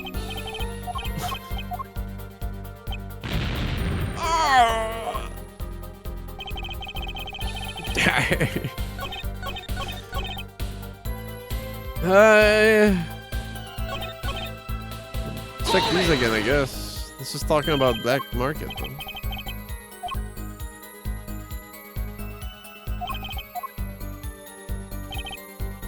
Hold it!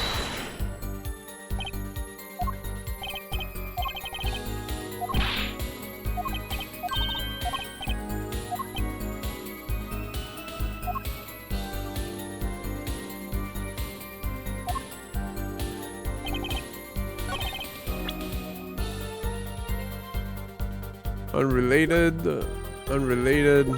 Truly is just these two pieces. Well, maybe this too, if we knew what it said.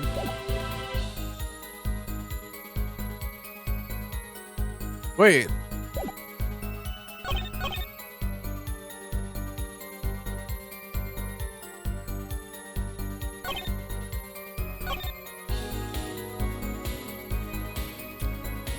But what's the POV here?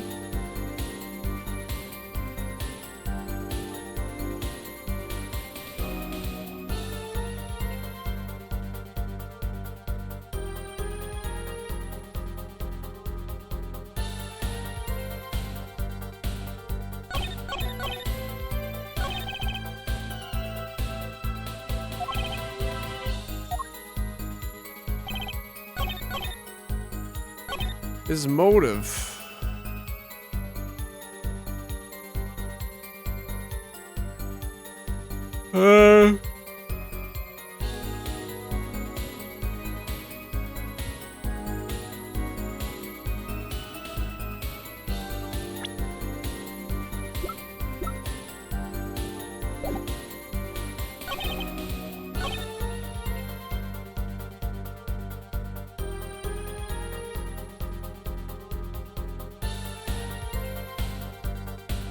But then this is on 4, but the DJ might kill you. Oh yeah, it doesn't play like. Hold it!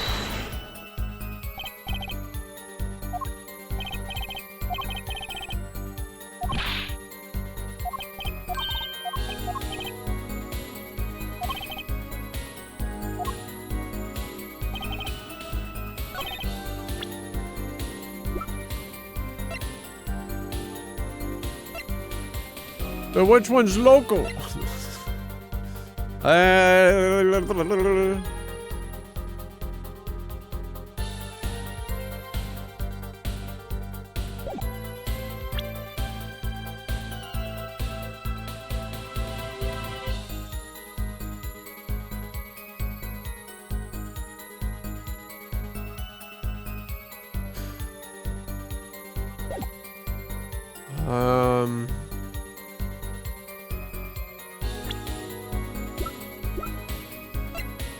If this has been brought up, it's for sure like people know like, oh shit, there could be big money with the cocoon right now. It's dangerous, but this is you can make some big cash if you were to smuggle one up. So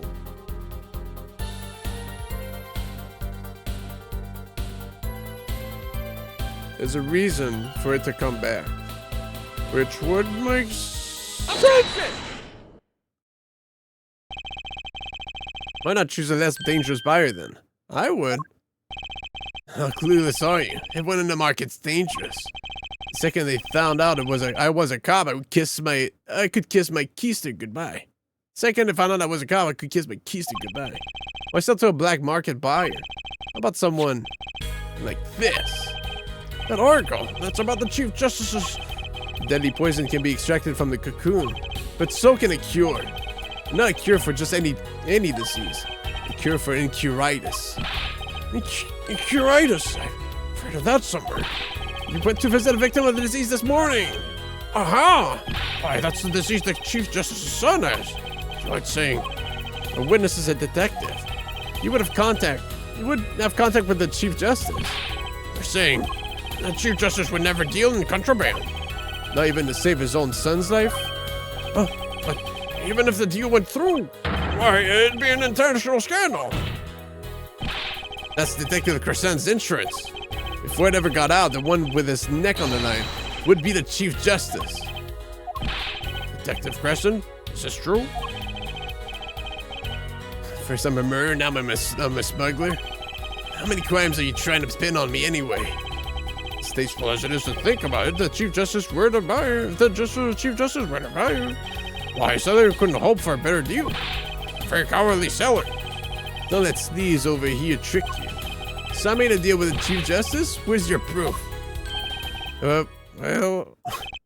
Oh yeah, and you're forgetting one other important thing. You tell. Interpol isn't the only ones out there watching this. Bolivarian Customs barely sleeps. They're so worried about cocoons getting out. So we were informed. Let's continue with this cross-examination. Bolivarian Customs is very thorough. Everything and everyone gets checked. Okay, how many more? Okay. Hey, we just changed every goddamn thing. Okay. But again, just how strict is this customs check? Way strict. They keep planes on the ground for hours. I do recall it being a bit extreme. They were even confiscating gumdrops and marshmallows. Yes, it would be hard to distinguish them. That's right. Gavin was in Bulgaria, wasn't he? I remember sending off the male detective several times. I had to practically strip naked to walk through. Here's a travel tip for you, Gavin. Leave the bling at home, you glimmerous fop. What the frick did you call him? Good possession would get you arrested on the spot and then sentenced to death. That's pretty extreme. Bulgaria has this rep as an idyllic, laid-back place. Truth is, they're beyond our core with security. The Republic of Bulgaria is a peaceful, pleasant country. So this level of security shows us how truly concerned they are about these cocoons. That's the situation. There's ever a way to get cocoons out of there, I'd sure like to know. Hold it! Do you? You're in a position to know quite a bit about smuggling.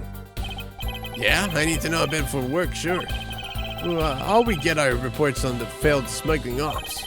Not exactly something you want to go copying. But if you want, I can tell you a few of them. Maybe you'll succeed and get rich.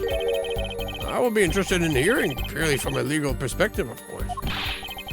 How we find your judicial system? The system, I mean, this is your... Because the computer. Presente the guitar here.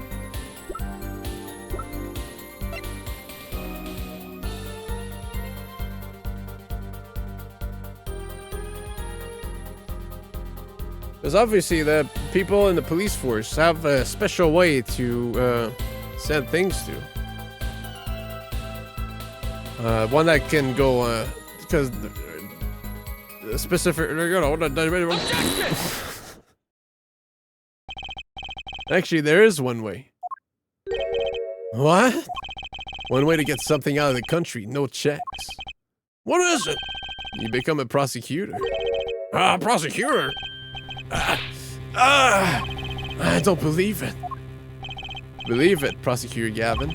What was it that you told me yesterday at your office?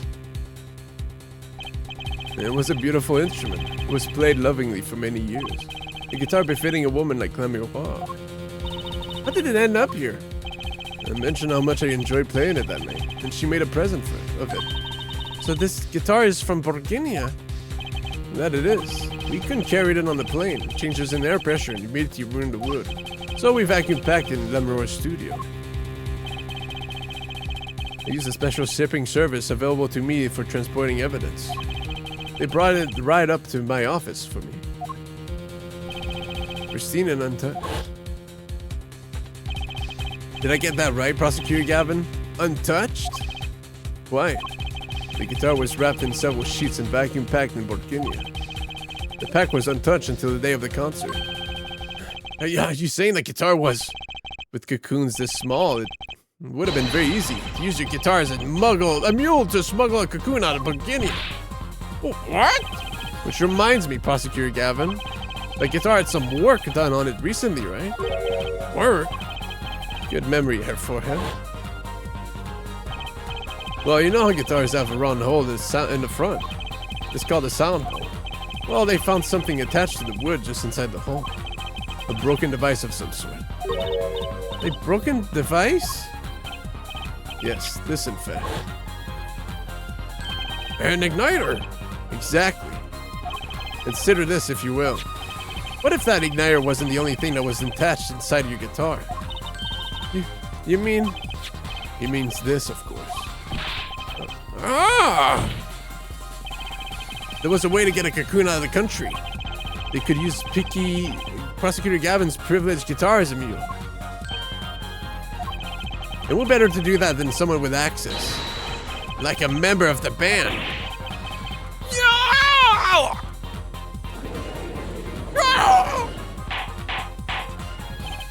Order! Saw the igniter! It's placed in there for a clear reason, it seems. It was a safety precaution. A precaution? Her forehead. Alas, it all comes together. Every strange thing that happened that day. Get a review? Our bad. Maestro, that's you. That was too fast. First, my keys were stolen. Harmless misdemeanor. Maestro, the gentle sounds of Lemuro's ballad, if you please.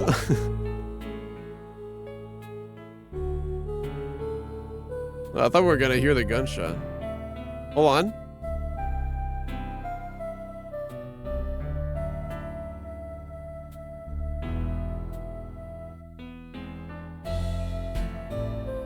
No, it's not that version. What was it?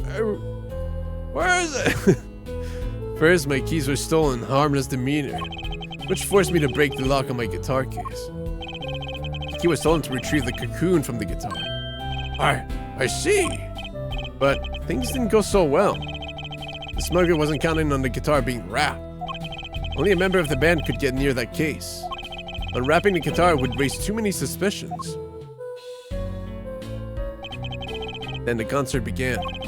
Right about this time, a very large problem presented itself to the smuggler. What's that? Mr. Latouche. Ah, Mr. Latouche, an undercover agent, was onto something. He would have known about the guitar. He'd only have to check the shipping records. So, Mr. Latouche tried to examine the guitar himself. If the cocoon were confiscated then, the gig would be up. The only thing left for the smuggler to do was to get rid of the whole lot. it's over. Press the switch now. The car burst into flames, and the cocoon was lost. And then, Mr. Latouche died. Lemuroy was there to witness it. There's your case.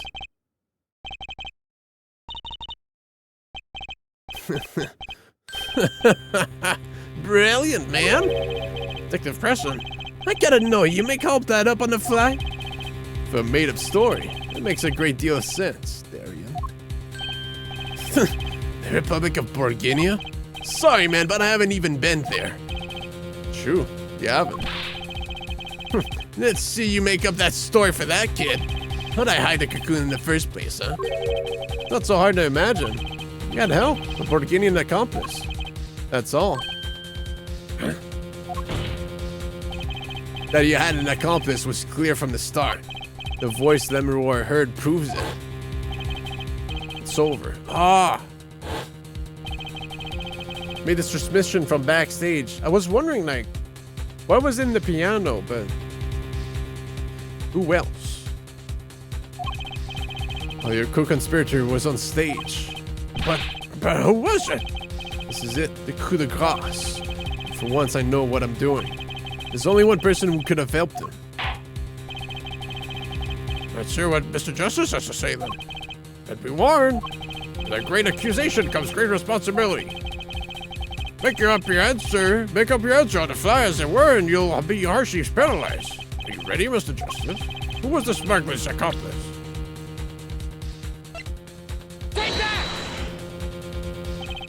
There is only one person who meets all the requirements of the accomplice.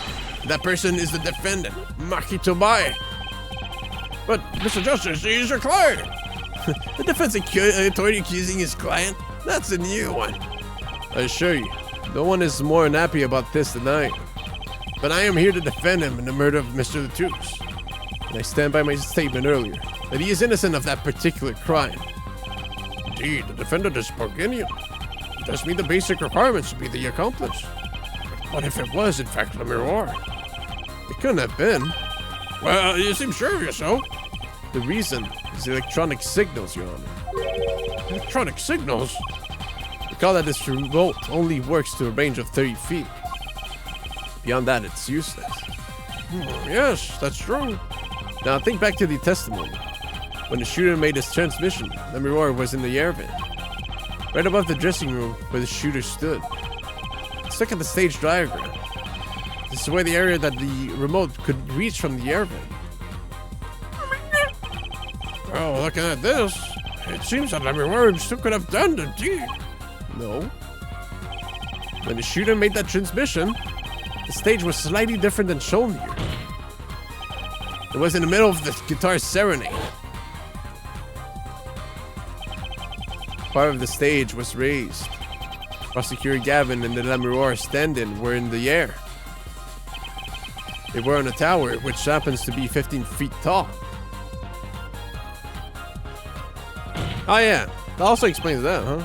In other words, the remote couldn't have worked from Lemuroy's position in the air vent. Ah! Well, Detective Crescent, what do you say to that? Your Honor? Yes, Detective. Can we see the video where Gavin's guitar burns? Just one more time.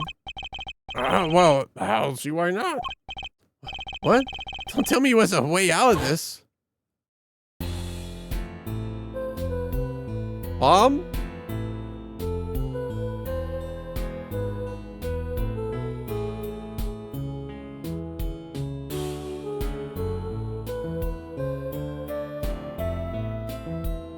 Yeah, and a cocoon would kind of like ignite like that, huh? Think Thing is, it's kind of silky. Too bad, so sad, punk. What? Punk? First you wear sleeves and then kidnap punk? You're losing rank fast, Apollo. What exactly were we supposed to see in this video? The problem isn't in what we see, correct, Darian? Right, it's what you hear. We're musicians after all. Care to explain for us non-musicians? Sure thing, punk. Let me get you your yarn straight first. You're saying I ordered the wee pianist to set off that igniter? That right? Yes? Well, in order to do that, we have to press a switch. Am I right? Okay. Well, take another listen. Pay attention to the piano. Piano? It plays like shit. Because we played it ourselves, man. What are you trying to prove?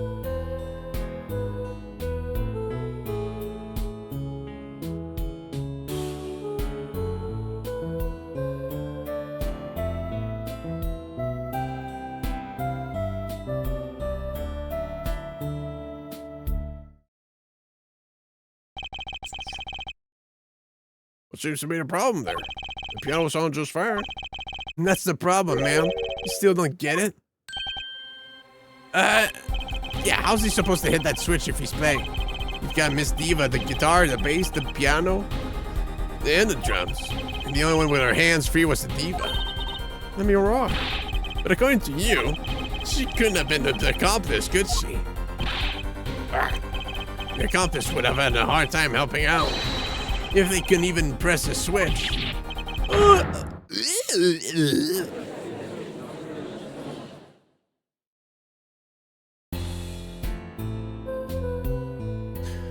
From orange juice, Koji?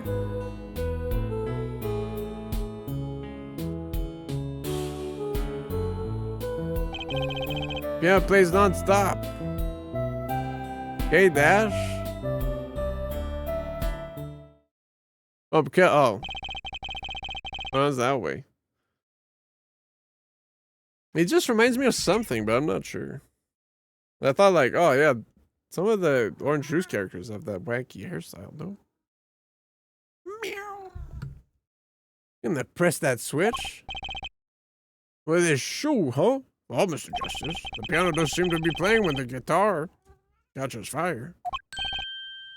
Well, it's okay. We all make mistakes sometimes. Apollo, were you wrong? I can't be wrong. Everything makes perfect sense. How could it all just... Strange. Meow. What's strange? Oh, it's just... Something's odd about the performance there. Odd? Mr. Justice, if Mikey Tobey didn't press that switch, then he could not be the accomplice you claim he is. Meow. But everything points to it.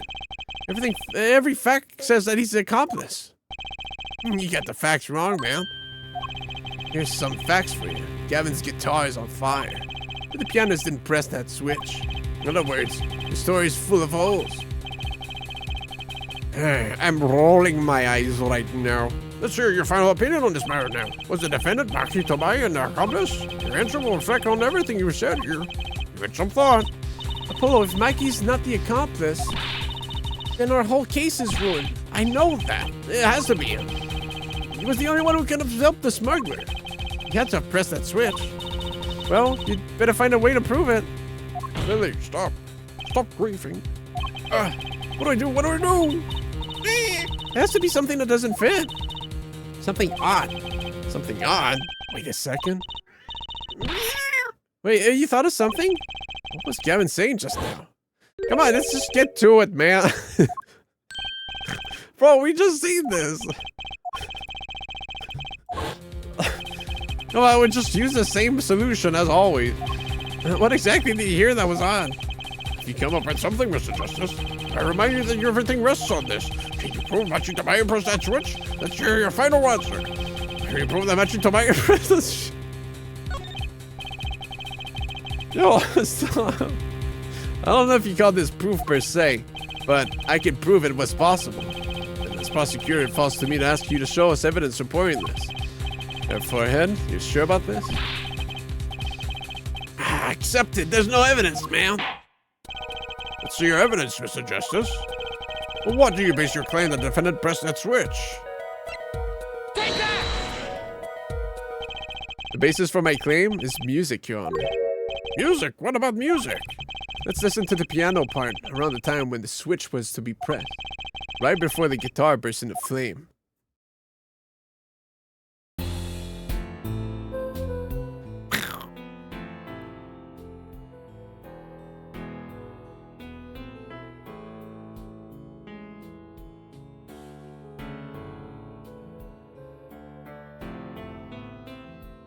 Just turn off everything else. I hear piano being played. But doesn't it sound kind of simple? Simple. I think I know what he's suggesting. You think Maki could have played that part with one hand? One hand? Oh, I guess that makes sense too. You only needed that one hand to press that switch. You could play the piano with the other. What, so you're some kind of piano salmon? Actually, no. Then what do you know? You can't play a part like that with one hand. Maybe. I don't know what I'm talking about here. Wait, I know. Hey, Trucy. Yeah, you got something? Mr. Wright, your father, he's a pianist. Could he... Oh, Daddy? He couldn't play a part like that even if he had 3 hands. So sorry. So sad for you. No, not really. Huh? That was just the easy way to prove it. There's always the hard way. Man, how are you going to prove whether he played it with one hand or 2? You can't. Well, just get the guy in here. I mean, it will be rather difficult to prove. But it's highly likely he was playing with one hand. How do you know that? It clears what prosecutor Gavin described as sounding odd. What sounded odd? Oh, I bet we can tell by listening to a certain part of the song. Why couldn't we just listen to it fully muted first, huh? No way. No way. It seems you've come to the moment of truth on us. Let's hear what Mr. Justice has to say from show us the part that proves the defendant was playing with one hand. Right before the guitar burst into flame. Like he was definitely playing one-handed just before the guitar caught fire. One section of the song proves it.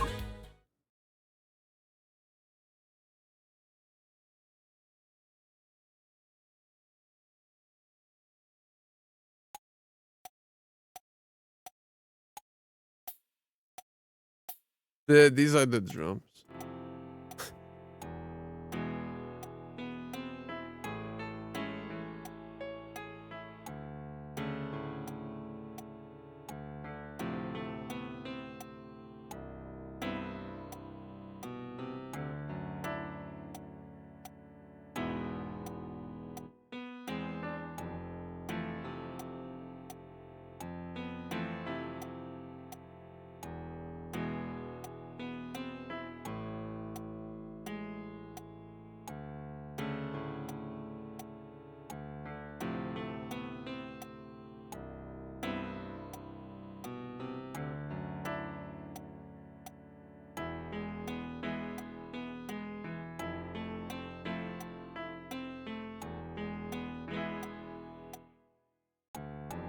I think it's like near the end there.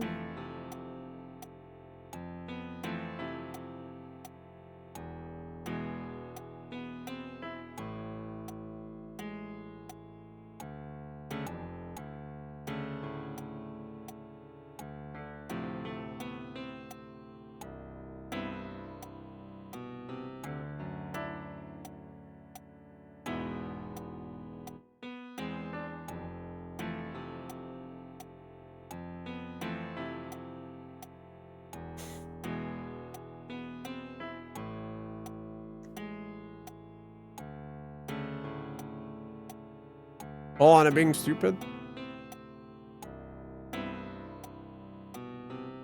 I can't even tell if they're the same sections. My brain's a bit filled.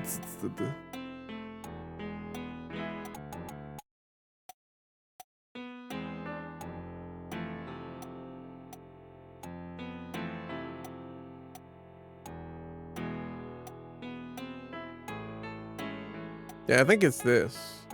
It's just what should I play in? Yeah. No high notes. What am I proving again? Am I stopping on the one that plays like shit or the one that shows that it's way more complex? Thinking the second section? Oh, well, can I play with one hand?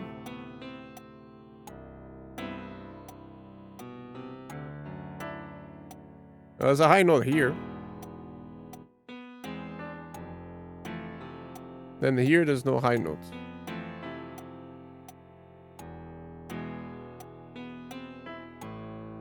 No, no, no, no, no, no, no. Any high notes here?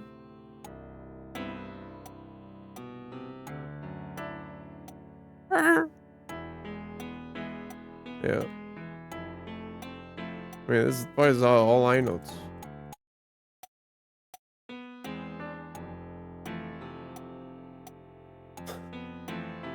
I mean, I know it's 3, but like, I just want to humor Koji.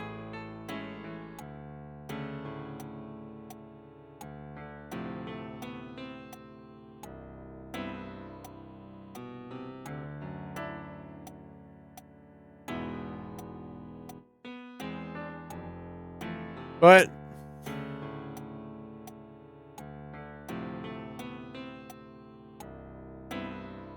yeah, so the Genshin happens here. Let's have a reminder. Bernstein moment.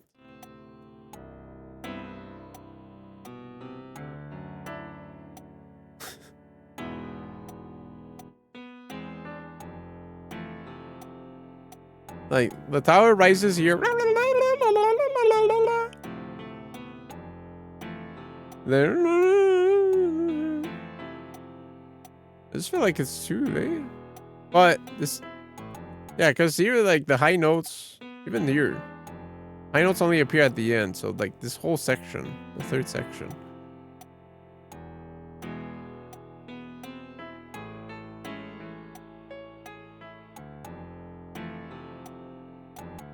The thing is, Koji, like this section is the same as the third one. The second is a different melody. So they're trying to tell you, like, you need to compare these sections together.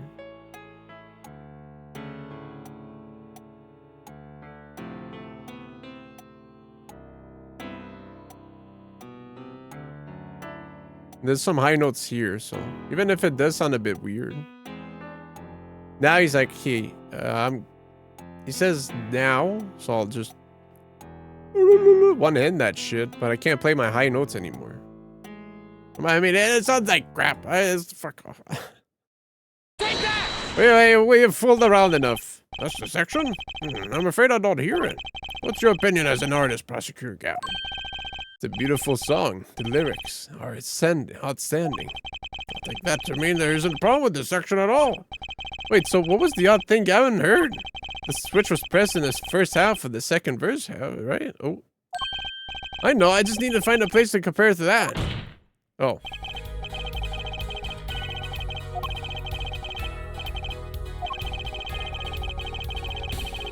So I was showing, yeah. I was showing that he was playing a weaker version.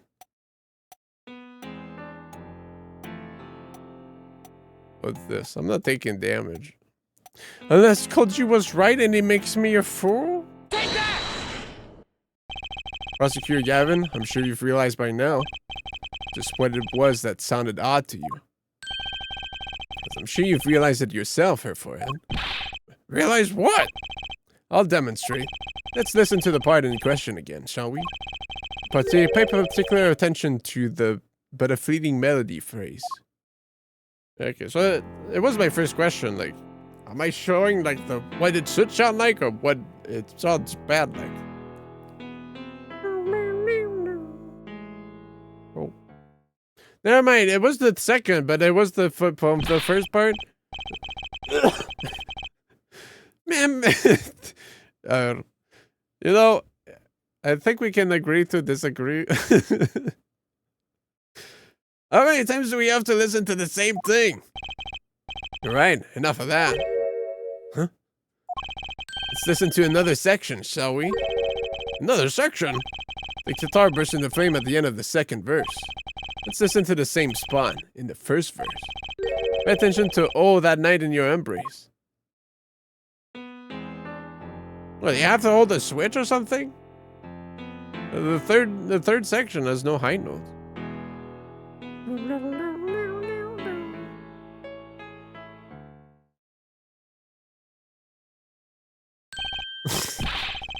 You'll just have to come back later, Scott. Play it first organ.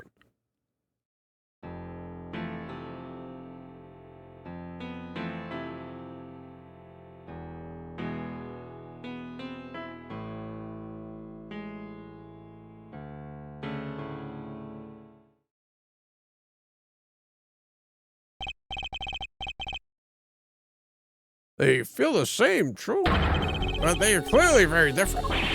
What?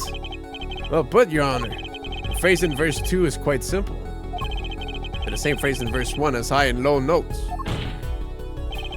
You'd have to use two hands to play that for sure. But there's none in oh, whatever, dude.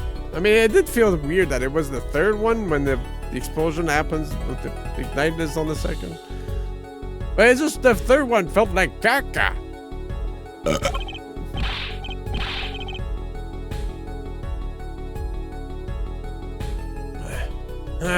What's that proof? I would think you'd know that by now. This is why I hate dealing with amateurs, man. So the two verses had different arrangements. Happens all the time. Not this time, Darian. Huh? There's no point in changing an arrangement if you can't hear it clearly. And that wasn't the point. I didn't play specifically so that the piano would stay in the background. That was what I noticed. Why should the same phrase sound slightly different? I asked myself. Now ask yourselves why Maki changed how you played, and there's only one answer. You needed a free hand in order to press the switch. Huh?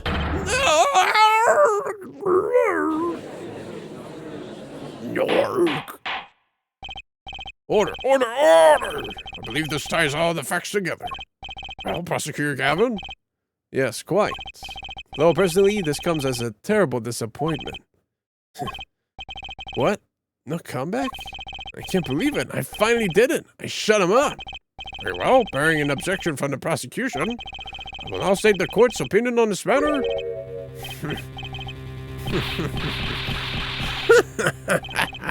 Good show, Steves.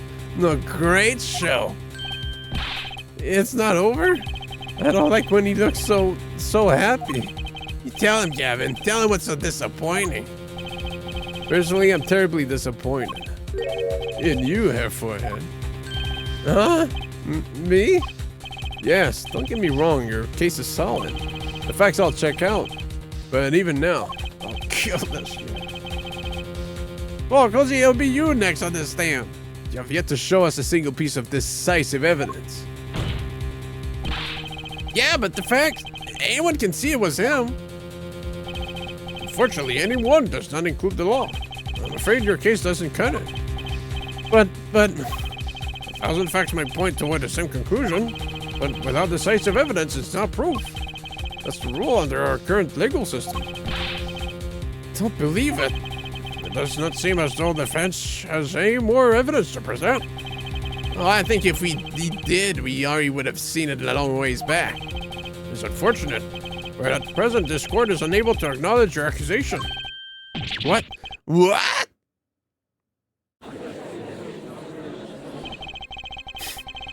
The truth is staring at us all right in the face. Why can't they see it? What's the point of a legal system that protects criminals? Paul, remember what Daddy said? Legal system's bullshit. It'll be easy proving you did it, especially not under the current court system. So what do I do? Like I said, good luck. And be aware that it will be impossible to prove his guilt by conventional methods. Every man has an igniter inside him. Find Darren Crescent's igniter and set it on. I wonder what he meant by every man's igniter. I think he just meant that weak spot, no? The kind of thing that a single spark could turn into a wildfire of emotion. I won't be able to press him further by conventional means. Got to find a weak spot in this guy. something fatal. So, can I get back to work now, or what? It may look like I got a lot of time on my hands, but I got no more time to play pretend with this deadweight attorney. Well, Mr. Justice, we've come this far without decisive evidence. This witness won't be coming back to the stand once we let him go. Every man has igniter. Don't say that out loud, bro. Now he's gonna be on the defense, huh? Didn't you say the better the guitar, the brighter it burns, Prosecutor Gavin? Ah, yes. Good guitars are kept dry, is why. That provides the best sound. Even a small spark could cause irreparable damage. Your plan has an igniter in it too, Detective. It was there from this very beginning. What? Finding time, Justice. If you blow this one, he'll be out of your hands for good. Go for it, Apollo. What, and this igniter's supposed to come burn me up? That's almost poetic there, Mr. Attorney. All the better, I'm rather fond of poetry. And I intend to hear this one through to the very end. Huh? Therefore, you are accusing this man, Darren Crescent, of 2 crimes. The murder of Mr. Latus and the smuggling of a Borginian cocoon. This is your last chance to prove your case. This trial has already run on for far too long. Mr. Justice, this will be my last warning. The moment this igniter of yours turns out to be a dud, it's the moment this cross-examination ends. It's the game over? Understood? Yes, Your Honor. Then let's have it. Show us the basis for these accusations against Darren Crescent. Okay, this is really my last chance. The key that will take apart Darren Crescent's plan is...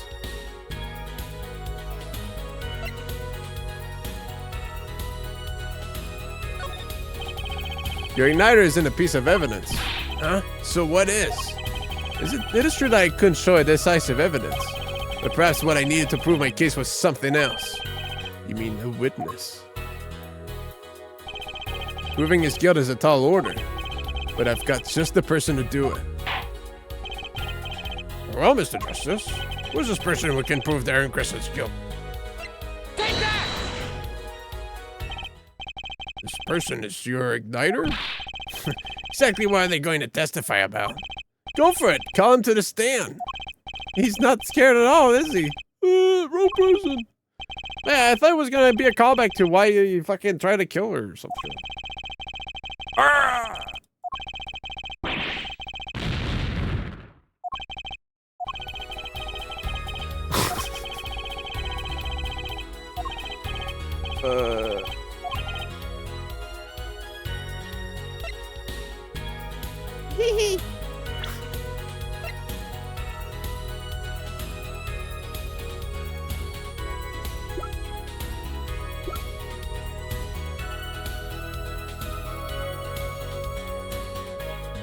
Oh, well, turns out he isn't blind and can't understand English.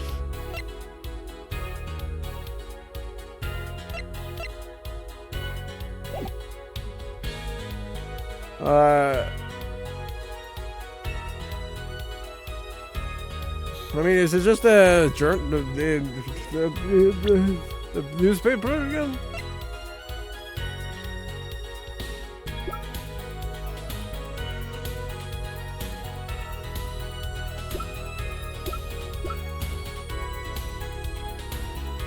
Yeah, but is that really it?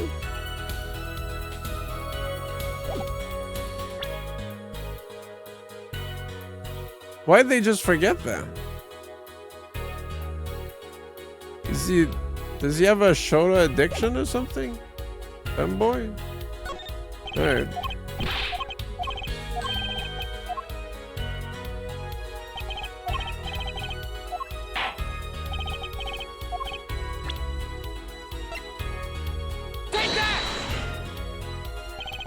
The one person who can prove Darren's Crescent guilt is the defendant, Maki Tabai. Quiet again? Maki Tabai was an accomplice to the Cocoon smuggling plot. Without him, Darren Crescent could not have gone to Cocoon. Well, I guess yeah. We never got that side of the story. I forgot. Furthermore, he can easily prove that he was the one who plotted to smuggle the Cocoon. real criminal in this case. How so?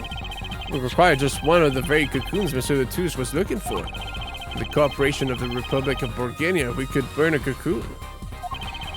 The burnt cocoon would leave a particular residue.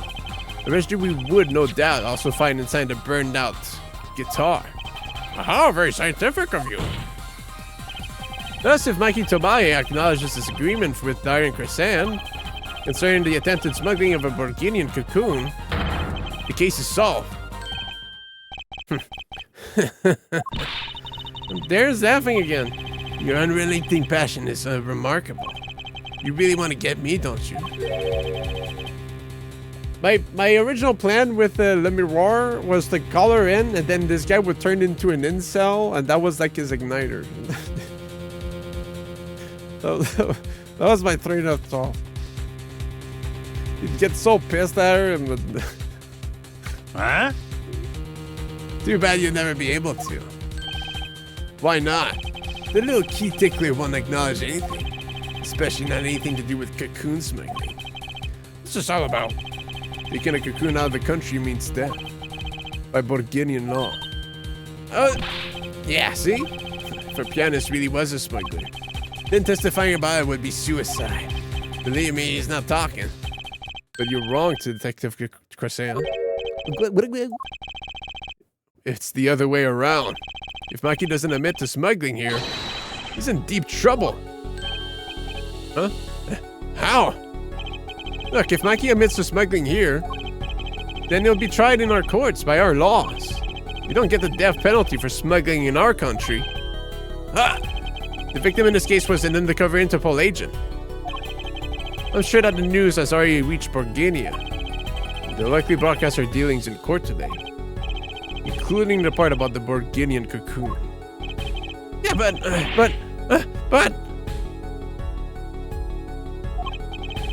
if Maki doesn't admit to smuggling now, he'll eventually be picked up by the Borginian police.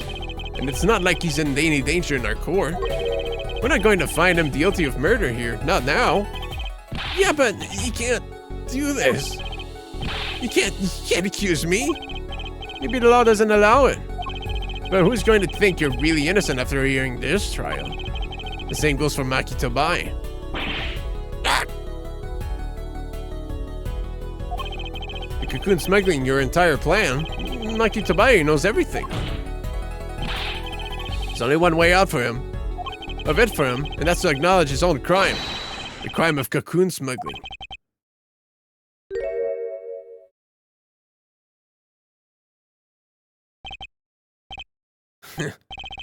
Don't worry there. I'll get you out of the country. I'll set you up someplace, a hidden mansion. Real nice. You want a house made out of cookies? Or no, a house made out of pianos? Come on.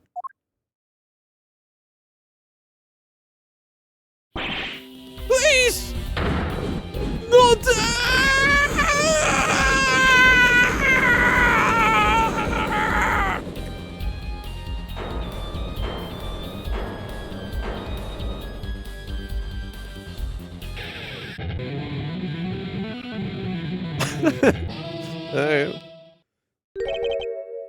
Darian, I consider that my last session with you.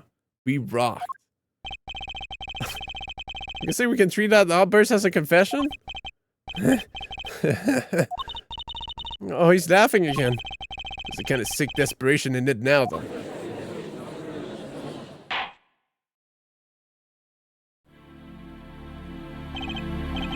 Well, have you been listening to today's trial? Yes? And you'll talk? You'll tell this court everything? I didn't want it to turn out this way, but I'm not the kind of lawyer that can overlook a crime. Today's trial was all for your benefit, you know? I see no reason why you should hesitate now. I knew from beginning, I knew.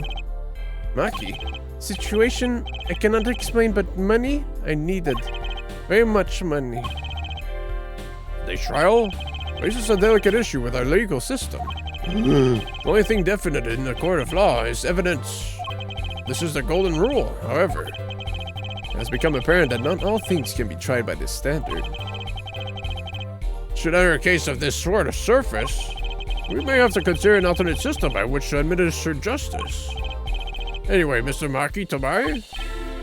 Mr. Wright died for this. Yes? I promise you we will receive a fair trial by the laws of our country.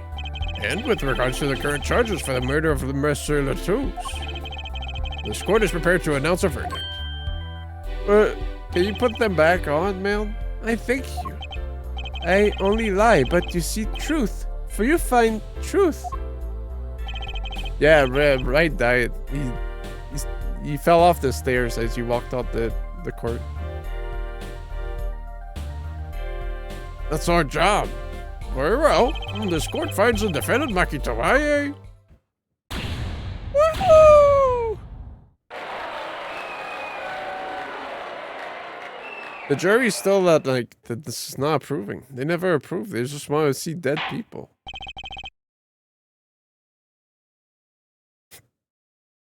Court is adjourned. All in the weekend.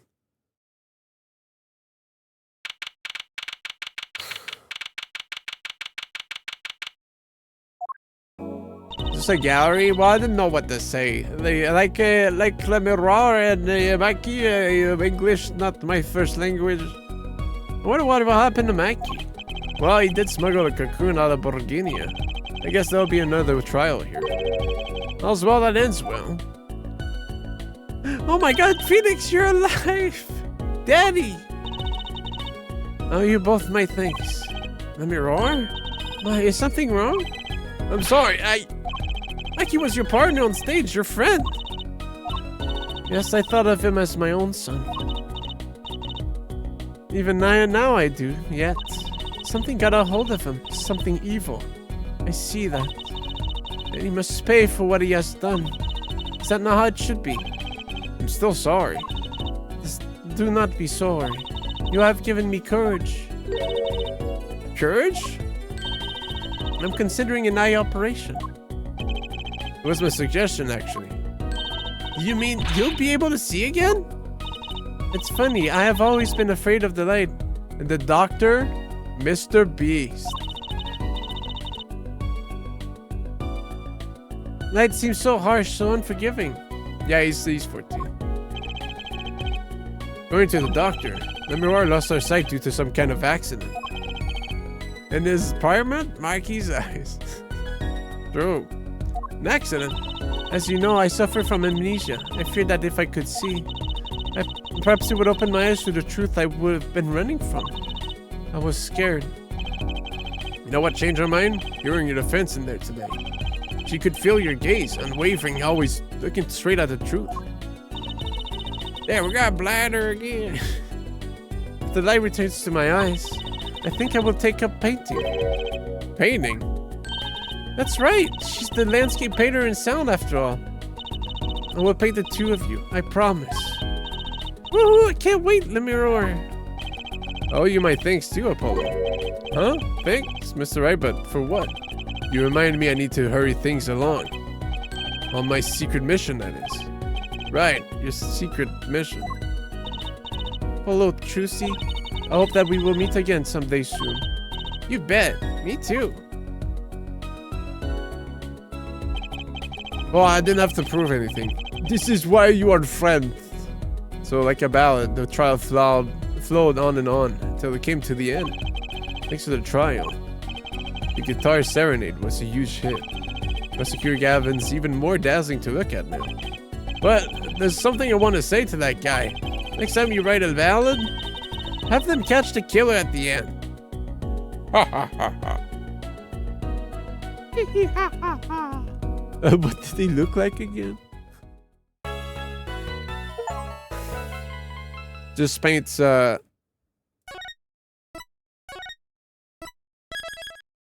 Larry and old bag instead. Fuck. Alright, it might be 6 a.m., but let's get a sneak peek to the final episode of the first game. There's the whole truth in this case. Oh, God. Juggernaut? Damn, Phoenix is gonna die. I don't have to understand it myself. Damn. But to know the story of these last 7 long years.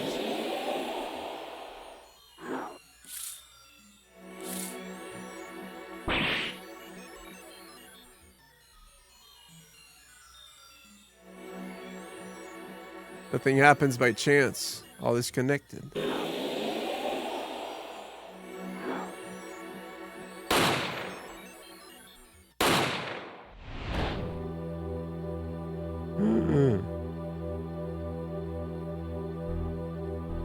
And now, you stand ready to begin the final chapter of the story. God, this Earth thingy is like reminding me of something. The cyber thing.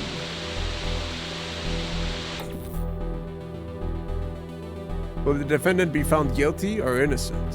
The decision is yours. Okay.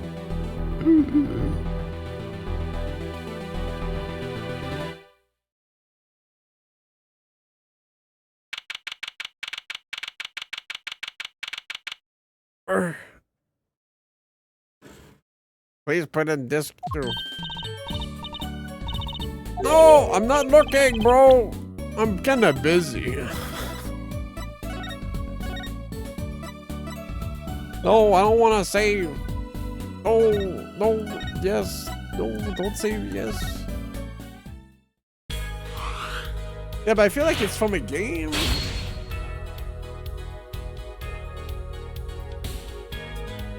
I don't know if it was. It's not custom Robo. I don't know, man. Or Battle Network. Network transmission, maybe. I don't think so.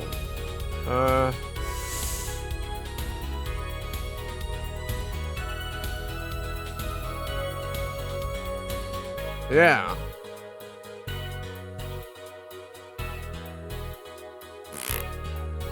That's way too specific to it's way too specific to remember, of course.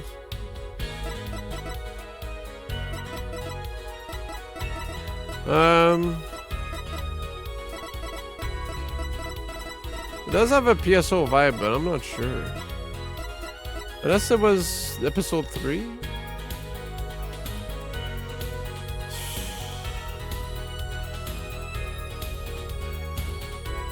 I don't know, man.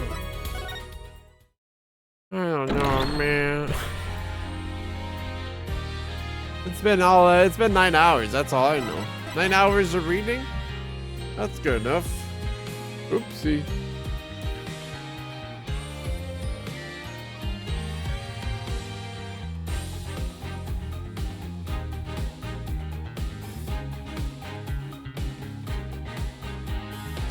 Meow, meow, meow.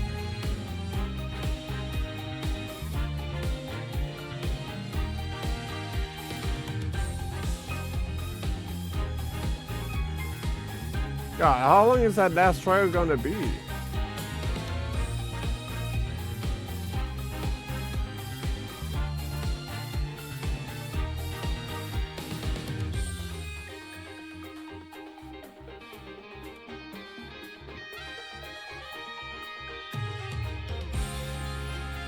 You get 6 to 7 hours? It's not as long as this.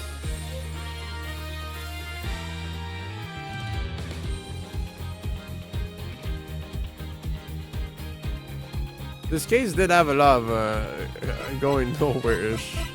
No, going nowhere isn't.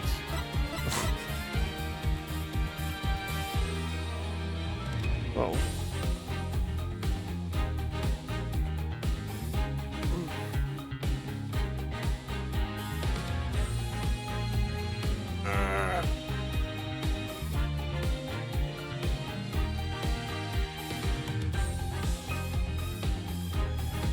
I don't know. I don't think it's a game I've streamed though, from the planet thing, Burby Bob.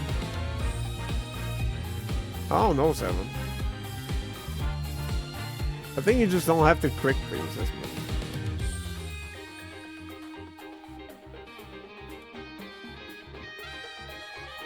Like the text will scroll, then depending on your settings, will wait like a second or two, and then proceed. Yeah.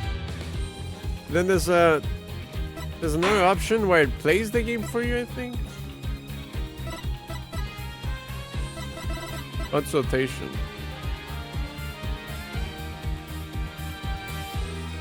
But it's not in the first game.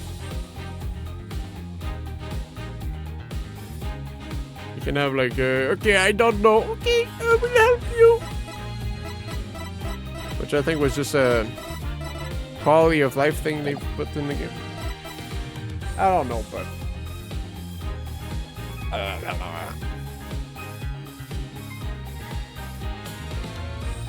Oh. Cool.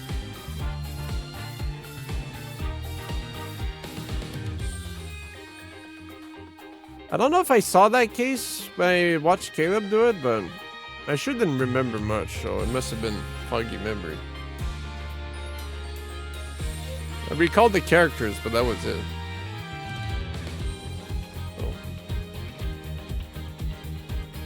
Oh. Did I watch the whole game and then the sequence? I was like, oh man, I'll probably play this at some point, so I better stop. I don't know. I do recall the little triple magician picture we saw. I do recall seeing that though, but I don't know if that's just from snooping around as usual. I see. Anyways, Capcom action music game.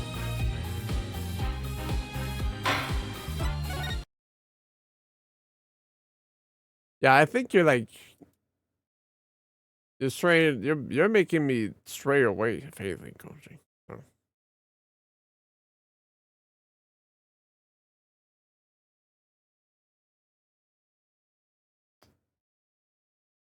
Was it just